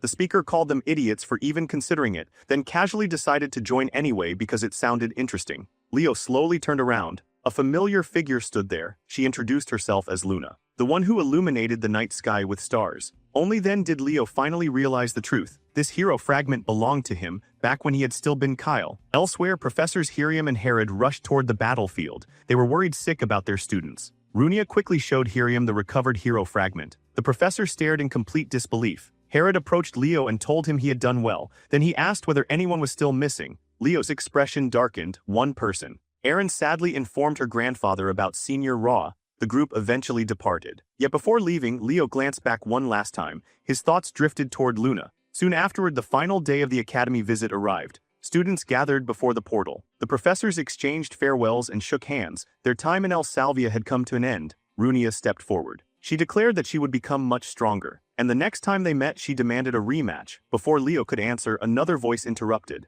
Aaron came running toward him at full speed. She proudly announced that she had decided to return to school. A genuine smile crossed Leo's face. He ruffled her hair and promised they would meet again, then he stepped through the portal. Back at Lumen Academy, Kieran had become more energetic than ever after recovering his wings. Unfortunately for Fiora, this meant she had become his favorite target. The fairy chased the tiny phoenix around the academy grounds. Fiora dodged every attack effortlessly. Each failed attempt earned Kieran an increasingly judgmental side-eye. The little phoenix looked ready to report him for harassment. Kieran refused to surrender. He cornered her and proudly declared that he would finally demonstrate true fairy magic. Fiora stared at him, entirely unimpressed. Round 2 was officially about to begin. Without warning, Leo reached up and plucked Kieran straight out of the air. The fairy immediately started protesting, but Leo calmly informed him that if he kept causing trouble, those newly recovered wings would be confiscated all over again. Before Kieran could launch another complaint, a familiar voice echoed through the room. Fiora's body suddenly began glowing. A moment later, the little phoenix transformed into a young girl and formally introduced herself. Leo quickly figured out that Kieran's magic was responsible for the change. Crouching down to her level, he gently told her there was no need to be so formal around him. Meanwhile, Kieran made the brilliant decision of trying to attack her again. That only made things worse. Fiora immediately grabbed the fairy in one hand and squeezed him like a stressed ball. Then she announced that she wanted to show her new form to her mother. Leo agreed without hesitation. Opening a portal, he told her to take Kieran along for the trip. The fairy fought with everything he had. Unfortunately for him, nobody cared. The two disappeared through the portal while Kieran's protests echoed into the distance. For the first time in what felt like forever, Leo finally collapsed onto his bed. The dagger was gone. The hero fragment was gone. Both had already been handed over to Siren Academy. First, there had been the Queen of Monsters at Lumern. Then Hell Kaiser had appeared in Siren. At this point, the pattern was impossible to ignore. Tartarus wasn't acting randomly. Someone was systematically trying to erase every remaining trace of the great heroes. Worse yet, Leo knew the enemy wasn't operating only from the shadows outside. There were still spies hidden within Lumern itself. Just like Ra, just like the traitors who had already revealed themselves. The Academy needed to find them before they caused even greater damage. Elsewhere, students gathered inside the Academy's main hall. The head of the night department informed everyone that the headmaster would arrive shortly. The students exchanged confused glances. Why had everyone been separated by department? Moments later, the headmaster stepped onto the stage. After asking whether they had enjoyed their vacations, he revealed the reason behind the gathering, the department tournament. Instantly, the room understood. This wasn't just another event. It was the competition that determined which department would stand at the top of their grade.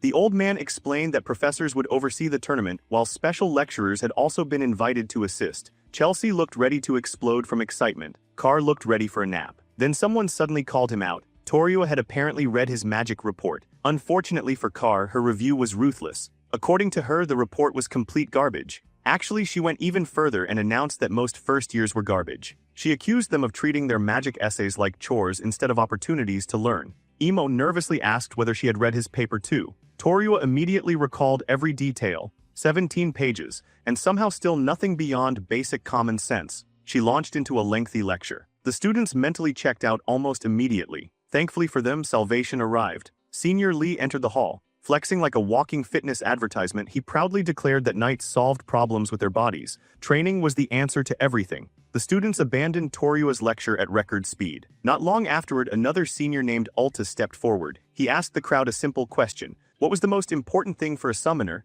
The students threw out answer after answer. Every single one was wrong. Alta finally revealed the answer. Love. The room responded with synchronized emotional damage. Back on stage, the headmaster continued his speech. These outstanding upperclassmen, he explained, would be guiding students throughout the tournament period. Then he suddenly paused, confused. Why was Leo standing by himself? The entire hall turned toward him. Leo simply smirked. He calmly announced that he was standing in the all-class section. Torio immediately questioned whether he had suffered a head injury. The headmaster reminded everyone that this was an interdepartmental competition, one department against another. Naturally, every department immediately tried recruiting Leo. The old man, however, found the situation amusing. Perhaps Leo had a point. After all, opportunities like these rarely came around. Leo explained that he had no intention of wasting such an opportunity. He planned to attend every class. The headmaster's expression became serious. Did Leo understand what that meant? If he chose that path, he would be standing alone against every department. Leo didn't hesitate. He accepted the challenge without backing down. After a long stare down, the old man finally surrendered. He only requested a little time to sort things out. Meanwhile, Torio and the magic professors intensified their recruitment campaign. At the same time, Lee watched Leo standing alone and declared that the boy belonged in the night department. Then Yura appeared from nowhere and immediately put Ulta into a headlock for neglecting the students. The headmaster eventually resumed his speech. This year's tournament would be a battle royale, every department for itself. Later, inside the faculty office, not everyone agreed with the decision. Some professors argued that forcing departments to fight each other would damage unity. The headmaster disagreed. Competition, he argued, strengthened bonds rather than weakened them. Professor Len pointed out that the academy had never done anything like this before. The headmaster reminded them that this year also featured a student unlike any before. At first, everyone assumed Leo would eventually hit a wall. No one believed an all-class student could maintain such momentum, yet somehow he continued defending the top position. Then the old man revealed another surprise. The academy board had personally taken interest in Leo.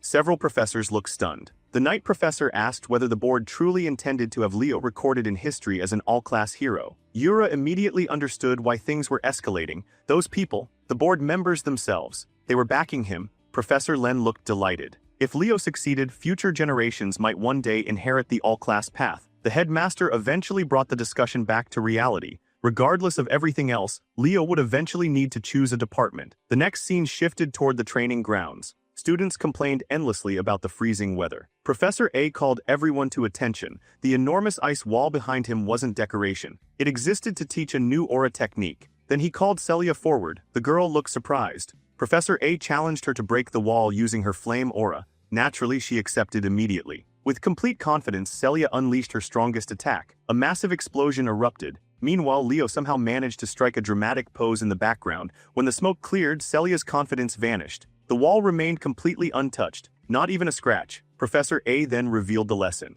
Today, he would teach Hero's Breath. Walking toward the wall, he explained that the technique originally came from the Beastkin before eventually being adapted for human use. The students barely had time to process that information. Professor A suddenly ignited a powerful flame aura despite being known for ice. Then he launched an even stronger attack. The wall shattered instantly. Students immediately started sweating. Was that special breathing technique really responsible for such overwhelming power? Someone shouted that the professor was supposed to be an ice user. Durin quickly explained that dungeon conquerors often gained additional powers. Professor A confirmed the theory. Although the aura opposed his natural affinity, Hero's Breath amplified it far beyond ordinary limits. With that, training officially began. Leo stared in disbelief. Then realization hit him. This was Arian's technique. Hours later, students practiced relentlessly. Professor A watched proudly as everyone improved. Heliana eventually collapsed from exhaustion. Chen offered her a tissue. She immediately praised him for being such a good person. While recovering, they noticed Leo sitting alone in deep concentration.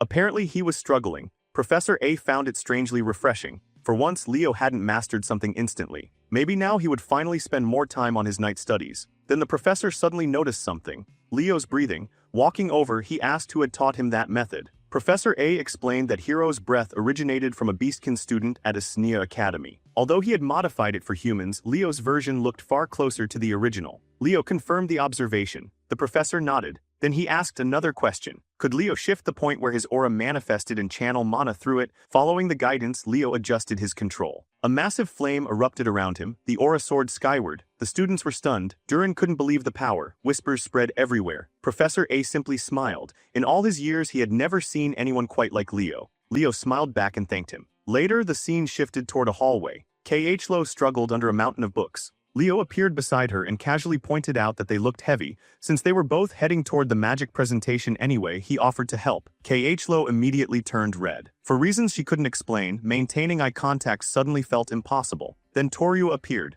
The senior instantly began teasing her. K.H. was shocked that Toryua even knew who she was. Toryua casually revealed that she had read K.H.'s paper on Northern Magic and actually enjoyed it. Then she turned toward Leo. Bluntly, when exactly was he planning to join the magic department? Leo reminded her that forcing students to choose departments violated the rules. Privately, he concluded that her recruitment tactics were way too aggressive. The group eventually reached the clearing. Then Toryua froze. A second later, she sprinted forward. Professor Albai was standing there. Apparently, he had been hired as a special lecturer. Toryua nearly exploded. She immediately started complaining that he had never agreed to teach their batch. The students enjoyed every second of her suffering. Meanwhile, Leo watched quietly. It made perfect sense. After all, who wouldn't want to attend classes taught by a man capable of using fairy magic? Before Toryua could continue her meltdown, Professor Len arrived. He formally announced that the Golden Professor would be handling today's lesson. Then he noticed a particularly suspicious first year causing trouble. Without hesitation, he dragged Toryua away like a rebellious child so she could go prepare tournament materials. And just like that, the special lecture was finally ready to begin. The class officially began as the professor introduced himself using the title most students already knew well, the Evil Eye Magician. Others preferred a far more intimidating nickname, the Destroyer of Tartarus. Considering how many demons he had personally sent to the afterlife, nobody could really argue with it. Without wasting time, he posed a question to the class. What was the single most important factor in a magic battle? Emo confidently answered first, insisting that mana reserves determined everything. The professor shut that idea down immediately. Chelsea suggested casting speed. Wrong. Car guessed spell selection. Also wrong. Finally, Leo raised his hand. The professor pointed at him. Leo answered that mobility was the deciding factor. For the first time, the professor nodded in approval. That was the correct answer. Still salty, Toryua muttered that she obviously knew that already, while Professor Len reminded her to focus on her enchantments instead of complaining. Emo wasn't ready to surrender. He argued that mobility had become outdated because modern magic had already surpassed it. The professor asked whether he was referring to wing magic. Several students immediately agreed. After all, everyone used it. Wing magic was famous. It functioned as an advanced levitation technique capable of incredible speed and even allowed objects to be carried through the air. The professor listened patiently before calling both Leo and Emo to the front. Emo stared at Leo like he had personally ruined his life. Leo genuinely had no idea what he had done to deserve that level of hostility. The Evil Eye Magician then asked Leo if he agreed with Emo's argument. Leo answered with a simple no. The professor smiled. Then he proposed a test, theory versus reality. Whoever proved their point would be right. He asked whether they had brought magic devices. Emo proudly had one. Leo didn't. The professor simply told him to make it work somehow. Leo looked completely unfazed. The challenge was straightforward. Race to the Isle of Beasts and return. The moment the signal was given, Emo poured mana into his board and launched forward at full speed. The boy shot across the sky with enough confidence to power a small nation. Some time later, he glanced backward, already preparing to mock Leo. Then a lightning bolt slammed into him from nowhere. Carr nearly had an aneurysm. He demanded to know what Leo thought he was doing. Another lightning spell followed immediately. Leo calmly explained that if the test was about mobility, then testing his opponent's ability to evade attacks seemed perfectly reasonable. To Carr's horror, the professor agreed. Our boy then activated Phoenix Step. Aura exploded beneath his feet. A moment later, he blasted into the sky. Carr shouted that Leo was using Aura in a magic class. The professor called him out again. The upcoming tournament would pit departments against each other. Those opponents would absolutely use Aura. Learning to deal with it was part of the lesson. Meanwhile, Emo was desperately trying to stay balanced on his increasingly unstable board. Humiliation burned inside him. He swore he wouldn't forget this. Then he noticed something terrifying. Leo was already catching up. Fast, way too fast. Before he could react, Leo crashed directly into him. The board flipped. Emo was launched straight off. His scream echoed across the area as gravity immediately betrayed him. Thankfully, someone caught him before he hit the water. Back in class, Emo woke up just in time to hear the professor finishing his explanation. Wing magic, despite its popularity, was inferior in terms of mobility. The original fly spell remained superior. Wing magic was merely a derivative that sacrificed control for accessibility. Because of that, the students were instructed to focus more heavily on mastering fly magic. The demonstration worked perfectly. Everyone became eager to train. After class, Leo approached the professor directly. His question had nothing to do with mobility. He wanted access to the forbidden archives. The professor informed him that even teachers weren't allowed inside. Leo calmly clarified that he wasn't speaking to a professor. He was speaking to a member of House Giron. The Evil Eye Magician glanced across the class before asking why Leo wanted access. Leo explained that he was searching for information regarding an unknown hero. After a moment of thought, the professor agreed to prepare a recommendation letter. However, that alone wouldn't be enough. Permission would also be required from the current head of House Giron, Altec Giron, the Infinity Mage, a man famous for memorizing an absurd number of spells. Unfortunately, Altec was currently away on a mission. Leo would need approval from the acting representative instead. Naturally, he asked who that was. The answer came quickly. Alina Giron. The scene shifted toward Summoning Island. Students whispered among themselves. The other departments had already begun their special training. Even Professor Albi had personally taught the magic students. Leo remembered a conversation he'd had earlier. Chelsea had described Alina as Academy royalty. She was the third-year representative and one of the most talented students on campus. Only 18 years old, yet already ranked second in the magic department. Carr contributed the truly important information. Apparently she was ridiculously attractive. That alone had earned her the title of queen. She had an army of admirers and was considered a leading candidate for next year's student council president. Leo quietly wondered how someone was even supposed to approach a person with that kind of reputation. His thoughts were interrupted by Professor Yura. The woman was loudly demanding to know where Alta had disappeared to. The students immediately perked up. Surely their special summoner training was finally about to begin. Right then, Alta came running in. He apologized dramatically while carrying an enormous pile of equipment. Then everyone noticed what he was holding. Butterfly nets. A disturbing number of butterfly nets. Professor Yura nearly exploded. She demanded an explanation. Alta responded with complete sincerity. A fairy had apparently been spotted nearby. The students erupted. Leo instantly thought of Kieran and became suspicious. Yura looked 1 second away from spontaneous combustion.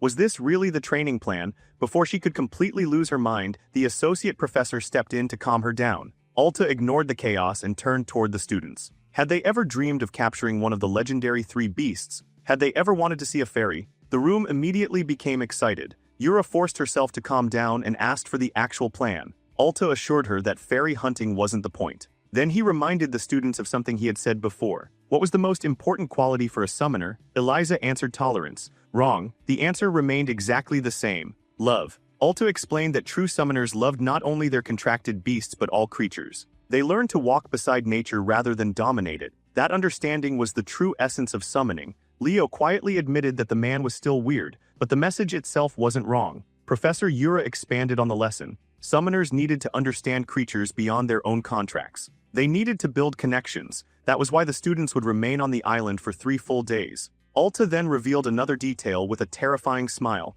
Their dormitory paperwork had already been submitted. There would be no leaving. Panic spread instantly. Several students complained that they had other plans. Eliza seemed relatively calm. Then Alta casually handed her a butterfly net. That calm vanished. The final twist landed like a meteor. No summons, no aura, no magic. The students would survive the forest entirely through their own abilities. Absolute chaos followed. Alta left immediately afterward, leaving the students to suffer. Several tried arguing with Professor Yura. She simply explained that summoners differed from every other department. Their strength came from forming bonds with other beings. Because of that, they needed to learn how nature functioned without relying on power. That was why Alta emphasized love. Then she asked a simple question. How many of them had actually witnessed a true summoning? Most relied on inherited family mediums instead of seeing a creature's genuine form. With a smile, she wished them luck and promised to see them again in 3 nights. The following days were brutal. Students learned survival skills. They sharpened their instincts. They adapted to life without the powers they normally depended on.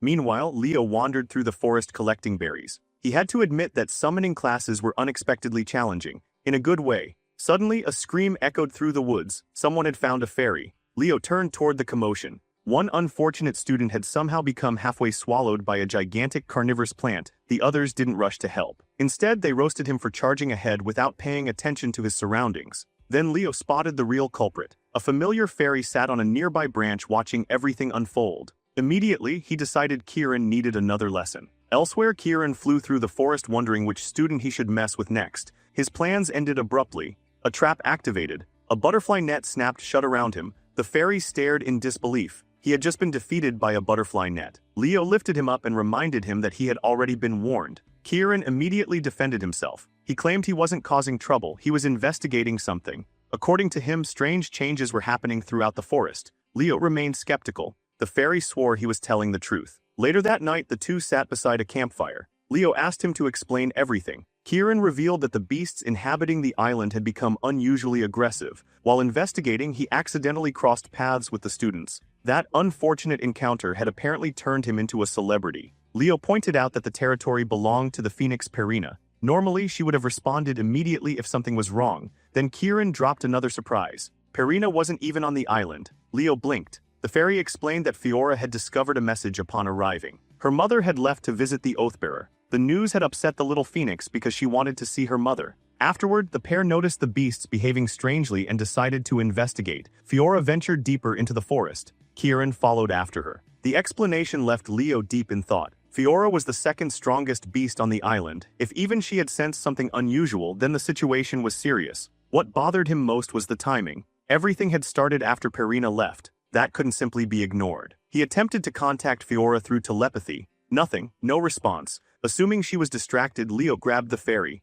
Placing Kieran onto his shoulder, he announced that they were going to find her. He had already sensed a strange presence somewhere on the island's western side. Kieran immediately started complaining about being dragged into another dangerous situation. Unfortunately for him, Leo had already made up his mind.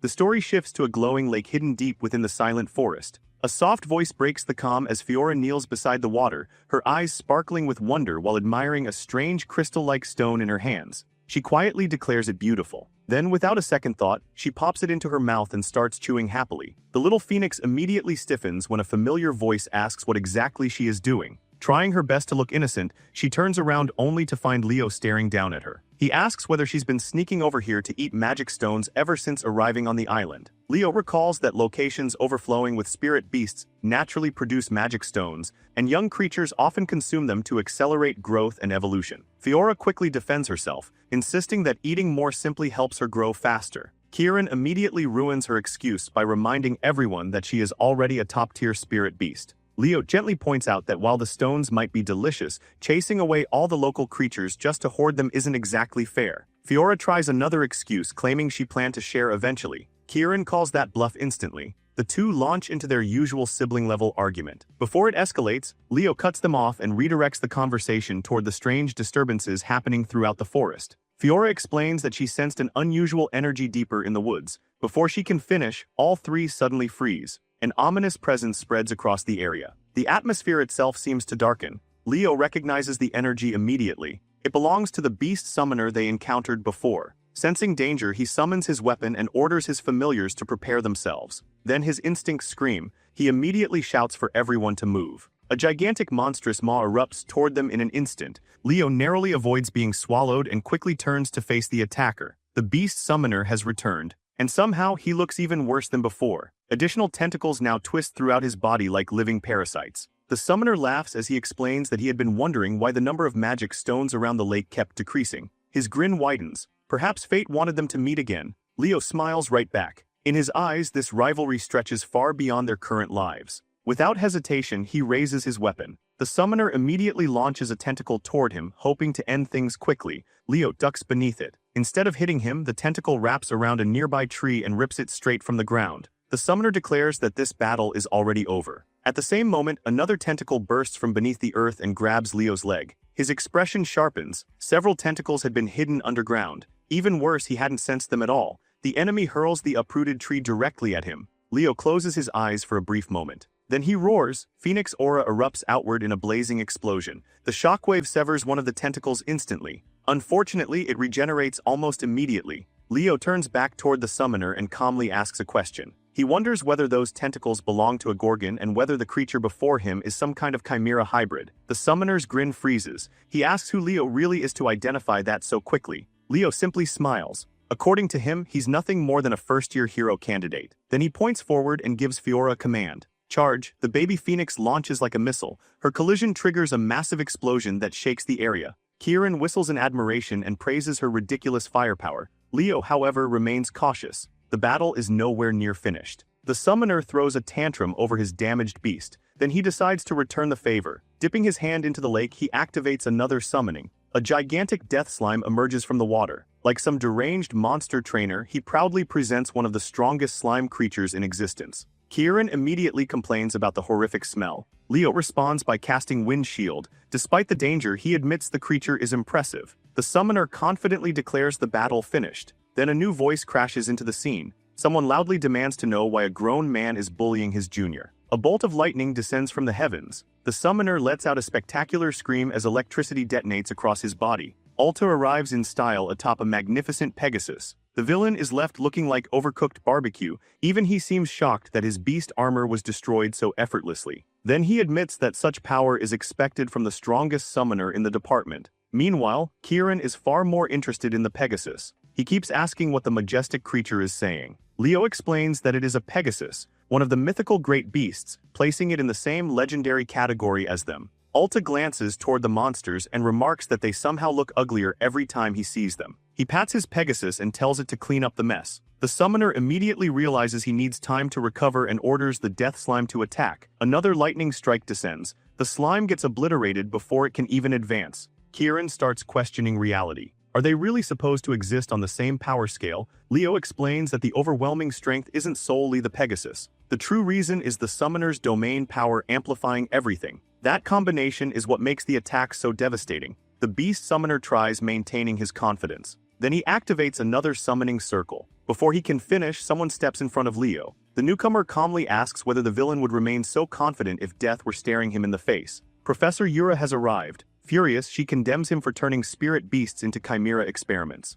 Her own summoning circle appears. The air trembles. The summoner responds by calling forth a gigantic cyclops. He mocks her, claiming that any creature she summons will be useless. Then Yura summons a tiny rat. Kieran nearly loses his mind. Leo immediately warns him not to underestimate it. Devour rats may appear harmless. They are absolutely not harmless. The tiny rat suddenly multiplies, then multiplies again and again. Within moments, an entire swarm surrounds the battlefield. Yura calmly gives one order: eat. The army of rats rushes the Cyclops. What follows is a nightmare. The giant creature screams as the swarm begins devouring it alive. For the first time, genuine panic appears on the summoner's face. Realizing things have gone horribly wrong, he reaches through a portal and grabs a scroll. Alta immediately orders him to stop and fires another lightning strike. Even while being electrocuted, the summoner manages to tear the scroll. Dark smoke erupts. Then he's gone. Alta stares at the fading smoke and wonders whether his attack missed by a fraction of a second. As silence settles over the battlefield, Professor Yura immediately turns her attention toward Leo. Specifically, she starts lecturing him for entering a restricted area.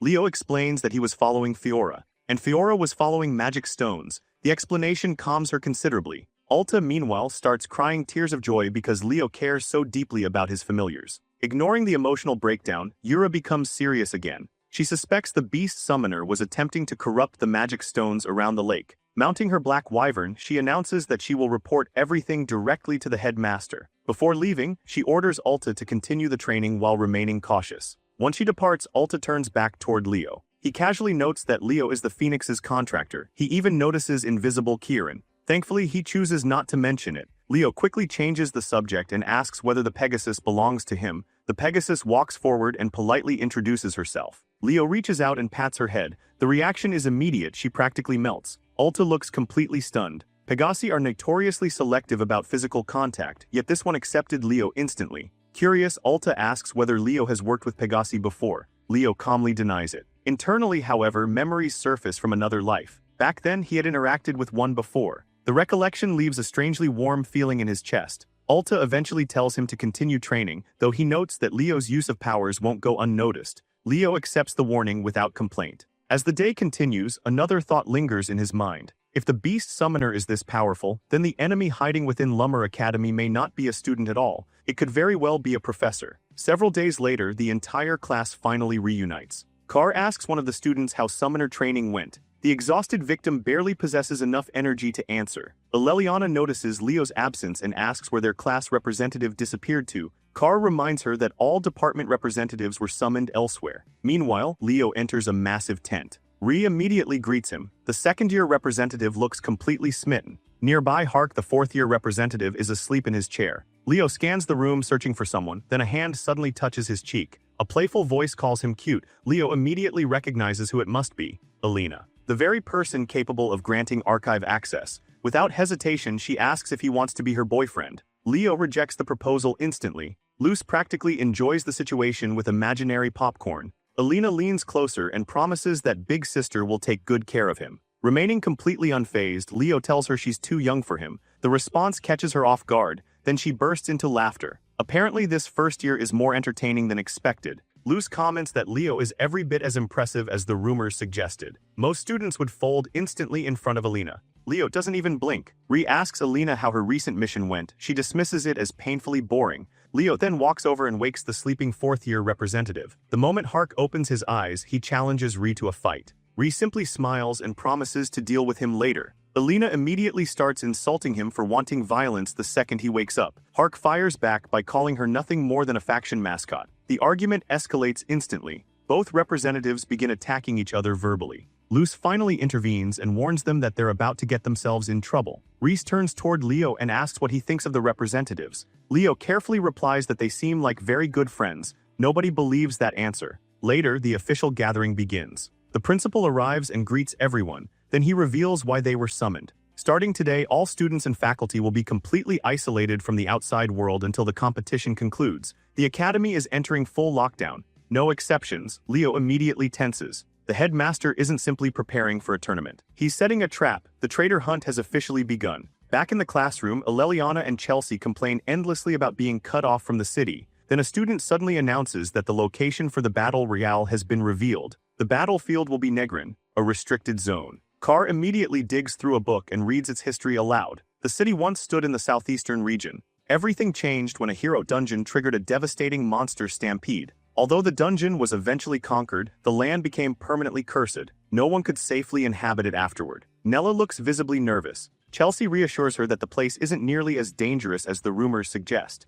Most reports only mention low and mid-tier monsters wandering the area. That information somehow makes everyone even more uncomfortable. Meanwhile, Leo studies the pictures in silence. Then sweat begins forming on his forehead. He recognizes the location. A memory resurfaces. Long ago, alongside Lycinas, he fought and defeated a Legion commander there for the very first time. The realization leaves him deeply unsettled. Later, Leo heads straight to the library. With the determination of a man chasing answers, he begins tearing through documents one after another, searching for whatever secrets Negrin might still be hiding. Leo learns that 5 separate lakes exist within the restricted zone and immediately starts wondering which one hides Erdia. His real objective isn't the tournament. He's searching for the lost Oathkeeper of Lucas, the spirit of radiance, Luminous. Then the story jumps ahead to the long-awaited day of the tournament. The announcer launches into an overly dramatic introduction of the first-year students while parents fill the stands, anxiously worrying about the fate of their children. High above the arena, the principal and Professor Yura observe everything from afar. Yura admits that inviting such a massive audience feels risky under the current circumstances. Part of her thinks the academy should have maintained the lockdown longer. The principal calmly reassures her that the academy's defensive forces have already returned to full strength. Nearby, Perina casually displays her flames. Meanwhile, Yura is fighting for her life internally, desperately wanting to talk to the Phoenix without embarrassing herself. Before she can act, Sedan steps onto the stage. The atmosphere immediately settles. He officially announces that he will oversee the competition and confirms that the battle royale will proceed exactly as planned. Every student will stake everything on this tournament until a single victor remains standing. The winning students' department will claim overall victory. Then he reveals an important safeguard. Every participant has been equipped with a monitoring bracelet. If the bracelet detects a life-threatening situation, it will instantly teleport the student to safety. The crowd relaxes for about 3 seconds, then Sedan drops another bombshell. This tournament also serves as their final examination. The students collectively malfunction. He explains that surviving until the end won't automatically earn high marks. Anyone hiding for the entire competition will receive poor evaluations. Every action they take will be recorded through the bracelets from beginning to end. A student eliminated early could still outperform someone who spends the whole event avoiding combat. After explaining the rules, he wishes them luck. Leo smirks to himself. In other words, sacrificing yourself for the team might be noble, but your exam score is absolutely getting cooked. The announcer raises his voice and officially declares the tournament open. Golden light engulfs every participant. When Carr opens his eyes again, he immediately realizes they've been launched into the sky. The students are free-falling. Panic erupts instantly. Gravity begins collecting victims. Leo, meanwhile, remains completely calm. While everyone else is screaming, he's studying the terrain below. His eyes catch countless curses scattered throughout the land. They continuously activate and fade throughout the battlefield. One location stands out. At the exact center lies a region completely untouched by curses. Leo instantly understands what will happen. Everyone will rush toward that safe zone, which makes it the perfect distraction. While the entire academy fights over the center, he'll search for the lake. As students begin stabilizing themselves and activating their powers, 2 familiar figures encounter each other in midair, Prince Durin and Eliza. The moment they lock eyes, both decide a fight sounds like a fantastic idea. Before they can start, a streak of fire flashes past them. Leo rockets through the sky using Phoenix Aura. Their dramatic rivalry moment gets completely interrupted. The two immediately yell his name. Unfortunately, he's already halfway across the map. Landing beside a ruined structure, Leo remembers that Lucina's sealed Luminous should be somewhere nearby. Suddenly, a curse sweeps across the area and dulls his senses. His expression hardens. Fortunately, he's strong enough to overpower it. He immediately realizes weaker students won't be so lucky. Then someone lands nearby. Chen. Leo points out that the central ruins are in the opposite direction. Chen calmly replies that she already knows. She didn't come here for the ruins, she came for him. Taking her stance, she challenges him to a one-on-one battle. Leo can't help teasing her for throwing that challenge out of nowhere. Chen admits that ever since they first met, she has wanted to understand the gap between their abilities. Then she attacks. Water martial arts erupts into motion. Leo barely reacts. Chen notes that he used Flame Aura to neutralize her attack the moment it appeared. Refusing to stop, she tightens her stance. Leo immediately senses the presence of a high-ranking water spirit supporting her. Chen attacks again. This time, Leo answers with a flame. A massive wall of fire erupts and crushes her assault. Then he realizes the attack was only bait. Sensing movement behind him, he turns and blocks her ambush perfectly. Chen slides backward. Her surprise is obvious.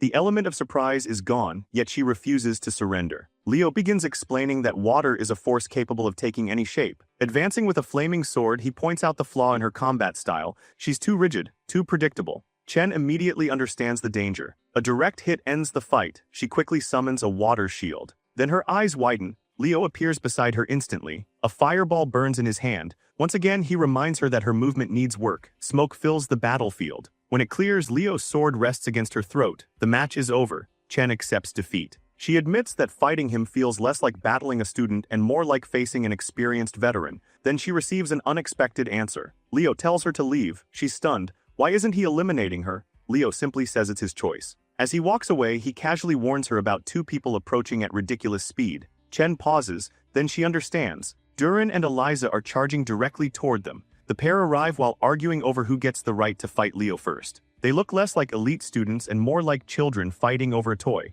Chen stares at them like they've completely lost their minds. She points out that the ruins are literally in the opposite direction. Duran immediately assumes she lost and asks where the class representative went. Chen doesn't bother denying it. Instead, she mentions being injured and requests they escort her back to the center. Duran starts protesting. Chen immediately reminds him they're in the same department. Refusing a teammate would look terrible. That shuts him down immediately. Then she turns toward Eliza and asks if she can carry her. Eliza instantly points out that they belong to different departments. Chen acts deeply offended. She even brings up all the times she helped Eliza study. That attack lands. Eliza reluctantly admits she repays her debts. She just doesn't want to do it right now. Then Chen activates her ultimate technique, puppy eyes. The battle ends immediately. The two reluctantly agree. Eliza warns her that the temporary alliance ends the moment they reach the central ruins. Meanwhile, Duran awkwardly stands there wondering how events got this far. As they leave, Chen glances back one last time. Quietly, she hopes Leo finds whatever he's searching for. Elsewhere, a red-haired summoning student named Jaredin races toward the castle at the center of the battlefield. He mutters that freedom is finally within reach.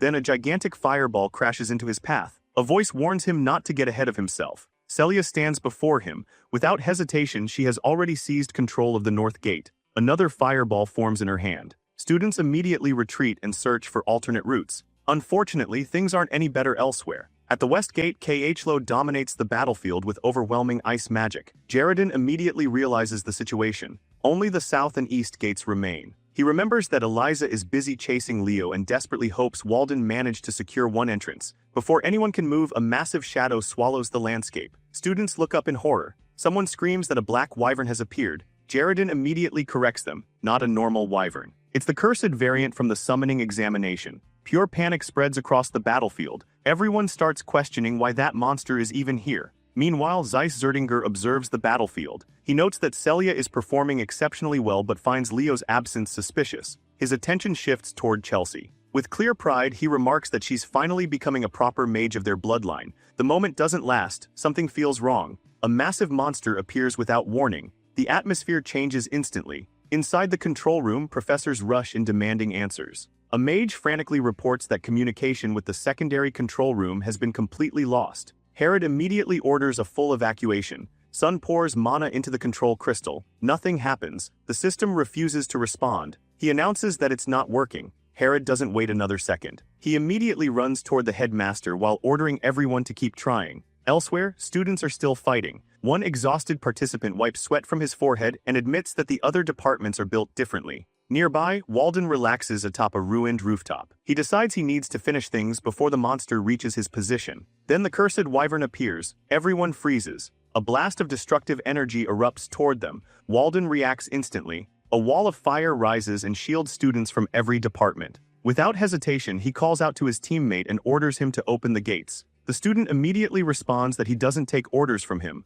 Walden casually grabs him with one arm and starts choking him. Time is limited. Therefore, he is captain now. Open the gate. No discussion required. Meanwhile, Leo continues checking lake after lake. Nothing. Every search ends in failure. He figures everyone else is probably fighting by now and decides he should return soon. Then he feels it. A horrible aura spreads across the battlefield. His expression changes instantly. This curse isn't native to the area. Not even close. He remembers feeling it once before during a battle against Tartarus. Phoenix aura erupts around him as he launches forward. The curse isn't designed to attack people directly. Instead, it severs communication. It traps everyone inside an invisible prison. Leo immediately realizes what this means. The traitor inside the academy has finally made a move. Flying across the battlefield at top speed, he focuses on one thing: find the others. Immediately, back at the central ruins, Nella desperately heals Carr while begging him not to pass out. Nearby students panic. One of them can't understand why the safety bracelets aren't teleporting anyone away. At the east gate, Chelsea continues fighting alone.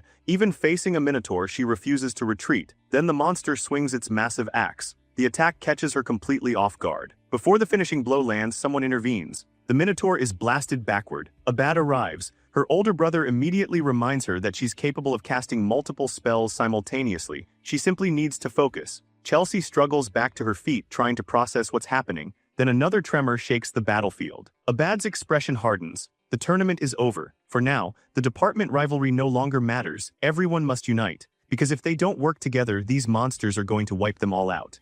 Leo figured the smarter students would naturally make their way toward the inner castle. So as far as he was concerned, the priority was simple: fortify the position and hold the line. Meanwhile, after spotting the rally signal in the distance, Eliza, Chinia, and Durin immediately altered course toward the fortress. None of them understood what was happening, but one thing was obvious: this was far beyond a normal tournament scenario. Durin took the lead while the two girls supported from behind, carving a path through the monsters with his devastating lightning affinity. Inside the central fortress, the guards atop the watchtower finally spotted the approaching trio and ordered the gates opened. They barely made it in before the entrance sealed again. Celia Zeringer was surprised that Leo wasn't with them. Apparently, the class representative had split away from the group and headed deeper into the outer region. Nobody present was interested in guessing his motives. At this point, they all shared the same belief. If anyone could survive out there alone, it was Leo. For the students inside the fortress, gathering information became the highest priority. The first alarming discovery was that the emergency bracelets had completely stopped functioning. Students suffering fatal injuries weren't being teleported out. Worse still, monsters weren't just appearing outside the castle, they were spawning inside it as well. Chinia added another troubling observation. Beyond Negron's natural curse, she could sense a second phenomenon, some kind of communication blocking effect covering the area. The conclusion was grim. They were isolated, surrounded, and trapped. A fortress under siege with monsters on every side. While the strongest first-years discussed possible strategies, Imal Luchan, ranked third in the magic department, stubbornly argued that this entire disaster was probably just another elaborate school event. In his mind, staying hidden meant losing valuable points. Celia looked ready to throttle him. Several students were severely injured. Without Nella's healing magic, some of them would have already died. Carr himself had nearly become one of the casualties. Yet despite all the evidence, Emio remained convinced that the professors were simply testing them. The man's obsession with grades had completely overridden common sense. Durin tried talking reason into him, reminding him that nobody even knew the scoring criteria yet. It didn't matter. Emio ignored every warning and marched toward the gate. He would have walked right out of the fortress if a massive minotaur corpse hadn't suddenly crashed into the ground directly in front of him. Walden had arrived, and apparently that minotaur had been his warm-up. The absolute unit immediately cast his vote: defend the inner castle. No arguments. Taking charge, Celia divided the students into 5 defensive groups, assigning teams to each wall and gate. They barely finished organizing before the monsters attacked again. A minotaur smashed through the castle entrance. Durin answered by absolutely frying the creature with lightning. The magic department students added supporting attacks, helping finish the job. Elsewhere, students stationed on the walls quickly identified the greatest threat: the ogres. Massive, boulder-carrying monsters with durability that made ordinary magic feel almost useless. Since normal attacks weren't enough, Celia stepped forward. Phoenix-shaped aura erupted around her. One devastating flaming wing strike swept across the battlefield and incinerated every ogre within range. Watching from afar, second-year Representative Luce and third-year Representative Alina Gyern observed the situation closely. The freshmen were holding out, barely. Alina could already see the problem. If someone had gone through the trouble of sabotaging a Lumber Academy event, then a few monsters were only the beginning. In the worst-case scenario, everyone inside the fortress could die. And unfortunately, the next stage of the nightmare arrived right on cue. The sky split apart. A gigantic magic circle appeared overhead. Then a massive fur-covered hand emerged from within. The students instantly recognized it. They had studied this exact threat in class. During lessons covering the hero record of Hermlin's Spear Knight and the Battle of Bjorn Field, they learned about a monstrous giant that had terrorized heroic armies. A 15-meter-tall anomaly, a creature known as a gigance. The moment students saw it, despair spread through the crowd. The monster was enormous. Fast, powerfully built, and already charging toward them. While countless students stood frozen in fear, Khlo Mueller immediately launched ice attacks and blasted fresh holes through its body. Her actions snapped everyone else back to reality. Khlo pointed out something important. The gigants before them wasn't even at full strength. Most students reacted logically, which was to say they wanted to run, hide, scatter, wait for rescue. Khlo wasn't interested in any of that. Yes, she was terrified, but fear wasn't an excuse. Then things got worse.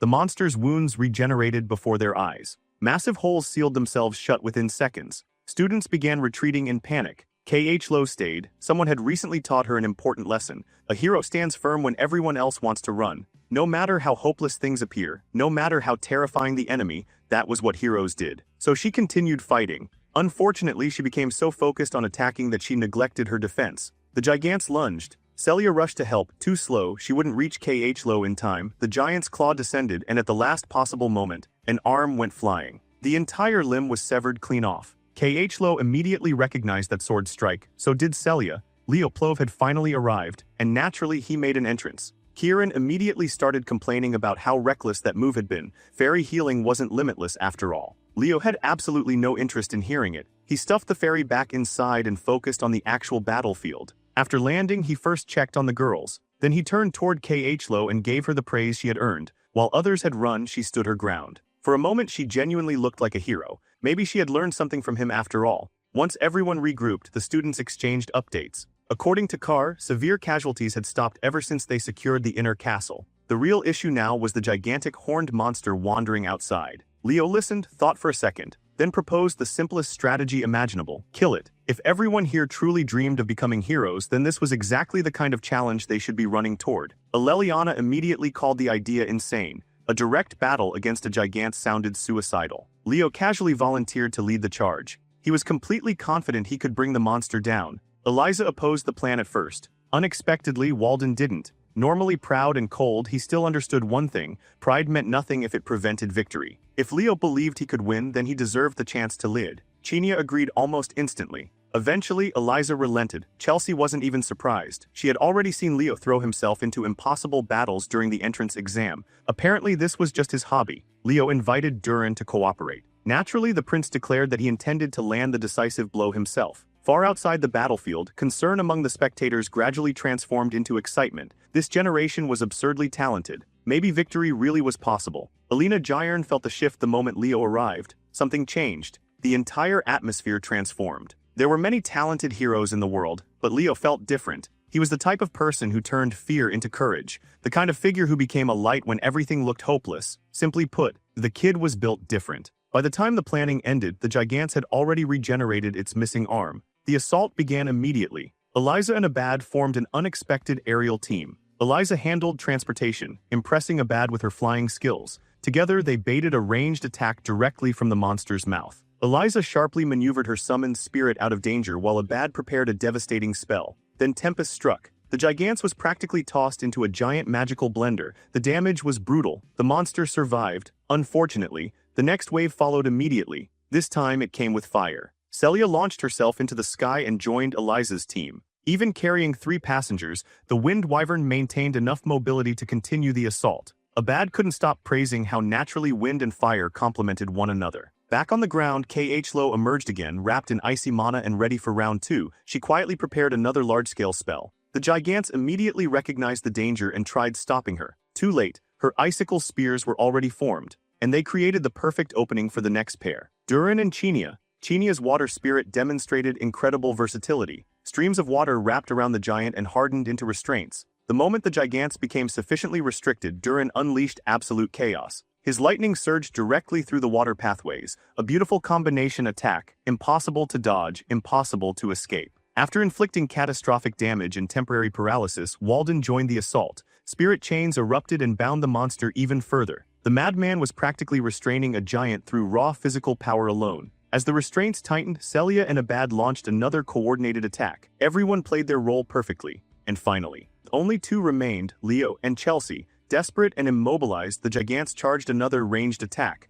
The blast obliterated sections of the castle wall. Fortunately, the intended targets escaped. Chelsea retaliated first. A storm of violent wind magic engulfed the monster. Every attack up until now had pushed the gigants closer and closer to destruction. Leo's role was to finish the job, Combining Kyle's vortex technique with Phoenix Breath produced something far deadlier than either skill alone. The resulting attack scorched straight through the giant, then Kh-Lo followed up. Ice World activated, the temperature plummeted, the burning monster froze solid, a perfect combination. Moments later, the frozen giant shattered apart and finally disappeared. The giants had fallen not because of one student, but because the strongest first years from every department fought together. As soon as Kh-Lo returned to the castle, Carr immediately rushed over. He couldn't stop talking about how heroic she looked out there. Meanwhile, while everyone celebrated and recovered, the battle's MVP had already vanished. The moment the giants died, Leo returned to his original objective, the tournament. The monsters, the fortress, none of those had ever been his real goal. At last, he found the location Lycinas had hidden from the world. The activation conditions were fulfilled, and after so many years, Leo was finally about to reunite with someone from his previous life. The spirit known as Luminous had awakened. Fortunately, with all the knowledge he carried from the past, breaking through the seal was never going to be a problem. For a brief moment, Luminous couldn't recognize the person standing before him. The face was different, the era was different, and thousands of years had passed since they last met. Then Leo revealed the name he once carried. Kyle. Everything clicked instantly. The spirit quickly accepted the change in appearance and immediately asked about Lassus. Unfortunately, Leo had no good news to give. Their old companion was gone. Luminous fell silent. As his gaze drifted upward, he noticed an unfamiliar blue sky stretching across the world. Only then did he realize the truth. He had slept through the entire age of calamity. 5,000 years had passed in the blink of an eye, and only now was he finally mourning the friends who never made it to this future. Even though Kyle and the heroes had once restored light to the world, Luminous could still sense something disturbing beneath the surface. A dark presence lingered in the land. To protect the peace they had fought so hard to create, Leo intended to take up that burden once again. Determined to support him, Luminous presented a treasure that had been safeguarded by the great spirits of light for countless generations. It wasn't an overwhelmingly powerful artifact. However, it carried a unique blessing, guaranteeing that any spirit of light would treat its bearer as an equal to a great spirit. Leo happily accepted the unexpected bonus. Still, the true reward wasn't the jewel. It was standing beside an old friend again, watching a peaceful sky they once believed they would never see. Back at the academy, the faculty had no time for sentimental reunions. An internal investigation team had already compiled a list of suspicious individuals connected to the recent incidents. Alarmingly, many of those names shared one thing in common. They had all received recommendations from the Academy Board. Determined to prevent further disasters, Headmaster Calon announced that beginning in the second semester, the Vice Principal would officially return. While the professors buried themselves in stress and paperwork, the students celebrated. Against all odds, Leo's class had survived the first half of the school year. Professor Harland gave one final warning, urging everyone not to cause trouble during the upcoming break. The moment he left, the classroom exploded into vacation plans. Some students were shocked to discover that Leo actually came from the Kingdom of Dawn, the frontier kingdom located in the western region.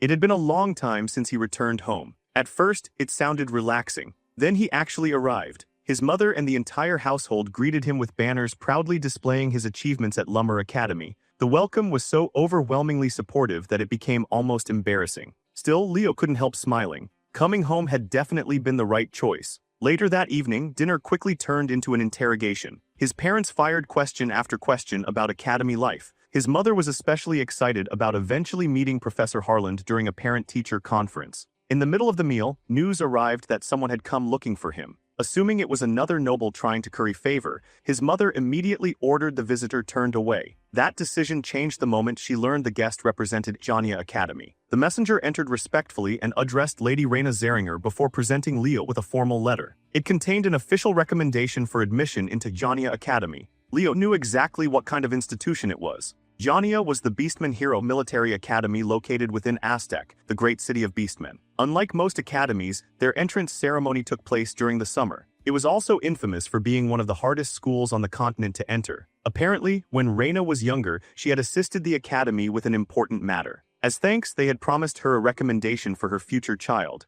Needless to say, his mother had apparently been signing agreements years before he was even born. Since Leo already attended Lumber Academy, actual enrollment was impossible. However, participating through a field trip remained an option. The idea immediately interested him. After all, the legendary Jania entrance examination was practically famous worldwide. A deadly marathon through the desert. A brutal test where strength and instinct mattered more than anything else. Curious about the next generation of Beastman hero candidates, Leo disguised himself and set out. Using Kieran's polymorph magic, he adopted the appearance of a mixed-blood Beastman. According to the invitation, the examination would begin at Aztec's Grand Coliseum. Along the way, he passed a monument dedicated to Aaron, the warrior of indomitable courage. The statue itself looked incredible. The inscription underneath, however, was complete nonsense. Leo knew Aaron personally. The legendary warrior had spent half his life terrified before every major battle. Arriving at the arena, Leo found countless Beastman candidates already waiting. Naturally, trouble appeared almost immediately. A group of arrogant applicants noticed his mixed-blood appearance and decided he didn't belong at prestigious Yanya Academy.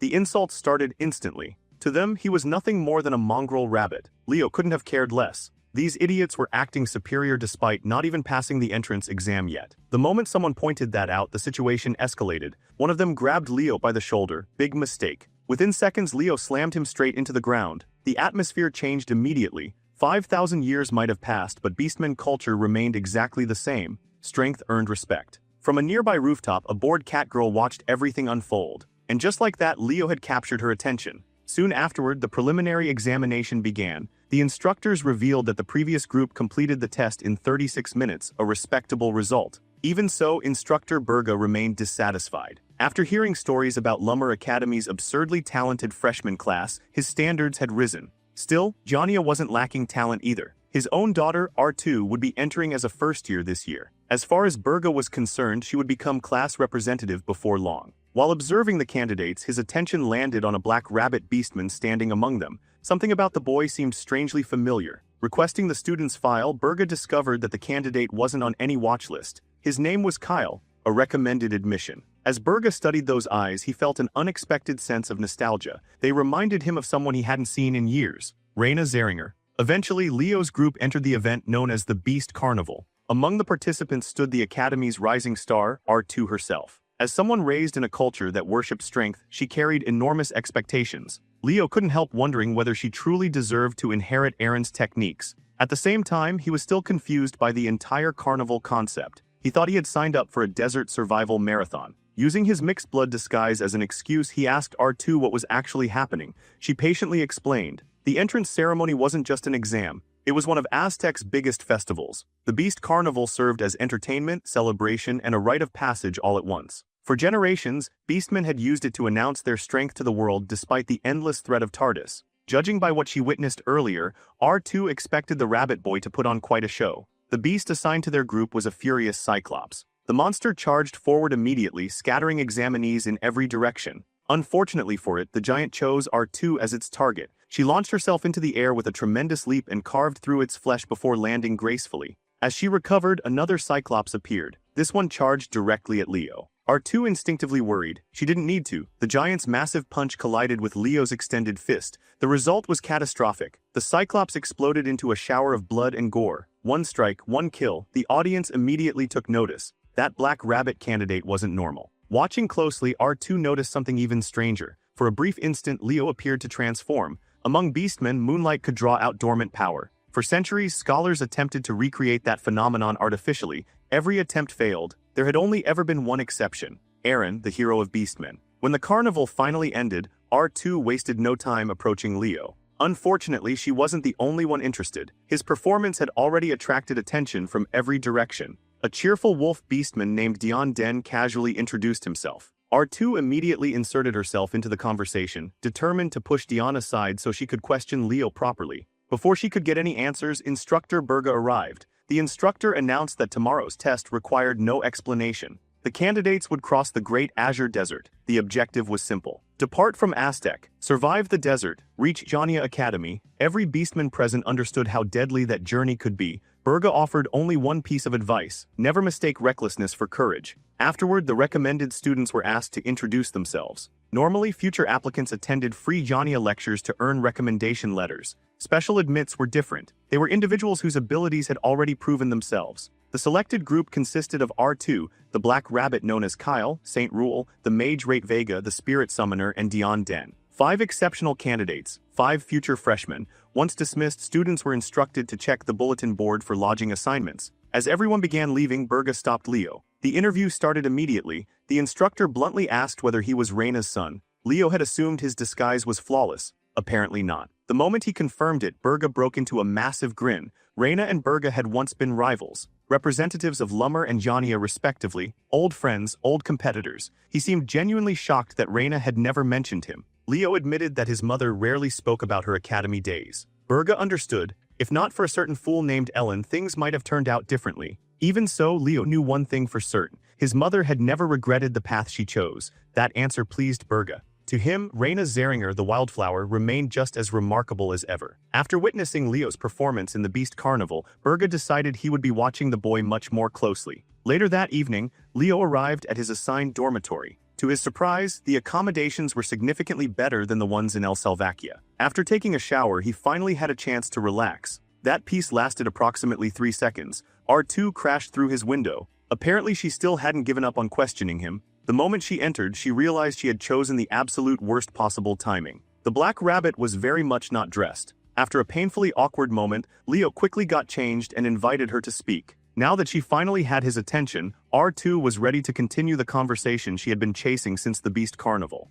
R2 finally voiced the suspicion that had been eating away at her ever since the Beast Carnival. She accused the black rabbit of transforming into a beast through sheer willpower alone. Instead of denying it, Leo casually proved her right. Right there on the spot, he demonstrated the transformation. What surprised him most was that while disguised as a beastman, he could actually access Hero's breath. The technique worked, but not without consequences. Maintaining the state for too long came with brutal drawbacks. Even so, there was one important detail. Throughout history, only a single beastman had ever wielded the technique freely, Lord Aaron himself. R2 was still trying to process that revelation when Leo casually dropped another bombshell. He offered to teach her. To anyone else it would have sounded impossible. To Leo it was simply practical. Sooner or later, someone would need to inherit Aaron's legacy. The coming war against Tardaros would demand powerful heroes. Perhaps this was one of the reasons fate had returned him to this era. If R2 could prove herself worthy of becoming a true hero, he would gladly pass down Aaron's techniques. Rather than feeling offended, she treated it like a challenge.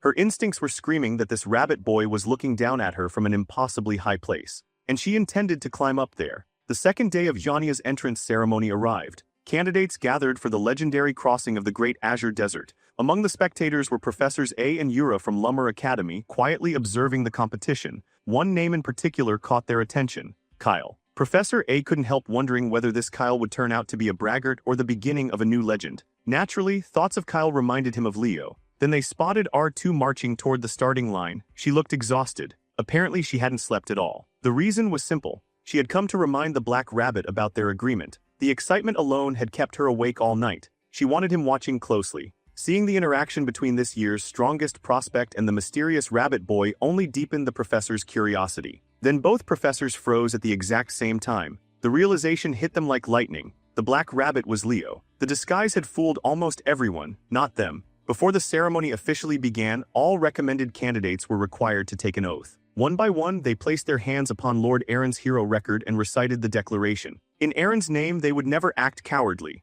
As Leo and R2 spoke the second part of the pledge, something impossible happened. The pages began to glow. Then the glow intensified. Moments later, a pillar of radiant light erupted into the heavens. Everyone stood frozen. Professors, instructors, officials, nobody could believe what they were witnessing. Aaron's hero record had opened, not just opened, it had awakened an entire hero world. Aaron's beginning, Aaron's prologue. The deputy director immediately panicked. For thousands of years, Aaron's page had never reacted. Never once. If this phenomenon was related to dungeonization, successfully clearing it could grant access to one of the rarest inheritances imaginable. The problem was obvious. The people who triggered it were merely entrance candidates. When R2 opened her eyes again, the world around her had changed. Darkness stretched endlessly overhead. No blue sky, no sunlight, only an oppressive gray void. Confused, she struggled to understand where they had been taken. Leo calmly pointed upward. The moment she saw the sky, everything changed. Unlike her, Leo immediately recognized this place. He had lived through it once already. This was the world of 5,000 years ago, the Age of Despair,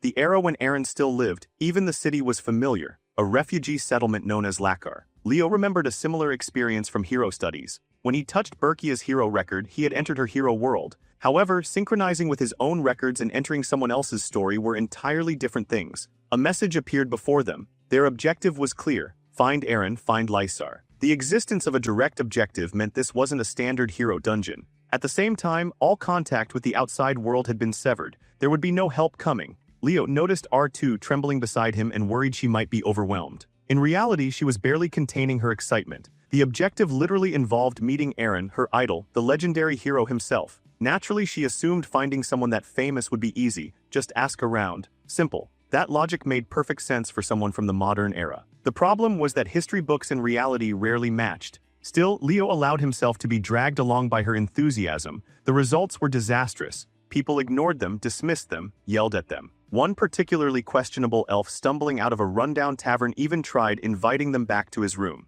After enough failed attempts, Leo decided they needed shelter before nightfall. Based on what he remembered, he estimated the year to be 1462, 20 years into the Age of Calamity. If his calculations were correct, there was someone important living in the city. Trying to recall the streets from memory, Leo guided R2 through the dark back alleys of Lakar. After covering considerable distance, they still hadn't found anywhere suitable to stay. Then trouble found them first. A man suddenly moved toward R2 from the shadows. Her instincts reacted instantly. She struck first. Leo immediately told her not to fight. She ignored him. The result was humiliating. The mysterious man effortlessly grabbed her by the throat and demanded answers. If they couldn't explain themselves properly, he threatened to kill them both. Leo quickly stated that they had been told to come here. The stranger demanded specifics. So Leo mentioned a particular name, Doppelganger Eren. The reaction was immediate. The man released R2 at once. Then he quietly instructed them to follow him. That night he led them to a small shack and offered them a place to stay. The serious conversation could wait until morning. Once things settled down, Leo stepped outside alone.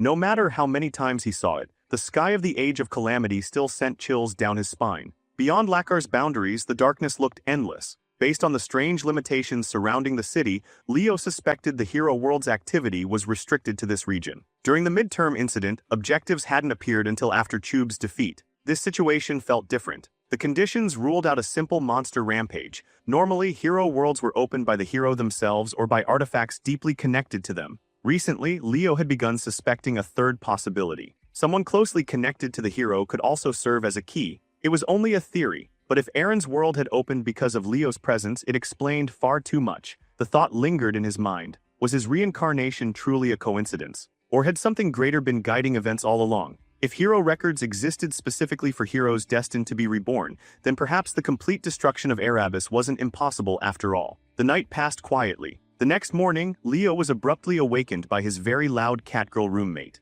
R2 proudly announced that she had recovered perfectly from the previous night's incident. Leo patiently explained the misunderstanding and the events that followed. Almost as if summoned by the conversation itself, the man from last night appeared shortly afterward. His name was Egon, the guardian of the azure sky. A hero of the Age of Calamity. Egon looked genuinely surprised by R2's absurd recovery speed. He also offered a sincere apology for attacking them. Apparently, he hadn't realized how young they were in the darkness. To make amends, he invited them to breakfast. R2 wasn't fully convinced. She followed cautiously. Leo wasn't worried. He knew exactly who Egon was. During the Age of Calamity, Egon had been Eren's mentor, a heroic figure whom the subjugation force once tried to recruit. Unfortunately, the man Leo met in the future had been completely broken. An empty shell. Compared to that version, the Egon standing before him now seemed healthy, alive. Something devastating must have happened over the next month. Eventually, Egon led them to a surprising location. A group of street children had gathered around him. Apparently, breakfast time had arrived.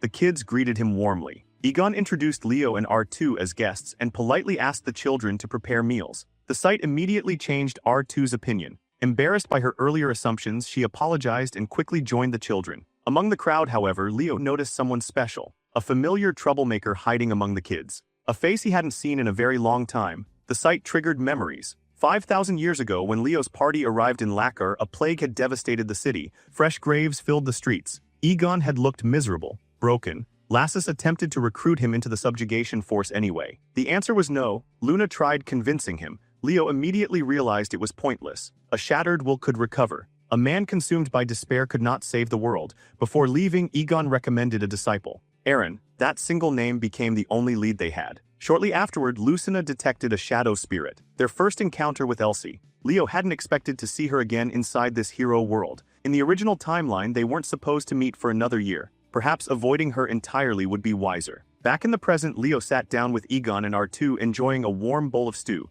During the meal, he asked the obvious question. Did Egon know where Eren was? Unfortunately, the answer was no. He hadn't seen his disciple in over 6 months. This revelation shocked R2. It was also the first time she learned that Egon was Eren's master. To make matters worse, Egon didn't exactly speak highly of him. the legendary hero from history books. According to his own teacher, Eren was a coward, a runaway, someone who constantly avoided battle. The information hit R2 like a truck. Her entire worldview started cracking apart. Even so, Egon admitted one thing: Eren possessed extraordinary talent. His power far exceeded his age. Unfortunately, his fear prevented him from using it properly. Unable to handle hearing her idol slandered so casually, R2 excused herself and fled outside. Once she was gone, Leo shifted the conversation. He revealed that Eren had once saved him. It wasn't entirely true, but it wasn't entirely false either. Yes, Eren was a coward, that much was real. Yet when it truly mattered, he saved countless lives. If Egon could witness the future, he would see that the frightened boy eventually became a hero worthy of admiration.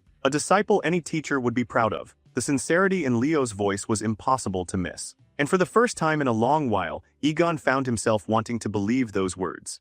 After giving the Guardian of the Azure Sky a reason to lift his head again, Leo turned his attention to the far more shaken R2. The reason she couldn't accept the idea of Eren being a coward was simple. Eren was the one who had given her courage. As a child, she had been timid, fearful, and ready to quit whenever training became difficult. Back then, her father reminded her that she carried the name of Lord Eren. Something changed inside her from that day forward. Determined to become as brave and dependable as the legendary hero, she pushed herself harder than ever. Leo listened quietly before offering a different perspective. Yes, Eren had been a coward, but that same coward saved the world. When everyone else drowned in despair, Eren was the one who kept moving forward. When others surrendered to fear, he chose to stand up anyway. That was precisely why the gods recognized him as a hero. If anything, his flaws made his achievements even greater. The words struck home instantly. R2's spirit bounced back almost immediately. She really was frighteningly easy to influence. As the conversation settled, another realization surfaced in Leo's mind. During his previous visit to this cursed city 5,000 years ago, he had never seen any children. Not one. By the time his party arrived, Egon had been the sole survivor. That meant something terrible was coming. Within a month, every child under Egon's care would be dead. The numbers never matched the explanation of a plague. No matter how severe an illness became, the deaths had happened far too quickly. Before he could dwell on it further, a new visitor arrived. A high-ranking aide serving Lord Levite of Lysar approached with his chin raised high, looking down on everyone around him as if they were beneath his notice. The Age of Calamity wasn't a battle of heroes against monsters alone. Humanity was divided. More often than not, enemies within society caused even more damage than the monsters outside. The aide greeted Egon with a smile so fake it could have cracked. Leo immediately recognized the type. The sort of person obsessed with status, rewards, and reputation, someone who played the role of a hero without possessing even a fraction of one. Today's visit carried the same purpose as every previous one. They wanted Egon to leave his isolation and join the Hero Legion. Every time they asked, every time he refused, his answer never changed. If the children under his care were guaranteed safety and protection, then he would consider it. The aide promised to relay the request. Then his real objective emerged. He demanded the sword known as Shaitan. The blade that devoured darkness. Leo's eyes narrowed. He knew that weapon well. In his era, Shaitan had been considered one of the most powerful blades in existence. What shocked him wasn't the sword itself, it was the implication. Eren had never once mentioned that his master wielded Shaitan. Weapons like that were normally passed down to worthy disciples. Egon calmly claimed the sword had been destroyed in battle a decade ago. The aide clearly didn't believe him. Instead, he accused Egon of greed. That was enough. The Guardian of the Azure Sky finally lost patience. Whether he was lying or not wasn't anyone else's concern. If the aide wanted the sword so badly, he was welcome to try taking it himself. A faint leak of Egon's aura was all it took. The man's confidence shattered instantly. His face paled. His legs nearly gave out. Moments later, he retreated with his tail practically tucked between his legs. Unfortunately, everyone knew the harassment would continue. As long as Egon remained in Lysar, the Lord's people wouldn't stop coming. Once the visitors left, Egon apologized to the children for exposing them to such ugliness. The kids shrugged it off. R2, however, had become curious about the Hero Legion. Egon explained that it was exactly what it sounded like, an army being assembled to challenge Erebus. Nothing more. Naturally, she asked why someone as powerful as him refused to join. His answer was painfully simple. If he left, nobody would take care of the children. R2 immediately protested. Surely the state was responsible for protecting orphans. Egon laughed bitterly. The authorities would rather abandon a handful of vulnerable children than waste resources on them. In their eyes, sacrificing a few for the many was acceptable. The explanation infuriated R2. Everything she believed about heroism was being challenged at once. Egon pointed out that she spoke like someone who had never spent a single day living through the Age of Calamity. Perhaps the ability to cling to idealistic beliefs was a privilege only the young possessed. In a better world, he admitted, he would have liked to think that way too. Leo quietly disagreed. In his eyes, Egon was already following that path. If he weren't an idealist, he would have abandoned the children long ago. The fact that he continued protecting them proved exactly what kind of man he was. For a moment, Egon found himself speechless. The rabbit boy looked young, far too young, yet his words carried the weight of someone who had seen the world at its worst. Realizing introductions had somehow never happened, R2 enthusiastically introduced herself and her companion, the black rabbit known as Kyle. The name caught Egon's attention immediately. He recalled hearing stories about another man called Kyle, the so-called surviving hero. For the first time, R2 seriously considered that the legendary figure dismissed by many as a myth might have truly existed. Before she could launch into an endless stream of questions, Leo grabbed her tail and pulled her back down. They had an objective. Wasting time would only complicate things. Egon chuckled at the interaction and welcomed them to remain at the shelter until Eren returned. Even though his disciple had been missing for months, Lysar was still his home. Eventually, he would come back. That statement triggered something. Leo realized they had just fulfilled part of the hero world's conditions. Eren would return in 3 days. His strategy of approaching Egon first had been correct all along. Unable to contain her excitement, R2 immediately chased after the ancient hero to ask even more questions. At the same time, a hidden objective appeared before Leo. Save the guardian of the azure sky. The wording made one thing terrifyingly clear. Within the next 3 days, something would happen that threatened Egon's will to live. And if Leo failed, history would repeat itself. While deep in thought, one of the children suddenly approached him. She asked how he had known she wasn't human. The moment Leo looked up, he froze. Elsie. Unlike the spirit he remembered, this version could still smile. One glance was enough for her to connect all the dots. An all-class hero candidate, an exceptional spirit summoner, someone carrying light spirits. In her mind, there was only one answer: Kyle, the surviving hero. No matter what excuses he gave, Elsie wasn't buying them. The biggest giveaway was the orb of light in his possession. Only someone connected to Lucas could carry such an item. The conclusion wasn't entirely accurate, but it wasn't entirely wrong either. Apparently, rumors had spread that Lucina had joined the effort to defeat Erebus. That was exactly why Elsie approached him. Unlike the distant and cynical spirit Leo remembered, this Elsie was vibrant and full of life. She wanted to help save the world.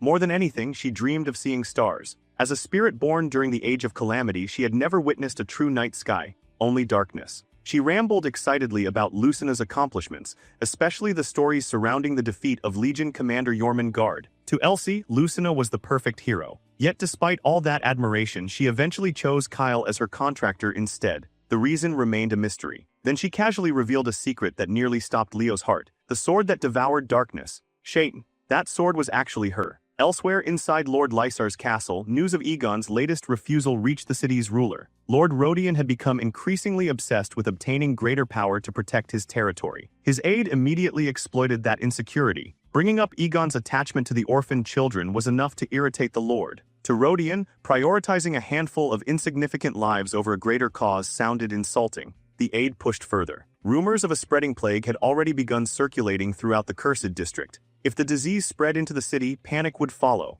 However, if the infected area were purged before that happened, they could eliminate the orphan problem at the same time. Naturally, Egon would oppose such a decision. That was exactly why the rumors had been planted in advance. They were counting on Egon acting like a hero, because heroes would never willingly endanger an entire city. Rodion never realized he was being manipulated. A few carefully chosen words were enough. Soon he handed complete authority over the city's security to his aide. Levatin's talent for manipulation was terrifying. His tongue was sharper than any sword. After his last visit to Egon's shelter, fear spread throughout Lysar like wildfire. Meanwhile, Leo found himself remembering the day he first contracted with Elsie. After praising Lucas for what felt like an eternity, she had suddenly asked him a serious question. Was the world truly worth saving? Kyle never gave her a direct answer. Instead, he said they should decide after saving it. Back then, the Elsie he knew had already grown disillusioned with the world. The cheerful girl currently living in Egon's shelter was completely different. By now, Leo was certain of one thing: the children hadn't died from a plague. When he found R2 again, he immediately asked where Egon was. The answer made his stomach sink. Egon had been summoned by Lord Rodion.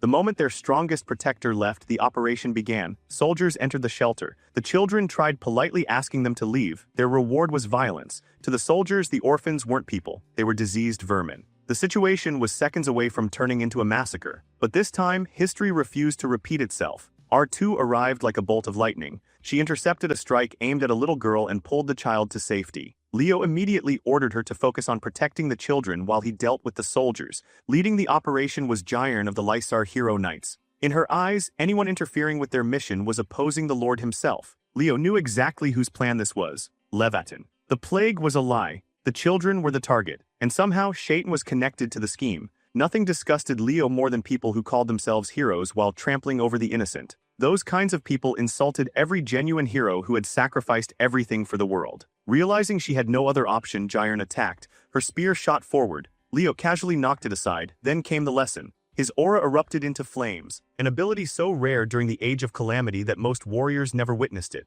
Jairan remained confident her shield would protect her. At least that was what she thought. One strike later, reality hit. The flames melted through her defenses. Her shield disintegrated, her armor burned. The gap between them wasn't a contest, it was humiliation. While Leo turned one side of the battlefield into a furnace, R2 unleashed her own ferocity. Fully embracing her beastman instincts, she launched herself forward and drove a devastating kick straight into one of the armored knights, sending him crashing across the battlefield.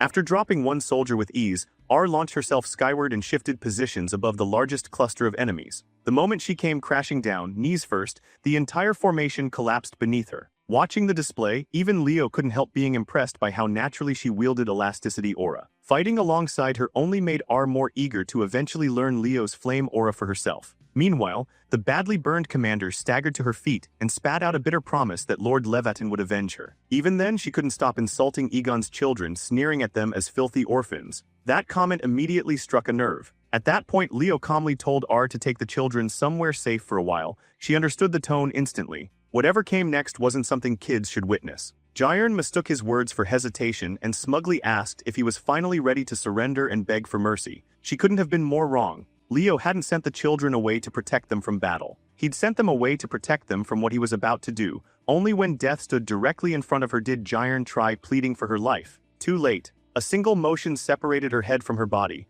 The remaining soldiers froze in horror. Leo wasn't finished. The fake hero who had hidden behind authority and cruelty received no sympathy from him. He repeatedly drove his blade into her corpse, making absolutely certain there would be no miracle waiting for her. From a distance, Elsie watched everything. Rather than fear, she felt respect. Leo never hesitated when confronting evil. This version of Elsie was still young, still inexperienced as a great spirit. The ugliness of the world was new to her, yet one day she would give everything to save it. The memory surfaced in Leo's mind. The last time he had seen Elsie as Kyle had been painful. As her life faded away, she asked only one thing of her contractor. She wanted him to keep searching for a reason to save the world. More than anything, she had wanted to witness the stars that existed before the Age of Calamity. In a way, her wish came true. The world survived. The stars returned, but Elsie was no longer there to see them. She had saved a world worth saving. Afterward, Leo cleaned up the battlefield completely, reducing every body to ash. Even then, the hero world's completion condition remained unchanged. That meant one thing: Egon's shelter was still in danger. Egon remained trapped inside the Lord's castle, yet Elsie alone should have been more than capable of handling ordinary soldiers, which meant the real threat was something else, something powerful enough that even a great spirit couldn't stop it alone. And if that was true, Leo wasn't entirely confident he could handle it either. Just then, Elsie sensed it. Stronger enemies were approaching. The first attack had failed. The second would be far more dangerous. Defending the children while surviving the assault wouldn't be easy. Thankfully, Leo already had a solution. They needed Aaron. According to the objective, Aaron wasn't supposed to return to Lysar for another 3 days. But Leo knew better. The previous night, he had confirmed the hero world's active boundaries. If the page owner had already manifested somewhere inside the zone, then Aaron was already here. He instructed R to focus on defense and avoid taking unnecessary risks. R immediately doubted that Leo intended to follow that same advice himself. She had become a hero candidate because of Aaron the Brave. There was no chance she'd back down now that her idol might actually be within reach. Besides, she wasn't about to let Rabbit Boy claim all the glory alone. The plan was revised. R would defend the shelter. Leo would go find Aaron. Back during the days of the subjugation force, Aaron had been a strange contradiction, ridiculously powerful, painfully timid. He could flatten giants without blinking, yet demons terrified him. Despite all that fear, he always felt compelled to fight. Leo remembered a particular night when Aaron climbed a high place overlooking his hometown. He hated heights almost as much as he hated demons, yet he stood there anyway because he wanted to protect the people below. Recalling that memory, Leo headed toward the tallest point in Lysar. At the peak of an old concrete lighthouse, he finally saw someone he hadn't laid eyes on in 5,000 years. The only great hero born during the Age of Calamity. A man so shy it was almost ridiculous. A man so courageous it defied reason. Aaron the Brave. Leo didn't waste time. The children at Egon's shelter were in danger. Without Aaron's strength, tragedy awaited them. Aaron believed every word. The moment he heard it, his power erupted. Even after 5,000 years, seeing that aura again hit differently, the radiance alone made it obvious. Eren was an absolute monster. Before launching himself from the lighthouse, Eren suddenly asked the rabbit boy if they had met before. Leo answered honestly, not yet, but they would, soon enough. Satisfied, Eren blasted forward like a living missile. Watching him go, Leo smiled. Some things never changed. Back then and now, Eren always ran at full speed whenever someone precious needed saving. Meanwhile, R had hidden the children inside an abandoned house nearby. Unfortunately, the second wave found them fast. This time, the enemy wasn't some disposable commander. Lord Levatin himself had arrived. His soldiers had failed. Now he had to dirty his own hands. R completely outclassed him. She danced around his attacks, exposing every weakness in his technique. The man relied entirely on brute force, nothing else. Then a concentrated bolt of mana suddenly disrupted the rhythm of the battle. R immediately called him out. Levatin wasn't a warrior. He was a mage pretending to be one. The corrupt noble hadn't accounted for beastfolk children interfering with his plans. As long as Egon remained contained, he'd believed victory was guaranteed. R aggressively pressed the advantage. She hated people who borrowed strength from magical tools instead of earning power through effort and skill. That frustration fueled a brutal kick that launched Levatin straight into a wall. The fight looked completely one-sided. Beating a fraud wasn't difficult, not for R. Unfortunately, her display attracted the attention of the true threat, Talitania. A demon of Tartarus, daughter of the monster queen Silatana, she entered the battlefield. Still riding the high of her previous victory, R immediately charged the newcomer. Talitania found the attack adorable. Then her body began changing. Her clothes tore apart, her frame expanded, her shape twisted into something monstrous. Only then did R realize she'd completely failed to detect any demonic presence. She was in trouble. Talitania proudly explained why. Her scent concealment was exceptional. After all, she'd earned it by biting off the Fairy King's arm. The giant spider demon hadn't come here for some random catgirl. R's life meant absolutely nothing to her. She moved to crush R beneath her spider legs. Before the attack landed, another force intervened. Shaitan, or more accurately, Elsie. Without her intervention, R would have been reduced to a stain on the ground. Elsie corrected the demon immediately. Shaitan was merely the name of a sword she once wielded. Talitania couldn't care less. The only thing she wanted was a taste of great spirit flesh. She struggled against Elsie's shadow restraints. To her surprise, they held. Shadow after shadow wrapped around her body. The bindings multiplied. Within moments, the giant spider was completely immobilized. It was history repeating itself. 10 years earlier, Elsie and Egon had defeated Talitania together. R had no idea one of the children was secretly a great spirit. Unfortunately, Talitania had learned from her defeat. One sharpened leg finally broke free. It pierced straight through Elsie's body. The impact blasted R away and shattered the restraints. Talitania escaped. A single wound couldn't kill a great spirit. Elsie continued fighting. Shadow after shadow battered the demon, yet despite the punishment, Talitania survived, mangled, broken, half-regenerated, but alive. As her body reconstructed itself, she mocked Elsie. An immature great spirit without a contractor could never defeat the daughter of the monster queen. Nothing stopped her from devouring spirit flesh. While Talitania focused entirely on Elsie, R seized the opportunity. She launched a devastating kick straight into the demon's head. The blow connected. It hurt. But it wasn't enough.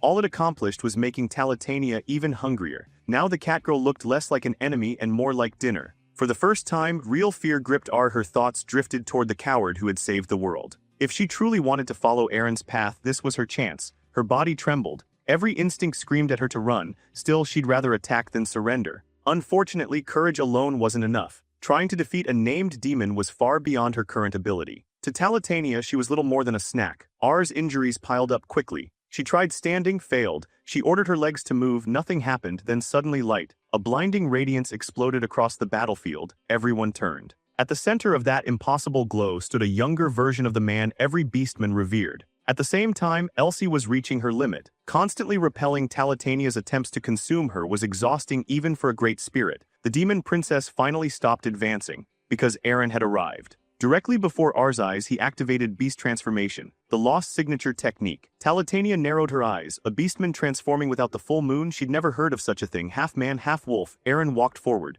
Calm, silent, terrifying, Talitania casually swung a spider leg. Eren caught it, then held it in place through sheer physical strength. The princess took him more seriously and attacked with several more legs. It didn't matter. Eren bulldozed through everything. Closing the distance instantly, he locked the daughter of the monster queen into a crushing chokehold. Then came the finisher. One overwhelming slam. He introduced the giant spider to the ground with enough force to shake the area. After the completely one-sided beating, Eren emerged from the dust carrying Elsie. The first thing he asked was whether she was hurt. Elsie admitted she was mostly fine. Unfortunately, Talitania was still breathing, and she was furious. The great shadow spirit wanted the final blow. The demon princess disagreed, her body twisted again. Growing darker, more monstrous, more demonic, she lunged forward looking like a nightmare given flesh. Eren had no intention of waiting for her transformation to finish. His body erupted with power once more.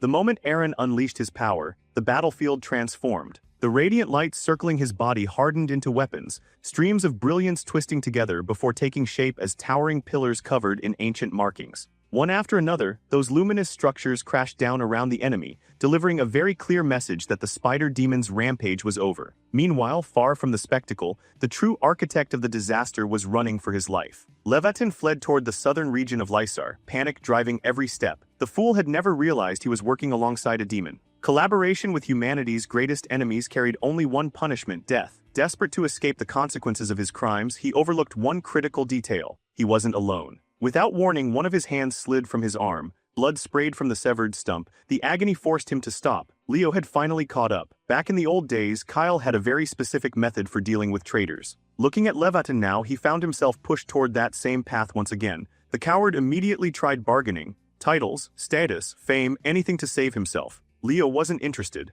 What value did any of those things have when the world itself was at stake? Back at Egon's shelter, the night had become brighter than day thanks to Eren's overwhelming display. With the Spider Princess temporarily out of the picture, R finally got her chance to completely lose composure. The Catgirl was fangirling so hard over the younger version of Eren that it was almost impressive. Leo regrouped with everyone and checked on Elsie first. Despite having a hole punched through her body earlier, the Great Spirit had already recovered completely. More importantly, she was proud. In her eyes they had won. Leo knew better. Talitania wasn't the type of monster who stayed dead. She had destroyed kingdoms. It would take far more than that to erase her permanently. As the group settled down, Elsie suggested that Eren should eventually join Lucas and the others in the future subjugation force. Leo smiled, ruffled her hair, and agreed. Somewhere during all of this, Elsie had reached a realization. She no longer wanted to contract with Lucas. She wanted Kyle. The decision was surprisingly simple. She liked him, that was enough. Leo admitted he was honored, but he technically didn't have the authority to form another contract right now.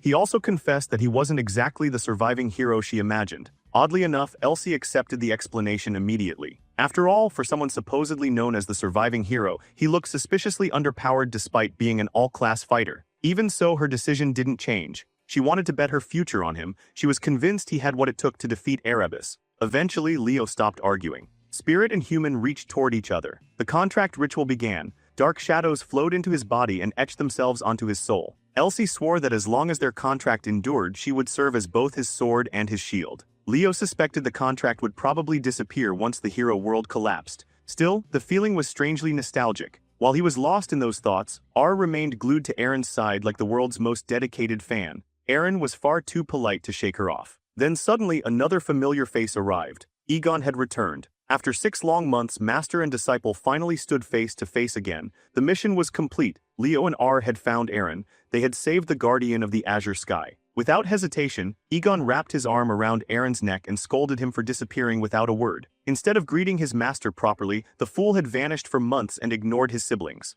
Now that the danger had passed, the children rushed toward Uncle Egon, finding comfort in his presence. Watching from the sidelines, Leo felt strangely relieved. For a brief moment, history had changed. A possibility that never existed before had finally become real. Both Egon and Eren personally thanked Leo and R. Meanwhile, Elsie had already disappeared somewhere to avoid attention. Even Egon couldn't help finding R's attachment to Eren slightly concerning. The man genuinely wondered if she had hit her head. Wanting to repay Leo, Egon searched through his belongings. The only thing he could offer was an old, worn manuscript detailing his personal aura cultivation method. The same method Eren would eventually use to freely activate beast transformation. The moment Leo received it, his eyes widened. The battered book wasn't just valuable, it was priceless. This was the original form of Hero's Breath. As soon as the reward changed hands, Leo informed R that they needed to leave. The hero world wouldn't remain stable forever. If she wanted to say anything to Eren, now was the time. Naturally, she wasn't ready to go. She wanted to spend more time with her idol. In the end, she settled for something much simpler, a head pat.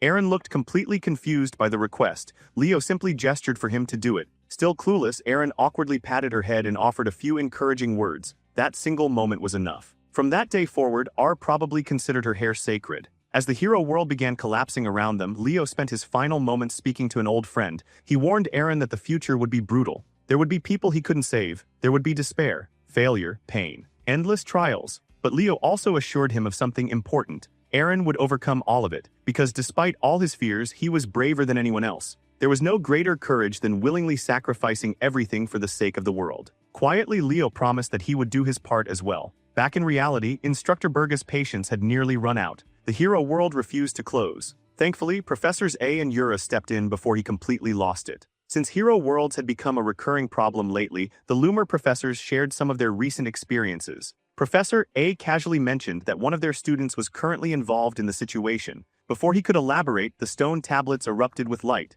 Everyone froze. There were only two possible outcomes. Either the challengers had cleared the hero world, or they had died. Fortunately, the answer became obvious. The hero world had been conquered. Leo and R emerged safely from the page. The moment Berga saw his daughter, he rushed forward and nearly crushed her with a hug. He immediately began checking for injuries. R proudly informed him that she was perfectly fine. In fact, she had just helped clear Eren's hero world. While Berga was busy scolding her through tears, Leo reached into his pocket and discovered something impossible. A pendant that shouldn't have existed. Inside slept Elsie. R enthusiastically credited the Black Rabbit Boy for the successful clear. Berga was delighted. Another promising candidate had appeared. No matter how they achieved it, clearing Eren's hero world proved that both R and Leo possessed the qualities required of future heroes. Before he could continue praising them, Yura interrupted. Violently, she demanded to know what Leo thought he was doing. He tried pretending not to recognize his own professor. It didn't work. Yura grabbed him by the ears and unleashed a merciless lecture. Professor A eventually stepped in and explained everything.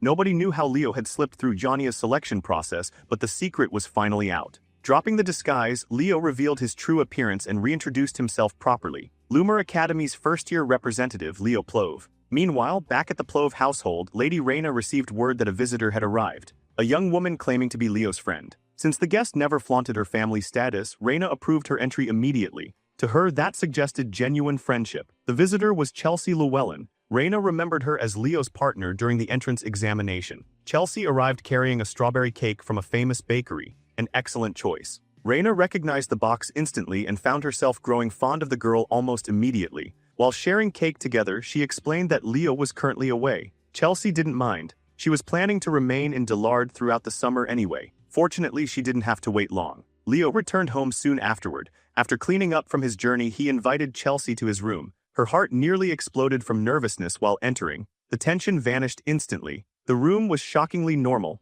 almost disappointingly normal. Instead, her attention shifted toward the story of how Leo infiltrated Yanya's entrance ceremony. He recounted everything. Eren's hero record, the hero world, Professor A. Yura, the entire adventure. By the time he finished, Chelsea was completely fired up. She immediately demanded a special training session. Leo casually told her she could stay over and train as much as she wanted. Later that night, while everyone slept, Leo examined the pendant again. Recently, every hero world seemed determined to reward him with things that shouldn't be possible. Elsie was a person from the distant past. She wasn't supposed to exist in the present. The only explanation he could think of was his connection to Kyle. Wanting answers, he opened the pendant. Darkness and light burst throughout the room. Slowly, Elsie opened her eyes. The first thing she asked was where they were. The second was what happened to the rabbit ears. Something felt wrong. Her power felt restricted. As expected, her condition wasn't perfect. Still, her presence here raised countless questions. Looking outside the window, Elsie froze. The moon wasn't blood red. Above it stretched countless stars. The same stars she had only heard about in stories. Leo gently explained the truth. She wasn't in her own era anymore. She had crossed into a world 5,000 years after her own. He also introduced himself properly. Not Kyle, Leo Plove. Then he told her everything. How Erebus had been defeated, how he had died, how he had been reborn, how the world had changed. It was an impossible story, yet the stars above were proof enough. For the first time, Elsie looked upon an age of peace. Well, mostly peace. Erebus was gone, but the threat hadn't vanished completely. Tardis still moved in the shadows. Leo would need her help again. If fate had brought her here, then perhaps there was a reason. Just as before, she would stand beside him. One day later, Leo's father quietly pointed out something amusing. Chelsea and Reyna had become surprisingly close in an incredibly short amount of time.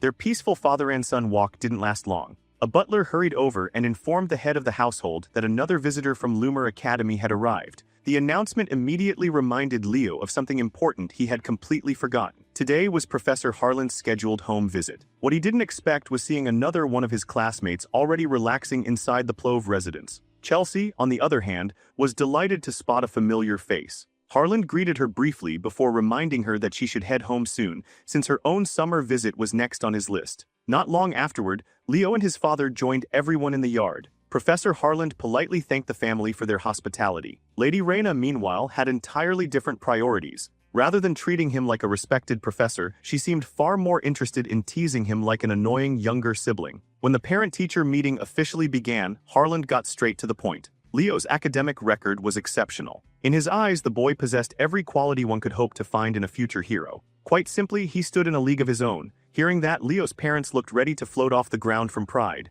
Harland then presented the results. Night studies, magic studies, summoning studies. Across all three departments, Leo had earned top-tier evaluations. His leadership abilities were equally remarkable. However, there was one issue, a serious one. In Harland's opinion, Leo charged headfirst into danger far too often. Throughout Loomer's long history, only a handful of students could rival the potential he displayed. The problem was that 15-year-olds weren't supposed to accomplish feats normally reserved for veteran heroes. On paper, that sounded impressive. In reality, it meant constantly gambling with his life. Even Reyna could see the concern hidden behind the praise. Heroic accomplishments almost always came at a cost, and Leo had already found himself involved in far too many life-threatening situations during a single semester. Though she rarely voiced it aloud, she worried about her son constantly. So Harland asked the question directly, why did he keep pushing himself so hard? Leo answered without hesitation. Trials weren't optional on the road to becoming a hero. He wasn't interested in simply admiring the legends of the past. He intended to walk the same path himself. Harland understood the truth better than anyone.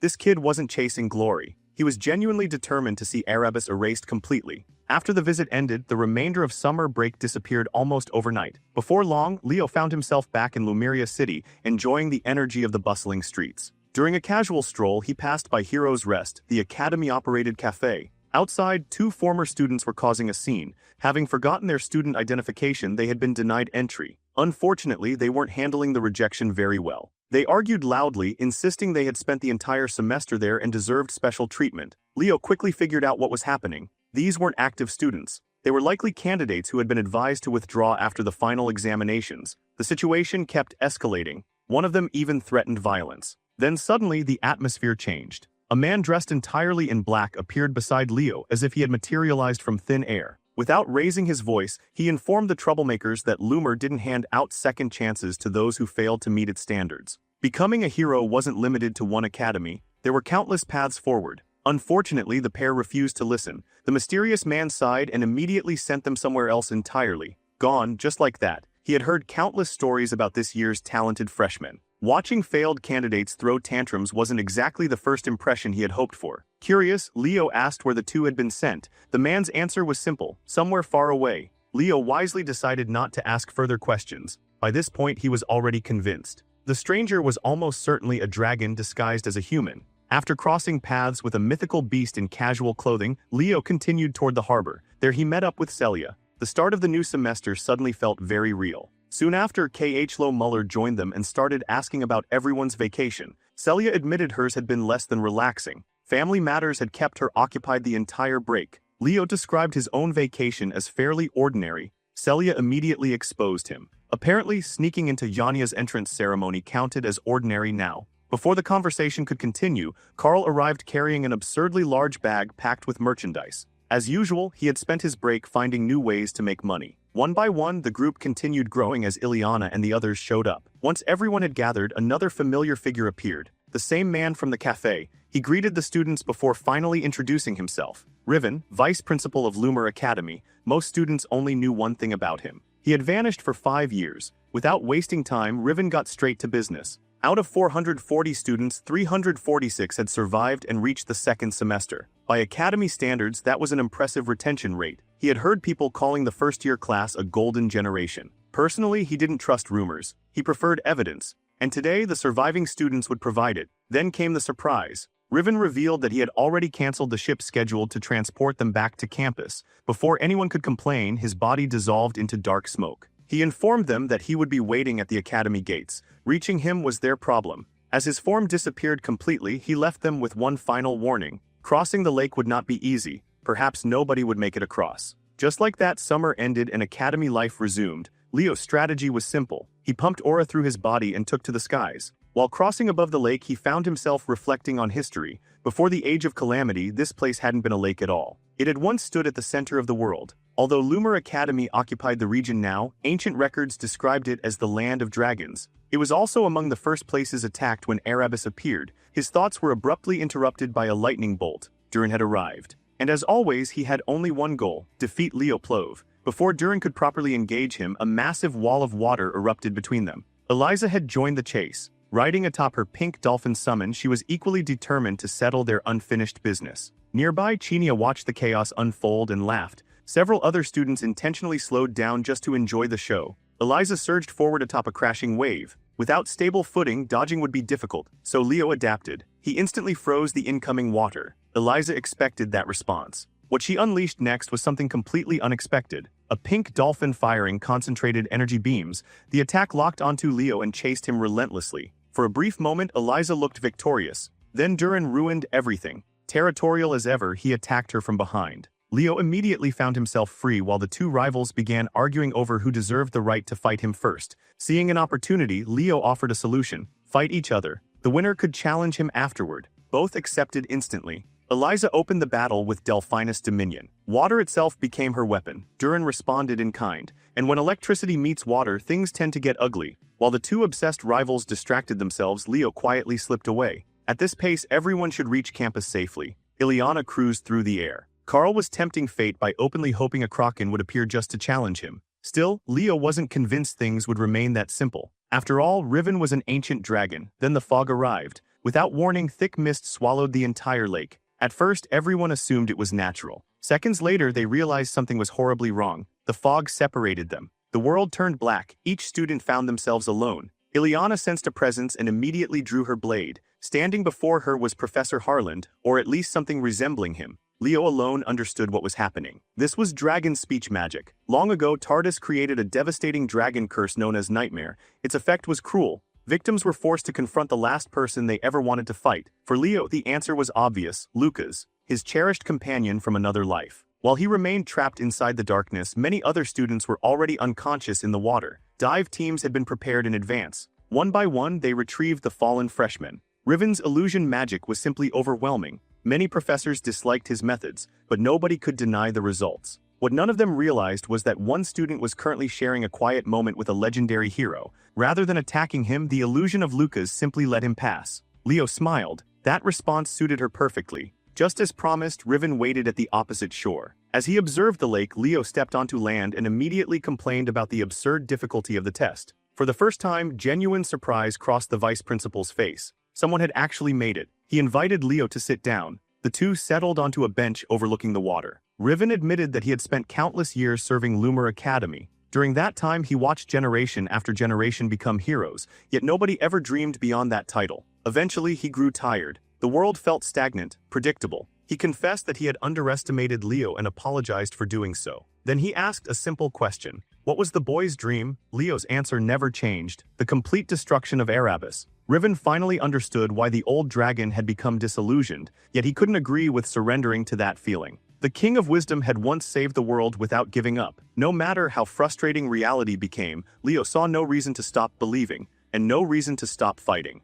Leo's advice to Riven was simple. If the vice principal truly carried the bloodline of the legendary King of Wisdom, then he should follow the example left behind by that great ruler. The statement carried far more weight than it appeared. Without directly saying it, Leo had essentially revealed that he knew Riven's true identity. More than that, he openly admitted that he looked forward to working alongside the descendant of the King of Wisdom in the future. For the first time in a long while, Riven found himself speechless. Questions flooded his mind. Who exactly was Leo Plove? How could a mere student know things that should have been impossible to uncover? Yet beneath the mystery, Riven sensed something strangely familiar, a determination that reminded him of someone from long ago. As for Durin and Eliza, rumors claim they're probably still fighting somewhere in that lake to this very day. Once the surviving students had been rescued and revived, Lumer Academy's opening ceremony finally began. Leo reunited with the upperclassmen representatives and was immediately ambushed by an energetic Leo Luce, the second-year representative. She greeted him like an excited fan meeting a celebrity. Leo dramatically complained about her terrible luck. According to her, being stuck between exceptional seniors and absurdly talented juniors was a tragedy. Despite being the undisputed #1 student in her own year, people still insisted on calling her Monster Girl. Naturally, she hated that nickname. The moment she learned Hark had told Leo about it, she immediately started scolding the sleeping senior. As far as Leo knew, Hark Luard possessed the rare accumulation aura trait. His body constantly stored energy before releasing it all at once during combat. The downside was equally ridiculous. He was perpetually exhausted. While Hark continued dozing off, Leo desperately tried to convince Leo to use her preferred title instead, Spirit Master of the Gale. Unfortunately for her, Alina Jayern arrived right on cue. The third-year representative immediately declared that Monster Girl suited her far better. She then casually reminded Leo about the favor he once requested. She was willing to grant it. In exchange, he would owe her a favor in the future. The moment Hark heard Alina's voice, he woke up looking genuinely annoyed. The dislike between those two was not subtle. Thankfully, the senior representative arrived before things escalated and guided everyone out of the tent, everyone except Hark and Leo. Once they were alone, Hark offered some sincere advice. He warned Leo to be careful around Alina Jayern. Ever since childhood, she had treated people like toys. Leo already knew she was stubborn and unpredictable. Everyone did. The real danger appeared when Alina found someone she considered especially interesting, and unfortunately her attention had landed squarely on him. Leo appreciated the warning. Hark might come across as rough and half asleep, but he had welcomed him more warmly than most. Soon afterward, Headmaster Callan stepped onto the stage to address the academy. The speech itself wasn't particularly memorable. While everyone listened, Leo's thoughts drifted elsewhere. Tartarus had become far more active. He had already drawn attention to himself. At this point, even the hidden traitor lurking within the academy might decide to eliminate him personally. No matter what happened next, he couldn't afford to lower his guard. Eventually, the endless speech finally ended and students dispersed toward their assigned classes. The first lesson of the semester arrived immediately. Carl was already complaining. Leading the class was the terrifying professor who somehow managed to hide beneath a friendly smile. Today's topic focused on a major development within hero studies. For the first time in history, Eren the Brave's prologue page had been successfully cleared during the Janya entrance ceremony. More importantly, a previously unknown name had appeared within the record, the hero of beginning, Kyle. Leo immediately suspected that R2's report was responsible for this entire lecture. The professor explained that scholars now faced a fascinating question. Was Kyle truly a historical figure, or merely a myth? For now, all they possessed was a single mention within a hero record, nothing more. K.H. Muller raised her hand and asked what would happen if Kyle's existence were proven beyond doubt. The answer was massive. Hero studies would be turned upside down. Many hero pages with unknown owners might suddenly become identifiable. Humanity would finally possess its own great hero. Hearing that felt strange for Leo. After all, they were discussing him. For 5,000 years, the world's major races had celebrated their legendary heroes. Humans, elves, beastmen, dwarves, dragons, every race possessed a figure worthy of admiration, every race except humanity. Human civilization had spent millennia carrying a quiet inferiority complex. If Kyle's existence became undeniable, that burden might finally disappear. The professor continued. Based on current evidence, Kyle was likely an all-class fighter. After all, recent events had already demonstrated just how terrifying an all-class could become. Several students immediately thought of Leo. The discussion dragged on for what felt like forever. By the time classes ended, Carl and Leo washed up and headed toward the dormitories. Carl remained curious about one detail. Why had Kyle been called the surviving hero? At first glance, it sounded like a title earned through countless victories. Leo admitted that wasn't entirely wrong, but the truth was darker. Kyle became the surviving hero because when countless heroes died around him, he was the only one left alive. Later that night, Leo opened Elsie's pendant. Even now, the great shadow spirit remained fascinated by the peaceful night sky. She could spend hours staring at the stars. It was finally time to introduce her to the others. Before doing so, Leo requested one thing. She wasn't allowed to reveal his true identity. Not yet. The moment Elsie emerged, Kieran stretched his wings dramatically while Fiora greeted their contractor with a respectful bow. Both immediately noticed the unfamiliar girl sitting by the window. Questions followed instantly. Leo provided only the bare minimum explanation and left the rest to sort itself out. That was a mistake. Kieran immediately declared himself captain of Leo's summons. According to him, his elegance, wisdom, and noble status made him the obvious choice. Fiora strongly disagreed. She had been Leo's first contract. That alone should make her captain. Kieran insisted he was the highest-ranking summon. Fiora insisted seniority mattered more. Within seconds, the fairy prince and baby phoenix were arguing like children. Elsie couldn't help laughing. There was something comforting about how alive they felt. To her, they were lively. To Leo, they were simply immature. The following day shifted focus to the magic department's outdoor lecture hall. Professor Len stood at the front of the class. During the summer break, he had spent considerable time thinking about the direction of the second semester. This year's freshmen were attracting enormous attention throughout the academy. To explain why, he pointed directly at Carl Thomas. The reason wasn't complicated. Part of it came from the exceptional talent within the current class. The other factor was an upcoming event, Lucian. As Leo recalled, Lucian was the friendly competition held between Siren Academy and Loomer Academy. For 3 consecutive years, Loomer's magic department had suffered humiliating losses. Professor Len had no intention of allowing a fourth. This semester's training would focus entirely on preparing students for that challenge. And today's topic would serve as the foundation, hero magic. Throughout history, legendary mages possessed unique spells that defined them. These abilities were deeply personal and notoriously difficult to inherit. Some exceptions existed through bloodlines and secret traditions. However, researchers eventually discovered another solution.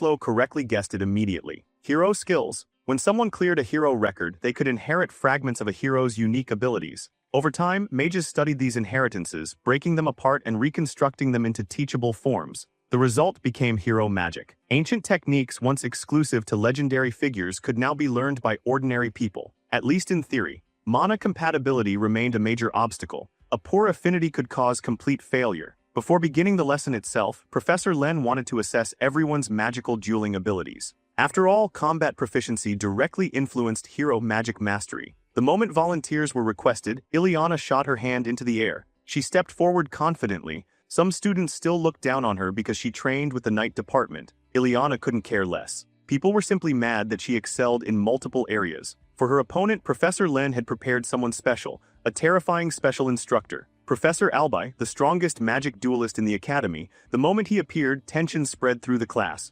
Albai promised not to take things too seriously. The students, however, were free to give everything they had. Believing initiative was the key to victory, Ileana immediately launched her attack. Golden blades materialized around Albai, dozens of them, yet the professor didn't move, not even an inch. The swords collided against an invisible barrier before shattering apart. Carl immediately assumed the attack had failed. Leo disagreed, something was off. The broken fragments hadn't dissolved. They remained suspended throughout the battlefield. If he noticed it, then Professor Albai certainly had. The trap had already been set. Using every shattered fragment as a catalyst, Ileana activated her real attack. Above Albai's head, countless blades reformed into a colossal construct, a technique she had developed during the summer. Professor Len looked genuinely impressed. In the past, Ileana's biggest flaw had been her reckless offensive tendencies. Instead of fixing that weakness, she had doubled down and evolved it. Building upon Shining Blades, she unleashed a new spell, Shining Rain. A storm of destruction descended from the sky. The field trembled beneath the bombardment. Albai calmly watched every attack approaching him,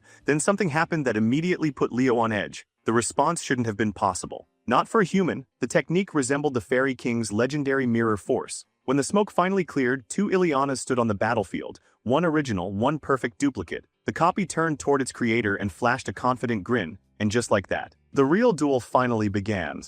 Ileana looked absolutely offended by the sight of her own copy smirking back at her. Like everyone else watching, she assumed Professor Albai had simply created an illusion. And if it was an illusion, the solution seemed obvious. Destroy it with overwhelming force. Without hesitation, she gathered mana and launched a massive sphere of condensed energy. The problem was that her clone mirrored the action perfectly. Worse, the duplicate's version came out slightly stronger. As frustration began creeping onto her face, Professor Albai calmly reminded her that battles weren't decided until the very last moment. A single lapse in concentration, even for an instant, could flip victory into defeat. Then came the final insult. The clone casually used the very unique magic Ileana had spent so much effort creating. A larger, more devastating version of Shining Rain descended from above, flooding the battlefield with radiant destruction. Moments later, Ileana was forced to concede. Even in defeat, Albai praised her performance. Professor Len turned toward the class and asked for the next volunteer. But Albai had other plans. Rather than continuing to terrorize random students, he directly called Leo Plove into the arena. Leo saw no reason to decline. He stepped forward immediately. This time the matchup carried a different kind of excitement. Albai possessed the Fairy King's illusion magic. Leo wielded the star magic of the elves. The moment the duel began, Albai activated Mirror Force and created a duplicate of Leo. Unlike ordinary illusions, Mirror Force existed purely for battle. It dragged out the target's abilities, amplified them, and turned them into an enemy. Curious how accurately the spell could reproduce him, Leo opened with star magic. The spectators instantly fell silent. Anyone who studied magic understood how absurdly rare elven magic truly was. Leo's version looked even more ridiculous. Clusters of glowing stars appeared around his hand like fragments of an entire constellation gathered into a single point. Countless colors mixed together as multiple spells overlapped simultaneously. Compared to the first semester, Leo had become noticeably less concerned about hiding his strength. Across the battlefield, the clone responded with the exact same spell. Twin constellations blazed into existence. The stars shot forward, threatening to reduce everything in their path to dust. Even Professor Len felt a chill. The destructive power packed into those spells was outrageous. The terrifying part of Mirror Force was simple. It created a perfect copy. However, the clone could only use the caster's mana. It couldn't replicate abilities beyond that limitation. Leo immediately responded by erecting a layered defensive barrier. The collision that followed illuminated the entire arena. Star magic exploded against star magic. The shockwaves rolled across the battlefield as students watched in disbelief. Professor Len was stunned. More than the spell itself, what shocked him was the fact that Leo could genuinely keep pace with Professor Albai, at only 15 years old. That level of ability wasn't merely talented, it was historic. In Len's eyes, this was the kind of student destined to carve his name into Lumer Academy's legacy. Meanwhile, Albai silently studied his opponent. He couldn't quite define what Leo was, but one thing was obvious. The boy standing before him wasn't remotely normal. While the stars continued detonating around the field, Leo quietly prepared his next move. A barrage of fireballs erupted from his position. Simple magic, at least on the surface. Each projectile had been layered with enhancement spells until they became far more dangerous than they appeared. Watching the attack, Albai almost wanted to laugh. Did Leo seriously think something so basic would matter? Leo calmly corrected him. The fireballs were never meant for the clone. The real duel had always been against Albai himself. That smug response finally pushed the professor over the edge. Enough playing around. It was time to properly teach this cocky first-year a lesson. Unfortunately for him, Leo already knew how to counter Mirror Force. The key wasn't defeating the clone. It was distracting the caster. As the enhanced fireballs occupied the duplicate, Leo suddenly burst forward. The clone reacted instantly, raising a firewall to stop him. For most people, that would have worked. Leo wasn't most people. He launched himself straight over the flames. Combining Cinder Explosion with Windstorm, he unleashed a brutal combo attack from above. The clone never saw it coming. Watching from afar, even Albai's expression changed. He immediately realized something shocking. Despite the overwhelming difference in age and experience, Leo was beginning to overwhelm the clone. The devastating combination landed cleanly. Before the duplicate could recover, Leo closed the distance in an instant. His hand grabbed the clone's face. A burst of power followed. The copy disintegrated into ash. The battlefield fell silent. Then Leo casually turned and faced his professor directly, as if nothing unusual had happened. As if defeating the clone was simply expected. He even reminded Albai that he knew elven magic as well. The professor couldn't help being impressed. Most people would have tried to destroy the firewall directly. Leo had instead obscured the clone's vision and exploited a tiny opening that existed for barely an instant. The timing required was absurd. Albai reluctantly admitted what the other professors had already concluded. There was a reason everyone called Leo the greatest prodigy of his generation. Deep down, he was convinced the boy possessed enough talent to surpass him before graduation. Later that day, Vice Principal Riven stood beside a tower window, silently observing the academy grounds. The headmaster noticed his distant gaze and jokingly asked whether he had spotted someone interesting. Riven shook his head. His attention was fixed on the first years. Curious, the headmaster asked what he thought of them. Turning away from the shadows, Riven answered honestly. His expectations were high. Not because they were merely talented, because they were extraordinary. In his eyes, this was the brightest generation the academy had produced in decades. Then he handed over a thick report, 4 years of research, 4 years spent traveling across the world investigating hero dungeons. Even now, Riven couldn't say with certainty whether every theory was correct, but one conclusion remained clear. If hero dungeons truly existed as he believed, revealing them would change the future for countless students. The headmaster accepted the report with genuine gratitude. 4 years of effort sat within those pages. Still, Riven doubted he had been summoned merely to discuss promising freshmen. Both men understood the true issue. A traitor was hiding somewhere within the academy. The headmaster's expression darkened. Tartarus had become increasingly active, and age was finally catching up to him. He admitted that maintaining control over everything was becoming harder. Perhaps the era of swordsmen was nearing its end. Perhaps the influence of the sword saint was fading as well. He then asked the vice principal a serious question. Did he truly believe the younger generation could handle the disasters waiting ahead? Riven answered with a question of his own. Could the headmaster place his complete trust in them? A bright smile appeared on the old sword saint's face. There was nothing in the world he trusted more than his students. The following day, Professor Harland arrived with an announcement. The next stage of training would involve real missions. Future heroes couldn't spend their entire lives inside classrooms. Sooner or later, they needed to confront actual problems in the world. The academy would cover all expenses. Students would earn credits as well. On paper, it was a perfect opportunity. but Harland immediately crushed any excitement. He warned them not to choose missions beyond their capabilities. Real battlefields had no checkpoints, no resets, no second attempts. If they failed, they died. The blunt reality left more than a few students visibly shaken. The moment class ended, everyone rushed toward the mission board. A crowd formed almost instantly. Students fought for position while searching for suitable assignments. Chelsea quickly noticed Leo standing among them. What surprised her wasn't his presence, it was his choice. The mission he selected involved a tiny remote village that most people wouldn't even glance at twice. Chelsea couldn't understand it. To her, a simple bandit suppression request sounded like boring grunt work. Leo merely replied that he had always wanted to visit that place. Then an all-too-familiar voice interrupted. Alina Gyern had arrived. The self-proclaimed queen of the academy looked thoroughly unimpressed by Leo's selection. She openly criticized his choice. Leo didn't even bother making eye contact. Calmly, he reminded her not to judge things by appearances. What nobody else knew was that the location carried a hidden significance. 5,000 years ago, that forgotten region had once been the legendary city of Gardsron. More importantly, it was where Leo had first encountered Rasha. Elsewhere inside the academy, two first-year students sprinted toward the mission hall. They were desperate to claim a decent assignment before all the good ones disappeared. Unfortunately, they collided headfirst with a towering senior. The moment they looked up, their faces turned pale. The upperclassman glared down at them and sharply ordered them to watch where they were going. Pinned to his uniform was a blue insignia bearing the symbol of the moon and clouds.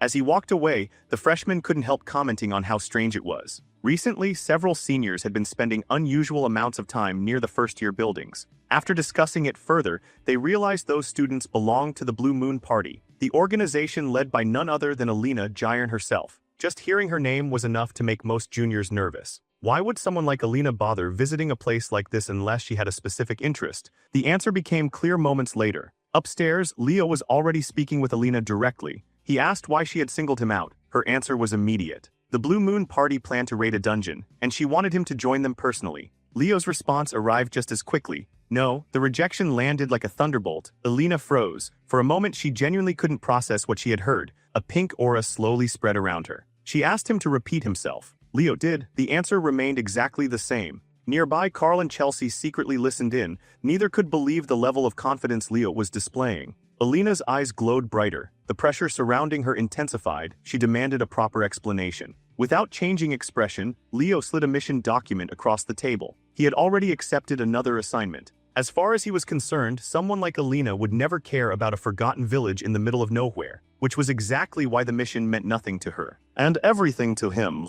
Without waiting for anyone's response, Leo simply turned around and walked away with his friends, leaving the Queen of Lumber standing there. The surrounding juniors practically lost their minds. Several of them started shouting at Leo, desperately trying to earn Alina's favor by defending her honor. Ironically, Alina herself looked completely unbothered. In fact, she seemed amused. As she watched Leo's retreating figure, a faint smile spread across her face. The thing occupying her thoughts wasn't the rejection. It was the fact that he had resisted her subjugation ability without even flinching. No hesitation, no struggle, no reaction whatsoever. That alone made him infinitely more interesting. Before long, the story exploded across campus. Thanks to the Academy newspaper, news that Alina Gyern had been rejected spread faster than wildfire. Back in class, Leo quietly reflected on the day's events. Beside him, Carl wore the grin of a man who had just witnessed peak entertainment. He eagerly asked what it felt like to publicly embarrass Lumber's queen. Leo brushed the question aside. He knew he would eventually need Alina's cooperation if he wanted access to the Forbidden Library. For now, however, another goal came first. Finding the traitor hidden within the academy. His train of thought ended when the professor asked whether everyone had selected their field missions. The class answered together. They were ready. The professor nodded and instructed them to begin preparations immediately. Several days later, Leo arrived in Garin province. Stepping through the teleportation gate, he found himself standing in a bleak stretch of grasslands. The scenery felt empty. No bustling towns, no signs of civilization, just endless open land. An elderly man cautiously approached him, curious about what had brought someone here. The moment he noticed Leo's academy uniform, his confusion only deepened. Leo explained that he had accepted a request involving local bandits. Relief instantly appeared on the old man's face. Without delay, he offered to guide him toward the nearby settlement. As they traveled, Leo quietly observed the surroundings. Long ago, this entire region had belonged to the ancient city of Gardsron. Fragments of its history still lingered beneath the surface. Upon reaching the castle gates, two nervous guards stopped him. They demanded his purpose for visiting. Leo calmly presented the mission request. The moment they realized he was a student from Lumber Academy, the pair nearly collapsed from shock. His innocent smile certainly didn't help. After a hurried apology, they allowed him inside without another question. Within the castle, Leo was welcomed into an extravagant reception room. Moments later, an impressive meal was placed before him. The manager encouraged him to rest and enjoy the accommodations. Leo politely declined. He hadn't traveled all this way to relax. Getting straight to business, he asked for information about the bandits. The manager produced an old map and pointed out their location. Before the discussion could continue, a servant suddenly burst into the room. The man urgently requested the manager's attention. More hero candidates had arrived. The announcement immediately caught everyone off guard. The manager turned toward Leo and asked whether he had companions arriving separately. The servant quickly clarified. The newcomers were from Siren Academy. As if summoned on cue, several elves entered the room dressed in black and white uniforms. Leading them was a tall elf with flowing black hair and an expression cold enough to freeze the room. His name was Haddon Dershan. Leo wasn't expecting any of this. Before he could process the situation, another voice interrupted. A red-haired elf named Runia instantly recognized him. Her face lit up. Moments later, she was chatting with Leo as if they were longtime friends. The other Siren students quickly connected the dots. This was the student who had deciphered the founder's magic. Tension immediately began building. Leo casually explained that he was here to suppress a local bandit group. The statement sparked inspiration inside Runia's head. An opportunity had presented itself. Without wasting a second, she exaggerated the danger of the mission and enthusiastically volunteered to help. Her seniors objected immediately. Runia didn't care. According to her, innocent lives were at stake. That was all the justification she needed. Before anyone could stop her, she grabbed Leo and dragged him away. Whether he agreed or not, once they disappeared, Haddon calmly took a seat across from the manager. After dismissing his companions from the room, he began speaking privately. He explained that his team had come to investigate the region's wildlife and natural ecosystems. The manager looked thoroughly confused. Haddon's expression never changed. He simply requested unrestricted access to the surrounding lands. The coldness in his eyes was enough to make anyone uncomfortable. The manager immediately agreed and began preparing the necessary documents. Meanwhile, back in the castle gardens, the remaining Siren students relaxed while discussing the situation. They found it absurd that Lumber would send a single first-year student alone to such an isolated region. One possibility kept surfacing. Perhaps Lumber knew about the hidden hero dungeon rumored to exist somewhere nearby. Even then, they argued, sending an inexperienced student alone would still be ridiculously reckless. A pink-haired second-year laughed at the idea. According to her, Lumber students were simply a joke. Then the atmosphere changed. Without warning, Alina Jayern appeared directly behind her. The girl's soul nearly left her body. Alina smiled. She expressed sympathy toward Lily, the representative who rarely got opportunities to display her own abilities because she spent so much time supporting others. The Siren students instantly became nervous. None of them understood why Lumber's queen had appeared. Alina, however, had a very simple reason. She was annoyed. Foreign students had insulted her academy while standing on her territory. That wasn't something she intended to ignore. Her pink eyes began glowing. The pressure around her intensified. With terrifying calmness, she ordered them to kneel and apologize for the disrespect they had casually thrown around. The Siren students resisted. One of them openly questioned why they should bow to another student. Another fired back, claiming that Siren's second years would dominate Lumber without effort. They even mocked Lily, suggesting she contributed nothing beyond looking pretty. Then came the challenge. If Alina truly believed otherwise, she should prove it. That was all it took. The queen's expression darkened. She offered them one final chance to retract their words, a chance to preserve their dignity, and perhaps their health. They refused. Alina simply reminded them that they were the ones who started this. Moments later, an explosion thundered across the academy grounds. Staff members rushed outside in alarm. When they arrived, they found several Siren students unconscious beside a smoking crater. Confusion spread immediately. Who could have caused this much damage? Then someone spotted a familiar figure.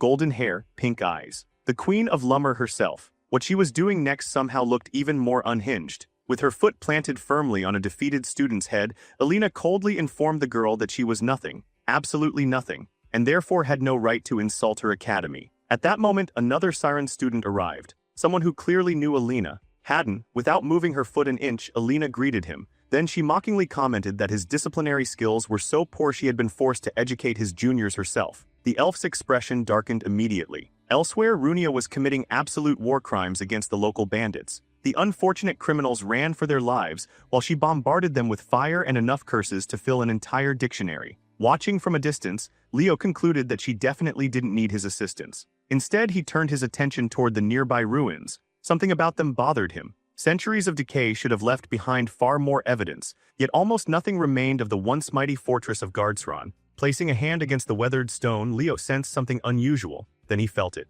Dark mana, faint, hidden, but undeniably present, Tartarus. The realization struck him immediately. The fortress hadn't vanished. What remained above ground was merely a fragment. The true structure still existed, buried deep beneath the earth. That evening, Runia built a campfire and prepared a cozy campsite for the two of them. While waiting, she found herself thinking about Leo. He had mentioned that this trip was an academy assignment. Would he return to school afterward? Or would he agree to join her exploration of the hero dungeon? Eventually, she located him near the ruins. Leo explained that he had discovered something strange about the fortress. Lost in thought, he recalled ancient events. The people of Gardsron had once been forced to abandon their homes. The city had fallen to Tartarus. Then it had been dragged beneath the earth itself. For now, there was nothing more he could do. Calling it a day, he returned to camp alongside Runia. What greeted them there was the last thing either expected. Waiting around the fire were two people, Haddon and Alina, the most cursed pairing in Academy history. The atmosphere felt less like a casual gathering and more like an interrogation. Alina immediately asked whether she had accidentally interrupted their romantic evening. Runia instantly transformed into a blushing disaster, which only made her look guiltier. After enjoying the reaction, Alina formally introduced herself as Leo Sr. from Lumber Academy. Leo stared at her, confused. Last he checked, she was supposed to be exploring a dungeon with her party. Alina casually admitted she had abandoned them. Spending time with Leo sounded significantly more entertaining than wandering through some dusty ruin. That answer immediately fueled all kinds of dangerous assumptions inside Runia's head. Curious, she asked what had happened to the seniors accompanying Haddon earlier. While Alina leaned far too close to Leo with a smug grin, Haddon calmly explained that a certain lunatic had sent them to the infirmary. Leo immediately sensed that some serious drama had unfolded before his arrival. Changing the subject, Runia asked what this meant for their dungeon expedition. Haddon replied that nothing had changed. The two of them were more than sufficient. Before he could continue, Alina suddenly grabbed his face. With a mischievous smile, she asked whether he was perhaps referring to a certain hero dungeon. The question instantly revealed something important. Alina knew. Haddon realized it immediately. The Queen of Lumber apparently had eyes and ears everywhere, which meant Lumber Academy already possessed information regarding the newly discovered hero dungeon. Wearing the most infuriating grin imaginable, Alina casually revealed that Haddon's own juniors had already spilled every secret about the newly discovered hero dungeon. Before Leo could even process that information, she hooked an arm around him like he was expensive luggage and boldly announced that they would be exploring it together. The next morning, she completely ignored the fact that Leo still had an unfinished bandit subjugation mission. As usual, Alina was somehow several moves ahead. According to her, the bandits had already been wiped out on the way over. Mission complete. No further discussion required. The atmosphere around camp immediately became tense. Competition hung in the air. Runia stared at the others with burning determination and swore that she would locate the hero dungeon before anyone else. Later that rainy morning, Leo demonstrated several of his abilities while the group continued their search. Even Alina looked genuinely impressed. The gap between him and most first-year students wasn't small. It was absurd. Watching her cheerful reactions, Leo couldn't help feeling slightly uncomfortable. This wasn't the arrogant academy queen he remembered. Curious, he asked what happened to her usual noble attitude. Instead of answering, Alina suddenly reached over and patted his head. Apparently she found it adorable that he used to think of her that way. Then she asked how he viewed her now. Leo answered immediately, dumb as bricks. For a moment there was silence. Then Alina burst out laughing. Nearby, Runia couldn't help noticing how comfortable the two had become around each other. Meanwhile, Haddon remained focused on the mission. He warned her not to get distracted. If they failed to properly detect the mana signal, they could be dragged into the dungeon without warning. Eventually, Alina grew tired of waiting. Having already finished her side of the search, she started mocking Haddon for moving so slowly despite acting like a genius. The elf fired back instantly. Unlike her, he actually preferred doing his work thoroughly. With the argument continuing as background noise, the group advanced together. Along the way, Alina casually informed Leo that Haddon was an enormous nerd who became irrationally irritated whenever she teased him. Then everything changed. Leo suddenly sensed a powerful pulse of mana. The reaction was strong enough to stop him in his tracks. Moments later, he announced that he may have found the dungeon. Everyone stared at him. He was standing directly inside a strange, ancient magic circle. Without hesitation, Leo activated what he recognized as a teleportation gate from ancient Gardsron. The revelation stunned everyone. If the gate still functioned, then perhaps Gardsron hadn't been completely destroyed underground after all. Haddon looked genuinely shocked. He couldn't understand how a first-year student had deciphered such ancient magic. Leo calmly explained that he had analyzed the formula earlier and suspected it was a transportation device. Thankfully, his theory had been correct. Since the gate remained operational, there was a good chance the destination was still active as well. Runia hesitated. Stepping into an unknown portal wasn't exactly comforting. Alina, however, argued that there was only one way to learn where it led. Then she immediately invited her favorite junior to come with her. Despite her confidence, Leo remained skeptical. Could Gardsron really have survived for thousands of years beneath the earth? Before he could think further, Alina casually touched the gate. The moment her hand made contact, everything activated. Ancient mechanisms roared to life. A voice echoed through the area. The hero world had officially been unlocked. The announcement identified the first available record, the prologue of Varharun. A blinding light erupted from the portal. The group instantly realized this wasn't an ordinary dungeon. They weren't entering a ruin. They were being pulled into a hero world. A distorted interface appeared before Leo and Alina. Beneath the glitch title, a name slowly emerged. Prologue Varharun. The instant Leo read those words, cold sweat ran down his face. His expression froze. Then the overwhelming light swallowed him completely. When he opened his eyes again, he found himself standing in an elegant hallway. Sunlight poured through enormous windows, bathing the area in warm golden light. His first instinct was to check the mission interface. As expected, it was blank. This type of hero world didn't provide easy answers. Regaining his bearings, Leo decided that finding the others came first. Unfortunately, fate had different plans. A small girl carrying an absurdly large stack of books crashed directly into him. Books scattered everywhere. The young elf instantly dropped to her knees, frantically gathering them while apologizing repeatedly. The moment Leo looked at her face, he froze. Luna, the founder herself. For a brief moment, the two simply stared at each other. Then Luna suddenly turned pale. Terrified, she began apologizing to Professor Archent for skipping class. The fact that she called him by that name immediately caught his attention. She nervously explained that she had only missed lessons because she had been researching magic again. At that moment, everything clicked. This wasn't a standard hero world. It was a possession-type hero world. Everyone saw him as Professor Archent, a legendary historical figure, the man who had taught Luna magic. The teacher who had practically raised her. Handing back her books, Leo calmly asked where she was rushing off to. Luna blinked. Confused, she cautiously asked whether he wasn't going to scold her. Leo simply pointed out that this clearly wasn't the first time she had skipped class. Nor would it be the last. With that, they began walking together toward the library. As he watched her happily bounce along beside him, he realized something unexpected. Luna's outlook on life was astonishingly simple. The girl looked genuinely happy simply because she hadn't been reprimanded. If modern elves could see their revered founder acting like this, they would never believe it.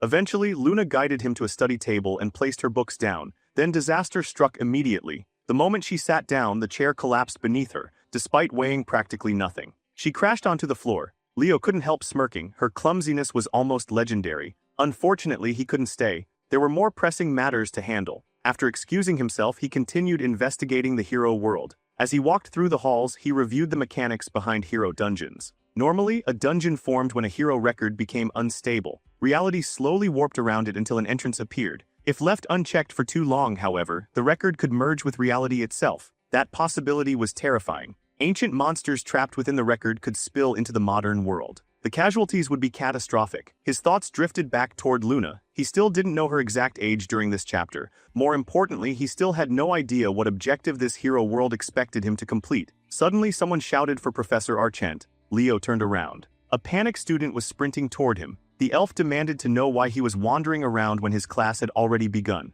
Apparently, the students were close to rioting because their professor was late. Realizing he couldn't afford to break character, Leo decided to play along. He asked the student to guide him. Together they hurried toward a massive arena. Along the way, Leo recalled what Varharun truly was. Long before the Great Calamity, it had been one of the greatest elven cities in existence. An elite academy city. A place where powerful young elves were forged into monsters. Crossing the arena, he entered an enormous chamber packed with hundreds of elven nobles. The room fell silent. Then the complaints exploded. The moment Leo apologized for arriving late, the crowd erupted in outrage. Many students loudly declared his behavior unacceptable. One student stepped forward more boldly than the rest. He had curly hair, sharp eyes, and an expression filled with arrogance. According to him, a teacher who behaved this way couldn't be trusted. He should be replaced immediately. The crowd rallied behind him. Leo calmly asked for his name. The answer nearly made him lose his composure. Hershen Besson. The name brought back ugly memories. Leo knew exactly who this elf would become. A traitor, a disgrace. The man who would eventually betray his own people and help Tartarus invade the city. Suppressing his anger, Leo politely asked why being late justified replacing a professor. The answer quickly revealed the truth. This wasn't about punctuality. The students hated him because he protected Luna. To many elves, she was a failure, an embarrassment, someone unworthy of support. Before Hershen could continue, another voice challenged him. An elf named Zira openly called his claims nonsense. The statement instantly triggered Hershen. His eyes glowed red with fury. The argument escalated immediately. The two grabbed each other's collars. Hershen demanded to know what relationship Zira had with Luna that justified such passion. Meanwhile, Leo silently observed. Based on their behavior, Hershen appeared to be a senior. Zira was likely younger. The older elf eventually declared that he wanted to teach the junior a lesson. Unfortunately, academy rules prevented him from acting without permission. That was when Leo made a decision. He granted permission. Immediately, both students stared at him in disbelief. Leo simply explained that if they both wanted to fight, there was no reason to stop them. The reaction was immediate. Something about this behavior felt completely unlike the real Professor Archent. Later, outside, students gathered around the dueling grounds. Many loudly cheered for Hershen. They wanted him to crush Zira and humiliate him publicly. Hershen glared at his opponent with absolute confidence. He swore that he would demonstrate what a true mage looked like. Meanwhile, Leo calmly stepped forward. Adjusting his glasses one final time, he officially declared the duel underway. The instant the match began, Hershen unleashed everything he had from the very start. Hershen opened the duel with overwhelming confidence, unleashing wave after wave of magic without pause. Spells flooded the battlefield from every direction, each attack meant to crush his opponent beneath sheer firepower. Yet Haddon's reaction was almost disappointing. There was no panic, no urgency, just mild dissatisfaction. Leo understood why. As a third-year student from Siren Academy, Haddon had already seen countless forms of magic. Compared to him, Hershen's flashy attacks looked painfully ordinary. Back before the Age of Calamity, high elves had nearly driven themselves to extinction through complacency. Generations of comfort had dulled their edge, leaving arrogance where discipline should have been. Meanwhile, Hershen stood there smirking, already imagining the dramatic victory speech he would give after humiliating his opponent. That confidence lasted only until Haddon's body erupted with aura. The battlefield shook. The incoming magic shattered apart before it could even reach him. Hershen froze. So did most of the spectators. Even Zer's classmates couldn't understand what they were seeing. Leo immediately noticed the problem. Haddon had openly used a technique that the original owner of this body shouldn't even have been capable of performing.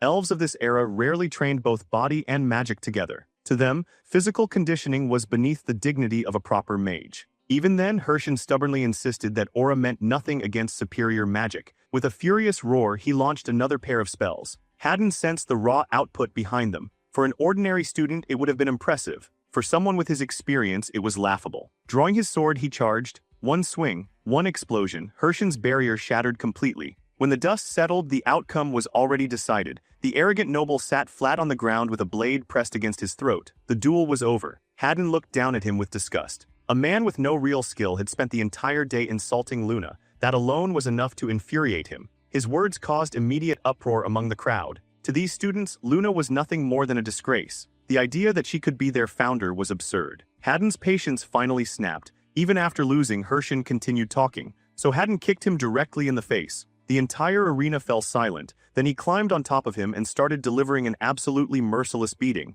At that point, Leo finally stepped in. He pulled Haddon back and reminded him that the punishment had already gone far enough. Unfortunately, Haddon disagreed. In fact, he politely requested permission to continue. There was nothing he wanted more. Leo refused. Beating Hershen unconscious might feel satisfying, but it wouldn't help them clear the hero world. That statement immediately caught Haddon's attention. The realization hit him instantly. Only one person would talk like that, Leo. At last, he understood who was standing in front of him. Leo offered to explain everything, but first they needed privacy. Returning to his role as Professor Archent, he officially declared the duel concluded and ordered several students to carry Hershen to the infirmary. Then he left with Haddon. There was just one tiny issue. He had absolutely no clue where Archent's office was. Thinking quickly, he ordered a nearby staff member to escort him. The man obediently led him toward Professor Archent's study. Nearby, one student overheard Leo mentioning that he would personally punish Zer later. Unlike the others, this silver-haired beauty immediately sensed something strange. She wasn't truly part of this world either. Inside the study, Haddon launched straight into another rant about Hershen's nerve. How dare that fool insult founder Luna so openly? Leo calmly explained that such attitudes were actually normal during this period of history. Haddon stared at him in confusion. So Leo finally revealed the truth. This hero world existed thousands of years before the Age of Calamity. The revelation stunned him. Records from that era were supposed to be lost forever. There was only one possible exception, a great hero. Then it clicked. There was only one legendary figure from this period. Luna, the founder of star magic. Leo confirmed it. This hero world belonged to her. Haddon nearly stopped breathing. Demanding proof, he asked how Leo could be so certain. Leo casually informed him that he had spoken with Luna only minutes earlier. That answer hit harder than any spell. Instantly, Haddon became desperate for details. In his imagination, Luna was a flawless beauty, someone as elegant as blooming petals beneath the stars. He grabbed Leo by the shoulders and demanded every detail. This was a once-in-a-lifetime opportunity, then reality arrived. Luna wasn't some untouchable goddess, she was clumsy, awkward, and honestly a little goofy. Seeing his senior's dreams collapse in real time was almost painful. Leo did his best to soften the blow. At least she was cute, that much was true. Regardless, there was no longer any doubt. They were inside Luna's hero world, which raised another question. Tartarus shouldn't even exist yet. The organization wouldn't be formed until after the Age of Calamity. Returning to the objective, Haddon speculated that a hero world centered around Luna would require something significant. Leo wasn't certain. Then Haddon mentioned magic, and suddenly everything clicked. This period aligned perfectly with the beginning of Luna's star magic research. She hadn't become a legendary founder yet. She was still creating the foundation. The objective was obvious. As Professor Archant, he needed to help Luna develop star magic. A sudden knock interrupted his thoughts. The same staff member entered again. The headmaster wished to see him immediately. Leo honestly wondered what disaster he had accidentally caused this time. The answer arrived quickly. The duel. The incident had become large enough to attract the attention of Varharun's highest authorities. Even worse, Zur was now being placed under arrest. Recognizing that resistance would only complicate matters, Haddon agreed to cooperate for now. Leo decided he would need to handle the situation carefully. Soon afterward, he made his way toward the headmaster's tower. Inside, the atmosphere felt strangely empty. The halls were silent. Not a single person appeared in sight. Then he saw something impossible. Resting atop a pedestal stood the Staff of Polium, one of the greatest treasures in elven history, a sentient weapon, a relic that chose its own master. According to legend, it had acknowledged only Luna before shattering alongside her at the moment of her death. For a moment, Leo completely forgot himself. Slowly, he reached toward the legendary artifact. Then a voice echoed from above. Interesting. Leo looked up and froze, though honestly it wasn't that surprising. Before the Age of Calamity, demigods still walked the mortal world. And standing before him now was one of them. Fiwa, the headmaster of Varharun, a being who existed beyond ordinary laws. Leo greeted him respectfully. Fiwa immediately dismissed the formality. Deities who descended into the mortal realm couldn't freely use their divine powers. The greatest gift they could offer humanity was knowledge. As their conversation continued, Fiwa suddenly asked whether Leo possessed blessings from the gods. Rather than answering directly, Leo challenged him with a question of his own. The response visibly amused the demigod. Most mortals didn't know how to converse with a deity as an equal. This boy clearly wasn't ordinary. Before long, Fiwa identified Leo as the current user of the record system. Introducing himself properly, the headmaster asked how someone like Leo had become its master. When Leo described it as a power capable of recreating the past, Fiwa looked genuinely surprised. The demigod quickly realized that Leo didn't fully understand the system he carried. Apparently, whoever granted him the power had been astonishingly irresponsible, so Fiwa asked what he knew. Leo explained his understanding. The system recorded accomplishments acknowledged by the gods, recreated those moments, and rewarded successful challengers. Fiwa immediately rejected that explanation. Something that powerful couldn't have been created by a single entity. It was far greater than Leo realized. Curious, the demigod then asked the obvious question. How had he obtained it? Leo answered simply. He saved the world. He defeated Erebus. For the first time, genuine shock crossed Fiwa's face. A mortal defeating Erebus sounded impossible. That prompted Leo to ask something he'd wondered for a long time. Why hadn't the gods simply destroyed Erebus themselves? Fiwa's answer was unsettling. Erebus possessed power comparable to the gods. More importantly, it represented the darkness of the world itself. It couldn't simply be erased. The gods could only preserve balance. With their support, mortals managed to push Erebus back into darkness, but balance came with a price. The brighter the light became, the stronger the darkness would eventually grow. Erebus was already recovering. One day its strength would surpass both gods and mortals alike. That future would become known as the Age of Calamity, which made Leo's achievement even more absurd. He had accomplished something even the gods could not. When Fiwa praised him, Leo simply shrugged. The only thing he seemed to gain was memory loss. The demigod found that answer surprisingly tragic. Leo, however, had already accepted it. There were more important things to worry about. Curious, Fiwa asked what he intended to do now. Leo's answer never wavered. His goal remained exactly the same: complete annihilation of Erebus. The demigod understood the weight behind those words. No one could challenge Erebus without suffering beyond imagination, yet Leo had already done it once. Now he had been reborn, a second chance that even the gods hadn't anticipated. Because of that, Fiwa pointed out that Leo could simply leave the burden to future generations. For the first time in 2 lifetimes, he had the option to live peacefully. Fiwa quietly questioned whether Leo truly intended to walk that painful road again. After everything he had suffered, after all the sacrifices and scars left behind by his first battle against Erebus, was he really prepared to endure it all a second time? Leo's answer never wavered. His decision had already been made. There was no turning back. Seeing the conviction in his eyes, Fiwa explained that the gods had not entrusted this world to him without reason. Leo immediately corrected him. This world belonged to Luna, yet Fiwa disagreed. The hero record may have been Luna's story, but the gods had placed that record into Leo's hands. That meant the world belonged to him as well. It was the reason only he could receive its rewards. The demigod then revealed another surprise. The staff of Polium contained an accumulation of his knowledge. Leo should take it, it would prove invaluable in the future. Naturally, Leo hesitated. Was it really acceptable for him to walk away with one of the elves' greatest treasures? Fiwa simply smiled. The staff had already chosen its master. That answer settled everything. With a final blessing and a warning to stay cautious, Fiwa sent him on his way.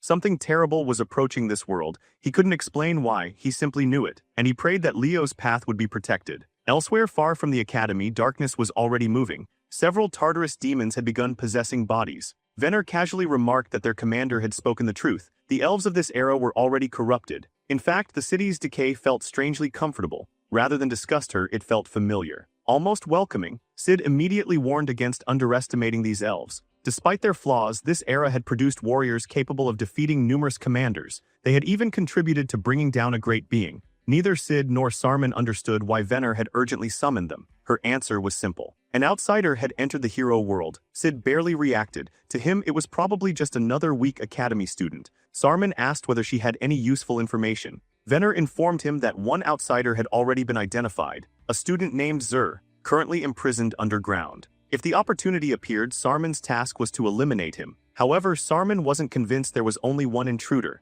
Venner merely grinned. If more had entered, that was even better. More prey, more entertainment. She wanted nothing more than to watch hopeful faces collapse in despair as the page of their beloved hero burned away before their eyes. Their conquest had suffered setbacks. That much was true, but they would overcome them. Everything was for the sake of fulfilling the will of their lord. Erebus? Long ago, the hero world itself had formed when a fragment of Erebus briefly revived. After that fragment was suppressed, the hero record had been split into 5 pieces. Thus, the 5 hero academies were born. The true goal behind that division had always been the same: obtaining Kyle's page. Yet one mystery still remained. How could Tartarus influence a hero record created by the gods themselves? Back inside Varharun, Leo decided his next destination would be the Forbidden Archives. But first he needed to free Haddon from prison and locate Runia and Alina. Before he could move, Luna suddenly appeared. Excitedly, she explained that today was King Ergen's birthday. A grand celebration would be held at the World Tree Plaza. Unfortunately, she hadn't received an invitation.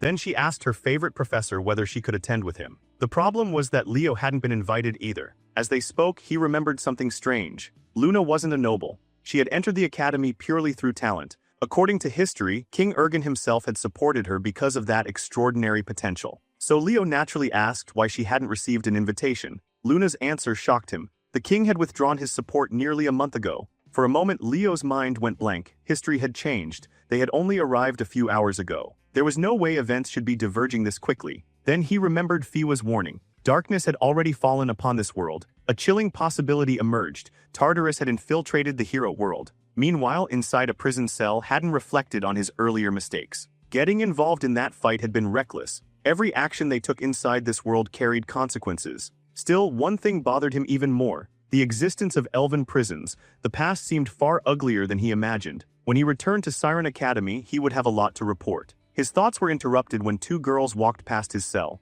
Curious, he asked who they were. The orange-haired girl answered so casually that it left him speechless. They were slaves. Haddon immediately rejected the idea. Slavery in an elven city? Impossible. Yet the girl acted as though it were completely normal. Every half-elf was born into slavery, no exceptions. The revelation disgusted him. He couldn't believe elves had fallen so low that they enslaved their own people. Then Sarman appeared. Without warning, he began kicking the girls. Apparently, a slave had shown improper manners. He beat them openly in front of Haddon. Haddon couldn't even comprehend the level of insanity he was witnessing. Sarman merely asked what the issue was. Was punishing slaves suddenly a crime? Then he twisted the knife further. Could Haddon really not accept that his own ancestors had done such things? That reaction confirmed something. Haddon was from Siren Academy. Sarman still had no idea how he arrived here, but he had already decided one thing. It was time for Haddon to disappear permanently. Haddon attempted to channel mana. The restraints completely suppressed it. Then Sarman moved to strike. A flash of power exploded through the corridor.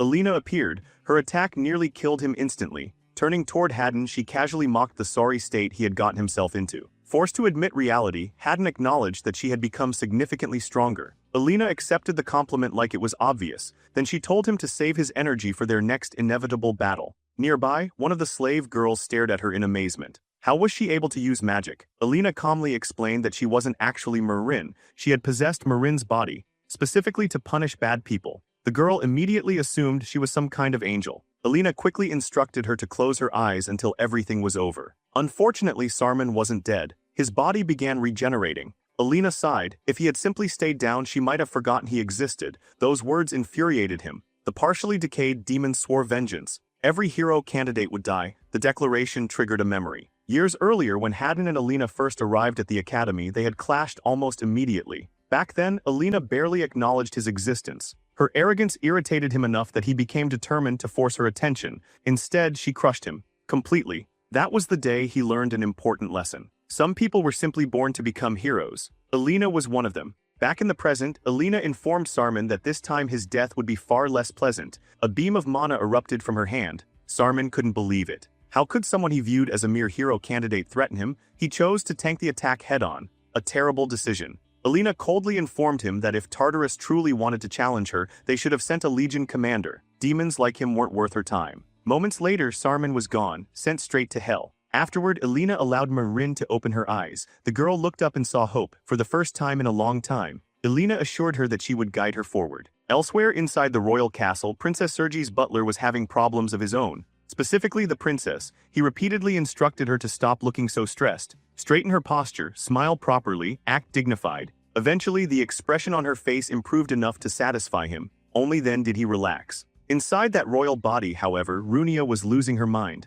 She hated every second of pretending to be a refined noble. Things only got worse when the maids became over-enthusiastic. To them, the princess wasn't a person. She was a dress-up doll. Runia spent hours enduring endless preparation for the celebration. Honestly, waking up inside a noble's body had already been surprising. Waking up as a princess was even crazier. Elves weren't even supposed to have monarchies like this. That fact alone suggested she was much farther in the past than expected. Soon afterward, her butler informed her that she would privately meet King Ergen before the festivities began. The meeting would take place within the audience chamber, the very heart of Varharun, a sacred structure carved directly into the world tree itself. Only honored guests were permitted entry. Naturally, the butler reminded her to behave. Repeatedly. As they traveled through the halls, he continued criticizing every tiny flaw in her conduct. Runia quickly realized that Siren's standards were merciful compared to this nightmare. Even so, she continued playing her role while quietly searching for clues about the hero world. Then everything changed. The audience chamber doors opened. An overwhelming pressure burst outward. The moment it touched her, Runia's instincts screamed. Something was wrong, terribly wrong. She tried identifying the source. Failed. The sensation was beyond description. A monstrous face with crimson eyes flashed through her mind. For an instant, she froze in terror. Only her butler's voice pulled her back to reality. The pressure vanished. Everything appeared normal again. Unsure whether she was losing her mind, Runia continued walking toward the throne. Jewels decorated every surface. The brilliance was almost blinding. From atop the throne, the king greeted his daughter with an unsettling smile. Runia carefully played her role and congratulated him on another birthday. The king noticed her discomfort immediately. He gently asked whether something had troubled her journey. Maintaining the act, she replied that the maids had treated her wonderfully. Then she looked up. A mistake, reality twisted, the world distorted. The king's words vanished. She couldn't hear anything anymore. Cold sweat poured down her body. Towering above the throne, she saw it. A gigantic creature, watching, waiting, and then realization struck. This wasn't the first time she had seen that thing.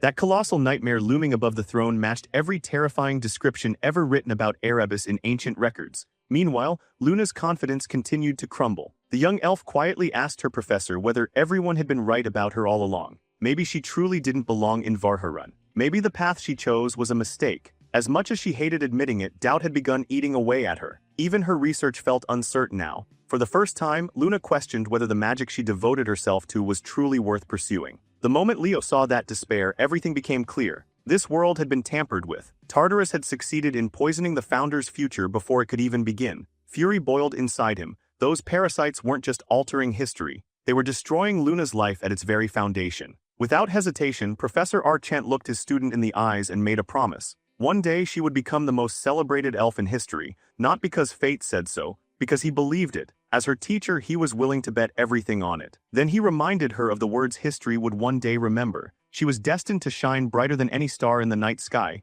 For a moment, Luna could only stare at him, speechless. Then confidence returned to her face. Almost immediately, she began proudly declaring herself a sparkling star, and honestly, she sounded completely convinced. Satisfied, Leo invited her to accompany him to King Ergen's birthday celebration. That solved two problems at once. Luna would get closer to the king, and he would get closer to whoever from Tartarus was hiding in the shadows. Inside the celebration hall, Runia was suffering. Being treated like royalty sounded fun in theory. In reality, every noble wanted her attention. Every conversation felt exhausting. Meanwhile, the memory of the monstrous presence she sensed inside the audience chamber continued haunting her. What disturbed her most was the fact that nobody else seemed aware of it. As she wrestled with those thoughts, a timid voice greeted her from behind. The instant she heard Luna speak, everything changed. Turning around, Runia felt hope replace her fear. Of course, this was Luna's world. How had she not realized it sooner? After introductions were exchanged, the two girls quickly became friends. Unfortunately, someone watching from afar wasn't pleased. A Tartarus operative possessing the vice principal's body narrowed his eyes in irritation. Luna wasn't supposed to be here. Her name had never appeared on the guest list. Before he could think further, Leo appeared behind him. The professor calmly remarked that no matter the era, sewer rats always carried the same smell. The demon attempted to play innocent. Leo wasn't buying it. He swore that every last one of them would pay for tampering with a hero world. The vice principal laughed, arrogantly. In this corrupted city, nobody held more influence than he did. What exactly could someone trapped inside a professor's body accomplish? As he walked away, he encouraged them to enjoy watching their precious hero world collapse. Leo wanted nothing more than to separate that man's head from his shoulders. Unfortunately, too many eyes were watching, especially Luna's. Moments later, the cheerful elf excitedly informed him that the princess had completely changed. The old princess treated her like dirt. The current one spoke to her like a friend. Hearing that, Leo immediately realized something important. He had found another ally. Not long afterward, he approached Princess Serja while she was alone. Bowing respectfully, he casually slipped a question into the conversation. Did she happen to know anything about a place called Lumarin? Runia instantly recognized him. Professor Archent was Leo. Leo couldn't help smiling. Having Runia inside the princess's body would make things significantly easier. Suddenly, a loud announcement echoed throughout the hall. The king had arrived. Every noble immediately transformed into a professional bootlicker. Birthday wishes flew in from every direction. Compliments flooded the room. Meanwhile, Luna quietly excused herself. Leo decided to leave as well. King Ergen made his rounds through the gathering, greeting guests and encouraging everyone to enjoy the festivities. As they moved through the crowd, Leo teased Luna about how nervous she looked. She immediately defended herself. This was her best opportunity to secure royal sponsorship. Of course she was nervous. Then a red-haired woman suddenly appeared and hooked her arm around Leo's. She invited him to dance. Recognizing Runia immediately, Leo accepted. Poor Luna could only watch in complete confusion. As they danced, Runia quietly confirmed his identity and asked what he had learned. Leo explained that they were currently inside Luna's world long before the Age of Calamity. Runia admitted she had already suspected as much. What she really wanted to know was the condition for clearing this hero world. Leo shared his biggest discovery. In the future, Luna would create star magic. Yet in this era, it didn't exist. That meant something had gone terribly wrong. On top of that, Tartarus had almost certainly infiltrated this world. There was a strong possibility that some of those agents were attending this very party. Runia looked shocked. Was he talking about Tartarus from the past? Leo shook his head. These invaders weren't natives of this era. They had broken into the hero world from outside. Remembering the horrifying presence she sensed earlier, Runia agreed that it made sense. Then she casually dropped a far bigger problem. Erebus was here too. Back at the dungeon, Alina was having significantly less patience. A snap of her fingers unleashed a gigantic lightning spell across the battlefield. The fight had become boring. Everyone kept surviving. Nobody interesting was dying. She demanded that Haddon hurry up and clean up the remaining trash. The elf responded with a devastating sword strike that shredded demons effortlessly. Even then, Alina remained dissatisfied. Why couldn't they just go all out? Haddon reminded her that civilians lived nearby. Alina glanced around and bluntly remarked that the place already looked like a dump. A familiar voice suddenly interrupted them. Someone loudly declared that Alina was a hypocrite pretending to be a hero. Instantly, her mood improved. Apparently, a cockroach had crawled out of the sewer. The demon girl mocked Alina and promised everyone present would soon die. Alina fired back without missing a beat. Cockroaches were disgusting. Still, bugs had never been particularly good at killing humans. Venner responded by proclaiming that only human blood would be spilled today. Their lord was finally awakening. That immediately caught Alina's attention. By lord, did she mean Erebus? The demon reacted as though Alina had committed blasphemy. How dare she speak that sacred name with her filthy mouth? Naturally, Alina doubled down. She proudly informed Venner that she brushed her teeth 3 times a day. Not everyone smelled like a corpse abandoned on the roadside. Then she wondered aloud whether the foul odor came from the demon herself or the surrounding bodies. Maybe both. That finally broke Venner. Screaming with rage, she vowed to rip every human apart. Massive tentacles erupted across the sky and surged toward Alina. Haddon immediately erected a defensive barrier and checked on the nearby slave girl. The girl was recovering, until she saw the rubble. Her expression immediately turned to horror. She screamed Alina's name. Venner laughed. Apparently the mighty Alina had accomplished absolutely nothing. Proudly introducing herself as Venner the Bone Eater, she boasted about slaughtering hero candidates for over a century. The terrified girl looked seconds away from fainting. Haddon remained calm. Everything was fine. Venner continued mocking the girl for worrying about Alina. The elf casually replied that the demon should probably be worrying about herself. After all, if Alina died that easily, she was never worth surpassing. Suddenly, pink light began shining from beneath the rubble. An explosion rocked the battlefield. Venner stared at the aura. Something about it felt familiar. Then realization struck. Alina Gyron. Unfortunately for her, the revelation arrived 1 second too late. Her head abruptly lost contact with the rest of her body, like somebody had unplugged reality itself. As Venner's head rolled across the ground, Alina casually announced her victory. The slave girl stared in complete disbelief. Then Venner started laughing like an absolute lunatic. She claimed she could hear a voice speaking inside her mind. Moments later, her body regenerated. The 2 upperclassmen exchanged serious looks. There was little doubt now, the voice belonged to Erebus. Staring at the monstrous serpent-like form before them, Haddon quietly concluded that this situation had evolved far beyond a simple hero world objective. Meanwhile, back at the celebration, Leo demanded confirmation. Was Runia absolutely certain about Erebus' presence? She nodded. Even without seeing him before, she instantly recognized the overwhelming terror he radiated. Then her eyes widened. Leo needed to look at himself. Confused, he glanced down. His original body had returned. The disguise was gone. Runia noticed her own transformation as well. Her hair was gradually returning to its natural red color. Neither of them understood what was happening. Then the answer arrived. Dark flames flooded the sky. Leo recognized them instantly. The flames of Erebus. Panic exploded throughout the celebration. The elves demanded answers. Who were these intruders? What had they done to the princess? Leo clicked his tongue. Things were spiraling out of control far too quickly. Runia asked what they were supposed to do now. Nearby, the long-haired elf from earlier began accusing them of infiltrating the gathering. And in that moment, everything finally made sense. This wasn't just a crisis. The hero world itself was collapsing, along with Luna's memories. Just as Leo was trying to figure out how to untangle the chaos unfolding around him, Luna suddenly stepped forward and demanded answers. She wanted to know who he truly was, and more importantly, what had happened to Professor Archent. At that moment, Leo came to a realization. Clearing the hero world wasn't the priority anymore. His gaze fell to the glowing mark on his hand. There was only one path left. Erebus had to be stopped. A brilliant flash illuminated the area. Holding folium firmly in his hands, Leo turned toward Luna and told her the truth. The world needed saving, and he couldn't do it without her. Confused but trusting him nonetheless, Luna accepted the staff. The moment her fingers wrapped around it, she froze. She was holding folium, the sacred treasure itself. She couldn't understand why the relic was responding to her. The strange human standing before her should have felt like an enemy, yet for some reason his presence felt familiar. Not from days, not from years, from lifetimes. As those emotions swirled inside her, Leo asked for her help once more. After a brief silence, Luna tightened her grip on the staff and agreed. Around them, the nobles erupted into outrage. Why was that outcast touching their holy relic? Meanwhile, the demon observing the scene nearly broke into a cold sweat. Never in his calculations had Luna chosen Leo's side. Still, he quickly reassured himself. It didn't matter. Erebus would destroy this world anyway. Runia wisely chose not to interrupt. But the second she processed their actual plan, her brain almost short-circuited. These two intended to fight Erebus. Had they completely lost their minds? Leo calmly told her to relax. The Erebus in this world wasn't the real thing. It was a discount version, a fragment. That explanation caught Runia off guard. Leo elaborated further. The true Erebus radiated such overwhelming aura that most people would collapse simply by standing nearby. Compared to that monster, the one before them was merely a tiny piece that hadn't fully revived. If that was true, then victory might actually be possible. Runia suddenly realized something. They hadn't even introduced themselves properly. The moment Leo opened his mouth, she cut him off entirely and began fangirling at maximum speed. Meeting the progenitor herself was an unbelievable honor. Luna blinked. Was she really that important? Runia immediately assured her she absolutely was. The praise hit Luna like a buff spell. Within seconds, she was proudly carrying herself with enough confidence to rival royalty. Watching Runia gush endlessly over her reminded Leo of another overly enthusiastic fan he once knew.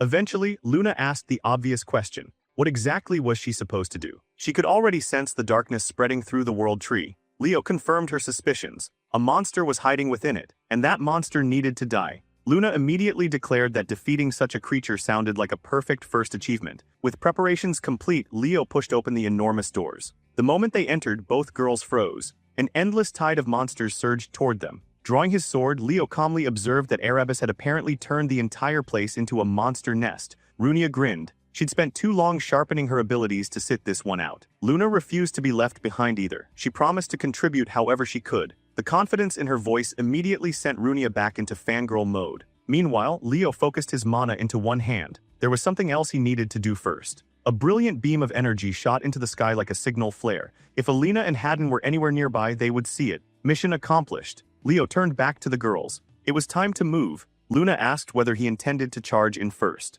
Before he could answer, she activated support magic and enhanced him herself. The moment her spell settled over him, Leo paused. It had been so long. Fighting alongside Luna again felt strangely nostalgic. The monsters finally lost their patience and rushed forward. Leo exploded into motion. Blades flashed, bodies fell. The battlefield quickly turned into a slaughterhouse. He carved through monsters so fast it looked less like swordsmanship and more like a very violent game of fruit slicing. Luna stared in fascination. Runia looked equally stunned. Leo had somehow become even stronger than before. Refusing to be overshadowed, Runia activated her own perfected magic. Crimson flames erupted around her body. Towering pillars of fire surged into the sky before crashing into the enemy ranks. The battlefield transformed into a giant barbecue pit. Seeing the others show off only motivated Luna further. She refused to be dead weight. Runia eagerly waited to witness some legendary spell worthy of the progenitor. Instead, Luna summoned a tiny basic fireball. For a moment, confusion filled the air. Then Luna smirked. A multiplication spell activated.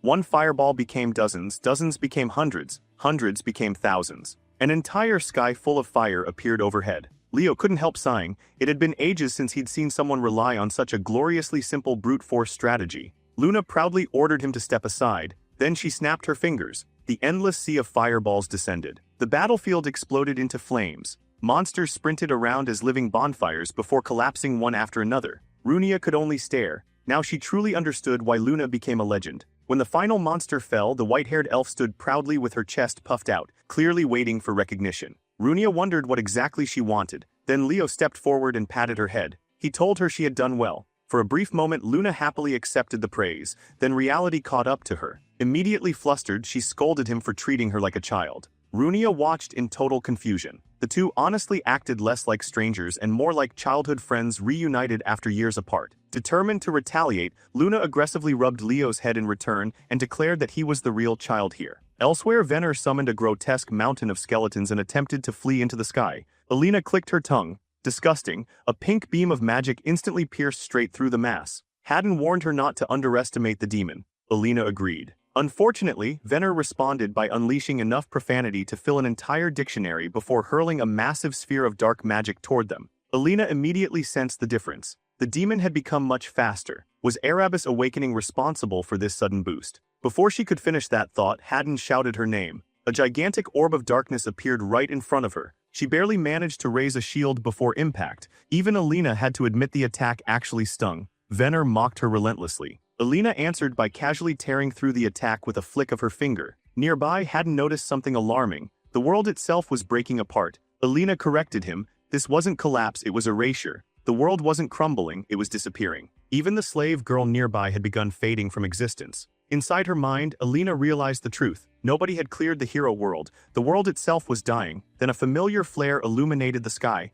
Leo's signal. Alina recognized it instantly. Before she could move, Haddon placed a hand on her shoulder. He told her to go. He would handle things here. She questioned whether he could manage alone now that the demon had become stronger. Meanwhile, Venner was busy screaming at her own subordinates for failing such a simple task. Haddon calmly repeated himself. He could handle it. Satisfied, Alina finally agreed and took off. The moment Venner noticed the pink streak disappearing into the distance, she lost her mind. She immediately prepared another attack. Unfortunately for her, she never got the chance to release it. Her vision suddenly tilted. The next thing she knew, her body had been sliced perfectly in half, like a giant candy bar. Haddon gave her a look overflowing with disrespect. Where exactly did she think she was going? For now, she belonged to him. Back at the castle, Leo cut down another monster while asking where the audience chamber was located. Luna blasted enemies apart with endless fireballs while shouting directions. That way, the group sprinted through the corridors. Somewhere during the run, Runia began wheezing and wondered when exactly Leo had transformed into the world's fastest man.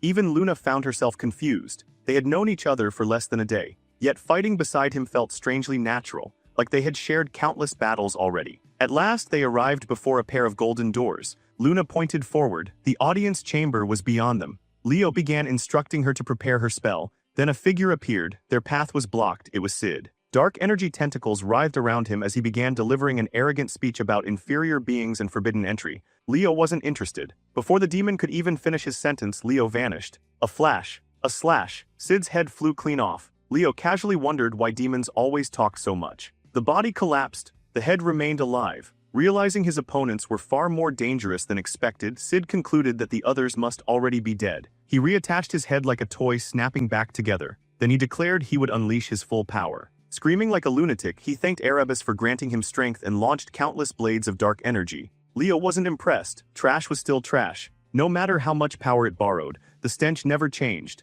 And before the battle truly began, he promised the demon one thing. By the time this was over, there wouldn't be enough left of him to even become ashes.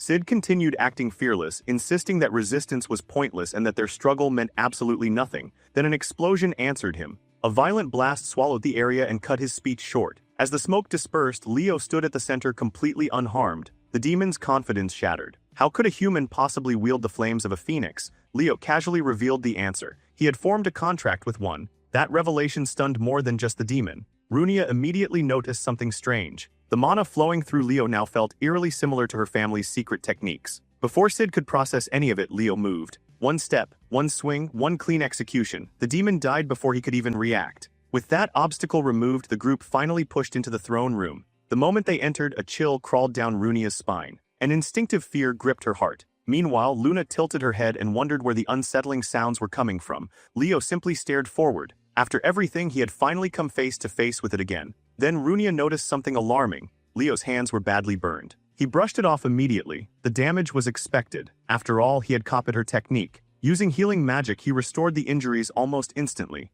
Luna could only stare in disbelief. If that overwhelming power was merely an imitation, then what did the original look like? Unlike everyone else, Luna confidently stepped forward. Pointing at the grotesque monster ahead, she casually asked whether this was the creature everyone had been talking about. While the others were still assessing the situation, Luna already reached a conclusion. The solution was simple: destroy it. Countless radiant magic circles appeared around her. Runia desperately tried to stop her. Charging in blindly against something like this was a terrible idea. Luna ignored every warning. With a snap of her fingers, she unleashed hell. A catastrophic explosion consumed the throne room. Runia stood frozen in shock. Luna proudly declared the attack no big deal. Then her confidence evaporated. Erebus remained completely unharmed, not even a scratch. Immediately rolling up her sleeves, Luna prepared to settle things personally. Fortunately, Runia grabbed her before she could launch herself into disaster. Deep down, the redhead felt her entire worldview collapsing. Her legendary idol wasn't behaving like a wise ancient hero. She was acting like an aggressive teenage gremlin.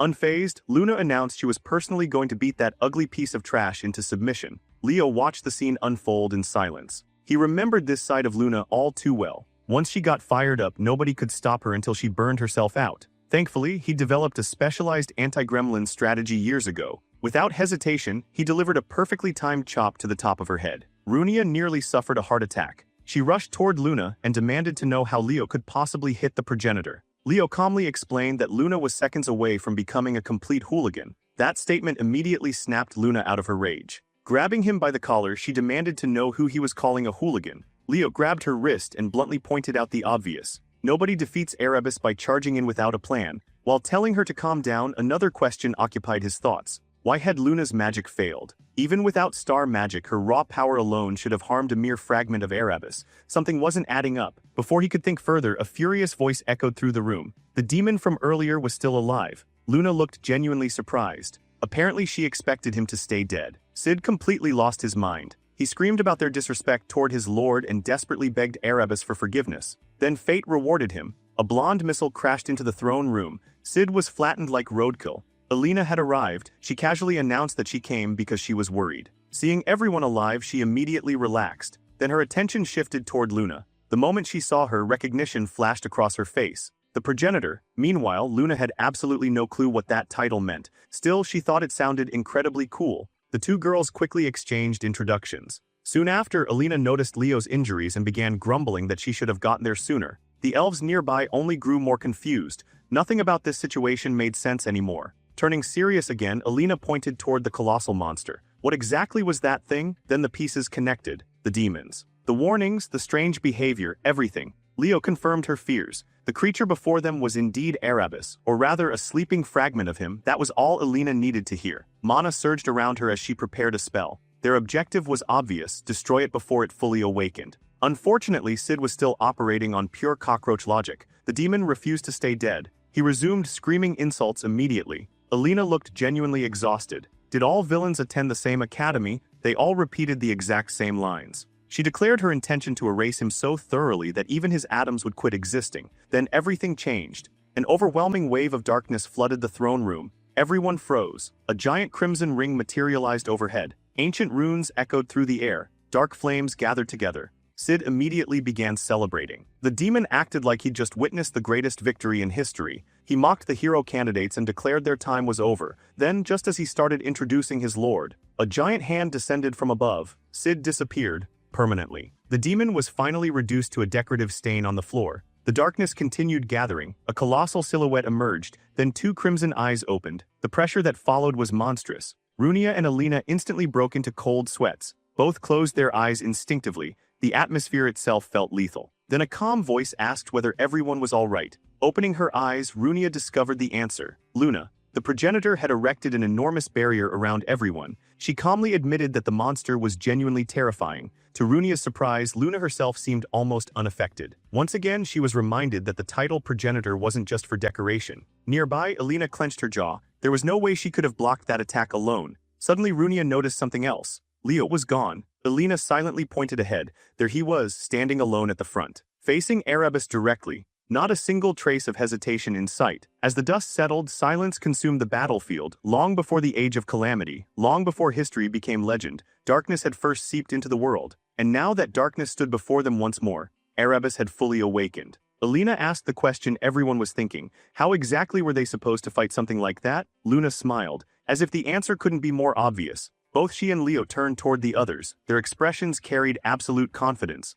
The plan was simple: defeat the monster standing before them. Alina blinked. For some reason, the feeling was familiar. Then she finally understood. This was exactly what the first years must have felt during the Gigants tournament, watching someone completely absurd step onto the battlefield. Absent-mindedly twirling a strand of hair, she admitted that admiration wasn't such a bad feeling after all. At that exact moment, another figure dropped from the sky. Hadn't arrived. One look at Erebus nearly caused his soul to leave his body. He demanded to know what kind of nightmare they were fighting. Alina casually answered, Erebus. The poor elf nearly short-circuited on the spot. Then Luna noticed they had somehow acquired another ally. Unfortunately for Haddon, his brain encountered a second fatal error. The progenitor was standing right there. Before he could begin an entire fanboy speech, Alina shut him down. There would be time for that later. First, they needed a strategy. Everyone turned toward Leo. He immediately assigned roles. He and Luna would handle the front line. Haddon would focus on defense and protect the support group. Alina and Runia would remain in the rear and assist whenever opportunities appeared.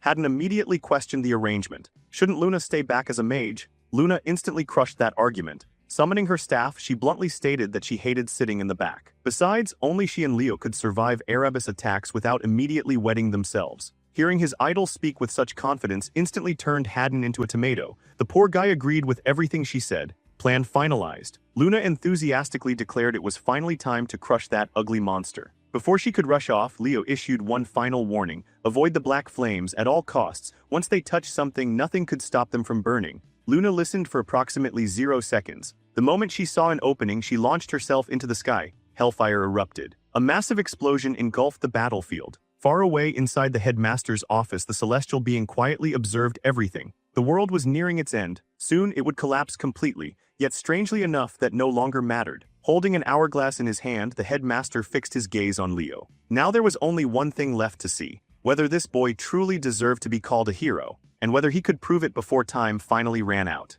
The black flames of Erebus surged across the battlefield, reducing everything in their path to nothingness. Those cursed flames had terrified countless generations because they could never be extinguished. Anything formed from mana was destined to burn away before them. For ages, no one had ever found a way to oppose those immortal black flames until Kyle appeared. At that moment, Lysanus' voice echoed inside Leo's mind. She reminded Kyle that his mana was the natural enemy of Erebus itself. Confused, Kyle questioned how that could possibly be true. Lysanus calmly explained that while his gray mana appeared to be ordinary non-attribute mana, appearances were deceiving. Kyle immediately argued that it truly was non-attribute mana. Aside from allowing him to become an all-class user, he saw nothing remarkable about it. Compared to powers possessed by legendary figures like her, it seemed completely ordinary. Lysanus simply laughed and disagreed. She explained that his mana differed from all others because it was purer than any mana in existence. The unfamiliar term caught Kyle's attention. When he asked what purity meant, she explained that purity meant infinite potential, the ability to become anything. That was precisely why he could function as an all-class user. His mana could transform into any possibility imaginable, but there was another way to understand it as well. Meanwhile, Leo shot forward across the battlefield. As he moved, Lysanus' words finally clicked into place. She explained that if his mana could become anything, then it was also untouched by anything, even the immortal power of Erebus itself. A brilliant light erupted from Leo's body. Fixing a burning glare on Erebus, he listened as Lysanus delivered the final answer. This was exactly why he stood as Erebus' natural enemy. Moments later, dozens of radiant magical beams blasted toward Erebus. Luna watched in shock as the impossible happened. The immortal black flames simply vanished. Even Alina found herself staring in disbelief, wondering what kind of magic could produce such a result. Silently, Leo thanked Luna. This was the unique magic she had created specifically for him. Looking directly at Erebus, he wondered how the monster liked the feeling. That same magic had saved his life countless times during the final war. It had even delivered a fatal wound to Erebus himself. Without hesitation, Leo called for Luna to attack. Dozens of magic circles unfolded around her. Erebus stared silently as brilliant light engulfed her body. Yet when the attack landed, the monster remained completely unharmed. Leo immediately realized something was wrong. Why wasn't Luna's magic working? After a moment of thought, he arrived at a troubling possibility. Luna was a being created within the hero world itself. The more he considered it, the more likely that explanation seemed. Luna muttered in frustration that even this wasn't enough. Leo continued piecing things together. Erebus was also an outsider to this world, just like them. If Luna's attacks truly couldn't affect him, then their situation was far worse than expected. The only solution was obvious. To wound Erebus, Luna's flames needed to burn even hotter. Luna silently cursed the setback. Then flames erupted violently from her body. Standing nearby, Alina wrapped an arm around Runia and immediately recognized the power she was witnessing. These were flames reminiscent of the Lundia family. Alarmed, Runia warned her to stay back because the flames were dangerous. Alina simply smiled. The scent reminded her of a wild, untamed fire. Confused, Runia demanded an explanation. Leaning closer, Alina quietly remarked that Runia was far more dangerous than she looked. At that moment, Runia sensed an unfamiliar magical power and suddenly understood what Alina was doing. Sacrifice. Placing a hand on her shoulder, Alina confirmed her suspicion. It was sacrifice, a hero magic inherited from the elven Saint Menamel, the ultimate healing art. The caster took another person's injuries onto themselves. Alina explained that Runia currently possessed the greatest offensive power on the battlefield. Luna's flames resembled those of a phoenix growing stronger the more intensely they burned. However, she reminded her of one important difference. An elf was not a phoenix. She could not burn forever. The limit would arrive the moment her body could no longer withstand the strain. Alina asked if she understood. Tears welled in Runia's eyes. She couldn't bear the thought of Alina suffering because of her. Alina gently reassured her. A third-year representative wasn't so weak that she needed a first-year worrying about her. She encouraged Runia to burn brighter than ever and prove herself as Luna Ilindoa. If she held back now, she would only regret it later. Those words reignited her determination. The flames surrounding Runia blazed even hotter. Standing behind her, Alina couldn't help admitting to herself that Sune Academy truly produced terrifying monsters. At that exact moment, Erebus launched another devastating attack. Haddon immediately began chanting. The winds answered his call. Brilliant light wrapped around his sword as he charged directly into the incoming attack. A massive explosion followed. When the dust settled, Haddon landed dramatically with the blast raging behind him. Yet inwardly he grimaced. This truly was the legendary Great Calamity. He knew he wouldn't be able to block another attack like that. Leo immediately turned to Luna. Calling her attention, he asked whether she could push Runia's spell even further. Luna hesitated before admitting that she probably could. Behind them, Runia and Alina continued burning through immense amounts of power. Luna stared at Leo in disbelief. He was asking her to seize control of a high-level spell cast by another mage and strengthen it further. That wasn't merely difficult, it bordered on impossible. She explained that stealing control of another caster's magic required an overwhelming difference in skill. The more complex the spell formula became, the more impossible it was to take control. Leo simply told her to do it anyway. Stunned, Luna asked what exactly he meant by that. With complete sincerity, Leo smiled and told her the truth. She was a genius. Those words hit Luna harder than any attack. Trying to maintain her pride, she quickly agreed. After all, now that she thought about it, perhaps it wasn't completely impossible. Leo couldn't help smirking. She really was simple. Offended, Luna demanded to know what he had just said. Ignoring her complaint, Leo simply told her he was counting on her. Rising into the air, Luna faced Erebus directly. Magical light sparkled from her staff as she analyzed the spell before her. To her shock, the formula felt strangely familiar. The more she examined it, the more she realized it resembled the very magic she had spent her life researching. A realization began forming. Before she could finish the thought, Erebus slashed toward her. Hadden immediately shouted a warning. Then Luna's voice echoed across the battlefield. This time she declared nothing would be taken from her again. Erebus' claws stopped short. They couldn't touch her. Turning toward Leo, Luna smiled faintly. The next moment, a brilliant radiance descended upon Erebus. A new system quest appeared before Leo. Help Luna, the progenitor of the nebula, and complete star magic. Then the impossible happened. A system notification flashed across the battlefield. Luna, progenitor of the nebula, had completed star magic. The battlefield fell silent. Radiant light poured from Luna's body as she shone like a living star. Looking toward Lucina, Luna confidently asked whether she truly looked like someone who would die from something like this. A small smile appeared on Lucina's face as she calmly assured her that she absolutely wouldn't. The system notification appeared once more. Luna had completed star magic. The entire battlefield glowed beneath her radiance. Erebus' body began crystallizing, then it started breaking apart. White light engulfed Leo as Luna's voice echoed through the chaos. Control of the sacred flames now belonged to them. Alina grabbed Luna's shoulder in amazement. This was the mana of the progenitor of the nebula herself. Guiding the flames, Luna confidently declared the end of the accursed shadow. Erebus stared directly at her. Then the massive flames swallowed him whole. The monster writhed in agony as Hadden and the others watched without blinking. Leo observed silently from nearby. Erebus' eyes dissolved first. Luna never lost her smile. Seconds later, the rest of his body shattered completely. One fragment drifted through the air. Luna caught it in her hand and stared at it in disbelief. It was finally over. Alina immediately wrapped her arms around Luna from behind and admitted how relieved she was. They had actually defeated Erebus. Honestly, she had expected everything to smell burned by now. Startled, Luna squeaked in surprise. Alina only smiled mischievously and leaned closer. Strangely enough, Luna still smelled fresh. Flustered beyond belief, Luna demanded to know what she was doing. Alina shamelessly continued teasing her. She admitted she liked her and found her reactions adorable. Maybe she should just kidnap her and bring her back to Loomer. Meanwhile, Luna finally exploded with excitement. Like an overjoyed child, she celebrated their victory. They had defeated the monster. She had completed the magic she had devoted her life to creating. She even admitted that she had always assumed elves were overly stiff and serious, but apparently there were exceptions. Approaching Alina, Luna sincerely thanked her from the bottom of her heart.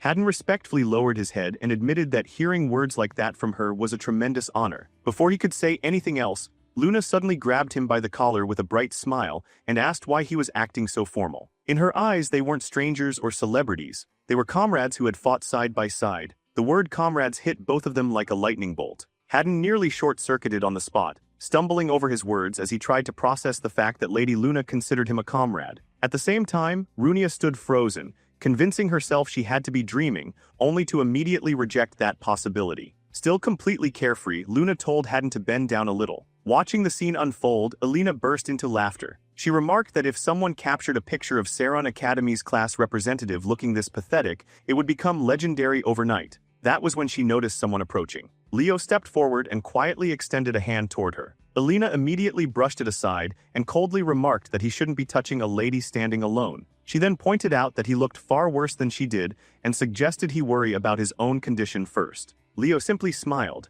Being injured had long since become normal for him. Suddenly, Luna excitedly announced that she had moved one step closer to completing her ultimate spell. Alina immediately raised an eyebrow and asked what exactly this so-called ultimate spell was supposed to be. Luna shoved everyone aside dramatically and proudly declared that they should prepare to be amazed. Everyone braced themselves. Then Luna revealed her masterpiece, a spell that made flowers bloom. The answer left the entire group speechless. For several seconds, nobody knew what to say. Eventually, every suspicious gaze slowly turned toward Leo. Ignoring the judgmental looks, Luna placed her hands on her hips and declared that she would be coming with them. Since they were leaving for the outside world, she expected them to take her along. Leo immediately refused. Luna puffed out her cheeks and demanded an explanation. Placing a hand on her shoulder, Leo gently told her that everyone had their own path to walk. Still frustrated, Luna looked back at him. She was met with a warm smile. Leo assured her that she would eventually meet incredible companions, people who would accomplish extraordinary things alongside her. Most importantly, she would never be alone.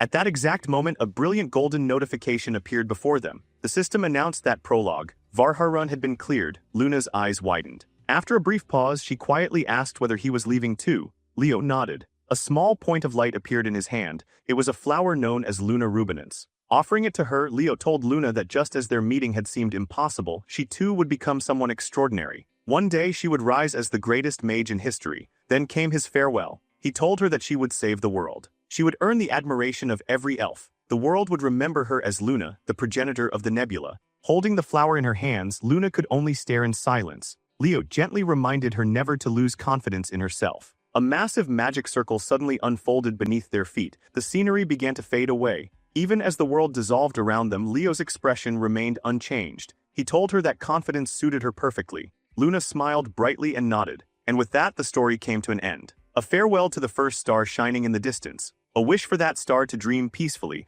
and one final goodbye to a cherished friend. The four challengers quickly returned. Haddon snapped his fingers and summoned a light spell, illuminating the darkness around them. At that moment, a damaged piece of paper drifted through the air. Leo reached out and caught it. Examining it closely, he realized that although it had suffered damage, it was still in far better condition than his own page. Then Luna suddenly gasped. She immediately recognized what he was holding. A folium. Her words instantly drew Haddon's attention. Summoning his staff, Leo calmly confirmed her observation. It was indeed a folium, although it appeared to be little more than an empty shell now. Elena immediately burst out laughing. The irony was unbelievable. The first person in history to obtain a folium as a hero world reward wasn't even an elf. If news of this reached Saron Academy, they would probably start a riot. The moment she finished speaking, Haddon's expression became deadly serious. He immediately informed Leoplov that he should transfer to Saron Academy at once. Unfortunately for him, Leo's story wasn't heading in that direction. Meanwhile, Elena leaned closer to Haddon and repeatedly whispered sarcastic comments into his ear, questioning what kind of scheme he was trying to pull. Haddon fired back that Saron's uniforms were objectively cooler than Lumer's. While the two argued, Leo quietly examined the chamber around them. His light spell illuminated a massive statue. The moment he saw it, he nearly spoke Luna's name aloud. Luna quickly called everyone over and pointed toward another monument. She excitedly explained that it depicted Lord Duino. Haddon immediately began admiring the statues. To him, they represented the greatest heroes in history, each one extraordinary in their own right. But Elena's attention had wandered elsewhere. As she stared at one particular statue, her eyes widened. It was impossible. The figure looked exactly like Kyle. Excitement immediately filled her voice as she questioned whether the legendary human hero had truly existed. She called Leo over to look. Someone asked what had captured his attention. Quietly reading the inscription carved into the monument, Leo discovered the answer. The memorial had been dedicated to Duino, Luna, Aaron, Lysinus, and Kyle. Haddon and Runia quickly gathered around. Both stared at Kyle's statue in amazement. The hero of the beginning had been real all along. Meanwhile, Leo reflected silently. This was Hero Square, a monument built by the people of Gardsron to honor the heroes who had saved them. Then another realization struck him. His gaze shifted toward the trembling underground chamber surrounding them. Perhaps the hero dungeon itself had been protecting Gardsron this entire time. Before he could think further, someone suddenly shouted. There was a warp gate nearby. The moment those words were spoken, the teleportation gate activated and filled the area with radiant light. Elena immediately urged Leo to hurry, but Leo remained standing before the statues. Determination flashed through his eyes. Then brilliant light swallowed everything. After an unknown amount of time passed, sunlight reflected across a shimmering surface. A familiar voice asked whether he was finally awake. Recognizing the speaker immediately, Leo greeted Principal Aelin. The principal advised him to remain lying down. Even though Leo had only been struck by a fragment of Erebus flame flower, surviving at all was nothing short of a miracle. As always, Leo continued finding new ways to surprise him. Leo humbly replied that the credit belonged to his teammates. While they spoke, Aelin produced a newspaper. According to the headlines, Leo's discoveries had become international news. Most notably, the revelations concerning the surviving hero, Kyle. The principal showed him an artist's reconstruction based on witness accounts. Then he asked a question he had clearly been holding back. Did Leo have some connection to the hero of the beginning? Leo asked what kind of connection he meant. Aelin explained that for centuries, scholars had dismissed claims that Kyle was an all-class user. Most considered the idea little more than a myth. Yet Loomer Academy's top first-year student just happened to possess the exact same ability. While Leo's swordsmanship could be explained through the Zinger bloodline, his overwhelming talent in magic and summoning could not. The coincidence was becoming difficult to ignore. Finally, Aelin asked the question directly. Had Leo ever cleared Kyle's hero world? Leo immediately denied it. With a helpless sigh, Aelin asked whether he was seriously claiming to have simply been born as an all-class. Leo answered without hesitation. Yes. At the same time, he silently reflected on the situation. Tartarus was likely watching him already. There was no reason to attract additional attention. The truth could wait until he recovered more of his former strength. Still unconvinced, Aelin pointed out that Leo had always shown an unusual interest in Kyle. He had even heard rumors about Leo wanting to create a research club dedicated entirely to studying the hero of the beginning. Leo calmly explained that the answer was obvious. Kyle was the only known all-class user in recorded history. Of course he would be interested. Satisfied at last, Aelin nodded. His question had been answered. Before leaving, he advised Leo to get some rest. Then he extended the exact same advice toward Alina Gyron. From the neighboring bed, Alina cheerfully responded that she understood. The moment Aelin left, she turned toward Leo. With a playful smile, she asked again whether he truly had no connection to Kyle. Leo repeated the same answer. None whatsoever. Alina smirked. She wasn't buying it. Curious, Leo asked what made her so certain. In response, Alina casually brushed her hair aside and poked his forehead several times. Then she declared that it was simply a woman's intuition. If he didn't want to talk about it, she wouldn't force him. Instead, she reminded him of something far more important. Once before, he had said he wanted a favor from her. Now she wanted to know what it was. Rather than answering immediately, Leo asked a simple question. Was she really willing to grant it? Crossing her arms, Alina reluctantly admitted that she was. At this point, she was simply too curious to see where all of this would lead. Leo let out a quiet laugh and remarked that, for once, Alina actually sounded her age. Naturally, she wasn't about to let that slide. With an annoyed snort, Alina shot back that he had absolutely no right to say that when he constantly acted like a retired old man trapped in a teenager's body. Turning his attention toward the window, Leo got straight to the point. He explained that he wanted access to Loomer Academy's forbidden library. More specifically, he needed information regarding the history of hero records. Alina repeated the phrase thoughtfully. The history of hero records. Unlike most requests, this one didn't surprise her at all. She admitted that granting access wasn't something she could decide by herself. Even so, she promised she would do everything possible to make it happen. As she stared at him, one question kept returning to her mind. Who exactly was Leo Plove? After recovering enough to move around again, Leo returned to Loomer Academy. The second he appeared near the entrance, someone spotted him and excitedly announced the arrival of the class representative. Ileana immediately lit up with excitement. She had already heard the rumors that Leo had cleared the world of the progenitor of the nebula.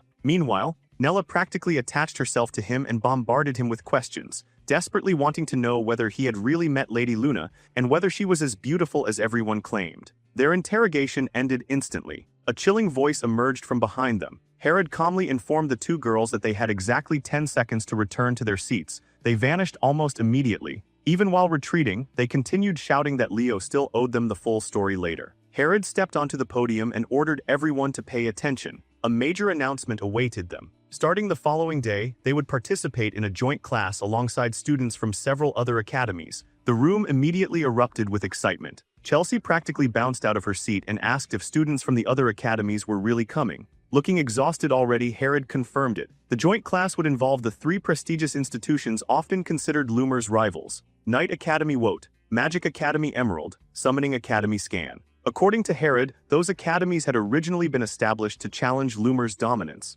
Unfortunately, history hadn't exactly gone their way. Over time, they had earned a less flattering reputation. Rather than replacing Loomer, they had become the school students attended after failing to get accepted into Loomer in the first place. In many cases, they also became the destination for students expelled from Loomer. After class ended, Carl stretched lazily and complained that the entire event felt completely random. Joint classes weren't unusual. Inviting all three academies simultaneously absolutely was. Leo casually suggested a likely explanation. Loomer's reputation had taken a hit after all the chaos during the first semester. This was probably a political move designed to reassure the public that the academy remained as strong as ever. Carl nodded slowly. That actually made a lot of sense. Chelsea quickly agreed. From her perspective, the entire event felt like a giant showcase intended to prove Loomer still sat firmly at the top. Before the conversation could continue, another voice interrupted. Vice Principal Riven called Leo's name. He asked if they could speak privately. Not long afterward, the two arrived at Leia City's famous clock tower.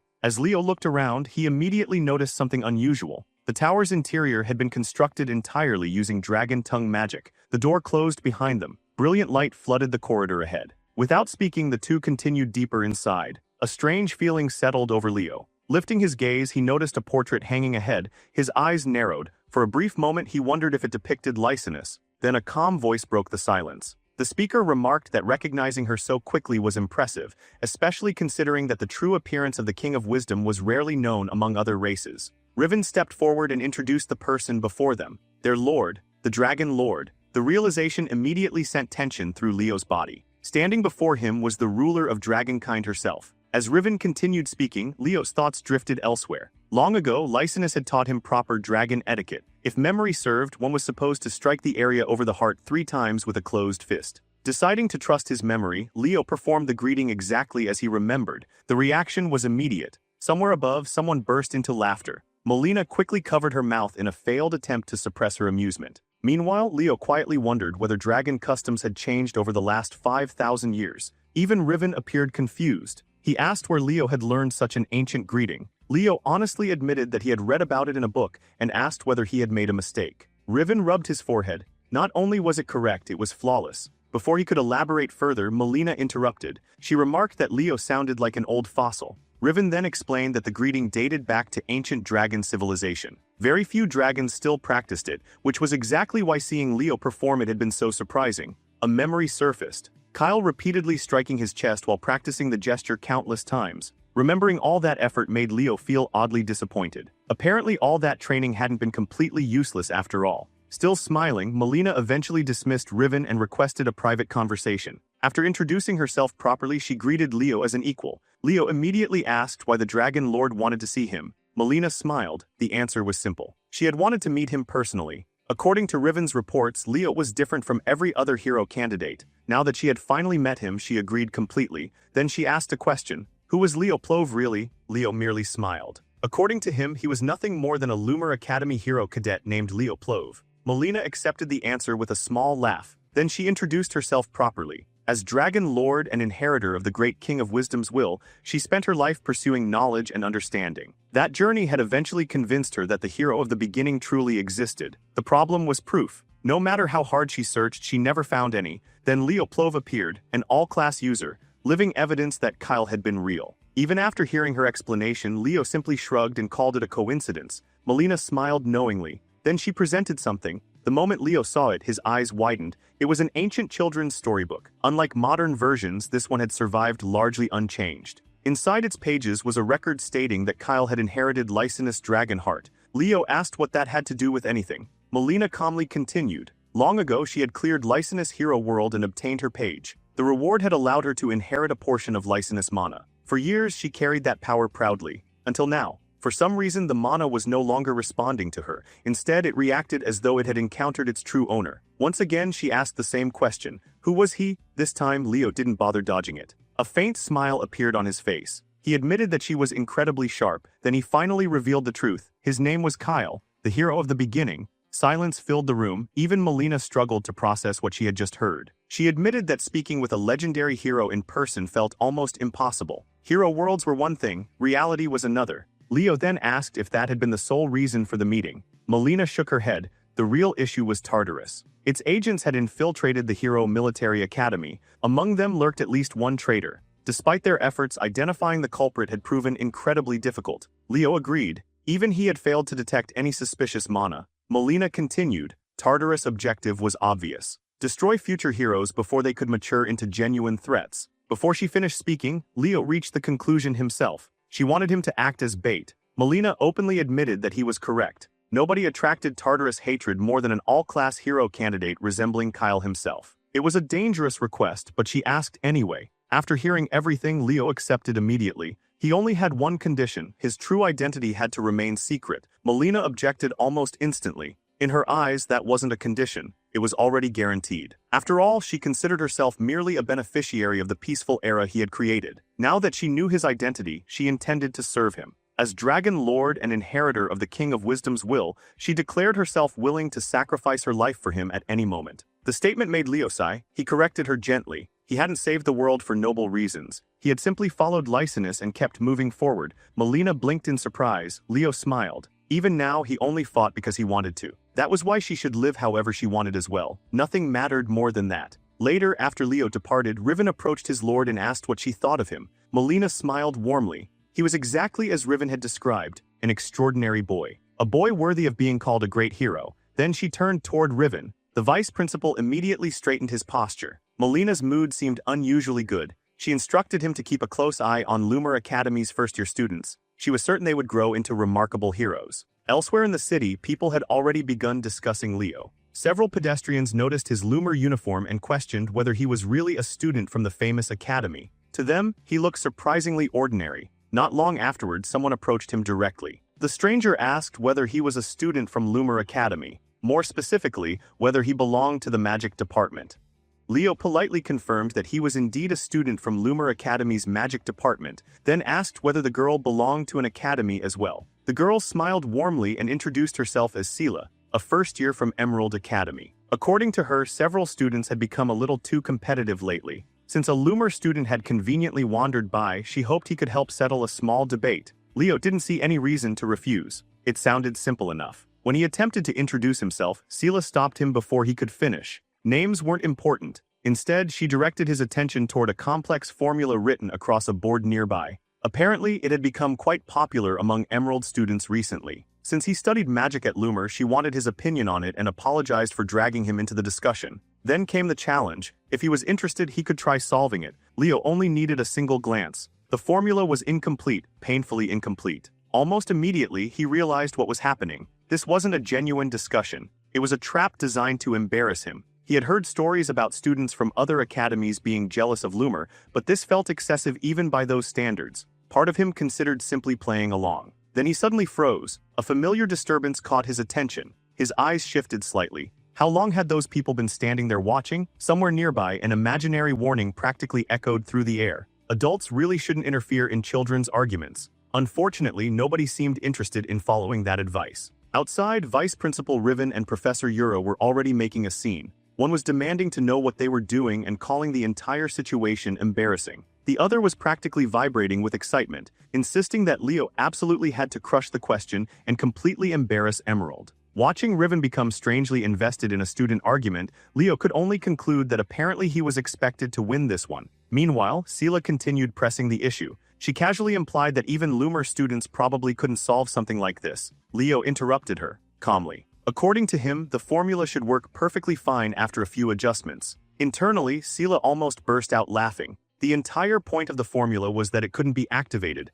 It had been designed that way from the beginning. She patiently waited for him to fail so she and her friends could mock him afterward. Instead, Leo quietly worked through the formula. Several moments later, he finished his corrections and handed the completed interpretation back. He simply told her to take a look. Sela froze. The color drained from her face. The surrounding Emerald students immediately crowded around the board. One after another, their expressions changed from confidence to disbelief. The impossible formula had been completed. Even worse, it actually worked. Listening to their reactions, Leo found himself confused. What exactly did they mean by impossible? Still refusing to surrender, Sela insisted that theoretical completion meant nothing. Actually casting the spell was an entirely different matter. Leo blinked. To him, that wasn't much of a hurdle. Without hesitation, he activated the spell directly in his hand. The magic formation assembled instantly. Within seconds, the completed spell came to life. Sela stared at him in horror. She desperately searched for an explanation. Maybe he had researched this particular spell beforehand. Maybe he already knew the answer.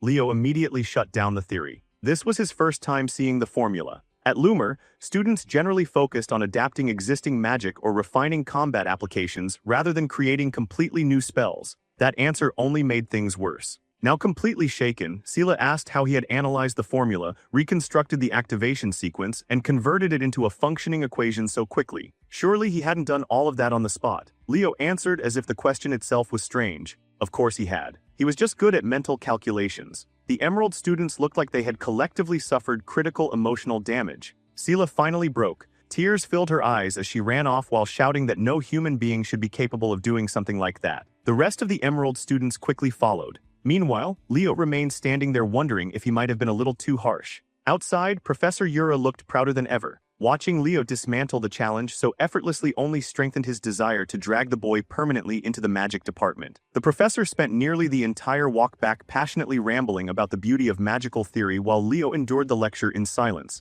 Among the 3 prestigious academies, each specialized in a different field, Icot dominated swordsmanship, Emerald excelled in magic, Scan stood at the pinnacle of summoning. Each academy was respected across the continent, yet for aspiring heroes they all shared one unfortunate reality. They had always existed in Loomer Academy's shadow. Soon afterward, students from all 3 institutions arrived at Loomer. Professor Sejin personally welcomed them. The visitors immediately recognized him. After all, he had mentored countless heroes over the years. The admiration plastered across their faces brought a satisfied smile to the professor. After enjoying the moment, Sejin officially began his speech. He welcomed everyone to the exchange event and explained that they would be attending joint classes alongside Loomer's first-year students. For the next several days, they would experience firsthand what studying at Loomer was actually like. Once the introductions were finished, Leo, as the first-year representative, was assigned the responsibility of guiding the temporary classmates around campus. As classes began, the students slowly started interacting with one another. The atmosphere remained awkward at first, then Carl Thomas entered the room. Immediately, business mode activated. Without wasting a second, he announced that he specialized in fatigue recovery potions. Massive carrying bags appeared around him as though he had prepared for a merchant convention instead of a school event. Carl proudly informed everyone that his products were popular even among upperclassmen. As a special offer for new friends, he was willing to provide a generous discount. The orders started rolling in almost immediately, until someone interrupted. A blonde young man declared that he had seen enough. According to him, he had come to meet Loomer Academy's elite, not some random merchant. The room fell silent. The speaker was Havidon Bryson, Crown Prince of the Bryson Kingdom. Ileana and Chelsea immediately disliked him. The prince calmly stated that he would overlook the matter this once since Carl technically belonged to the academy. The Bryson Kingdom was one of the continent's great powers. Its military strength was legendary, especially its 2 elite knight orders, the Winter Knights and the Snow Knights, whose commanders were both recorded heroes. Carl politely thanked the prince for his consideration. Unfortunately, Havidon wasn't finished. He mocked Carl openly. The prince admitted surprise that someone with such a small mana reserve had managed to remain at Loomer for so long. Personally, he doubted Carl would still be attending by the time next year's freshmen arrived. That was enough. Chelsea stood up immediately. She ordered the prince to watch his mouth and demanded an apology. The prince slowly rose from his seat. Looking directly at her, he questioned why a direct descendant of the Llewellyn family would associate with a commoner. To him, calling someone like Carl a friend was ridiculous. Before the argument could escalate further, another voice entered the conversation. Leo. He casually suggested that the prince test their abilities himself if he was truly dissatisfied. Havidon turned toward him. Leo explained that the prince seemed awfully confident in his assessment of Carl's abilities. If that confidence was genuine, then perhaps he should witness the strength of Loomer students firsthand. The prince immediately refused. There was no chance he would duel a commoner. Instead, he challenged Chelsea. To everyone's surprise, Chelsea hadn't even accepted yet when Leo agreed on her behalf. The sudden acceptance caught her completely off guard. Satisfied, the prince announced that one of his own companions would handle Carl. Only then did Leo notice Carl enthusiastically cheering for Chelsea in the background. Unfortunately, Carl didn't seem to realize that Leo had just signed him up for a duel as well. Before long, curious spectators gathered around the arena. Carl's opponent introduced himself confidently. Liquid Brick, heir to the Brick family. The enormous young man towered over Carl like a mountain. Carl immediately began sweating. This suddenly felt like a terrible idea. Far away from the academy, another conversation unfolded. A shadowy woman approached a group of Tartarus cultists. She commented that they had been attracting far too much attention lately. One of the cultists replied that he was already aware of the problem and asked her to get to the point. More importantly, had she located the target? The woman smiled. According to her, their long and tedious mission was finally nearing completion, deep within the Great Library. At the lowest level of the relic vault, the object they had been searching for all this time was waiting there. The cultist immediately relayed the information to another figure. After hearing the report, the recipient delivered a simple conclusion. It was finally time to move.